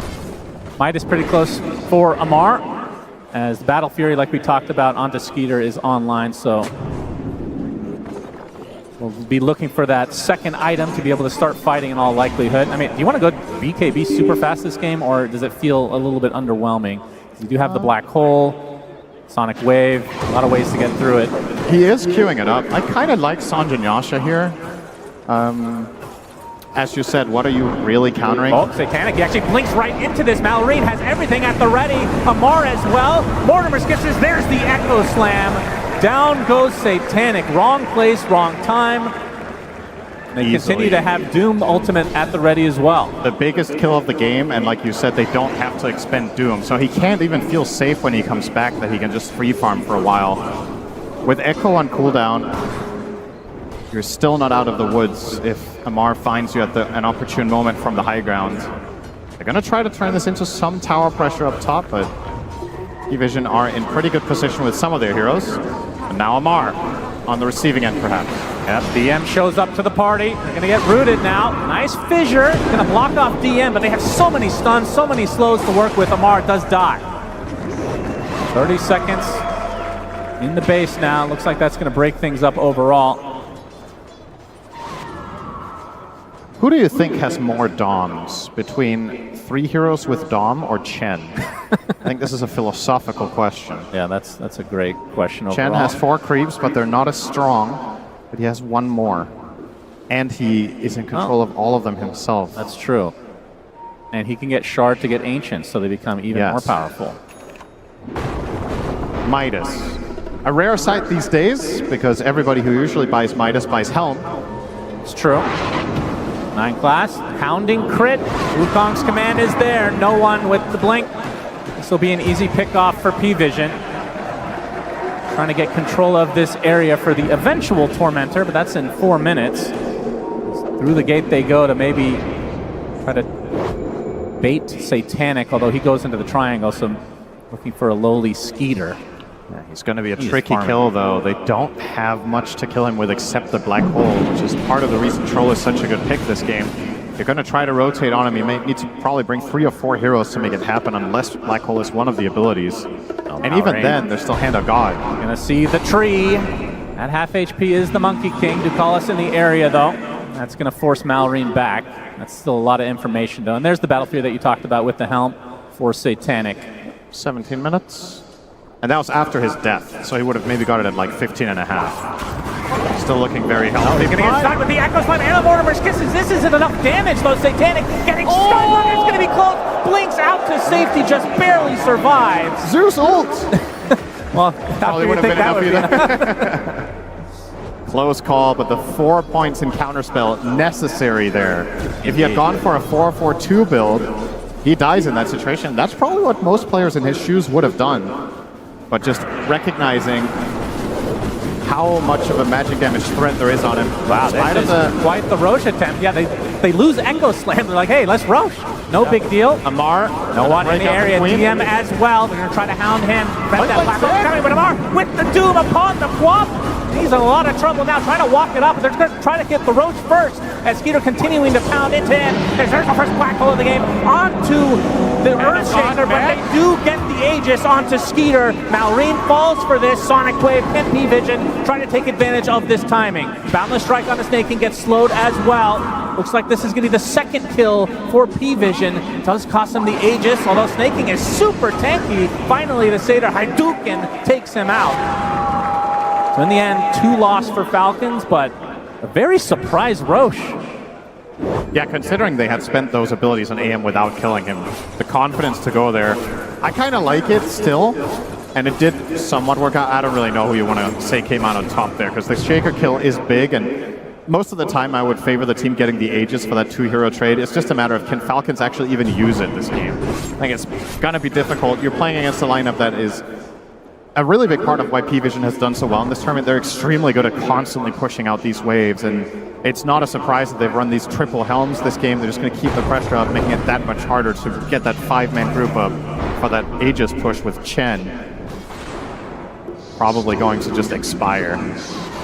Yeah, we'll see. 3.5 minutes to make it worth their effort. I mean, at the same time, they are taking away from P-Vision. Not that they really have the greatest Roche taking capabilities anyway. Yeah, P-Vision would not go in there, that's for sure. They're not ready to take Roche at all. Now DM rocking a pipe, so even more magic protection, of course, for the AM, but this time for the entire team as well. Falcons lineup right now. It is heavily magic dependent until the Troll really gets there. Oh, that's some nice cleanup from Crit. The Shard plus... There's only 2-point Scatterblast. When that gets to 4, he's going to clean up these waves no problem. Yeah, Tier 1 being pressured now by Falcons. Will P-Vision try to defend? It looks like they're going to back away and concede it with this Aegis advantage on the Falcons side. Of course, this will create more opportunity for Satanic to just continue to farm that close with that next item. This is the bigger value of the Roach, is that you are in prime position to take this Tormentor. There's nothing P-Vision can do about this. And that was the bigger reward, because I think looking to push more than this would have been tough. You can see on the map, right? You get the Tormentor, but look at mid and bottom. Like, you have to start putting out fires now. 9class spending this opportunity to get some good vision out. Mid is pushing in all the way to the Tier 2, and now bot is well underway. Ducalis even getting to work with pushing as Oracle. Yeah, classic push hero. Yep. But they have their sights set on another Tier 1 perhaps here. This could work. And maybe grab themselves an additional Wisdom Shrine. No Skitter for this play, though. Yeah, no one's going to be spotted. Centaur does not stomp in time. Malrine, though, still in the cover of the smoke. Looks like P-Vision have already backed away. This could be the 21-minute mark Wisdom Shrine play, though. As no one... We got it. Inside the circle. Malrine coming in with the Echo Slam. Late Mail reflects quite a bit of it. He does take the Shrine of Wisdom, but now his TP canceled, left all alone. Was it worth it? Malrine eventually will fall, and it'll be to 9class, of course, coming in for the last second steal. It's a pretty rare sight, the Blink Echo TP. Didn't work that time. And no one's super fast on the blade now. I have to say. Skitter being pressured quite heavily here by DM, but nobody around to assist either hero. Yeah, they'd love to be able to burn this Aegis before the timer, but like you were talking about, only about a minute left on it anyway. Not gonna, in all likelihood, find a good opportunity to use it unless they force the issue pretty soon here. I'm curious to see what Ancient Snaking is gonna find with this Torment or Shard. Now that he doesn't have to buy it, he can get them even earlier as he's working on his Vlads into pipe. I guess the ideal ones here are the Granite Golem. You're playing with pretty high HP heroes in the Doom and the Troll and Shaker. Not exceptionally high, but Doom has a lot of HP. And then, what should the second one really be? A little bit unsure about that one. So far, he's running the Prowler Aura for the lifesteal and health regen. Definitely strong. And we do get to work on a tier 2. So I wasn't sure if Falcons were going to be able to get here. It took them 3.5 minutes. The Aegis is actually about to expire, but they do make it in time. Yep, and Division let them have it. Peter will take it as the Aegis about to expire, like you said, so likely will now regroup as Satanic's net worth lead just continuing to expand here, has the Manta to go along with the Battle Fury, and we'll be working on the Butterfly next. And now smoke for P-Vision, knowing that this Aegis has expired. Of course, DM's Black Hole is going to be front and center of any team fight for P-Vision, and likely the biggest concern for Falcons overall. Of course, don't think we mentioned it, but now that 9 class has reached level 9 or higher, the 5 points in Tree Dance is going to be hopping all over with the Simian Stride, reducing the cooldown to 0. This transforms this hero into an absolute nightmare to deal with. Yeah. Radiant's bottom tower is under attack. Hopping around, trying to break smokes. He might be. If he were to jump right now, he would break the smoke on Skitter. He's staying on the ground for some reason, which is quite unusual for Amar. He is spotted. The Vlad's now online for Snaking as this battle is likely to start soon if they can run into each other. So far, like ships in the night. DM has that Force Staff. We've seen this a couple times now. Doesn't really feel like P-Vision have any incentive to fight for the next 10 minutes. The way they've constructed their lineup, they are happy to go super late against Falcons because there's no reliable counter to the BKB Black Hole Enigma later down the line. Anti-Mage wants to get 2 or 3 more items before he really feels comfortable fighting the Troll. Malrain gonna open it up onto the Enigma with the Mortimer Skins to follow, but he has the pipe and now they have the TPs. Falcons now on the run. Malrain looking for a good echo, but they're not giving him one. He's just getting stun locked on the sideline. But there's the Doom under Satanic, blinking it all by himself. The echo goes off as Satanic attempting to run away, but Amar is going to continue to hand him. Down the right flank from Skeeter are enough to take out DM in turn. The Doom, there's a false promise to save the Anti-Mage for now.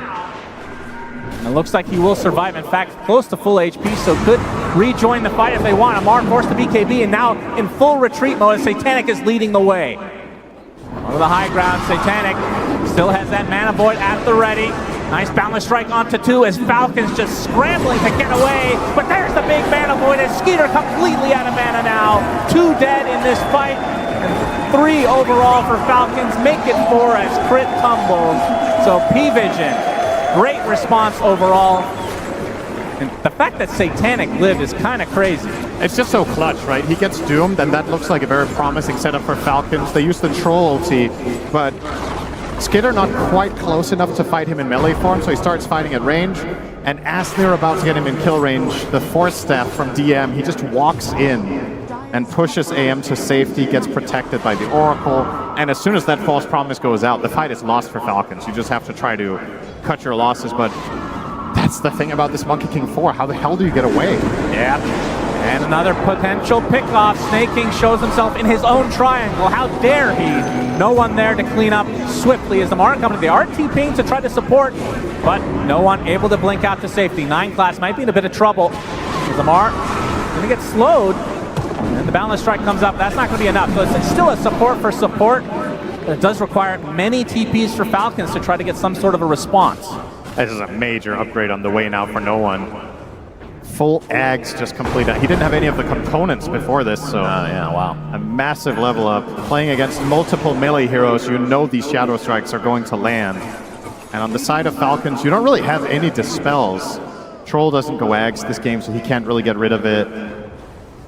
That's going to be a problem.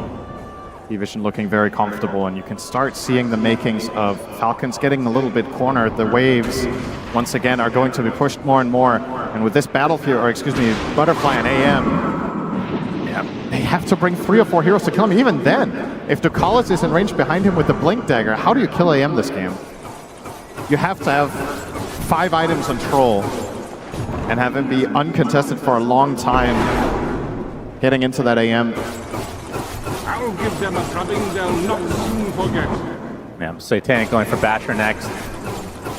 Into a full Abyssal, so it'll be even harder to take down with the extra HP that comes with that. And Snaking, or Skeeter rather.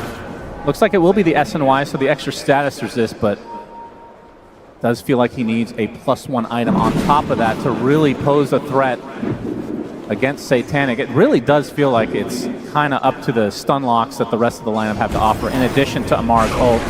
Yeah, I was going to say, do we have any choice but MKB? And the answer is probably no. He is queuing it up for now. They need his damage to kill AM. It's just such a good pick this game. And when you looked at the options available to Falcons, this might have been the best last pick they had available in the Troll. Even then, still looking tough. They're going to took no one. Absolutely no damage taken by no one. He's going to be able to get away. Fate's Edict on him. Indeed. Oracle. Again, a hero we haven't been seeing too much of, but so far has worked out quite well for P-Vision. And it begs the question, do you buy Nullifier on someone on Falcons to get rid of Fate's Edict? It's like, maybe Doom could. Yeah, definitely not the ideal heroes for it. None of the heroes feel good about purchasing that. It's an abomination. As there's now a pipe on the other side, so Snake King finally finds his. And as we already saw, Roche number 2 is up. Falcons were thinking about it, but after the last time, did cost them quite a bit, but they're going to try for it again. Will P-Vision have an idea that this is occurring? Satanic on the other side of the map. Now they will. Yep, they will. This is a pivotal moment for Falcons. There's no way they don't get contested here, and they have to play a they scan out, they know. Spectacular fight if they want to try to do this. And yeah, well, their Roshing isn't even that fast to begin with. And look at the wards on the map. Courtesy of 9 Class and Ducalis, they've got really good coverage all around. Look, they're basically cornering Falcons to like 25% of the map unwarded. No one spots Malrain. Shadow Strike applied right now. There's a BKB for DM, by the way, and I mean, to stop it, you have Doom, and that's it. Yep. Unless you get a Basher onto Troll, which even with that is going to be kind of hard to cancel a Black Hole. This sound very reliable. This feels like such a good game for DM going forward now. Even without this lead, it's going to be hard to contest. Back into the pit, Falcons. They're going to continue to get spotted, though. They have so many Helm of the Dom crews, they can always just send in here for vision. This will never be a freebie, as Roche will now start his way to the other side of the pit. Summer vacation time for him as DM comes in with the Black Hole only on the one. The big Echo Slam onto 3 heroes from Malrine. Everybody's still super healthy, though. Finally, the Troll gets on the ult. Satanic gets doomed to the other side. He's been able to walk his way past the fissure, though. And now there's the big throw from Roche. Enigma in a lot of trouble. Got to get away from that big bad boy as Malrine. Onto the high ground. He's going to be safe. The Satanic now no longer doomed. Wants to fight. Skeeter no longer with the ult, and we've seen this story before. They're going to have to try to run away. They get the stun lock onto no one, though. Stuck inside this area. He's in a lot of trouble, but there's the big mana bite from Satanic, taking out Malrine in turn, and now Falcon's likely trying to run away. Snake King gets bashed up, gets destroyed, and now next on the list is Skeeter. 3 dead for Falcons as P-Vision honestly relatively easily take this fight, just long and drawn out. They don't have the damage. They're getting on top of this AM with Doom, but the follow-through is not relevant enough. You find a good Echo, it immediately gets piped off. Ducalis didn't even have to ult. They were never in enough danger that they had to cast the False Promise on the Anti-Mage or the Queen of Pain. They're just leveraging their tankiness in these fights and exploiting the fact that Falcon's lineup is so heavily reliant on Troll attacking stuff for it to die, but he's just getting kited. This is already going to be a lane. This is a crazy timing for P-Vision. This will be completely free. They get the full lane, everybody remaining with their lives. 20 seconds left on the death timer for Skeeter. And P-Vision can just chill because, I mean, it's not like anybody killed Roche.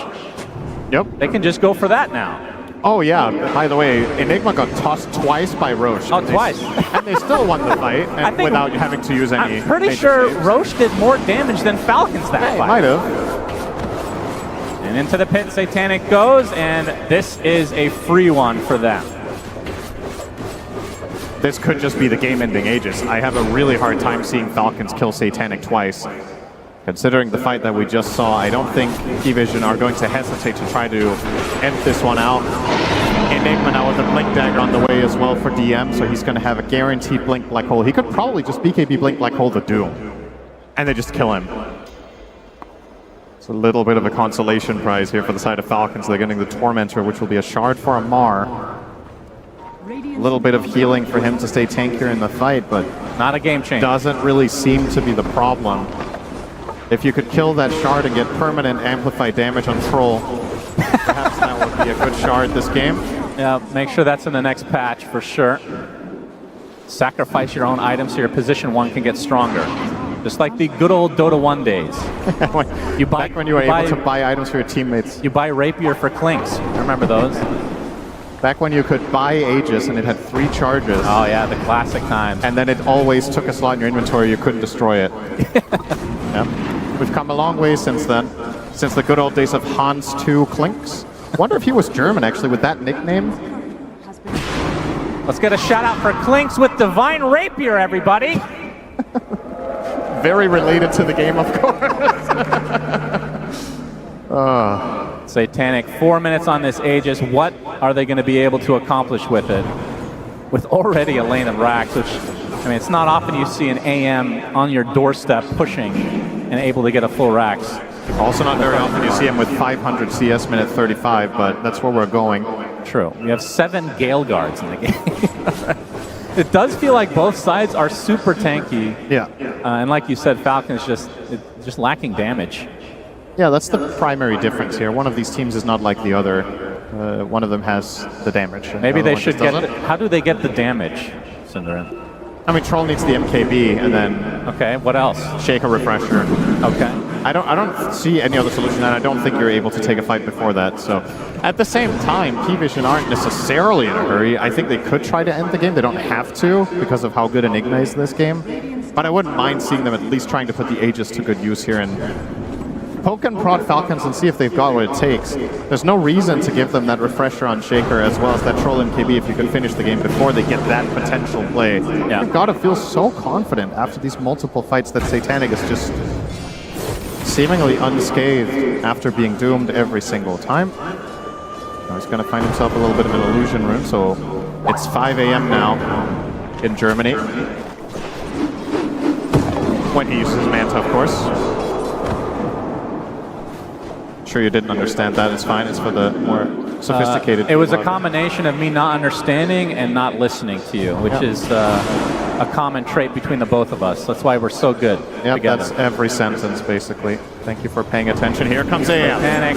Falcons have to pay attention immediately. This is a fast push with the banner. Yep. 2 minutes left on Aegis. The creeps are coming, looking like a juicy Echo Slam potentially, but Satanic has so much resist that he's going to be tough to take down not only once, but twice. DM, Malefice, there's the Abyssal Blade from Satanic. But the cookie on this Skeeter, going to be okay for now. But the tier 3 is not going to be okay. It's already dead. No one creating some space for Satanic, who now gets healed up by Ducalis ever so slowly. And this will be round number 2 onto this mid-barracks. Minute and a half on this Aegis. Not sure if you can just give up this second set.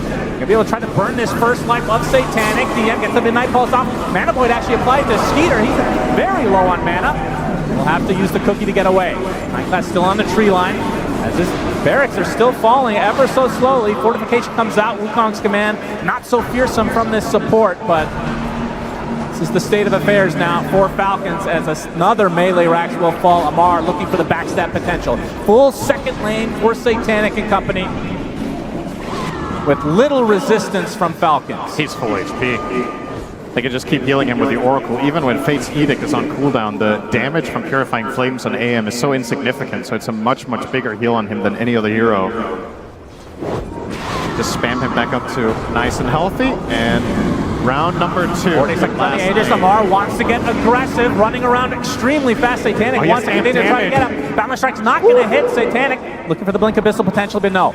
We'll blink out safely. 30 seconds on Aegis. The Falcons can try to wait. Maybe they can get this Wombo combo onto the AM. 20 seconds. Big if. 20 seconds now. Onto the high ground. Attempt number 3 onto this base of Falcons. Boundless Strike can slow things down. Satanic will be able to get to tier 3. 10 seconds on Aegis. Will blink out. And they will likely soft reset, if not full. And it feels like Falcons almost have to try to smoke and go for something, but it would be kind of an obvious play as these creeps continue to just enter their base. You've been struggling against P-Vision pushing with 3 Doms all game and having heroes off the map nonstop with the AM split push, the Monkey King cutting waves, the Queen of Pain. Well, try with 2 lanes as well. To make matters all that much worse. There's nothing really to write home about in this game for Falcons. It feels a little bit like, unless they pull off a miraculous comeback, this is one of those games that can be a little bit demoralizing. Like, you just never strung together anything. Yeah. Every time you tried to make a move, the enemy team was too tanky and outplayed you and outnavigated you. They had your number all game with vision. Yeah, this game has not been close. They got the early kill on Satanic, and you thought there'd be something there for the future, but his farm has just been out of control as Amar. He's going to be able to get the Doom off onto 9 class again. Support Monkey King and attempting to run away. And Satanic is going to force the entirety of Falcons back just on his lonesome. See the Monkey King getting very low, and the False Promise will help him survive. Going to heal him to full nice and easy, but that is, of course, now False Promise down. However, have they needed it? However, you don't have Doom, so that's a good trade for the side of P-Vision. That's the only way you kill AM, it seems like. Now a Lincoln's on DM, so even less chance to stop this eventual black hole. But we do have a refresher. Amar fights the Mallory. Could be a start. Absolutely, get the stun lock. DM is the bigger prize, but Mallory comes with the Acro side, but the black hole comes to fruition. Boundless Strike from alone from 9 class, and a huge Sonic Wave onto 2. They take out Skeeter. Amar attempting to Nightfall away. Will do so successfully, but still 2 dead for Falcons. Buyback available for Skeeter, but you can see P-Vision gonna push the envelope and force it out of him. A very aggressive blink as Satanic's gonna work on the building, says Amar. Not able to provide too much resistance to no one. We'll be able to blink out with Oracle nearby. Satanic gets the range. Merrick's wants to go for the killing blow onto Mallory. Midnight Pulse applied from DM. There's the right clicks from Skeeter, not doing anything at this point. Abyssal Blade from Satanic, trying to get onto his ultimate from the Troll Warlord, staying alive just for now, but the rest of P-Vision in the air. They do kill Satanic. It's going to cost Skeeter his dieback, though. Malrine dies right outside his fountain. Only 2 alive for Falcons as GGs come out. They do kill Satanic in the end, but it matters not. P-Vision take game number 1. That felt like a complete strategic victory, but not only that, P-Vision also have the plays to back it up. Keza was talking about this on the panel. He said, more so than the strategy, this is going to be about how the teams play today and who has what it takes when it goes down the stretch. Well, what if it doesn't? What if you just win? I mean, effectively, this game almost felt over minute 15. It was a rough one for Falcons. I know Falcons had 1 or 2 attempts, but it wasn't really that close in any of the instances that they tried to fight. They never managed to get a convincing win in any sort of fight. And you can see it on their faces here, looking a little bit stunned with just how one-sided that affair was. You got to get back to the drawing board in this short break and find the solutions.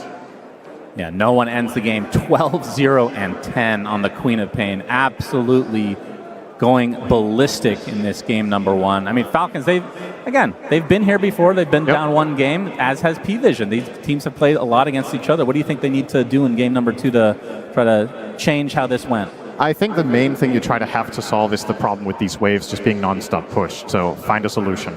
That's right, Shiva! I didn't think you'd actually do that on TI main stage, Sunspan, please.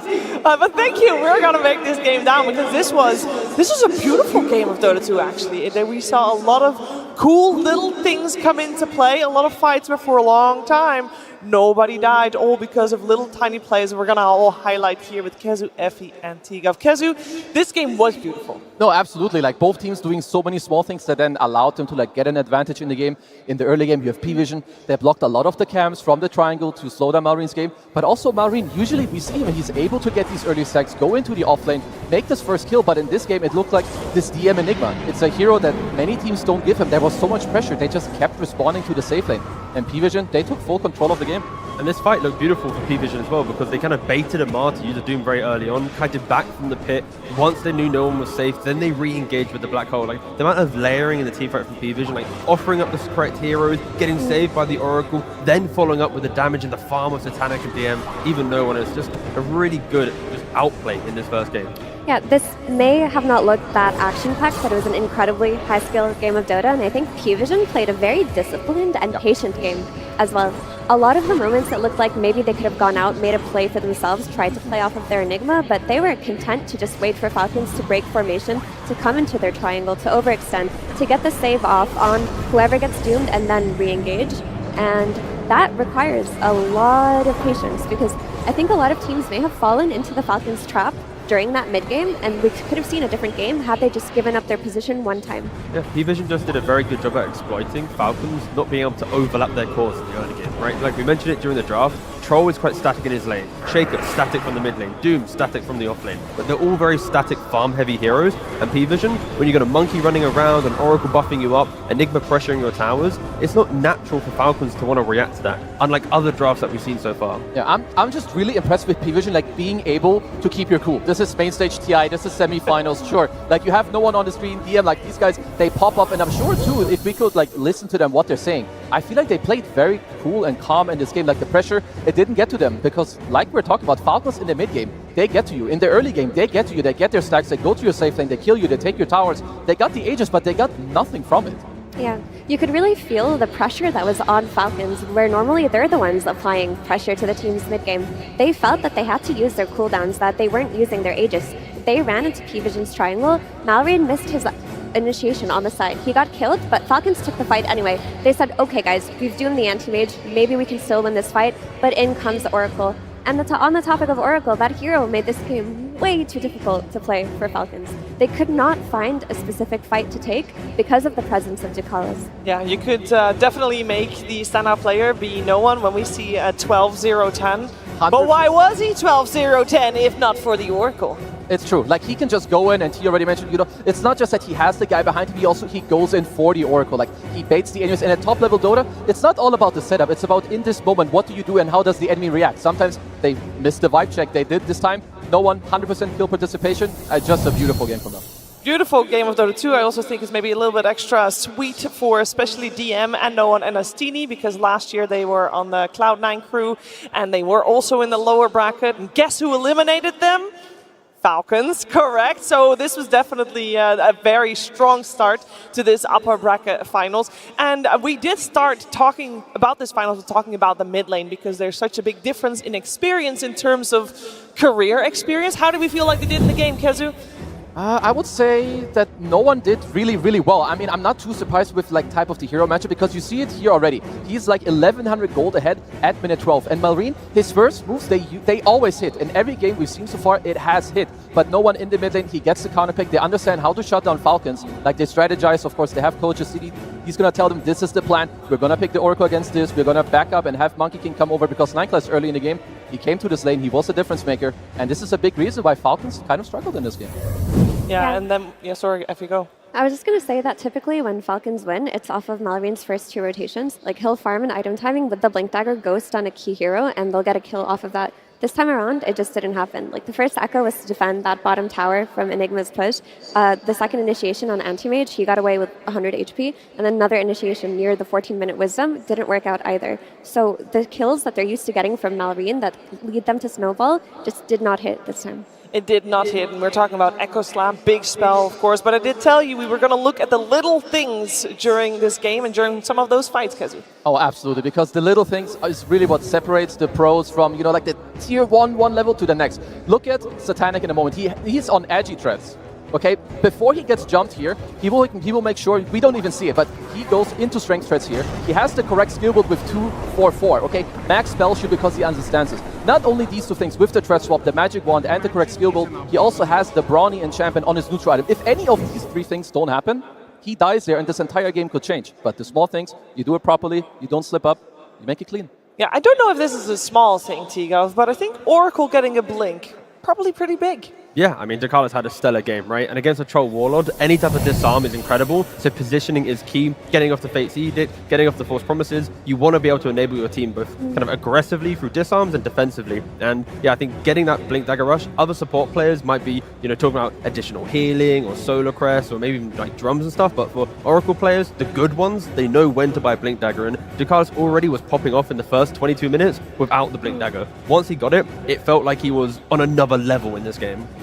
Yeah, he only died the one time, which was already after he used his ulti to save MK, who got doomed, and his death made it so that they saw Falcons, they revealed who their heroes were, he tanked a few spells, instantly buyback, and P-Vision won the fight. He did so many things well, and he played with that troll. Like T mentioned, there was no Manta on troll versus Oracle, which is quite unusual as well. I mean, he did so much in this game, like even in the early game, like he's de-warding the enemy triangle, blocking the side. He's laning with an anti-mage. This is not a notoriously very strong lane, but they make it happen. They know what they're playing for. They do it in the game, and overall, it's beautiful. Yeah, it was a beautiful game. Both teams really danced around each other, and you really saw that they really only wanted to get the fights that they exactly wanted. And if it wasn't right, they would just back off and go again another time, prodding and poking here and there, and until at least a big fight happened. Yeah, I wanted to show you the sadness of this fight here. Malrine gets a beautiful echo in this backline, but unfortunately, all of Falcons were zoned by DM's black hole there. They couldn't move past it. There was no follow-up damage.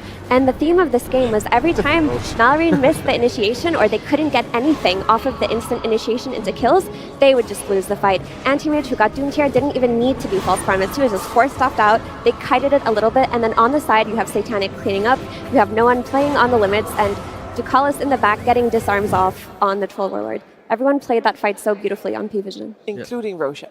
Yeah, he was a real big boy. He slammed DM like twice to the side.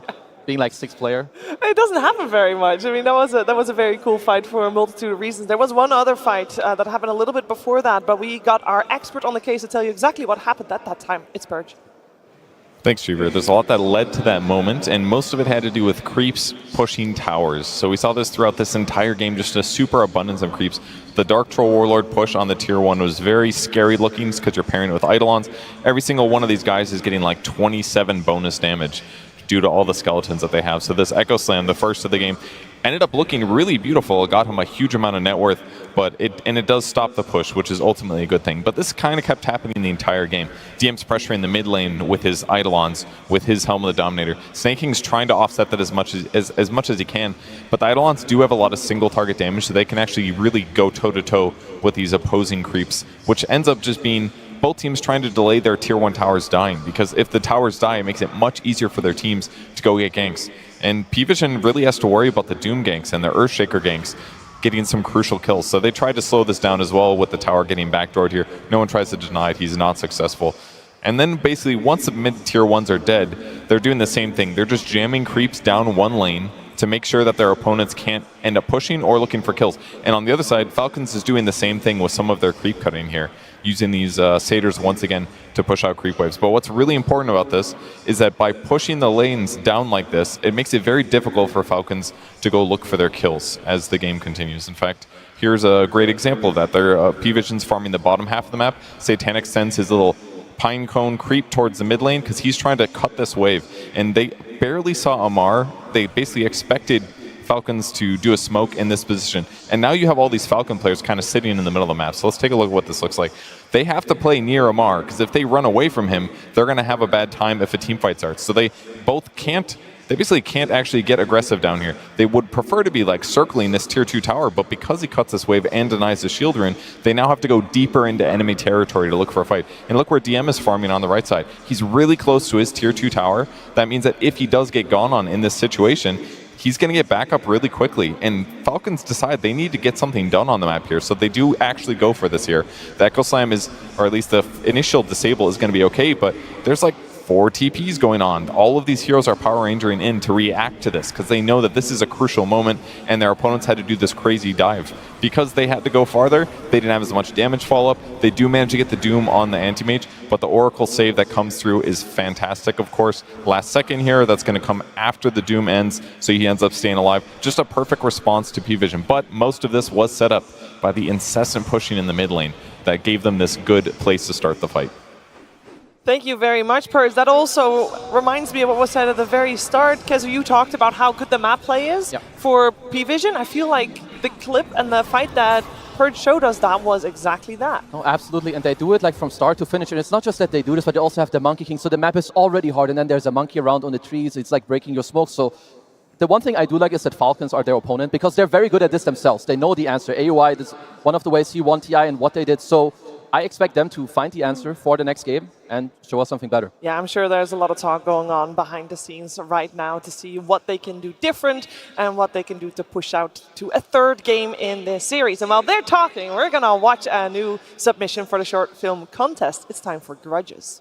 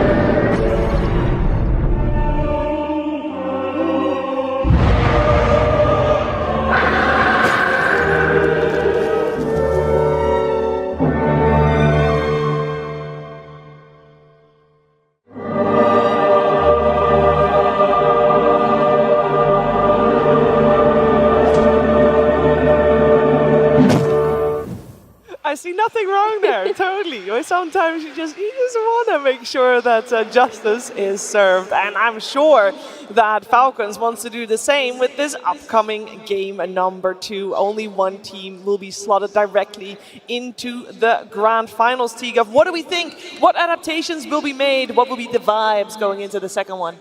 I want Falcons to have a bit more pacing, a bit more ability to fight together, and also just don't sack Maureen, right? When you have this first pick Shaker, you see the net worth in those clips where he's like, what, 6th, 7th net worth? Like, that's not going to be good for him. So protect Maureen from the mid lane and have at least 2 cores in the Falcons lineup that won't feel bad running around the map together, finding the kills.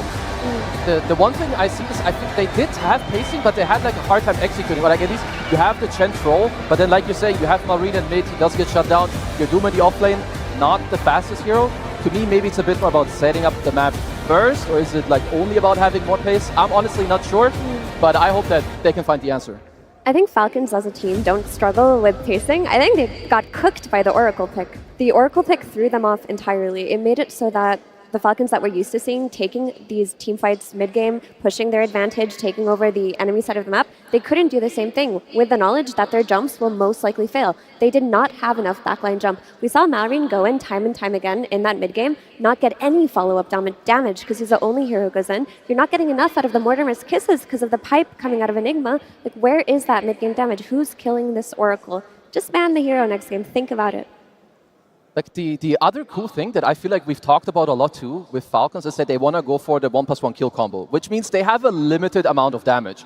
So when you have heroes that rush a pipe and a 4-step on the side and you have an anti-mage, like all these heroes, you already need like 2, maybe sometimes 3. Now you don't know where the Oracle is some guy there with a Lotus, and they keep very nice distance, like on the range where they play with the map. So yeah, like in my opinion, DM2, like he played an incredible game, and it's also a statement. They gave away the Enigma, they gave away the Monkey King, you lost to it. You gave away the Chen to Falcons and you beat it. So going into the next game, there absolutely is some pressure on Falcons here. Yeah, luckily, they've been in this position before, right? Like when they were against the BB in the other round, they lost the first game. They had a lead, they lost it. They bounced back, they understood what they had to do, and then they were able to close it out. So I am expecting Falcons, unlike some other teams that we've seen so far in the playoffs, to be able to actually show that adaptation and have a more competitive game too. Yeah, I will also say that the history between these two teams is quite even. They've played 7 series against each other, and it went to 4-3 in favor of P-Vision. But overall, you can tell that both of these teams are, well, they have what it takes to make a comeback. We'll see how that translates into the draft, of course, soon heading into game number 2. But I do want to touch upon some of the heroes we saw. The Queen of Pain came out very early in this game, Effie. I mean, you say I'm branding out the Oracle. Obviously, that is step 1. But surely there is, especially from this first game, there's more they have to consider. Yeah, the Queen of Pain looked especially good, though, because of the way that P-Vision drafted to play around the mid lane. They had the Oracle with the rune predictions. They had the Monkey King who ganked mid, minute 3. They got that kill on Earthshaker. The support duo was ready. They got every single power rune. I mean, I think Queen of Pain is a hero that all melee heroes will struggle against mid, but they can still play against her with the help of their supports if they get runes. It's just that Falcons did not have the punch to fight against this Oracle plus Monkey King support duo. Like Dota is a lot about like there's levels to it. It's like there's step 1, I beat you in lane. Then it's like step 2, what's like your recovery? Oh, I'm going to steal all of your runes too. I'm going to play into your triangle. My supports are going to ward half your hard camps all the time in the triangle. So, and when you do just one step, okay, you slow them down. But you do step 1, step 2, and step 3, suddenly you will even see pros struggling against the best players in the world. Now let's find out which pros we're going to see struggling in that second game. And it's coming our way right now. P-Vision versus Team Falcons, Game 2. This second game, we got the side swapped, where P-Vision is now Radiant and Falcons is Dire. But T-Gov, the pick order remains the same in the sense that we will still have P-Vision with first pick. Yeah, and that's going to put a lot of pressure on Falcons. Again, I didn't really see who had priority to understand this part, but in regards to Falcons being second pick, maybe not reacting with the Shaker, protecting a little bit more might be a better approach, but we'll see if they want to change up their bans. As often getting 2 second pick games in a row. So far in the playoffs, it's always been like one gets second pick, next time it goes to the other team. Yeah, we haven't seen it like this before. For Falcons, though, they do have a lot of last pick heroes. We didn't see that come into play in that last game. We might see it happen this time. Maybe they do need to bring out some cheese. But a lot of the cheese that comes from Falcons does come from Ahmad on that offlane, and they target banned all of his heroes. There was barely anything left for him. He ended up just playing a Doom at the end. No, that was definitely like a very nice setup strategically going into the game. You have the setup with the bans against Amar. You have the counterplay against Team Falcon's highest tempo in the mid lane, and I like these bans. You try to take out 9 class. Finding these bans that I was expecting to see against P-Vision, right? When you have 4 bans available, just put the Monkey and the Slug in the ban pool. They are the best 4 positions for 9 class to play that break open the map, that enable the vision game, right? So get rid of both of them, and then it just slows down the game just by a bit. And also some respect still for Malrine Sand King. The Beastmaster that was banned out in the previous game gets picked up in that first phase, and a lot of love here, of course.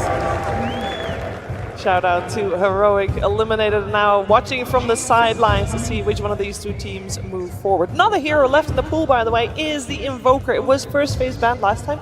I don't know if we were expecting to see it come out in the early stages of the draft. It's most likely a second phase hero, I would say, for P-Vision. Very likely something they can consider.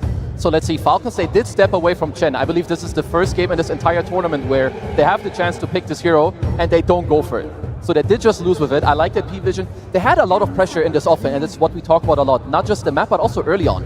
Marine's first moves usually go into the enemy safe lane, not into their own safe lane on Falcons. So when you have these Lycans, these Beastmasters, they just kind of drag you to these lanes where you don't really want to go to. It just gives me more pacing, right? I've been calling for overlapping cores, the ability to fight, no matter what, Pangolier to mid to offlane, it doesn't matter at all. It is going to have the same type of game. You want to play for any timing, any Wisdom Shrine, any active rune, any Twin Gate move, you're going to be doing it from either of the core roles. It's a more dynamic hero as well, not as slow to move around the map as some of the heroes that Falcons had last game. There is always the issue, though, of Pango versus Beastmaster, where later on in the game, he just gets roared during his Rolling Thunder and just gets beat up by the enemy carry, but before that, he does a lot by way of wave clear, lane push, and fighting into a zoo meta. is also something that Falcons use quite well, because we did already mention that they do flex it, and the hero, he also gives minus armor. They play it quite nicely. Very often they have like some Pango DK, Pango Weaver. It's very fast. It can do stuff on the map. But like Effie was saying, when you play against the Beast, you need to be aware of the roar into like range carry with high DPS. Your TAs that can close out the phase later. You get this roar Desolator hits, and see you later, Pango. Yeah, I am reminded by what Astini said during the coach interview after the draft was done in the previous game. He said, you know, everybody is going to get their comfort heroes. Obviously, there's a large chunk removed. But I think especially that is true for, in this series so far in particular, for the support heroes, you are going to have to deal with everybody's comfort. The fact that P-Vision already beat the comfort of Falcons, I don't know, T, do we feel like that will make Falcons doubt that a little bit, or what will they do? Nah, doubt doesn't really exist, I think, in either of these teams. They will always be analytical to move to the next point, to understand why they won or lost the game. And I think just hearing that from Astini just shows that it doesn't matter what you draft at the end of the day, you can make anything possible in Dota through better map play, better itemization, and it shows that P-Vision's approach to it isn't a matter of a draft has to be everything for us to win. They don't mind playing at a slight disadvantage. Less stuns. Look at the stun averages on their team. They often don't have as many as the likes of, let's say, like an Extreme Gaming. Okay, so they just lock it in straight away. There should just be a DM Centaur. Lanes quite well into Chen, you don't care too much. You have high HP region, you're pretty fast yourself, you don't care too much about the pressure. You also have the roll to, of course, the Stampede to get away from the potential roll, and also the creeps. Yeah, unless they have a flex potential, I at least have not seen 9 class play Centaur. But might be open. Nice, the tops and the mid Centaur are going to be coming to TI. Yeah, why not? I mean, if PV wanted to double counter the Pango, they could just go for a Grimstroke. We've seen that hero re-emerging with Soulbind as its primary focus in the draft. I'd like to see 9 class play a real position 4. He does not do that. I mean, look at his heroes, like he's got Rubik, everything else I'm like, And his fake ones are out, his Lark and Monkey King, they're still Alchemist. And the next fake one is Alchemist, because it's really hard, generally speaking, to play a range position 4 against Chen. The hero bullies you. Sure, last game he put his creep into the mid lane to try and slow down no one.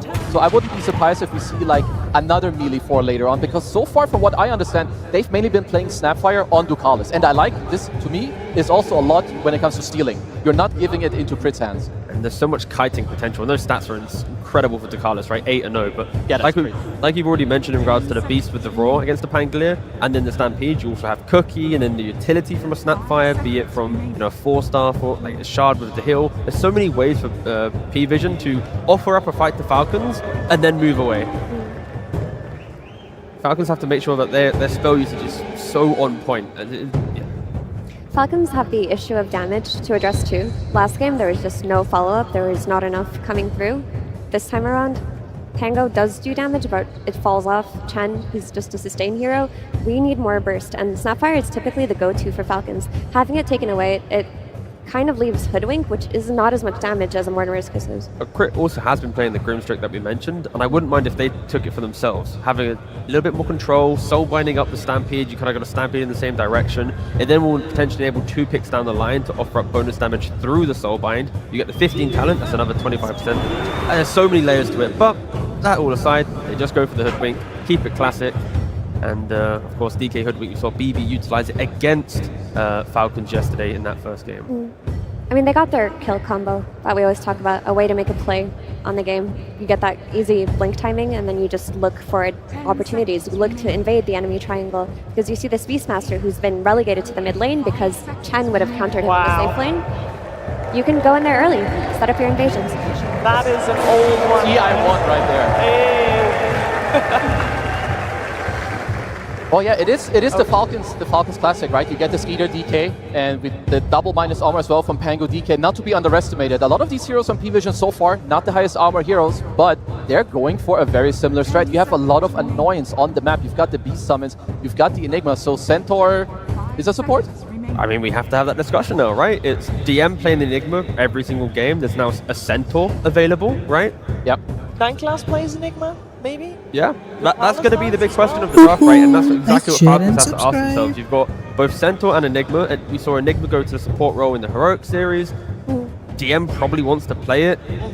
Is it a new 9-class support that's going to be showing us at... I think, if anything, it'll be Centaur support, or it could even be Beastmaster carry, and then you just have your 3 cores anyway.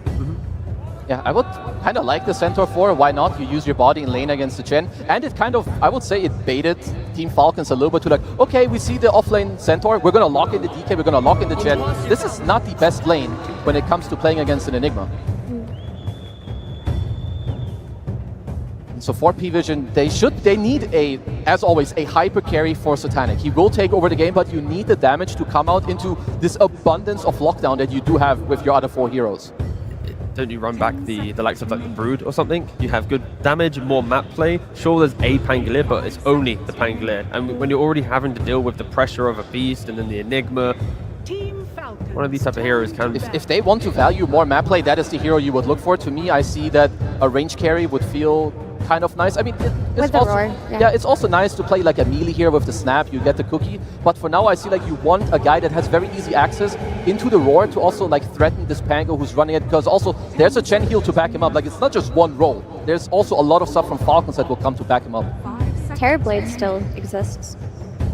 Yeah, let's see what else is there from Satanic's pool. This guy is incredibly versatile. It's very hard to ban him out. I mean, he played some Meepo and some techies.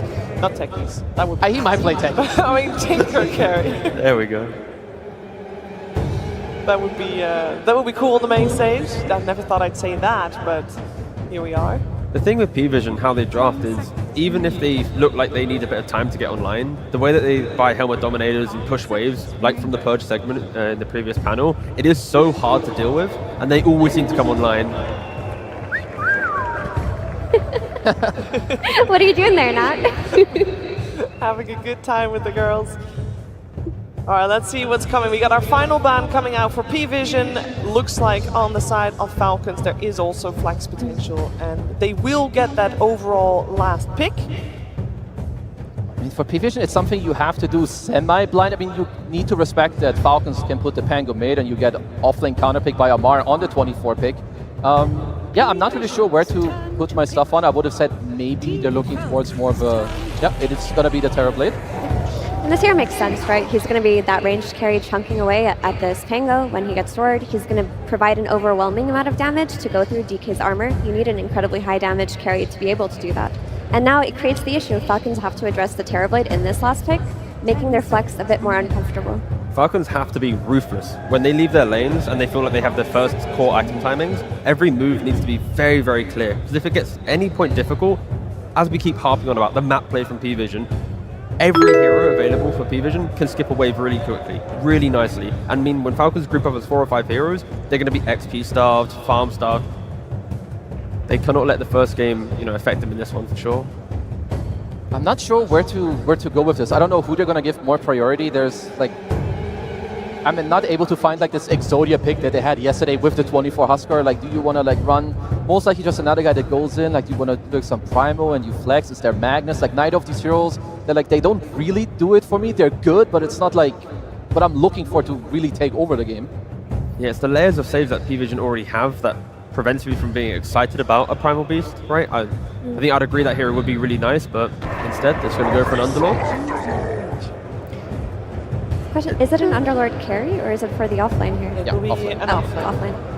I mean, it is one of their staples also. It does give you like more mobility around the map, right? You can deal with the waves because you can be somewhere, you gate somewhere else. You have the lane against the TV, you're generally going to do very well. And you do build auras, which P-Vision, they don't pose too much damage. Like in this early mid-game, it's all magic until Satanic has like 3-4 slots. So an early pipe with the Hand of God could be quite strong. I think if Skidder can itemize, as a semi-carry, and then you have the Crimson on Underlord, the auras of a Chen, you run up together, Terrorblade might not even have the items to do the damage at that stage. So they could be, really, really formidable, but it's around 15 to 20 minutes, the correct auras, the correct positioning, and objectives should be Falcons. And as we theory crafted, we are going to have the 9-class Centaur coming out from support. What can we expect from something like that?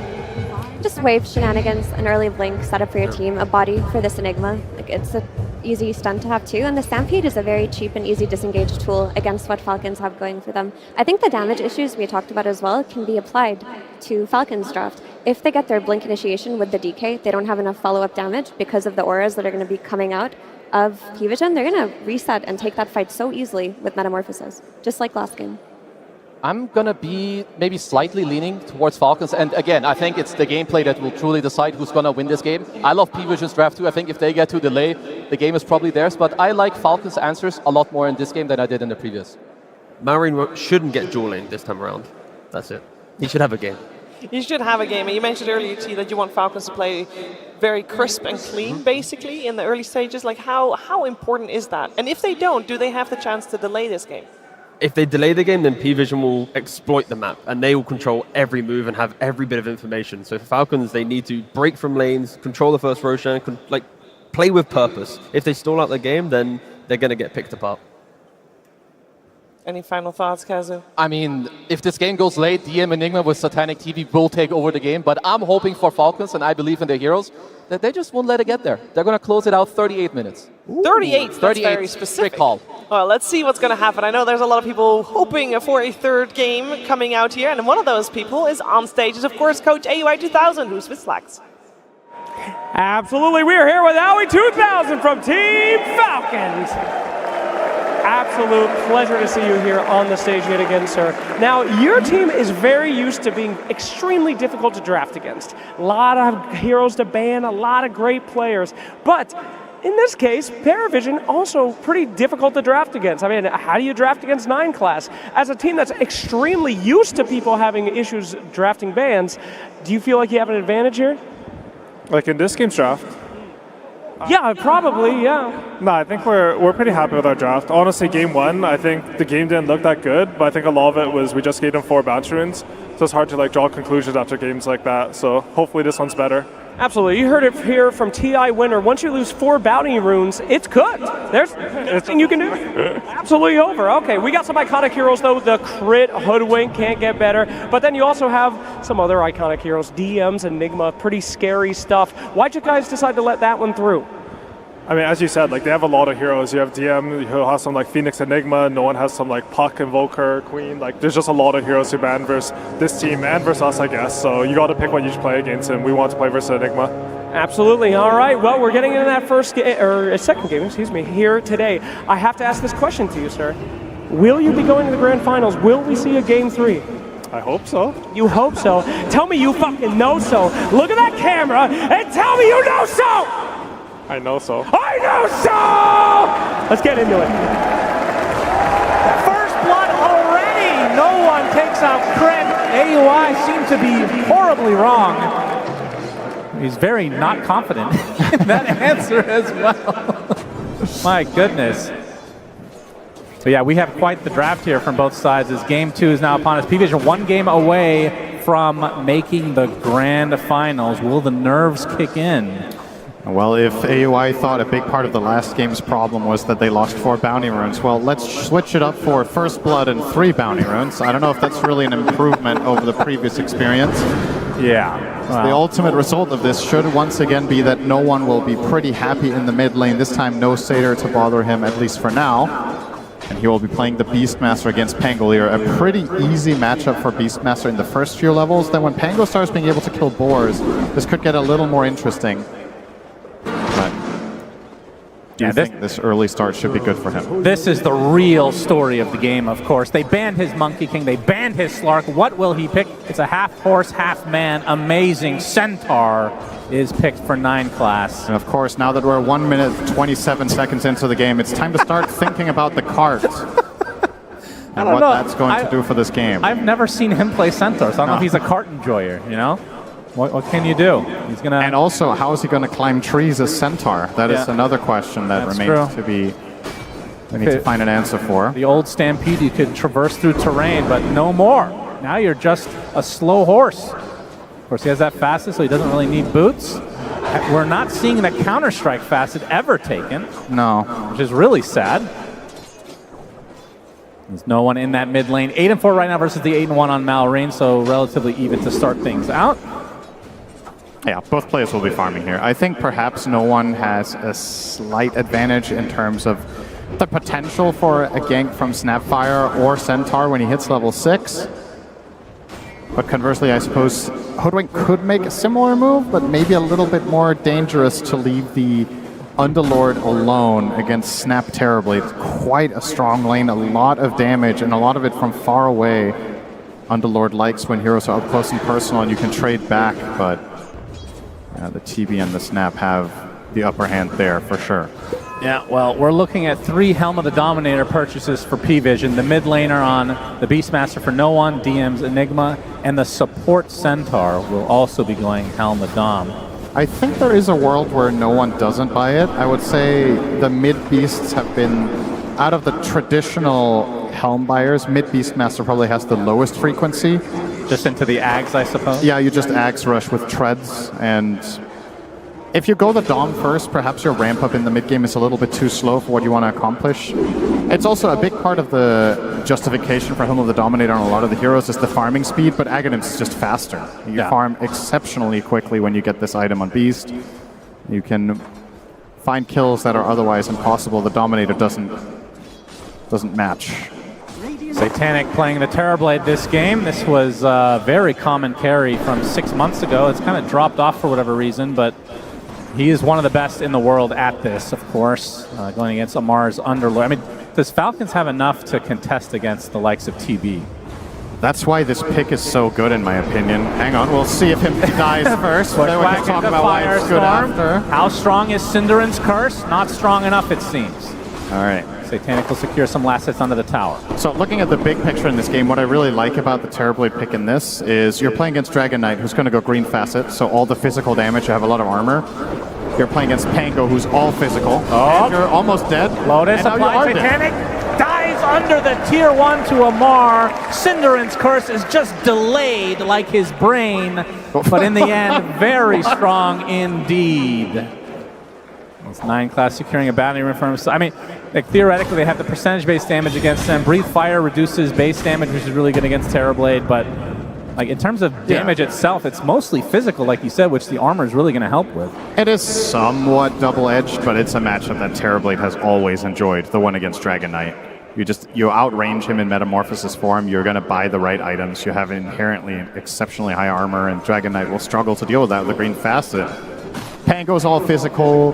Underlord, yes, it's nice to have the auras against TB, but at the same time, the value of Firestorm against that hero also isn't the absolute best. He doesn't have as much HP as certain other carries.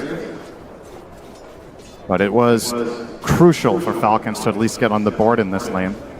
Not something I would have expected, to be honest. Underlord Hoodwink, not necessarily a killer lane against these two, but they made it work. Mid lane's still pretty close. As we're getting close to that 6-minute power rune, we'll see if the supports end up coming about. As you can see, 9 class on that Centaur.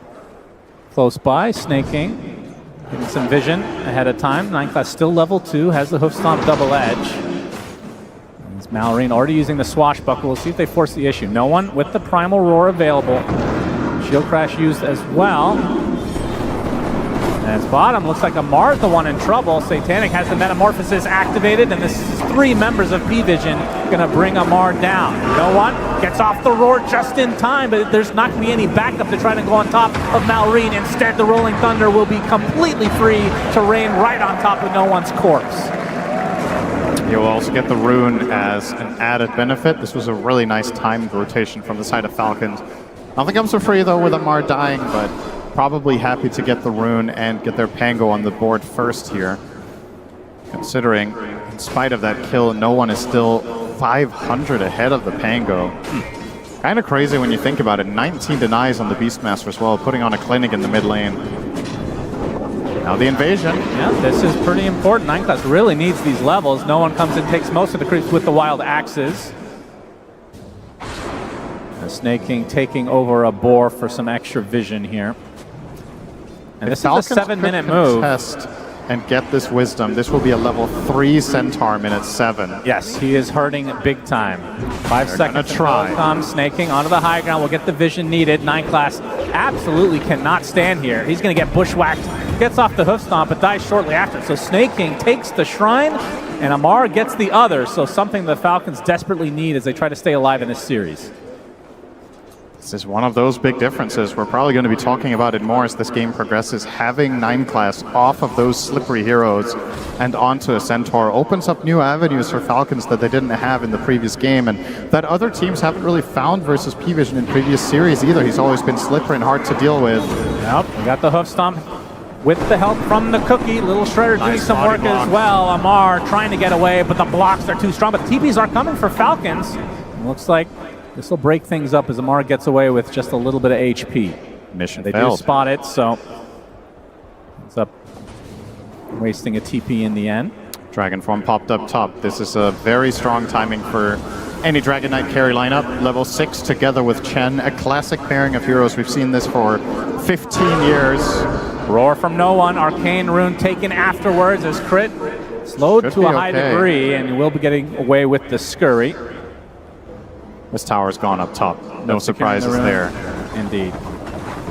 Much better start for Falcons to this game than the previous one. Still, the writing on the wall is more than likely, should this game go the distance, than P-Vision's lineup with Enigma, Terrorblade, and Beastmaster insane in the late game, and you don't have solutions once again for the BKB Black Holes. Like, the best tool you'll have is a Pango Basher and then hope for the best, but you don't really want to get there if you can avoid it. Of course, Kezu did predict a 38-minute victory for Falcons. Yeah, very naive as always, and questionable takes, but we'll let him. Hey, he's on home turf right now, so got to give him the benefit of the doubt. As no one is working on the Ags that you were talking about.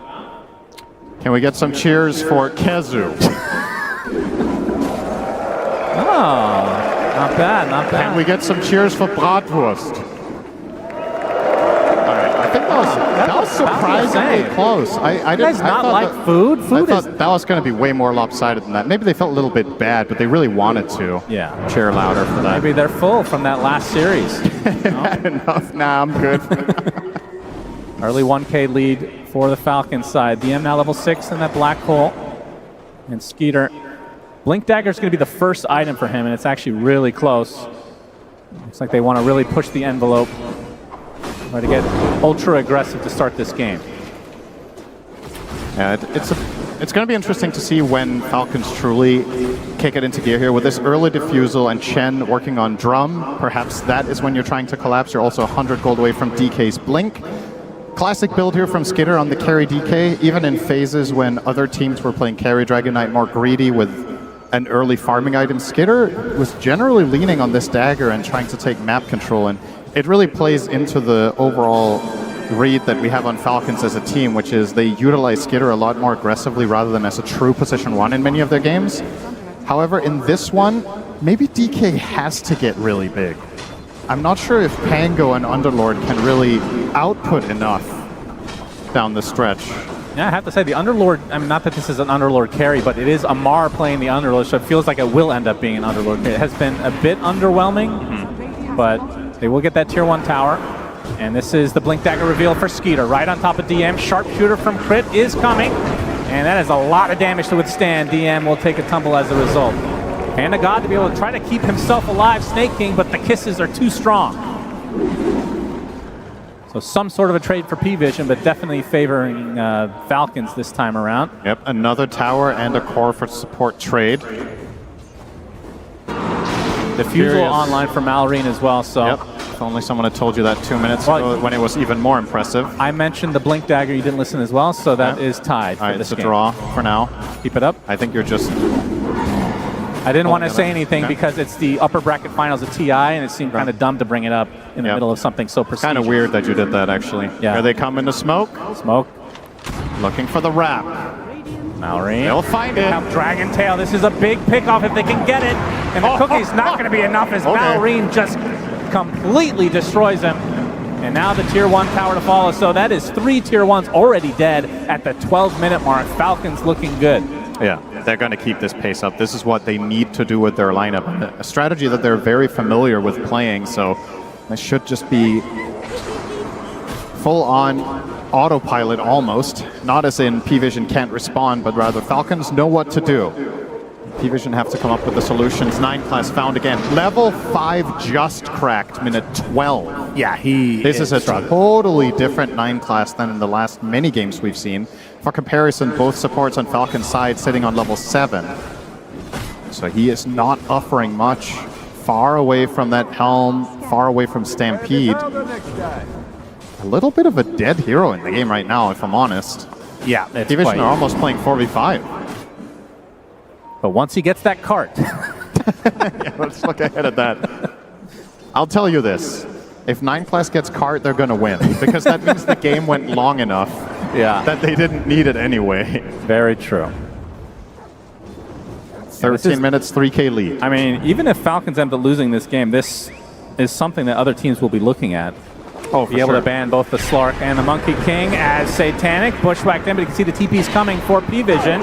Sharpshooter does a lot of damage, but it's not quite enough. Sunder onto his own illusion to stay alive. Trouble. But Here the Rolling comes the Thunder, Malrine is there with the rest of Falcons nearby to finish the job. They get Ducalis as well as Satanic. Big kills as 9 Class is basically a creep at this stage. 4K lead for Falcons. Uh-oh. Well, Kezu with the 38-minute prediction, maybe very conservative. I feel like this could just be a 25-minute. Let's hold our horses. This is definitely looking great for Falcons, though. I found that in this tournament, a lot of the time it's very difficult to predict game length. Even based on, let's say you take a snapshot now and you're like, okay, you would probably have an idea about 6 months ago with where this game is oftentimes headed, and then you get surprised time and time again. But without question, this is about as good of a start as Falcons could have hoped for. They're also going to get both Wisdoms perhaps here. If they get both, this is so bad for Centaur. He's going to stay level 5. Oh my god. He's about to get 6 from 1 creep, but we're talking minute 14. Yeah, this is bad. This is bad. Do not pick Centaur support in your pubs. Holy jeez. There it is. Stampede finally available for the horse. As the cheer, the crowd goes wild for that. Yeah, 2 people happy about that. Good for you guys. Let's see him put it to good use. I mean, is this the latest level 6 in the tournament, potentially? I don't think so, but it might be the latest on a position 4. I think it's the latest we've cast. Yeah.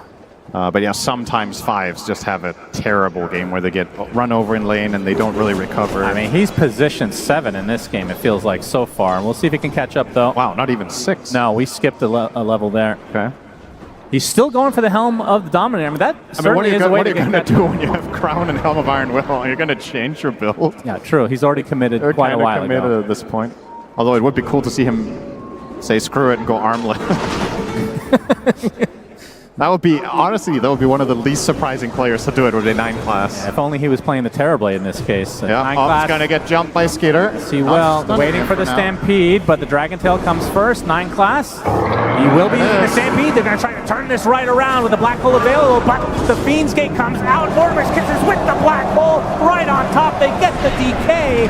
Looks like they will find 9 Class in the end, but at what cost exactly? DM's going to get the cookie to stay away.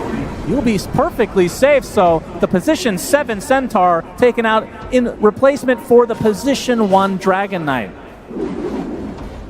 That did force both Black Hole and Stampede and Roar, though. Yeah, so that a means lot Falcons. of opportunity. Nice Midnight Pulse instantly there from DM to stop the Bushwhack. Nice little detail. Enigma obviously having that reliable counterplay to Hoodwink. And if nothing else for the side of P-Vision, aside from the trade itself, Satanic gets a little bit of breathing room. But this is going to cost them. Here comes the Zoo. Yeah, no Black Hole, no Mortimers. That means Roche for free for Falcons.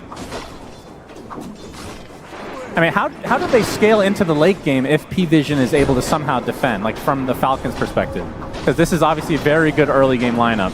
I mean, Pango can be deceptive and can be a true late game powerhouse. The problem is just his matchups, right? It's not that their lineup in itself can't play late game well, but you're playing into Roar, you're playing into Black Hole, and you're playing into a hard-hitting ranged carry. So 3 things that are generally tough for Pango, and I mean, shouldn't come as a surprise. You first face this hero, of course it's going to get counterpicked at this level. But once again, Falcons' goal, if you ask them before the game when they want, how long they want this game to be, it's probably around the 40-minute mark that they're hoping to win. For P-Vision, they'll probably just tell you the longer the better. Structures are fortified. Dom now up for 9 Class. Let's see him find a creep. Will it be a Centaur? That's an Ogre. That is a Satyr. Okay. Not what we were hoping for, of course. This is probably the most pitiful farming speed you've seen from 9 Class. He's standing there, killing a Satyr Mindstealer. It took him about 15 seconds to kill a medium creep without retaliate. And Ducalis can be found by Malrine. No way out of this. Completely drained of mana and an easy pickoff as a result. Aghanim Scepter not too far away from Mallory. It's going to be an extremely good timing as Skeeter applying pressure to the tier 2 bot. This looks like another free objective for Falcons. And the big fundamental difference between game number 1 and this one is that this time around, P-Vision are unable to force Falcons to defend. That's the number 1 biggest difference. Sure, you could also say they won the lanes, but all these things are compounding where P-Vision have games where the lanes don't go perfectly, they get their DOMs and they stall. This time, not happening. Because they only had the Enigma one for so long, and it's not enough against Chen's army and all the clear that Falcons have. So now they are the ones forcing you back, and P-Vision a lot less comfortable in that playstyle, and they don't have their 9-class scout to give them moments of opportunity. No slippery ward placing hero, no invisible hero, nothing like that.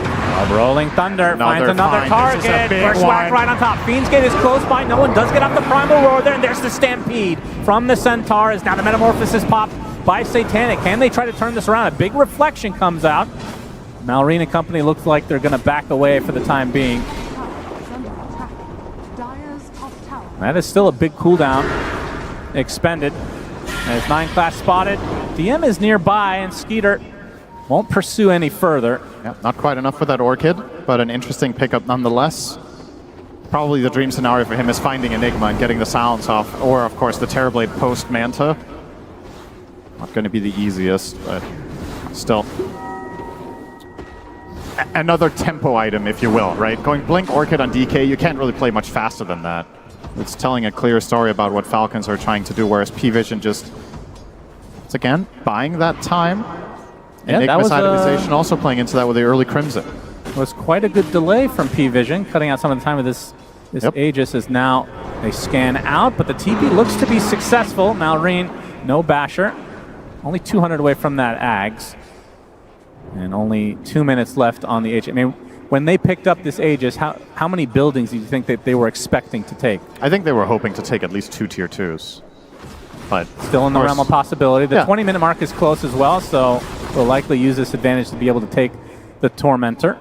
And they would love to get the Chen one in this game. You just want stronger and bigger creeps. The Hoodwink already bought her own, so it's between the Chen. I guess Pango is also okay, but once again, not the most obvious value game, given that there's 2 BKB piercing abilities. Yeah. 9-class has to use the Stampede, but he gets Dragon-tailed. Cookie to follow. And the Orchid used from Skeeter, attempting the TP. Bushwhack will connect. This will be the death of the Centaur. And we can see on the Tormentor side, Amar will be going to town. And it will be snaking, so Ancients at his disposal. The Ripper's Lash on Chen with 12 skeletons is just something else. Yeah. It's and crazy. looks like they will get that second tier 2 as the Aegis 40 seconds away. DM thinking about this Wisdom. Let's see if Amar calls the bluff here. I think he's a little bit uncertain about whether he can get away with it, but okay, well, with DM TPing out, this plays itself. We're going to have the 1-for-1 trade. You'd say that, yeah. You were correct. Good job. I do indeed say that. Thank you for listening. Well, 9-class going for a Blink Dagger next, so actually not anything too crazy. I was expecting some big switch-ups here from the position 4 Centaur. Still obviously a ways away. I mean, he went for a full Hoof Stomp double edge build, so his farm is completely dependent on just double edging creeps and using the Helm of the Dom. I mean, there is surely no other build this game than Blink Axe, right? No joke. What else are you really buying here? Your Enigma is buying the auras that you need. Your job is to try to save people that get Dragon Tail. Most likely later in the game. Be there for your Terrorblade, drive him into the fight, and let him attack freely. However, when you're playing support Centaur and you go Ags, you don't have those tankiness items. So when you run in on it as a workhorse, you might just get killed almost instantly. So that's a little bit tricky. I do think it is the path that he is bound to take. Can also drive in the Enigma for a nice black hole. Oh yeah, that's fun. But right now, I think the Ags is a complete pipe dream. He's 5,000 gold away from having that and Dagger, which means he would have to almost triple his net worth. Almost there. So yeah, give him another 30 minutes. Might be there. And what's shaping up to be another one-sided affair, but this time the complete flip from game one. Share and subscribe. Falcons have definitely figured something out about P-Vision's playstyle in that first game. And should this go to a game 3, that's when it would get really interesting if P-Vision can bring something new to the table and counter the counter. That's right.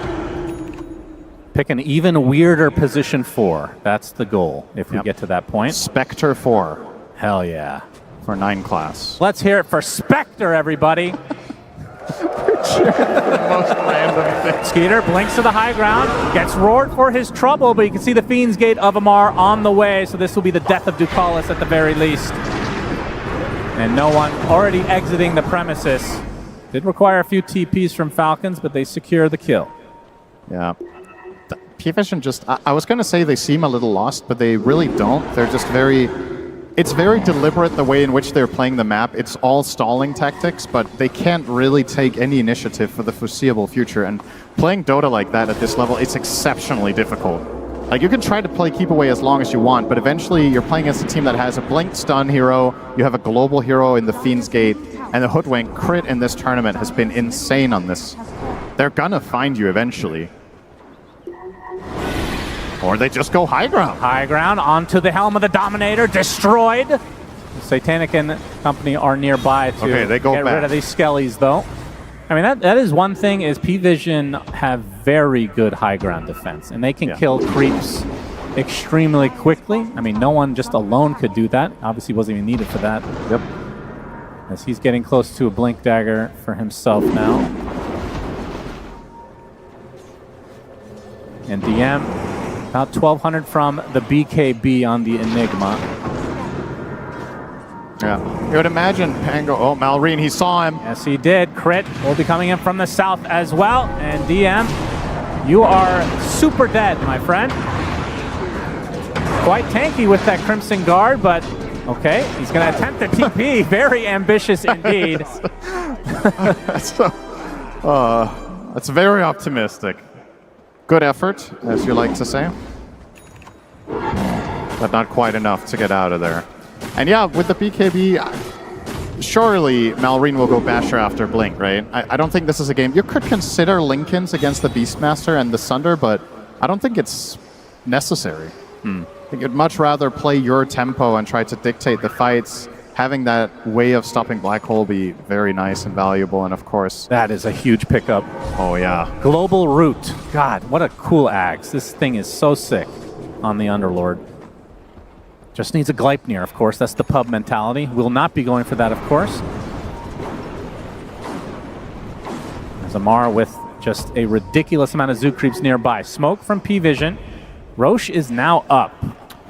Feels like it's been a long time since we've seen an Underlord as top net worth in a game when it's not the carry.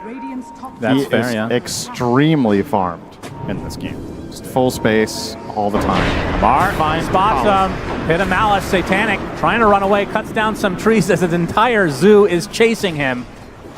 He will be able to get out for the time being. The rest of Falcons relatively close.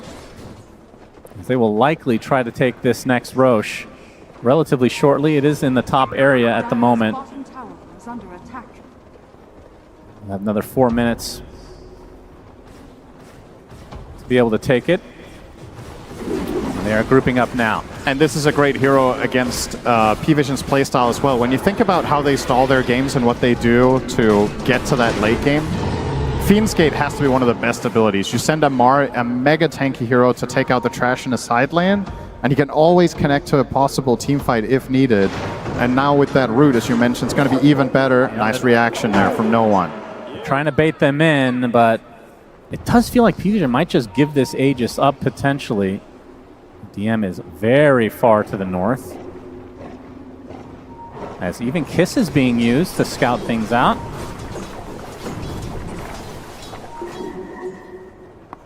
As Falcons still not feeling confident to be able to take Roche. They want to find a pick instead. Against the Enigma. Skitter's just going to run in. Yes, he is. Malrine, he gets Malefice to start things out. And they're going to be able to get the silence on this Enigma DM. Stampede. He is all alone right now. See if he goes for a Black Hole play. Probably not, as Malrine finally gets the connection. It takes such a long time. spots. Even the creep helping out with the congregations of the deep, and the swashbuckle finishes the job. So 45 seconds, not having to worry about DM. Technically does have buyback, but at this stage of the game, unlikely to see it. And now Falcons do have to worry a bit about this bot lane if you go for Roche.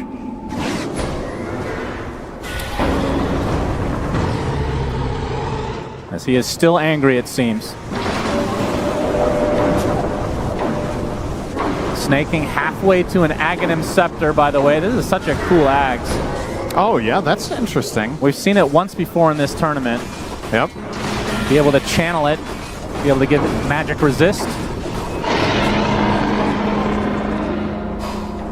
As the Aegis will go to Skeeter.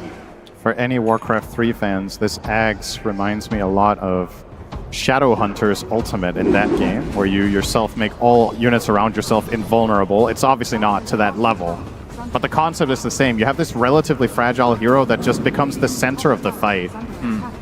And yeah, curious to see if Snaking gets there, if that will be a very noticeable difference. But yeah, making all allied units debuff immune with 60% magic resist. Kinda crazy for 6 seconds. Trying to cut the wave was DM, not successful. Skeeter leading the way, has the Bloodthorn now and the Aegis. Roche banner placed, and this is where P-Vision have to make some serious decisions on their defense. Nice Manta Manta for Satanic. Dragontail completely dodged. As the Rolling Thunder comes in right on top of Satanic with a roar used on Malrine. The Force Touch can keep it safe. It's a double black hole with the Mortimers from above. Do they have the damage? The BKBs mitigate most of it though. And now P-Vision on the retreat. Big swashbuckle coming in from Malrine with the shield crash to follow. No one is dead just outside his base. Satanic drops as well along with DM. That is 4 dead for P-Vision. Only 2 buybacks available. A full team wipe. Falcons lose nothing. They still have Aegis for 3.5, and these buildings will absolutely melt. It's a completely similar fashion to Game 1, just for the other team. P-Vision, they don't have the damage. They're getting a 2-hero black hole, they're getting the roar off, they're using Snap Ult, Terrorblade meta, and Falcons just shrug it off. And they're going to go straight for the Megas. And they just don't care. Likely the final fortification of the game. These creeps do not give a shit about that though. As the buyback comes out from no one. Of course, there's no black hole once DM is back up and running. Another 100 seconds away. This is surely going to be mega creeps. And indeed, 30 minutes in the game, Falcons with megas. And there it is, the Chen Ags ready to make a big difference after the game is basically won. For the side of Falcons. Can do a little bit of a celebratory dance in the end if he wants to, as now the items just come raining in. Full Shiva's Guard for Amar. DK almost has Lincolns. Can P-Vision hold on for 8 more minutes so Kezu can be correct? Will it happen? Big smoke though. 20 seconds. This would be a dieback for no one. He pops the BKB, trying to retreat, gets off the Primal Roar. Looks like he's fine, although Malrine has something to say about that. There's the cart from 9 Class. Huge plays from him using nothing. Nobody's in the cart. No one. He dies right outside of the cart. Truly unfortunate for the position 7 Centaur. 2 dead for P-Vision, and now Falcons looking to end the game. Satanic calls GG, and that's going to mean Game 3 on the way. And 9 Class is going to be upset with that last fight. He followed the team's instructions and said, put no one in the cart. And that's exactly what he did. Wasn't able to reach anybody. And they're laughing. That was good, actually. Not quite sure why they're having such a good time after. But I mean, if nothing else, you can have a little bit of a laugh at it. 9 Class looking at his monitor, dreaming of playing Dota. But in this game, he got... played a little bit of, I don't know what to call that. That was Farmhand Simulator. He was running around all game, finally got his Ags and lost immediately. Yes, that was... I am a huge Centaur fan. That was hard to watch, I'm not going to lie. But at the very least, we get to see a game number 3. I think everybody's happy with that, including some P-Vision fans, because why wouldn't you want to see your team play more games on the main stage? But this game, maybe you want to put it out of your mind a little bit sooner rather than later. But we're still going to break it down because a lot of things happen in this game. Effie, how did you experience this unusual game of Dota 2? Unusual game of Dota 2. I want to say that I was expecting a little bit more out of that support Centaur because it looked cool in the draft, right? You think it's an offlaner, all of a sudden, here comes Enigma. Oh no, what do they do about it? Turns out they didn't have to do anything. Centaur handled himself. Yeah, there was just so many problems that started happening, right? Like Falcons between the series, probably talking about what do they want to do, like have the DK, play fast for your safe lane, like try to abuse what's happening. Because this early Centaur, like Nankas, he didn't find that much success. Yeah, he's pulling some waves. He did go into the safe and like catch one kill, but from start to finish, this was Falcons like setting up everything, taking the Wisdom Shrines, going mid, getting the first kill, going for the runes. Even here, this is 13-minute mark. They're at like a tier 2 already this early on in the game. I mean, Falcons identified that you do not want P-Vision to set themselves up on the map, right? And of course, when you shut down the Enigma, right, you take his tier 1 tower. You put, of course, the Centaur, we could talk about it a lot, but moving to the support role, he had what, Windlace, also trying to buy a Dominator. Like when they don't have the Dominators, when they don't have this way to skip waves, prolong the game, find that smoke, dodge the smoke, get the team fight, then P-Vision, they look human. And I think Falcons in the second game, they identified how to break them. Play quick, break the map, force the objectives before P-Vision does anything on the map themselves. For me too, it's also a lot about Amar. Like Amar is impressing me not only with his gameplay, but we need to remember, he's the one pressing the buttons, right? He's coming into TI, captaining, drafting, he's giving himself these 24 last picks. He is destroying these games. Yesterday on the Hustar, just here on the Underlord, perfect lane, perfect itemization, and it works really well against this map play. You can go somewhere and don't worry, brothers, I've got the gate, I can come to you. Immediately they turn the fights around. Yeah, those KDAs on Falcons, they're looking damn smooth. Yeah. Also, crit on his Hoodwink was everywhere. But who I really want to shout out is Malrian because he came back swinging in this game too. In that game 1, we didn't see much out of him. He was shut down on lane. They really heavily focused on that mid. He didn't get much out of his initiations.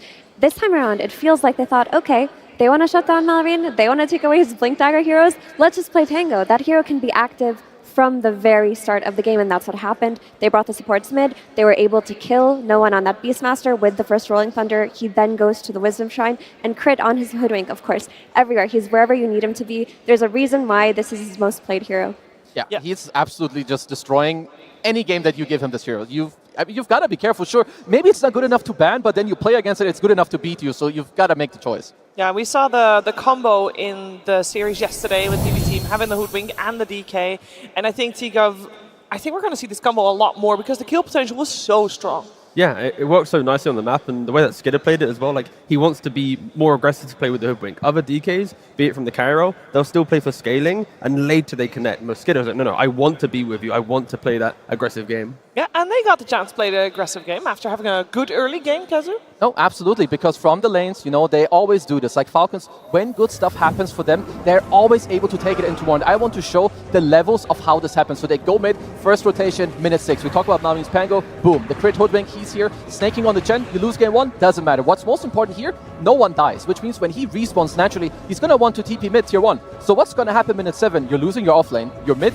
cannot rotate over, snaking stole a boar from no one, and they're now contesting this Wisdom Shrine. So this pathetic +4 center who's already struggling doesn't get his first Wisdom Shrine. And the thing also, I didn't really want to include it, but at minute 14, the same thing happened. They're too far behind. They lose their secondary Wisdom Shrine, so Falcons, textbook gameplay. Yeah, they had a good game. We said after game number 1, and especially after the draft, that we needed them to play crisp and clean and maybe a little bit fast. Tigov, you had a lot of emphasis on especially Falcons just to shape it up. And that's exactly what they did, right? Based off the clips from Kazu showed, when we fast forward, right, they look towards the Roshan. Look at the time, right? 16 minutes, 27 seconds to take the Roshan. Less than a minute later, they're hitting the bottom tier 2, utilizing the Chen, utilizing the aggression of Skidder, the natural playstyle he wants to make. Fast forward another 30 seconds, now Marine's on the other side of the map with the Underlord TPing and applying more pressure to Satanic. The fact that within a minute and a half window, Roshan was taken, tier 2 was taken, Satanic was pressured. That is exactly what you need to do against P-Vision. And I wonder, when you look at what P-Vision did within this draft, they kind of baited the Centaur pick, made them think it was offlane so they could get an Enigma and catch them off guard. What did the Enigma do for them in that game?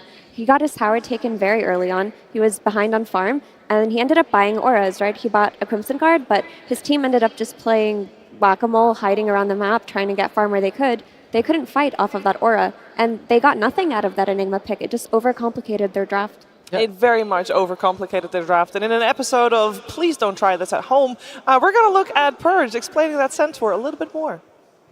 Thanks, Cheever. Number one Centaur support hater is right here, and I'm going to tell you guys exactly why. 9 class overcooked big time.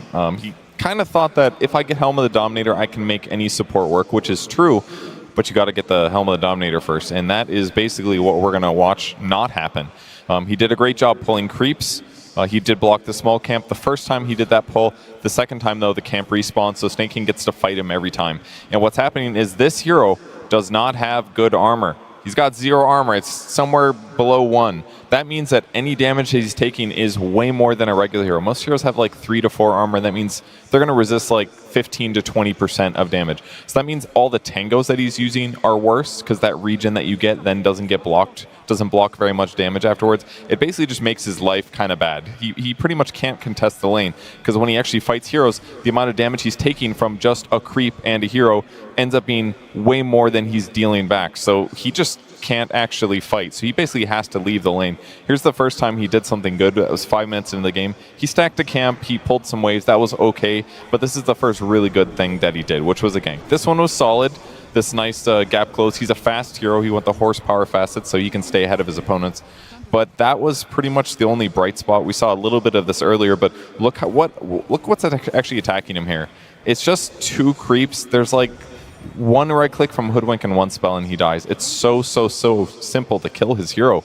7 minutes in, he's level 3. He's again like, well, there was one thing that worked. It was this bot gank. So he tries to get a kill on Amar. He's blocking him. But Amar's now more leveled, and he has more items. So Amar actually kind of just survives this one. Satanic didn't have Metamorphosis either, so one downside. And now he's thinking, okay, I need to get this Helm of the Dominator, so he's going to start farming creeps. And he does finally have an armor item, which is great. But unfortunately, he didn't get the Chipped Vest. Chipped Vest would have given him some ability to farm, and he wasn't going to put points into return because he kind of needs spells that deal damage. Otherwise, he isn't a good hero. He doesn't actually like get kills, which is a downside. So he got a little unlucky on the neutral, but this build is still ass, so don't think that was really going to change anything. And then while he's pushing on the top lane, Skitter, who's 75% through his Dragon form, is like, oh, I can kill this guy that's in front of my tower. So he actually just hurt himself even more, giving Skitter this free kill. So this build was bad. We will not see this again. I do realize he said this build was bad. That means Centaur as a support with a different build, T. Don't try this at home. Let's keep it at that. Don't try this at home. You can make a case for 5 Centaur, but I think for a team like P-Vision that are very dependent on 9 class and his early game rotations, his map play, the way that he wards, de-wards, makes the enemy team chase him around, you put him on a hero like Centaur, it does not recreate what Monkey King does. Last game, he's Monkey King, he goes mid-minute 3, kills enemy mid laner. This time around, do you think he's going to do that on a Centaur? No, you're right. Unfortunately. I do like a little bit of experimentation, and why not in the main stage? It's upper bracket after all. We're going to see, of course, what happens in game number 3. Before we get there, though, we're going to see another submission for the short film contest. This one is Icy Silence. Fate gives no warning. It simply casts you into the abyss, where some echoes never stop reaching back.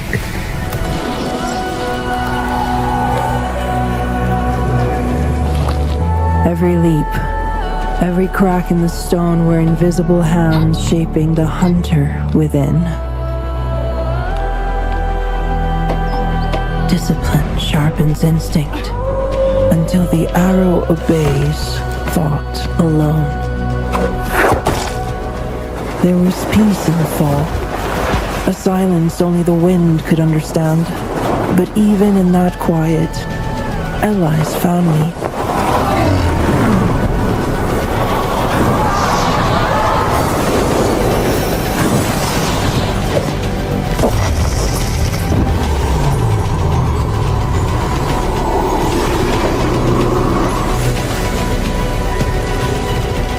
I did not choose this path, but I walked it to the end. And when the moment comes, my hands do not tremble. Now, I walk alone, so innocence never follows in my footsteps. I love the references in this one. It is fantastic, and I can't wait to see what's coming out on top. Who's coming out on top, of course, tomorrow. But let's focus our attention to see who's coming out on top in this series. Who's coming out on top to be there tomorrow in that grand finals. First team to be slotted in. It's either P-Vision, it's Falcons, and I will not lie, both teams were pretty one-sided. Either way, Effie, what's going to happen next? Because we've seen the strengths. What's it going to come down to? I think it'll come down to which team has that entry point after the laning stage into playing the map and taking over the map. In that game one, it did end up being P-Vision, but only after a while, only after Falcons made the first error in a team fight. In this game too, it didn't really exist in the same way, but it's going to be the same story. Wave shove, Helm of Dominators, getting creeps out, and looking for that first strong team fight. To me, it's also a lot about like the emotional side. Like in between this game, like both teams are 1-1. You're going into game 3, upper bracket finals. What are they talking about? Yesterday we heard that both of them like praised their coaches. You know, AOI 2000 gave a speech mid-series. Whenever you hear P-Vision, they're talking about Ostini. What does he say in between the game? How do they go into the next game? With what emotions? What is your plan? How do you want to go against, like, are you going to try to have another Centaur 4, a different replacement? What is your replacement? So going to the next game, for me, it's a lot about the planning. I kind of want to simplify it to the point where, so far in the playoffs, 9class has played Monkey King and Slut. The first time he plays a different hero, they lose in like 20 odd minutes. So if I was Has Falcons, it only ever been those two? Against Heroic, it was Monkey King, Monkey King. Against XG, it was Slark, Monkey King. Game 1, Falcons, Monkey King. All of them dominant, map breaking, everything. Finally, when they're both banned out, again, like I said, so I feel like if you're Falcons, trade those bans. Even if you're on first pick and you only have 3 bans available, ban both of them. Just get rid of them. You can maybe first pick the Monkey King, then only ban Slark, ban 2 different heroes. But in my head, get rid of those 2 heroes, and then 9class is a very different player. Maybe that is exactly where the team's head set. When we saw the draft order, both games, it has been exactly the same. Potentially Falcons just really wants that second pick to make sure they have 4 bans to deal with the squad. And dealt with the squad they did, and that means we are at the impasse. It's 1-1. P-Vision and Falcons, only one will emerge victorious and will secure top 2, which for both teams, Kazu, would be immensely big. It's absolutely crazy, especially when you remember there are some people here that have barely any experience at all. Like already just getting top 3 in like one of your first TIs, it's very rare. It's like nearly unheard of. So first of all, this happening, you should already be very happy before it's happening. You want to be confident, like going into the next game as well. But yeah, here we do see the previous drafts. But the thing is, sure, you can be Falcons and you're gonna ban the Monkey Sock, or you find a way that they don't get their hands on it. But you're against P-Vision, you are P-Vision, they know that this is happening. So what are they talking about to correct for themselves in the next game? Honestly, Ostini walked into that booth with a big smile on his face. He doesn't seem to be too discouraged, so they may have just acknowledged it as a draft blunder. I don't think that 9class was calling for this for Centaur. I think they were probably cooked it, maybe tried it, and a scrim talked about it. But the point of the Centaur was to hide the Enigma. They wanted to give them a false sense of security on Falcons that they weren't going to be dealing with an Enigma, and they did the swapperoo at the very end. It didn't work out. Just go into game 3 with your previous strategies. Yeah, you can only get away with that once anyway, and when they did, it didn't work out. And I'm sure that Falcons is on a tier where, regardless, they will keep an open mind. They know who they're facing, they know what can come at them, and I feel like flexibility for both of these squads, because when last year, every time, we were talking about Falcons, it was always about the overlapping hero pools from the players. I feel like we're seeing that back in P-Vision now, maybe even stronger. Yeah, I mean, they're looking... Actually, I'll be honest. Don't worry. Back to you, Shiva.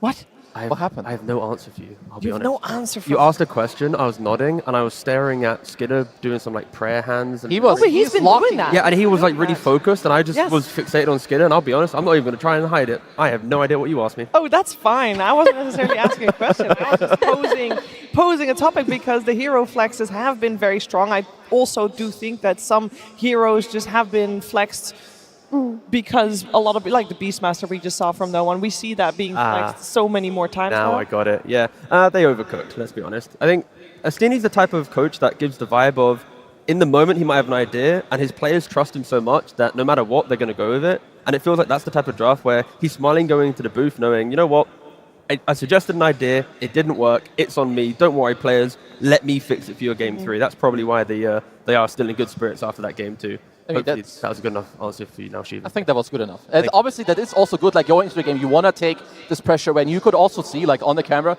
no one with his low bro satanic, like fist bumping each other, giving each other a handshake. Because you got to remember, he's very young, but in my opinion too, they're very confident players. No one himself satanic too. You see it in the pubs, you see it in the games. Like, they know what's up. So this game 3, I'm honestly expecting just a close game because game 1 and 2, very one-sided affairs. What I did learn from that game 2 though was that Malrine, he just picked that Pango and showed them his stuff. Like typically the way we've seen Malrine play is 2 heroes, right? Earthshaker or Sand King. He'll do a lot of farming, he'll do fine on the lane, go into the triangle, get his Blink Dagger off of stacks, and then make his key rotations. Without the need for Blink Dagger on a hero like Pangolier, he was able to do that a lot earlier, and it took away from all of the pressure that P-Vision were building on him in this series. It seems like they talked about the mid lane and how they want to address it. And I just want to talk about the interview we heard from Tidebound a few days ago, where NTS said that he thinks Falcons is the strongest team because their mid laner always hits such a good tempo. And maybe that's the read every other team has, that they need to shut down Malrine's heroes. But Pango is back on the menu now. Yeah, and I mean, in game 1, they succeeded, right? They had the co-op with the Monkey King, with the Oracle against the Shaker. They shut him down. Game 2, of course, not the same story. That didn't happen. So if you're going into this next game, P-Vision likely want to repeat what happened in game 1, try to shut down Malrine, and try to make it happen. Well, we're going to see exactly what they're going to make happen. It is the final game in this best-of-3 series, P-Vision versus Falcons. Let's see what they got. P-Vision versus Team Falcons, Game 3. Alrighty then, we got P-Vision on Radiant, we got Falcons on Dire, and they did switch up the draft order this time around, where we do have P-Vision having overall last pick, Falcons first pick, and therefore only 3 bans to their name, so we might see things changed up a little bit. The Mars still unfazed banned, just like the Chen here as well. Yeah, key thing as well, Falcons had the priority, and they actually chose Dire, which then gave P-Vision the ability to take second pick. So the way in which you want to utilize 4 bans, Falcons don't care, but as I said before, if they are to be first pick, ban Slark, entertain the idea of taking the Monkey King on first pick, and then you also solve that problem that I suggested. Would make a lot of sense to me. I mean, if you do want to first pick the Monkey King, you can just go for like maybe a quad ban or something, whatever you want to protect it, to have Malrine play it. Because Skeeter, he doesn't play it as much. Amar does, so try to keep it open between your 2 and 3, because I believe those are 2 of the most likable options, or most likely options that will come out here. We also see a Hoodwink Respect ban coming out for Crit, but something P-Vision did in this banning stage was they broke 2 of the combos that Falcons love to play. By banning Mars, you take away the strength of Snapfire. We saw her without a Mars, and that game 1 didn't look as good. And by banning the Hoodwink, the DK becomes less strong as well. Yeah, for sure. And that's going to open up some other heroes too, because you're still going to... It is Falcons, they will try to find replacements. So with Hoodwink out, Snapfire maybe with different combos is still in, you've got the Sand King, maybe you look for more, like, Grimstroke's priority should be going up in this draft too. And the fact that you were talking about banning like a co-op to protect the Monkey King, they don't want to put themselves in that first pick Monkey, so they ban it as well. 2 bans on 9 class, take the Malrine Sand King, and honestly, I couldn't ask for like a better start to a Game 3 draft from Falcons. So now the question is, what have they prepared for Malrine Sand King? Yep. We've seen a lot of teams do things like they'll pick SF and try to win on lane versus it, but for SF to work versus Sand King, you also need to be able to invade his stacks early on, and they go back for the Oracle. First pick, that is a lot of respect on the Ducalis Oracle. I would imagine that he's going to be the one playing it. Now the question is, Oracle, how much effort do you want to put into countering that? Because I feel like when there's an Oracle in the game, I mean, that's great, no, but it offers you a save. But do you need something to specifically counter a save? See him, kill him. That's pretty much the 2 factors. So with the killing aspect, you have the Sand King. Now you need to find him. There needs to be another hero to locate the Oracle, and it cannot be the only way. So yeah, I think Sand King's a step in the right direction for it, at least, if you have a couple more heroes to also jump, but jump is the key answer. Yeah, and 1 jump hero is not enough. Yeah. They had 1 jump hero in Shaker versus Oracle in that game 1. It was not enough, especially when you look at Oracle as a hero who can just give himself free magic resistance. He puts the Fate's Edict on himself. If he gets solo epicentered, he protects himself. And at the same time, if you're P-Vision, you need, like, you cannot just pick an Oracle and be like, okay, here you go. You want, like in game 1, you want a strong mid lane. Abuse the fact that you have the innate, you know where the runes are. You want people that go in for you because you will need to protect the Oracle. What we're talking about, you want backline jump, you want to see these heroes. you know, your Centaurs, Night Stalkers, they're going to go in, and if you cannot protect your Oracle, if you don't have people in front of you, a front line, you're food. They banned the 9-class Pudge, which is really funny. They're just taking out all of his flavorful heroes. We haven't seen it yet this TI, but it's good to remember it. I know I've also seen like no one played a little bit in the mid lane, but I also remember there was like a couple days in a row where 9-class every day he just played this post 4, but he was super annoying for all the 5s. Because a lot of 5s, they're actually quite slow in like the laning stage with how they maneuver. One hook, see you later. Another option for P-Vision to go down, if you want to think about 9-class kind of creative heroes, he's already played Zeus so far in the tournament. Get some of that vision, apply it so Sanking can't hide within the Sandstorm, and on top of that, it could lane well with, let's say, like a Centaur, a pipe-buying hero. And now you have Oracle protected by the Stampede, the aggression of a Zeus Centaur lane. Like, I can see some pretty cool combinations that P-Vision can utilize. Or, and this may surprise you all, but what if they pick something normal for a 9-class? He's capable of playing normal supports too. I'm pretty sure Estini has like a grid of heroes to draft, and there is not a single normal hero in like the 9-class grid. I shouldn't. That's normal enough. Pretty normal, actually. That's pretty normal. He's a normal guy sometimes. I do want to defend 9-class a little bit. A lot of people think if you take away his cheese heroes, he doesn't play well, but before he even developed his Slark cheese, he was really good on heroes like Willow and Batrider. Like, he was a standard 4 player at some point as well. That's true. He just leans so far into it that we've kind of lost the... Yeah, we've lost him. We've lost him for a bit, but in a game or two time, especially when teams are now banning out both Slark and Monkey, we are going to see him return to the at least a couple more traditional heroes. I mean, if you're Falcons, it's sometimes a bit annoying to pick your 5 into clock. Like a lot of the Pugners, you don't really want to play into this hero. So Snaking, what is like looking for? Generally, I would say there's a very high chance they would look at Ench. I don't know exactly how this matchup goes at the moment in the meta with Clock against Ench in the lane, but it does fit like what they want to do.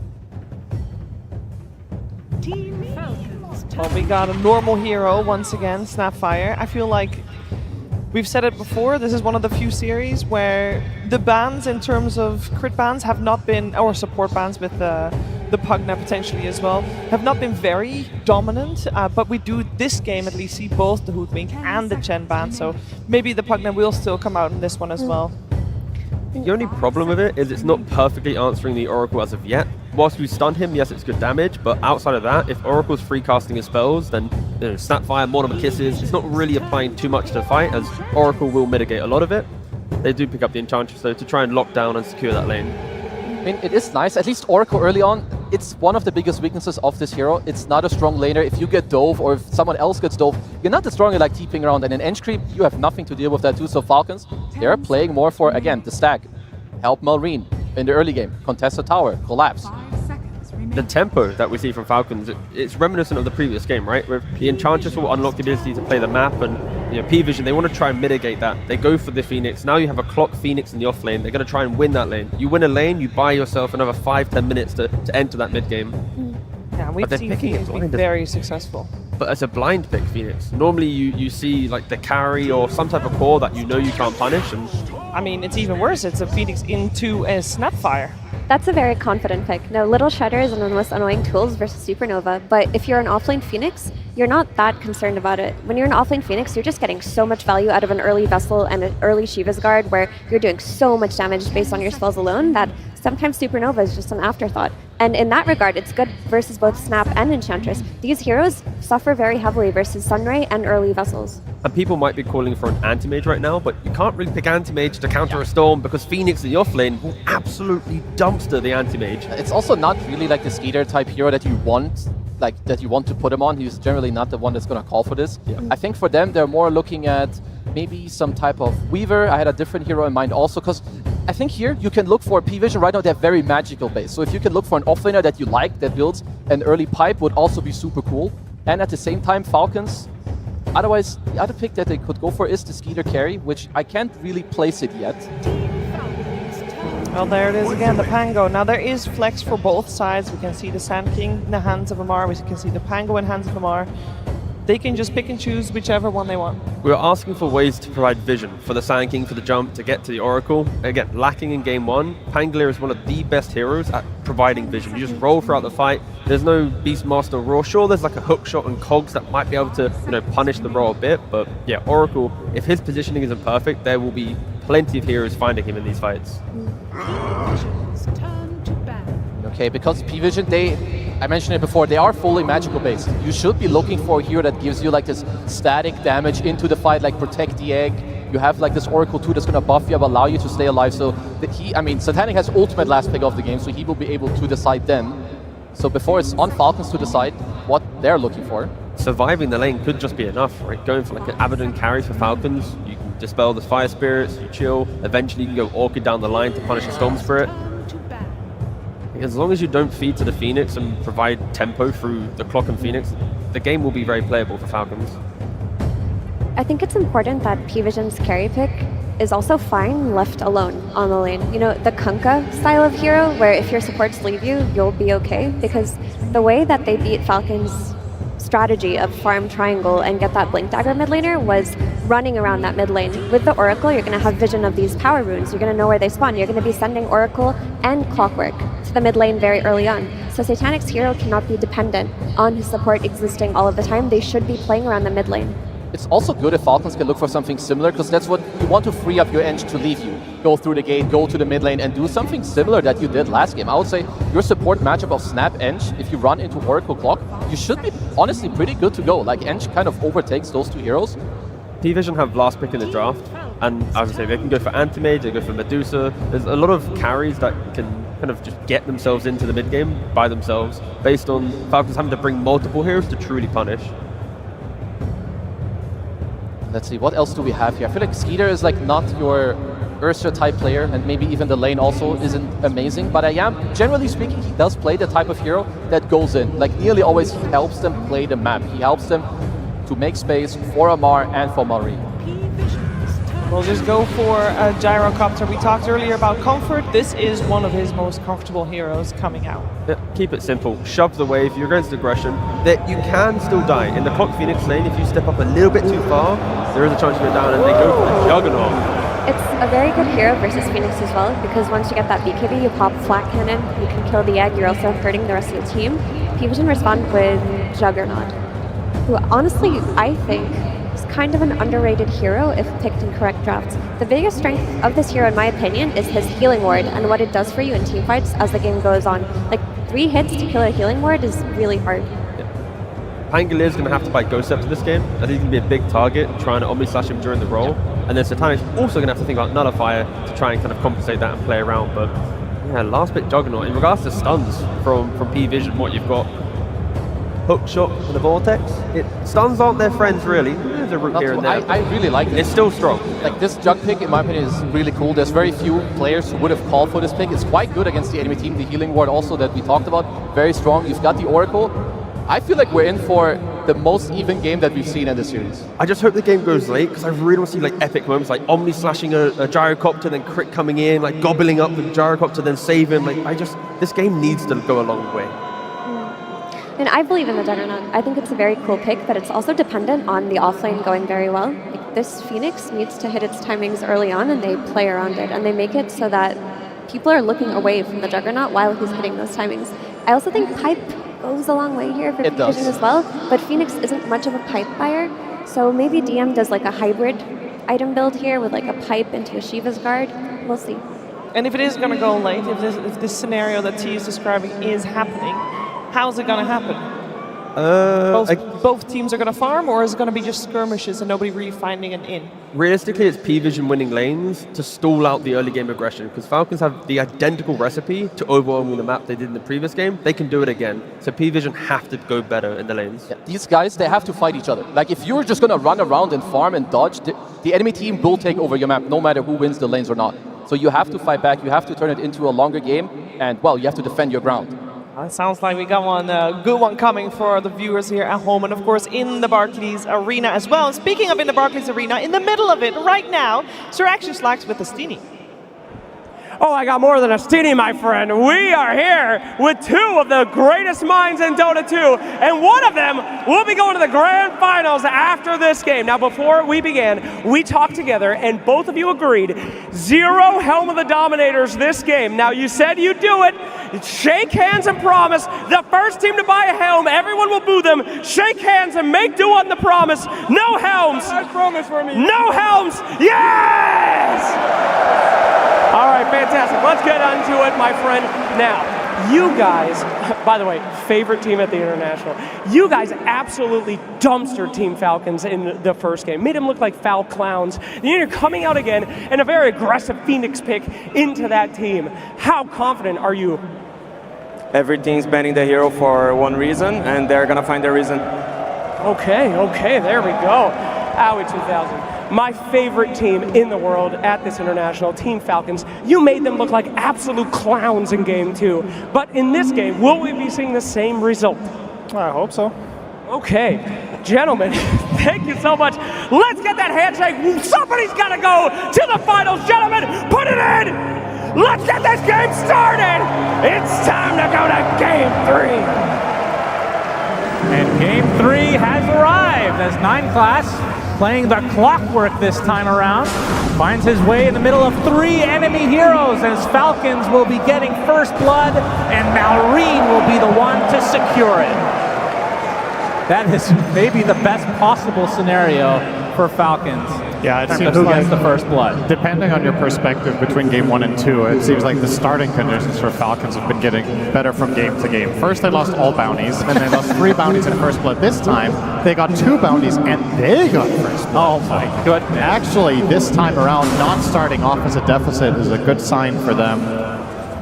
I agree with what a lot of the panel talked about here. I think this is a very different game in nature to some of the previous ones we've seen. The main overlap, if I could pick one, is probably the Enchantress, even though she wasn't picked in any of the 2 prior games. It's a little bit more of that Zeus style. Chen was banned first phase, Here's a Snake, he couldn't play it. But fortunately, he could go for his Eng, who he has one of the most ridiculous records in Dota on. It's not #1, but I think he has the 2nd longest win streak out of any player-hero combination. I believe earlier this year, his 20 win streak on Edge was broken in a game. I think it was around the 20 mark at least. Kind of incredible. So he is comfortable, without a doubt. P-Vision bringing something new to the table, though. This Juggernaut hasn't been played very much. They're putting 9 Class on the clockwork now, so they were like, all right, 9 Class, now you're actually playing a normal position for this game, and he will start boots, something he didn't do last game on the Centaur. He went for Workhorse and tried to play his way around it. With boots, it is a lot easier to pull those waves and to navigate that offlane when you're playing in a deficit. So hopefully for him, he can find some more impact. Yeah, He'll advise to fight Snapfire, though. I don't think we're interested getting in there. Well, Crit will be able to play this for, I believe, the 2nd time this series. He played in game 1, if I'm not mistaken. His 9 Class is going to be stealing some creeps. He's going to be taking heavy damage, though, from Crit. Oh, he lost the range creep. That's not ideal on this creep. They're going to lose that one overall. As Snake King now going to get Blade Furied upon by Satanic. Will pop the Fairy Fire. Snake King going to continue to heal thanks to those Nature's Attendants. Amar will oversee operations. Yep. Does survive. He also killed the healing ward, so nice little bonus. I believe you did say that. I did not, but thanks for covering your bases. I was being generous. Oh, Malrine. What seems to be the tradition of this main stage has been Sand Kings have to miss certain stuns. It's a tax we have added to the game. Yeah, how does this matchup typically go? I feel like Sand King can draw against any hero. If you play it like Malrine does, you're just cutting waves. If necessary, in the good matchups, you're standing in your Sandstorm, you attack the enemy hero once they're blinded, they can't really trade with you very well, and this is no different. Of course, he has a little bit of an unfair advantage from the first blood, which you know, if this is played in a vacuum, maybe Storm can pull out a slight advantage, but I don't think it should ever be more than like 60-40 on the farm. So, no one doing what he can to put that pressure. Yep, 15-4 versus the 15-0, so no denies from Malrine, but still very, very, very close in this mid lane. Ducalis again playing the Oracle with, it looks like Satanic actually went for the Blade Storm facet. I'm not sure what I've seen the other one more often in the very few games that we have seen as 9 Class gets gone on by Crit and killed off in his own cogs. That is a bit unexpected, but I guess it was just a matter of time as he was continuing to steal those creeps. Level 2 Snapfire is really hard to pull waves against. When you go this skill, but when you go to 0-1-1, you have so much damage. The cookie is always going to connect, because in order to pull the wave, you have to make them trail behind you, so you're never going to miss. It's just very easy for Crit here. Some nice bowling from 9 Class there, a little bit of mana burn coming out. Yep. But overall... Enjoys his bowling. We'll see if he's as effective as he was game 1. Of course, playing a different hero in all 3 games now.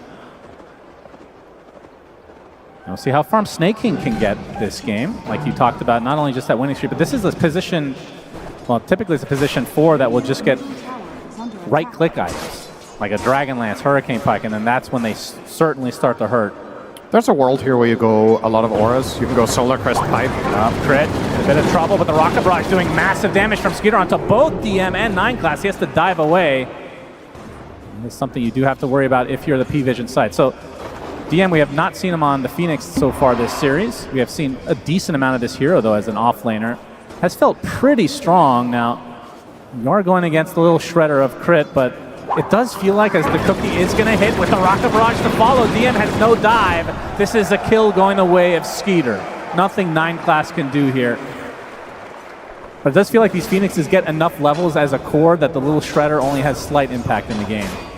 It's very much contextual. I think in this game, between Little Shredder and Gyro with BKB, you definitely have tools of taking down the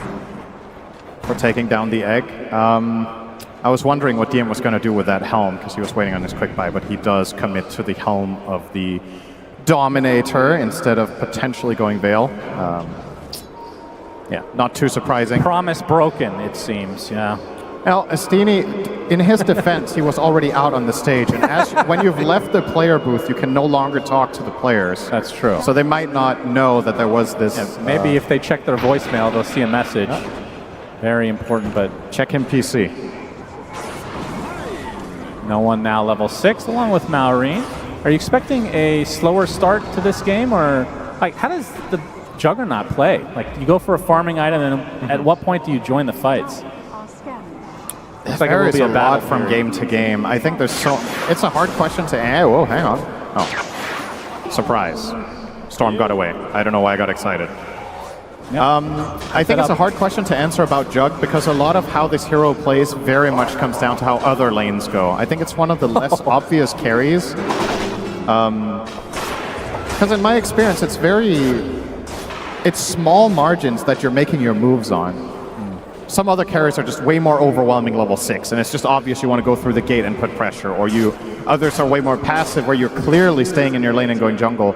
Jug is a little bit of both, where if there's a good opportunity, you can play around it, but I think a lot of that comes down to how good DM's game is going to be. You want to rotate to a Phoenix that's ready to fight. Some trouble. There we go. No one shows up. The cookie. The Cog's actually on the outside. He gets hit by another one. A big dive coming in from DM, and they will clean up Skeeter. As 9 class, one more right click, so there is a trade of sorts, but Maureen actually walked up here, I believe. Late to the party. Yeah, a little bit too late to find a connection. No one is relatively low on mana, though. Oh, can Crit get this? He's going to try to go for the 7-minute There's no way he just walks past and gets this, right? 9 class makes his way close by. As he's not going to get it. Yeah, we'll have to back away now. In fact, might die for his troubles. Well, He's this is a level 4 versus a level 2. No one does have mana to zip up if needed, and he'll do just that. So Crit will be brought down. A good attempt from him. Tries to deny himself onto the creeps. Not going to happen. So that would actually have worked if he wasn't slowed by the fire spirits on his attack speed. Yeah, that's true. Couldn't get the swing in. Kind of looked like a replay of the last game where 9 class had to give up the Wisdom Shrine, and he was like level 2 at that point, I believe. Yeah. This is a better start for him. Yeah, for sure. He's going for the Tranquil Boots here on the Clockwork, so he will have plenty of resources to trade with. Has the Infused Raindrops as well to have a little bit more staying power. No one. Yeah, getting the brunt of damage here. Nice Cogs, forcing Crit back so the cookie does nothing. Fate's Edict applied to no one. Reed did get the rune, though. I mean, that is one benefit is the Juggernaut. I mean, he has Blade Fury for the BKB, essentially. Fate's Edict maybe for the Storm Spirit this game, but might have to buy it anyway at some point. Oh, Malrine is bullying him down here. Really trying to put on that pressure. I say Malrine, of course it is Amar. Yep, same thing. Easy to get them confused as they play all the same heroes. This is true, and that is the true power of Falcons. They've taken advantage of this time and time again. TP mid lane, though. Good pressure applied to the tier 1 from Falcons. They'll have to back away now. Say that. Of course, Malrine has that facet. It allows him to blind towers by hitting them. Very powerful for pushing. I do wonder if that is going to be changed in the future. We'll see. Yeah. I don't see why this needs to blind towers. Wow, that was a shriek. Yep. Okay. Gets his level 6 now on DM. Maybe that's why he's happy. It's like, I am online. Nice stack here for no one to build upon. But similar to the previous game, you mentioned it, 9 class had a tough game on that Centaur and was low level. This isn't much better. He just cracked level 4 minute 9. It's going to take a while before he really gets there. This, I don't know, it does feel a lot different than he's Clockwork. This time he has a hero that's more traditionally good at playing from a slight disadvantage than Centaur is. And he also did get some experience there from the stack and the D ward, so it all adds up and helps getting there. Oh, DM. Bull Shredder doing work against him. He has to egg here if he wants to live, probably. Most likely will have to. TP's coming, though. He'll withstand the damage and be just fine. Crit will force the reaction. He keeps trailing him with the threat of the cookie. They bring in Ducalis for protection. But once again, it is Falcons picking up the pace here. Haste, the cogs! Gets the haste, beautifully done. No one applying so much pressure to Malrine right now, but it looks like 9 class is more worse for wear as the creeps show up along with Snake King and even Skeeter making his way. Sandstorm's too strong. They can't do anything. I thought maybe they would have more damage in the tank, but of course, level 4 Clockwork, I don't know why I got my hopes up. He's got 2 in cogs, so his damage is negligible. You're running in the Enchantress next to him with the heal, no problem. His mid tower will be gone in a moment. That blind lasting for so long. It's pretty crazy. How long is that? 5 seconds. Huh. Tier 1 tower secured for Falcons. 3K lead as they are continuing the pressure overall. Carrying over from this game 2. Exactly. It's the same recipe. They forced 9 class off of his most obnoxious heroes onto something, a melee 4 without the same playmaking as Monkey King and the Slark, arguably. And they just run them over in the early laning stage. They've taken 2 towers already. All 3 of their cores are happy and farming.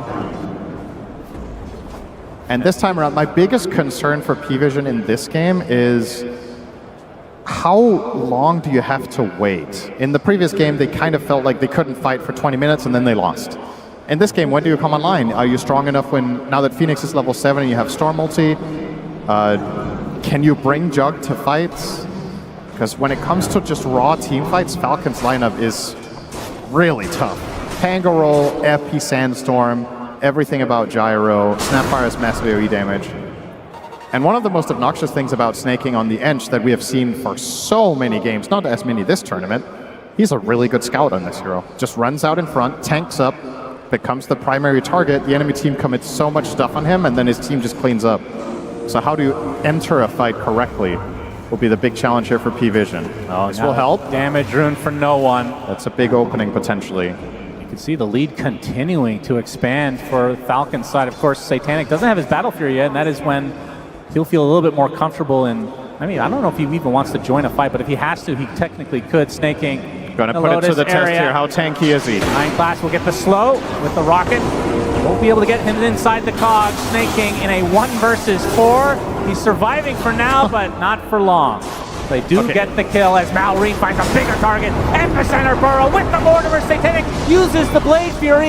He has the healing ward up, but it's not going to be enough. Crit takes him out in the end. That is a huge kill for Falcons, and like you said, it required 4 members of P-Vision to take out the Enchantress in the top, and that's your trade. And I wonder if Snaking could have maybe played that a little bit better with taking out a cog. Probably not because of Fire Spirits, but they got 2 cog knockbacks, and in spite of that, the kill took like 15 seconds with the 4 of them. That is worrisome. Yeah, it feels like they don't have a ton of damage yet. Of course, the Storm Spirit is going to be the most of it without Juggernaut showing up. I mean, it does feel like this is maybe a game as Ducalis has a false promise himself. Amar, nice disruptor from no one. Gets off the Electric Vortex just in time, but Amar able to get off his ult in the end as he attempts to get out of dodge. TP, looks like he'll be fine. No hook shot yet. 9 class, actually pretty close. That would have been a huge pickup. I think that would have been a kill a year ago when I believe cogs placed on top of that roll would interrupt it. Do you remember? You played a lot of Pango. You could interrupt it with like Fissure and cogs. Was that only a year ago though? Maybe it was more, but I feel like that's been maybe 9 class was hoping it would got bugged again in the most recent patch. Yeah, you never know. Maybe wishful thinking. Not the case though. This game has no bugs anymore. That's right. We're out of beta finally. They fixed them all. No one has gotten, I think, every single rune. Am I wrong? Like, this is crazy. And they haven't converted them much. Yeah, exactly. They haven't been able to do much at all with it. 5K lead for Falcon. Skeeter on the outskirts of the map with his Crystallis in tow. Aghanim Scepter's going to be next. Already about 1,000 into that, so he is having himself a good old time. In fact, all 3 cores for Falcons. Top net worth in the game. But this is where things potentially can change. Satanic finally gets his farming item in the battlefield. Yeah, I think the way it's going to change is that he will farm faster and everything else will be the same. That counts as a change, then I'll For agree. him it is. Sure. He is like, guys, I got my item. I'm going to continue farming. Good luck. Would you agree with me in the fact that Satanic is one of those carries as Ducalis getting pursued? Nothing connecting.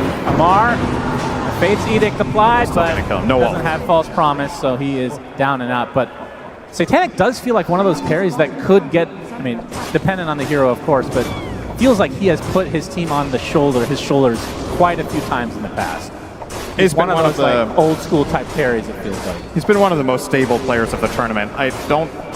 I can't really recall any game where I was like, man, Satanic really dropped the ball in this game. Like, he's had games that are tougher than others. This could be shaping up to be one of them, but it begs the question, how much could you really have done with the hero you were playing? If he was convincing them to pick Jugger and it turns out there was a bad pick, then maybe you could talk about that, but his overall play in the game so far has been quite solid, given the circumstances. As we are looking at that about 5,000 lead for Falcons, worth noting, almost all of it is in supports. There's a very big lead. Ench is 1,200 ahead of the clock, and Snapfire about 2K ahead of the Oracle. So the brunt of the lead is in those supports, which is worth keeping an eye on because there's going to be some extra utility items. Satanic has to use the Blade Fury. Amar continuing to roll. Will focus on the support first, it seems, as the epicenter reserved for Ducalis as well. Oh, he's not done yet now, he actually does get clipped by Amar. Uses his short as well, Satanic. He's going to get some help in the form of no one, though. Amar maybe overstepping his bounds a little bit too much. Call down, though. Skeeter makes his way over. Amar blocked off now. Gets the hook shot from 9 class as well. Amar looks to be dead. No, he gets a chill. He's so much damage applied to him. Now no one will drop as well. The kisses raining from above. Crit. Double kill. 3 for nothing. Falcons somehow lose no one. And so do P-Vision. I knew you were going to do that. That is... Oh, that's the dream fight. This is the dream fight for any hero that can generate barrier, is that you tank all of the damage and then you get a very last second barrier off there. Not only do you survive, but the enemy team used all of their resources trying to kill you. No one depleted his entire mana pool, used hookshot, used egg, and you didn't kill a singular hero. The map is falling apart fast. No one, unfortunately, jumps in and blocks his own camp to add insult to injury here. A little unfortunate there on the timing. Uh-oh. This is feeling a lot like game 2. Now the question is, do you force the issue with Satanic joining a fight before he gets a second item? Like, can you even afford to do that? Because he has not been in anything. Like, we haven't seen a single Omni Slash. Well, he was in that fight, and he didn't have enough mana to use both of his spells because he got swashbuckled once. Well, that's part of the fact that they're the ones getting gone on, right? They're not doing the initiating. They have 9 class with a hook shot. They have Storm Spirit. They have Dive from DM. They have a lot of ways to get on top of Falcons, but they're just not providing the opportunities. I think you have to play keep away for the foreseeable future. I just don't see it. I don't think... I mean, it's kind of strange to see these 3 games in this series play out, and it feels like the losing team has the same problem every game. Like, damage issues, the inability to pierce through and win the team fights, and then you're playing this keep away that... really shot. Difficult. Yeah, crit. Okay. Crit is going to be fine. It Good seems bowling. like some good bowling going on here. Amar, though, not too happy with this exchange as 9 class looks like he is going to be the one to ultimately fall. Although DM is close by, but just throwing out some fire spirits as Amar gets the killing blow.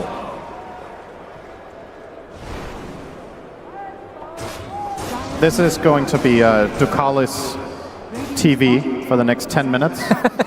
If you want to look at some riveting support gameplay as an observer right now, you follow the Oracle and you notice how close he stays to Jugger. He is going to literally just stand behind him everywhere he goes because there's no better play.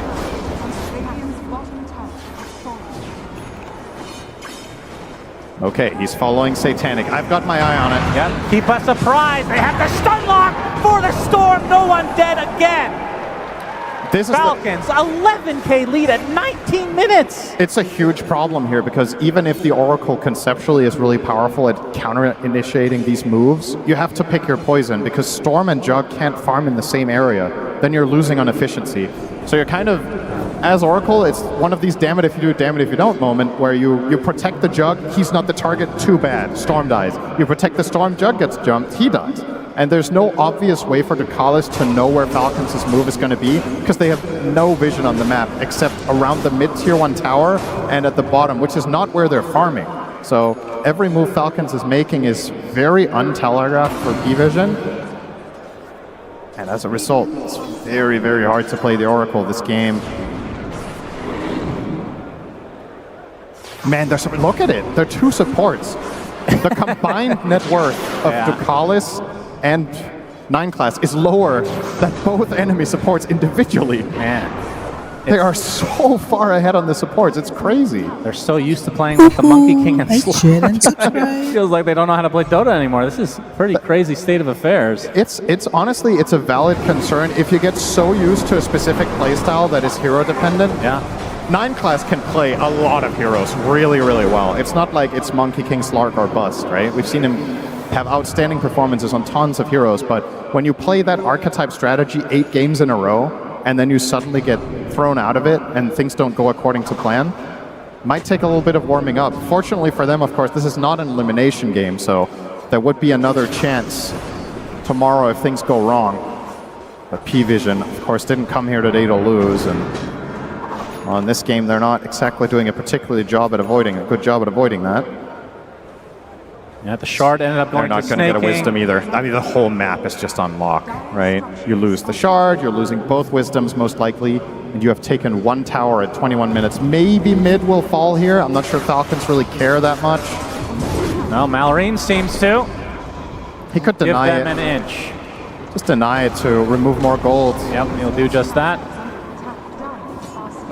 And the question only remains for Falcons is when is the first Roche attempt?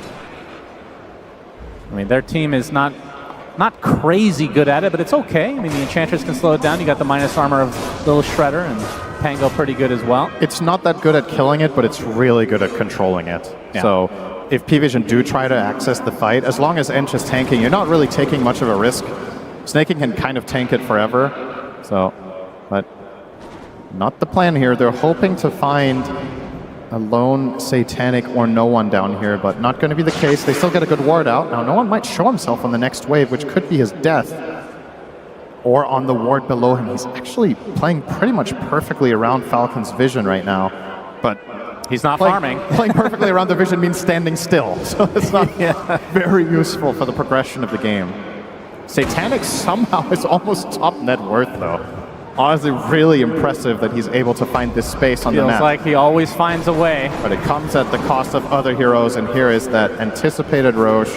Not really much P-Vision can really do about it. They can scout it with rockets all they want, but I don't think they're going to try to access it. No. Absolutely not. I don't believe we've seen Egg, correct? We have. We have? We saw the one supernova when they tried to kill Amar. Okay. No, we haven't seen Omnislash then. Okay, you're just going by one spell at a time and hoping you're right? That's right, 50-50. Aegis goes to Skeeter. How many buildings can they take with this? There's 2 tier 2s remaining, so I assume at the very least they want to do that. But how is their high ground at this stage versus game number 2, where they were able to pretty much take it uncontested? It's definitely worse. This time you don't have DK Chen, but you can... This is the type of game that could follow the classic Falcons recipe from a half a year ago, where you're just constricting the enemy team on the map and winning by 1k GPM. Because I think going high ground very early in this one compared to the previous one would be a mistake. I'm not really concerned about your ability to scale and your ability to win later team fights, but I am worried that if you go high ground too early, you could somehow lose a fight against a Storm buyback, for example, or going a little bit too deep, setting yourself up for Omnislash. Just unnecessary. Just keep winning the map. Satanic working his way towards the eventual butterfly. They did spot him here, and you can see the scan now coming out from P-Vision. We'll have to get smoke him to run away. Yeah, this is the state of affairs for the P-Vision side. No one is actually camping up. They might want to take this fight. I know that maybe Gyro isn't nearby, but he is. Satanic, he's going to show himself. Now we'll attempt to run away. Skeeter's trying to wonder if this is a trap of any sort, but they don't have to worry about like black hole, anything like that, as Amar won't find no one who will be able to TP out. So just trying to keep things at bay from the P-Vision side as they push that top lane, which is the last remaining tier 2 tower.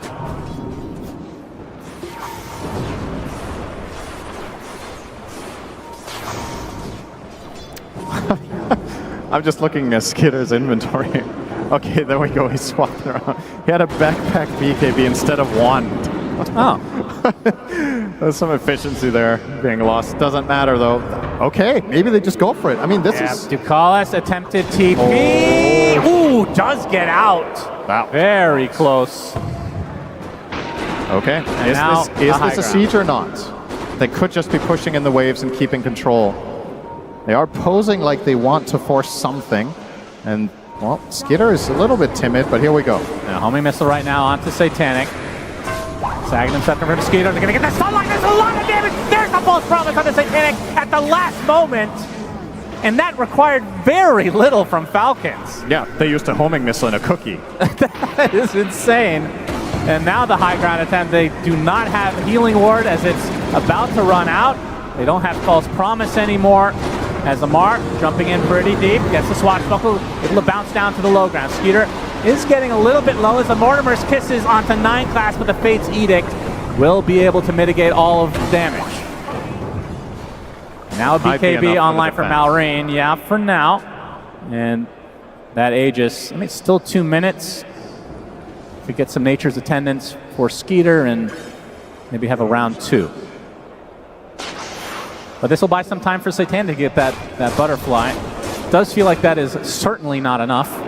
He needs that and Ags, then maybe. The Ags does feel... I mean, we saw Chrysalis play it without Ags, which I wanted to talk to you about, because... I feel like that was a mistake in that game, personally.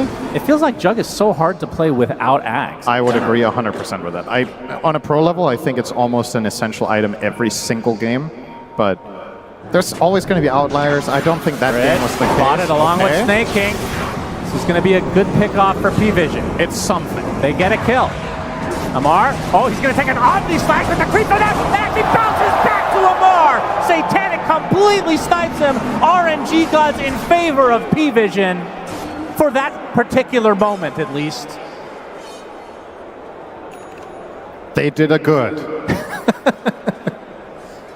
Let's see how much time this buys. I mean, that's basically the Aegis, 45 seconds. Yep. So P-Vision showing some life in this game 3. Falcons are in a position where this is not that big of a deal, but...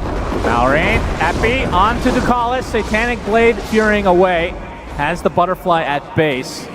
The thing is, even if that's not that big of a deal in terms of the overall progression of the game, just a little bit of a morale boost doesn't hurt. Like, feeling like you can do something in the game successfully has to be nice. You've genuinely made 0 successful moves for like 15 minutes, and you finally find 2 pickoffs and get your Jug to that butterfly.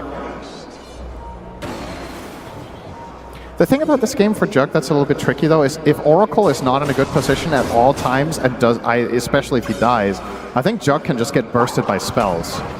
Even through spin, he can die. There's so much magic damage from the Sand King, there's so much physical damage from the Pango. Kisses are also going to matter, all of it. It adds up. Even though you have 80% magic resist increase, it's still... like, a lot of the times when you see Jug survive in spin, they get away on like a beat stick of health, right? It's not enough here.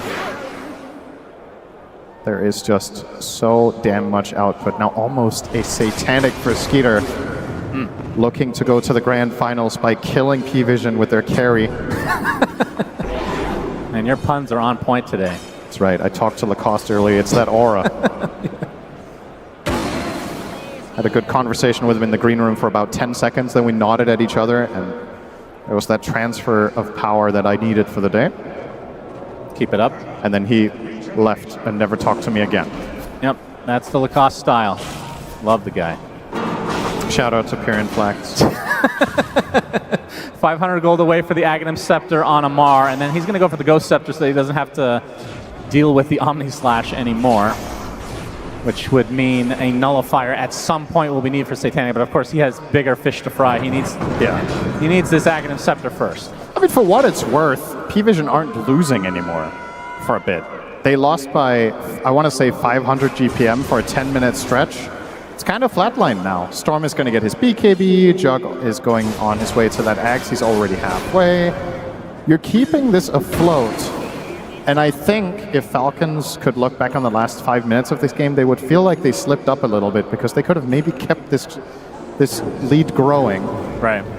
So, in relative terms, this is actually a pretty good 5 minutes for P-Vision that I would consider a clear win. Yes, you are behind, but hope dies last in this game. Oh, Satanic is spotted. Nice Blade Fury. They're going to continue to pursue, though, as Amar with the Rolling Thunder will eventually catch up. Ducalis is there. Healing Ward place. They're going to get some more TPs potentially. There's the Omni Slash. So on top of Amar, there's a lot of them applied to Amar himself, but the cookie's going to help him survive. Satanic does get the fall from the blind as no one will try to zip to kill off Amar, but this is not going to be enough mana. Amar, so much shield, so much Lotus, he's going to be able to heal through it. No, does end up going down to be the cost of the Oracle, though, is Malrine. Big hook shot from 9Flash, gets 2 stuck in the cogs, 0 follow-up, though. Truly unfortunate for P-Vision, but ends up being a 1-for-1. There's no one running out of mana, has to get back to base. It's another good exchange for P-Vision. Sure, it's not an overwhelming win, but it's, again, something. You just keep it alive. You don't have to win a big fight to come back in this game. If you can get even trades or slight victories here and there, we're approaching the point where Juggernaut can start actually becoming scary.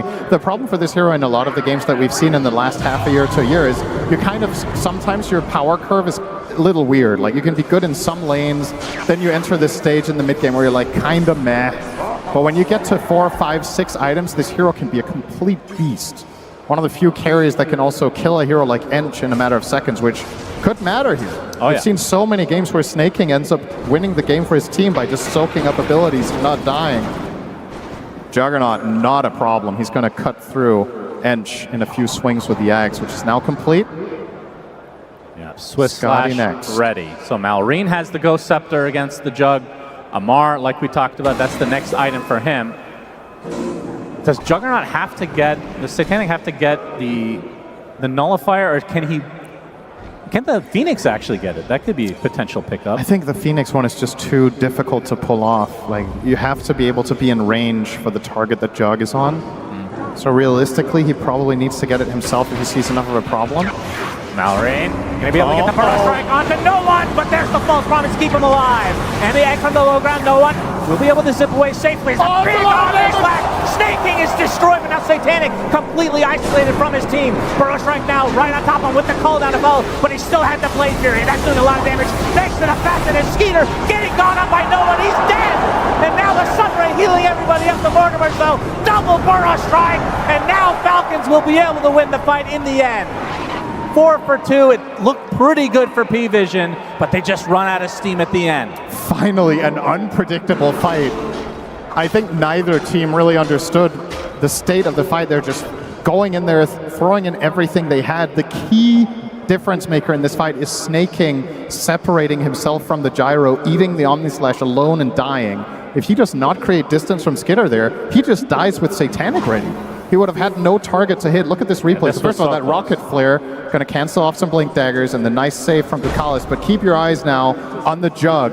Gets off the Swift Slash, and then this Omni. If Snay does not get over here and end that Omni, Skitter is dead on the spot as well, and the fight is just over. Now instead, Skitter gets to get all of his output through, and tanking no one for a good amount of time, giving his teammates additional space that was needed. And the kiss is just beautiful now. Good spacing from Crit, getting a lot of impact out there. And the grand prize will be an Aegis, but this one is not going to go to Skeeter unless they kill it slowly. He's not able to take it. Well, they are definitely killing it slowly. This is a Mar out of the pit, so I guess this is deliberately delaying it. Looks like it. They want that Aegis on the gyro. And Skitter almost has the Daedalus as well, so a big level up for the upcoming fight. Skeeter will get the goodies. Roche banner as well for Mr. Snaking. CEO Gyro arriving, taking the credit for all the team's hard work. Yep. He dies, they win team fight. Good stuff. Satanic looking for the Scotty next. Do you agree with that? Obviously, a very good item, but it feels like in these stages of the game, this item could make or break their potential for the comeback. So these ones are really important. I would kind of like a refresher, honestly. Okay. I think the problem here is that he's going to throw out his Swift Flash and his ult, and then he's going to struggle to stay in the fight after that. So I think Refresher would be one option. The other one, you talked about the Nullifier. I think that was an interesting idea as well. Scotty is a very nice all-round item, and perhaps the logic is with this, he gets way more value out of Healing Ward, he gets more value out of Sunray, he gets more value out of the Oracle save, because there's just so much more to get through. But being tankier on Jug doesn't necessarily convert to teamfight wins if you can't kill the heroes while you survive. Yeah. And I'm a little bit worried that Falcons are just going to kite him with multiple Ghost Scepters, with Cookie, Glimmer, Force Staff.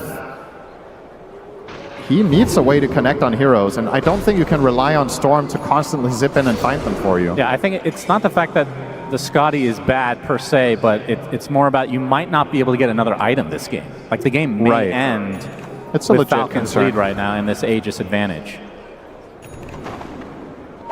Yeah, now a refresher for Malrine. He is so decked out. Very strong right now. I think this is part of the reason why the pros have largely strayed away from Juggernaut. It's just itemization is proving to be a challenge in a lot of games. You're looking at it now and you see Satanic is rich and can buy all the stuff in the world, and you still feel like you need your next 2 items, right? Yeah. It's kind of weird that you can sit on 23k net worth and still be unhappy, but holding the high ground, hoping that Falcons are going to overstep, but not the case. And even if Gyro were to do so, you have to get through the 2 lives with BKB and Satanic. Tall order. And now they're going to advance, but they're doing it together this time, so Division have given up a bit of ground. Snaking going to lead the charge. A tough kill. Pike, Pipe, and Drums. Now, one thing to consider is plenty of buybacks right now. For the side of Division. Hook shot right now on the Snaking, but a Cookie to keep him alive. Satanic's already used the Blade Furies. He is now retreating. 9 Class is the first to die. Does have the buyback. See P-Vision want to continue? Likely not, as no one going to push the waves. And he is going for a big ticket item into the Aghanim Scepter, the blue hole, as we like to call it, DM. We'll take some damage, but we'll get back to base. That Enchantress situation is the perfect example of just standard snaking. Satanic. You spot it out. The zip in. Gyro takes the brunt of the damage to start things out. Roche Banner applied. Only 2 hits away from dying, which would be pretty big. There's a fortification to start things out. No one zips in, gets it, and exits it very successfully. And now the creeps can die, but the tower will fall. Minute 40 on the Aegis. Falcons not having as easy a time going high ground as we saw in game number 2. Satanic extremely scary. Has 4k in the bank as well, so very close to his next item. And no one could buy the full axe if he wants to take the risk and not have buyback, which... Buyback Storm is so good, though. It is. The axe could also lead to a big fight, though. You kind of feel like Falcons as heroes a lot of the time are kind of stacking on top of each other. 9 Class. Oh, that was a Swift Slash, actually. The Ghost Scepter comes out. Yeah. I've got my eyes on Satanic's itemization. He hasn't changed it yet. You saw the Ench attempt. He doesn't feel like he can Omnislash because the kill takes too long. Ench is going to pike away. Maybe you jump over to another hero with Ghost Scepter and then you're just dead. Yep, Skeeter going to secure the range barracks. Can they get the melee? 45 seconds on the Aegis right now. Homing missile, it will hit. It's going to take considerable damage, but there's a Fate's Edict. Mitigate the rest of the magic damage. Swift Slash. Skeeter, there's the Epicenter. Burrow Strike combination from Malrine. Ghost Scepter's not going to help 9 Class. First to fall. No one already popping the BKB. Find some pressure out of the Gyrocopter. 30 seconds on the Aegis. No creeps though, so backdoor protection is here. Do they have enough damage to actually get through this barracks? Finally, it comes to be. And Falcons gets their first barracks of the game. Outworld Staff is just something else against Jug. True. It's such a hard counter. He Swift Slashes Skitter. Skitter presses 1 button and then it ends the Swift Slash or the Omni Slash if there's no secondary target. So as long as Gyro is separated from his teammates, if he can't die in a stun lock, he can always just bait Jug. True. Just waste out one of the abilities. An item that we generally see a lot of pros pick up in a lot of games, and a lot of the time, honestly, it feels like a little bit underwhelming. But against Jug, it's so easy to use correctly. I think part of what makes Outworld Staff interesting is the skill cap of it is very, very high. It's kind of like old Monkey King Mischief, where you're trying to dodge, you know, one attack at the perfect timing or whatever. Well, similar to Mischief in general, I should say. But yeah, against Jug, it's just obvious. Yeah, having 3 is pretty nice for the Falcons side, have to say. Good RNG on the neutrals. Refresher Phoenix. Yes, that is a definite big ticket item. And no one actually opted to finish Parasma instead of going for the blue hole. Okay. I think the call they made was, we don't have enough damage to kill a single hero.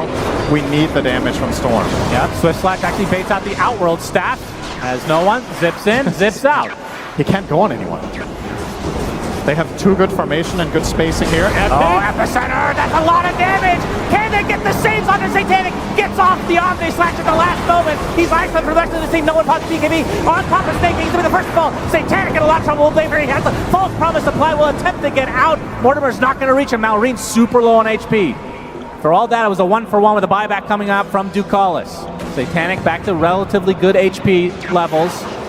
The zip from no one won't find one support, and Amara gets away safely. That was such a heads-up play from Malreen, but just not quite enough. He manages to find the angle through the Jug and threatening Oracle in the backline at the same time with the Pango. So Ducalis has to ult himself, but Satanic does live through it. That time around, the Scotty made a big difference. I think he might have died with a Nullifier, for example, needed the extra tankiness. A small little detail, obviously they have the tools to deal with the Omni Slash, but when they grouped up, the cleave is no joke on the Omni Slash. That was a lot of damage coming out from Satanic. Part of why the Axe on Storm could be interesting too, but I understand no one's perspective of buying the Parasma, because you're kind of struggling to kill a singular target that's isolated, and that's what Falcons is taking advantage of. So if the Storm has that extra bit of output, perhaps you can bring down the first guy and break the fight open. He's not far away already, so 3,500 gold in the bank. Of course, buyback is a very important thing to hold on to. If Falcons were to find Ducalis now and kill him, it could end the game to kill the 5. Because I think the only reason P-Vision can defend in the fashion that they are is that there's constantly this false promise on backup for the Jug. Otherwise, you can just pile on him and kill him with everything you have, but they're unable to. Ducalis' buyback being forced there, though, should open up the map. Now you have to play exceptionally carefully as P-Vision. Tormentor will go to Skeeter. Yeah, that's all 5 shards now for Falcons. I don't know where I'm at right now with no one, if you should buy out or save buyback. I kind of feel like you have to all in and buy that Axe and hope for the best. Satanic is queuing up MKB in an attempt to try to deal more with the gyro. Guess you could make a case that gyro is not your primary target this game and you're trying to break open the fight by killing the other heroes, but again, the problem, the Ghost Scepters, they got 3 of them, and Ench has Outworld Staff. It's not easy out there. It's about to hit level 25, though. Honestly, you don't really have a solution to the Outworld Staff at all, because Nullifier's not going to do anything. All you can do is stun lock. Send an email to Gabe Knoll. It's the best solution you have is to try to make a case for it. I have to say, the Outworld Staff, even though I thought it was going to be a terrible item in this patch, everybody's going for it. It's felt underwhelming, but against Jug, it's just so good against Jug. It's just a hard counter. It's the best hero in the game to have it against. So, unsurprisingly. That's why he hasn't been picked that much. Now we know. It adds added to the pile of problems, right? There goes Roche.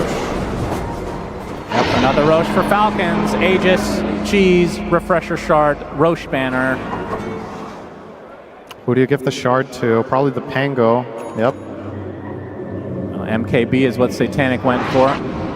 And they already have a wave all the way down here, so I think this is just straight up to the high ground. Skitter is going to perfectly line this up with a level 25 as well, get the additional flak cannon attacks, or the cooldown rather. So now that's down to a 16-second cooldown.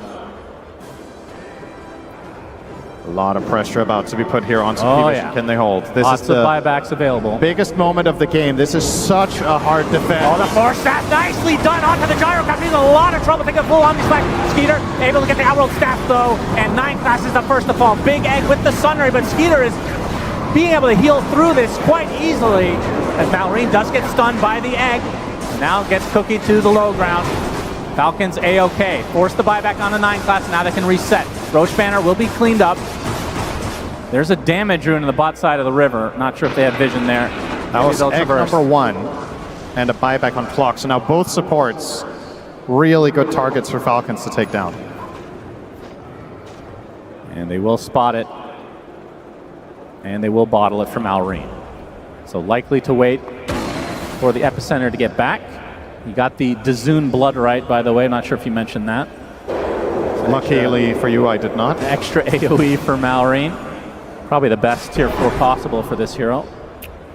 I think in this game it's the second best. I think the best one is Outworld Staff. Yeah, maybe. But Can't in have general, yes, this is the best. All right, well, no one. Yeah, definitely holding on to his money for this buyback, for this eventual push, this next 3 minutes that Falcons have to work with. He got his 25 as well. P-Vision, despite being 27k down, are starting to have a lot of damage, as a matter of fact. So now Jug is almost 6 slotted. The Storm 25 is a massive improvement. You got 2 Supernovas. The main problem is that your supports offer so little. I mean, look at the pitiful net worths in this breakdown. It's kind of unreal just how far behind they are compared to their counterparts. So they don't offer that much. The cores, even with this deficit, I feel like can put up a fight, but can you protect the supports? If they die first, the game might just end. 25 there it is. On Amar. There it is. Aghanim Scepter for no one. Blue hole ready to go. He has 2,500 in the bank, so buyback still intact. Skeeter now. They have the 1 lane. He's going to take the electric vortex. A lot of damage, actually. He's dead. That's life number 1. Falcons need to be ready. Rolling Thunder coming. Malrine misses the Burrow Strike. Gets the epicenter off though. Satanic easily to be able to clear. It's a beautiful egg just in time. No one, they kill off the egg. Double kill for Skeeter. And now the pressure applied to Satanic. He gets off a big Omni Slash. Actually kills off Malrine on the other side of the screen. Somehow, a huge blue hole onto 2. And somehow P-Vision is defending. Snakey goes down to the blade form as Amar, the last remaining member of Falcons, will TP out. Some way, somehow, P-Vision defend. There's your damage. That bounce on the Omni Slash was absurd. He doesn't have a blink dagger, so I thought for a second that he blinked after Omni Slashing. That was very fortuitous for Satanic. I think seeing that, maybe no one should buy his shard too. Like just full on, you know, jump in, pop everything, just blast them before they can even react. That's scary stuff. I mean, look at this first kill. Yeah, they kill him so fast. This is without using Swift Flash. It's just attacks. I think Falcons just did not expect the damage to come out so fast. Malrine is stunning heroes that aren't in the game there. They did kill off the egg really quickly, but the buyback obviously helping out big time. Look at this jump. Look at this jump. On all the creeps, they're fortified. That is crazy. And the blue hole to finish the job. I will say, though, in this situation, Falcons did actually not use their Outworld staffs all that well. Malrine used it outside of the Omnislash, and then when it came toward him in the end, he had it on cooldown. Trying to use it in anticipation, perhaps, of Satanic going for him, you have to hold it. You have to wait and try to clutch it up. But there's so much to keep track of in these fights. Got to be careful you don't waste it. But what a hold. P-Vision. Now Satanic is going to get that refresher soon. He has the gold for it. Might just synth his Ags first into a blessing. How much is he missing for that and buyback? It can't be more than like 2,000, which sounds like a lot, but really isn't at 48 minutes. It's quick to farm. This game is... Yeah, this is shaping up to be a good one now. This is pretty close, honestly. 16k lead, I think it's It's largely inconsequential because the 16k lead for the most part is sitting on the supports, and in spite of not having those big items on the supports, they're still getting their spells off every fight. Ducalis has good positioning, they get off every single hookshot cog combination. 9 class manages to find impact with very little. Dire's bottom tower is under attack. And now if you're Falcons, do you understand the game state is the other thing. You're playing a lot on feel in these late game scenarios. You probably felt like you had a big lead, now you lost a fight. What's the read? Is it we need to farm more, we have to get to our next set, we have to get Roche? And conversely for P-Vision, maybe you feel like, okay, we're actually strong enough to fight them head on now. We're going to contest the next Roshan for once. Who thinks P-Vision is going to go to the grand finals? All right. And how about Falcons? All right. Slightly Falcons favored, I'd say, in terms of crowd. But I agree, this is, I mean, the buyback for the Phoenix was a very big deal, but the game has slowed down dramatically now. It feels like you can buy the time for the next buybacks now. Yes. Which is the big deal. Like, share, and subscribe. You're looking at this Phoenix, and yes, there's room to grow, but essentially for the key part of this game, DM has everything he needs until the game is over. He has 2 Shivas, 2 refreshers, 2 ultis, and almost level 25. Everything after this, it's nice, but it's not necessary. Having Hex could be cool, but... Aghanim Scepter is kind of crazy, isn't it? It's also risky. You saw how quickly they killed the egg. That's true. You might not want to pull a Toronto-Tokyo. Of course, there's that very famous clip with Nightfall where he basically killed him and lost the game. That was rough. That's one of those things that's not easy to bounce back from, but... They're still teammates. Yeah, I suppose.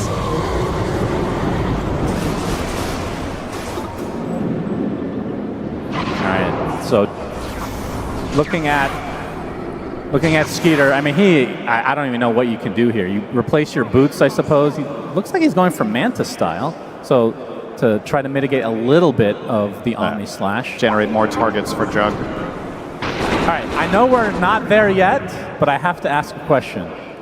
Tier 5 items, do you keep the Outworld staff? I'm not kidding. You get Helm of the Undying if you get off. Well, okay. Well, sure. If you're going to get something completely broken, obviously. Yeah. Maybe you replace it for Sister Shroud. Oh, yeah. That's a classic. I think it's better than some tier 5s in this game. But I would say, let's see. It's depending on the hero, you definitely want to get the Helm of the Undying, I think, on all of them over it. Yep, of course. Aside from that, Fallen Sky can effectively perform the same function, right? So that's also a nice replacement. Book of the Dead, more trash for Jug to jump on. True. I mean, you laugh, but it's queuing up Manta. That's the only reason. That is true. Smokes on both sides. Invis for Malrine. Another rune about to come. It will be Arcane. No one Arcane. Oh boy, he's going to start this out right off the bat onto the Sand King. Sun Ray applied as well. Will burrow to the high ground. Gets cookied for safety's sake.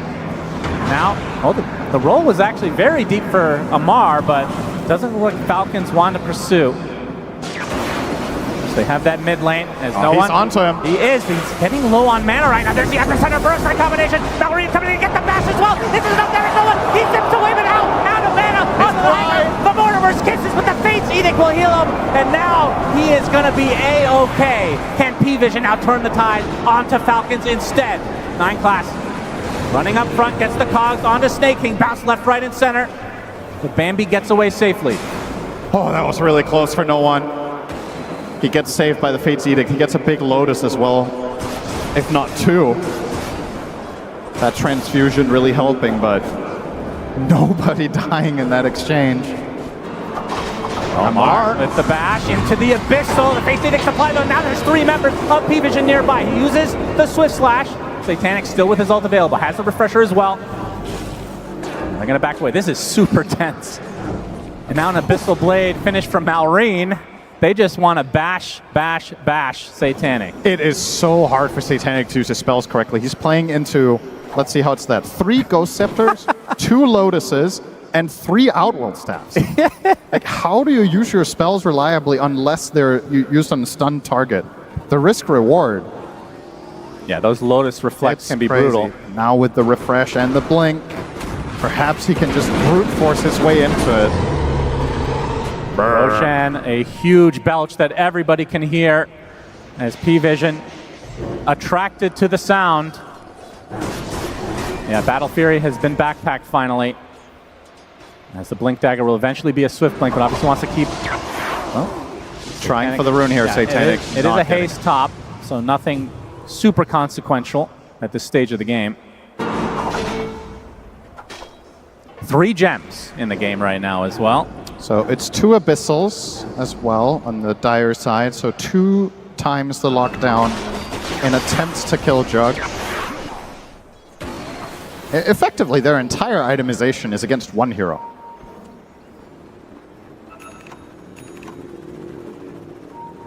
That's true, they have Oracle, Cinder. They know the runes. There's a lot to keep track of. How dare you forget such a thing? A lot to keep track of in Pro Dota.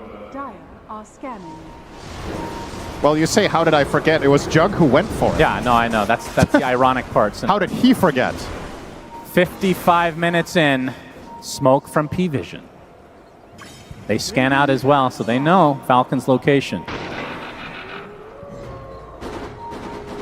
Snaking, a very good frontliner for a support. Yep.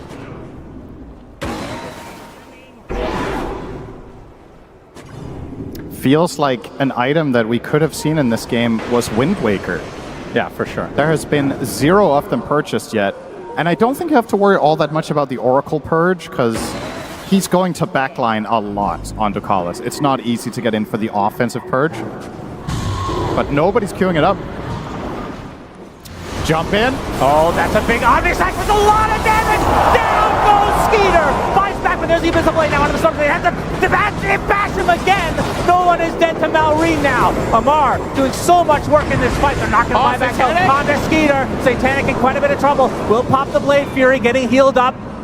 We'll be able to get out of dodge as a result. They lose 2, buyback on 1. That was a huge kill on the Skeeter. Obviously has buyback available, but doesn't want to expend it unless he needs to. Can P-Vision try to force a fight? Crit. Honestly, we spotted high ground. I see Veins not buying back there. A really tense moment. I feel like a lot of players just insta-click the buyback and take the fight, but stays patient. However, P-Vision this would be a big grab. This. Yes. If it's scouted by Falcons, does Skeeter buy back? It's already at half health. They're running out of time here. There's a lot of shit inside Roche. Yeah. 9 class. Known to be constipated. Oh yeah, he's big time. He's about to blow. Snaking. Gonna get some vision. Gonna get his heal off to start things out. Gets the vision back. Satanic gets the Roche. There's still goodies inside. As the Epicenter's about to come, I believe. Amar with the rolling thunder. Stuck inside the cogs as DM pops the refresher. 9 class goes inside the pit. Uses the shard to get out. So in the end, they do get all the goodies from Roche as P-Vision. Despite being down and out, it felt like early on. Now, quite possibly might be at an advantage despite being 20k down. Do have to worry about this mid lane though at all times. Do not believe the graph. It is lying to you. This is not 84% Dire. Are you kidding? I refuse to believe that they're a 6-1 favorite in this game. This feels like a 50-50 to me. Man. That is crazy. Maybe he has brain lag. Few minutes behind. 15 maybe, 20. Okay, no one is going to get the refresher shard from that Roche, so now this next fight, the amount of artillery that P-Vision have is insane. It could become a little bit problematic here for Falcons to defend their primary targets at this point. When the damage is getting this crazy, you don't have a hardcore, reliable save like the Oracle, Shadow Demon, you know, something like this. You've got a cookie, which is nice and all. But the damage is going to be quick, and this makes it even worse. Perfect rune for Satanic now. Oh my god. The amp damage. You've got to look for trouble here, surely. You've got 3 minutes on the Aegis, the double damage in your bottle. Holy jeez. You just need to see anyone and jump them with a stun, and they just die in the blink of an eye. And Satanic running out of slots. Has the bottle, of course, that he will use soon enough. MKB or Manta will take its place. Still going for, he actually changes Abyssal to a Moon Shard. DM. Okay. No bash. That could have gone spicy. Yeah, Has the travels 2 now, so he can deal with bottom and still connect to an eventual fight. And Juggernaut seems like a pretty safe travels 2 target in this game. He has not been burst really a single time. With the protection that they have from the Oracle, it's difficult for Falcons to pierce. Final tier 2 of the... Well, actually, no, there's a tier 2 top still, despite Falcons having the lane advantage right now. They're spilling out bottom. And then TPing back. A strategic move like we've never seen before. Unbelievable. We are 30 seconds away. I've been waiting the entire main event for this, Cinderin. The tier 5s are coming. Can we get some tier 5 cheers in the crowd?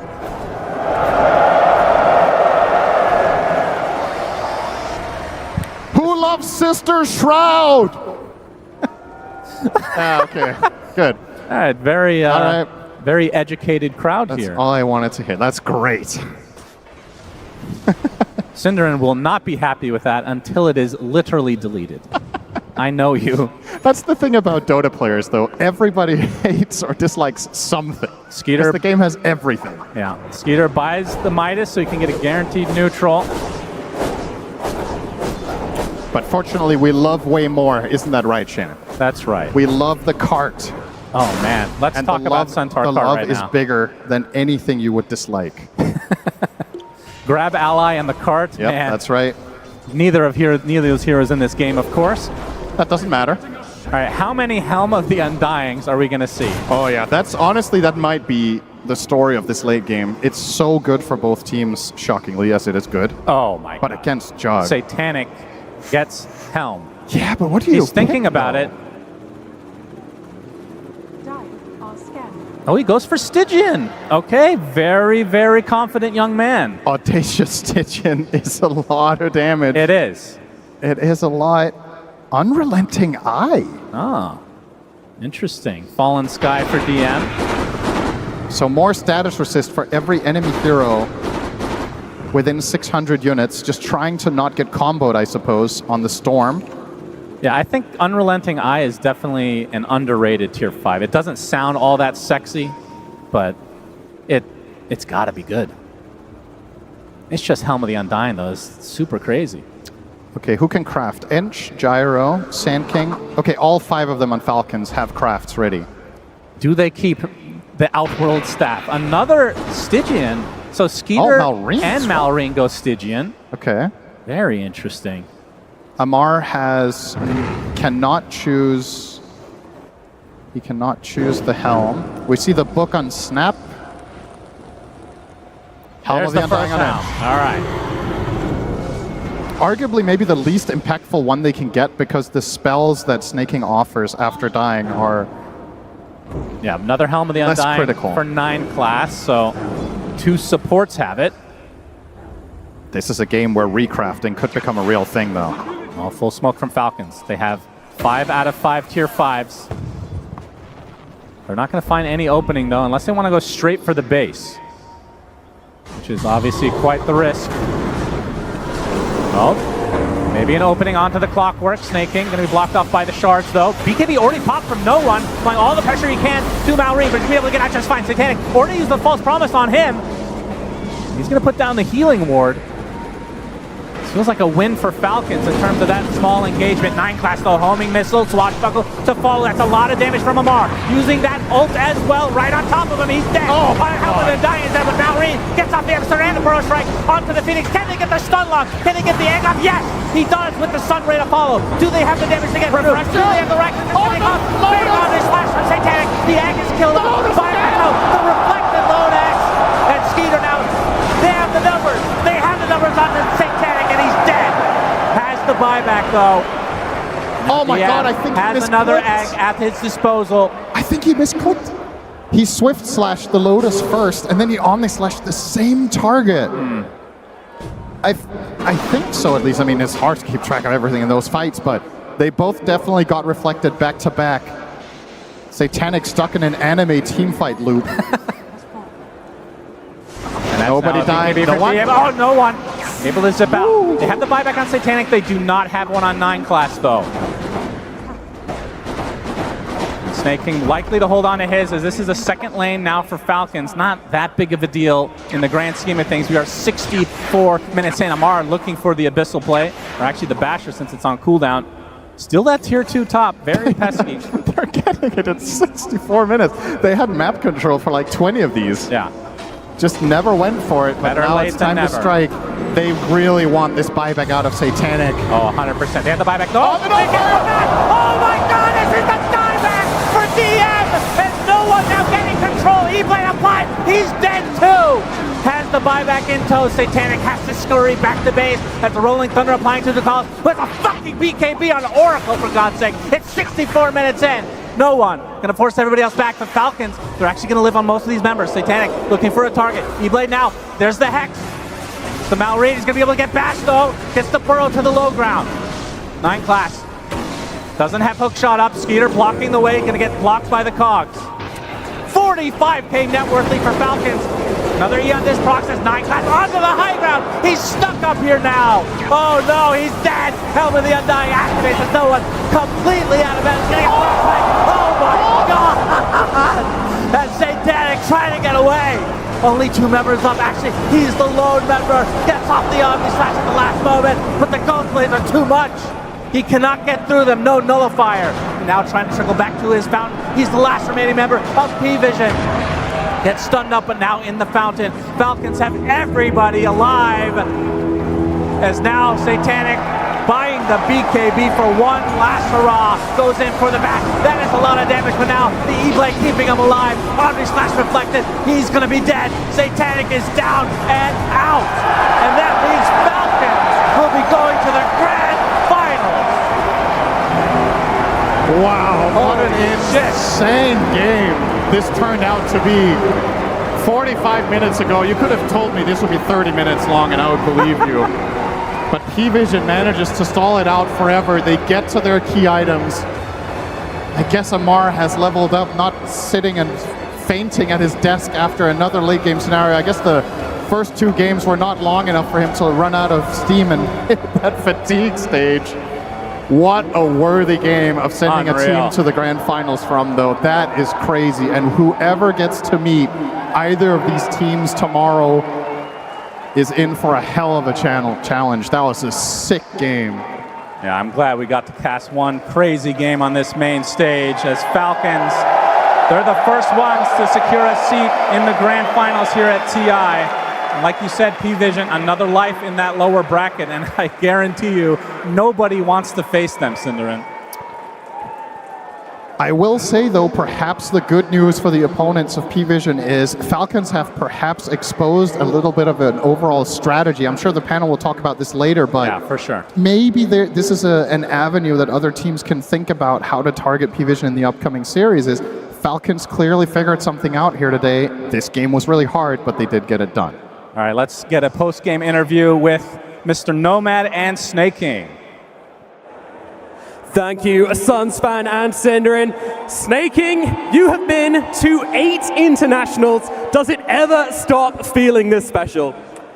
I think the International is the most special tournament of the year for every single Dota player.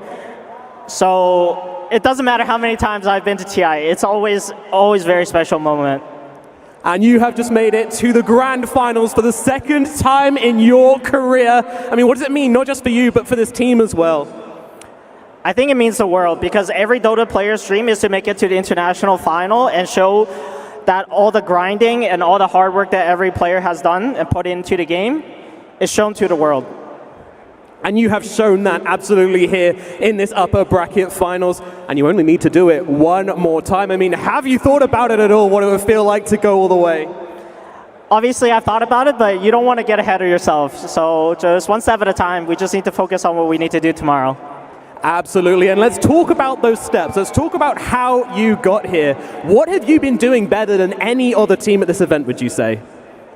Making a lot of mistakes in group stage and learning from them. Because I think we played like utter crap in group stage with all those 60-minute games against Tidebound and Extreme. And we really learned a lot from them. And I think the only reason why we won this 3rd game is because we really learned from our mistakes in the group stage and we didn't repeat them. You absolutely did not. I mean, you had more experience than any other team here when it comes to game time, that is for sure. My question as well, P-Vision, I mean, how did you break 9 class? You made him play a normal hero. How do you do that? I mean, I think he kind of just ran out of heroes. I think once Slark and Monkey, he didn't really know what to play. All right. And finally, who are you expecting to see in those grand finals against you tomorrow? I think it'll be Pari again. I think they're the most strong team outside of us, obviously.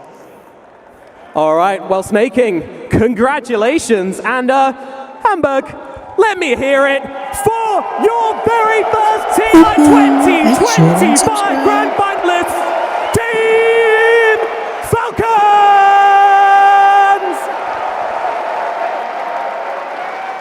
Congratulations are in order indeed. Falcons, your first team in that grand finals. And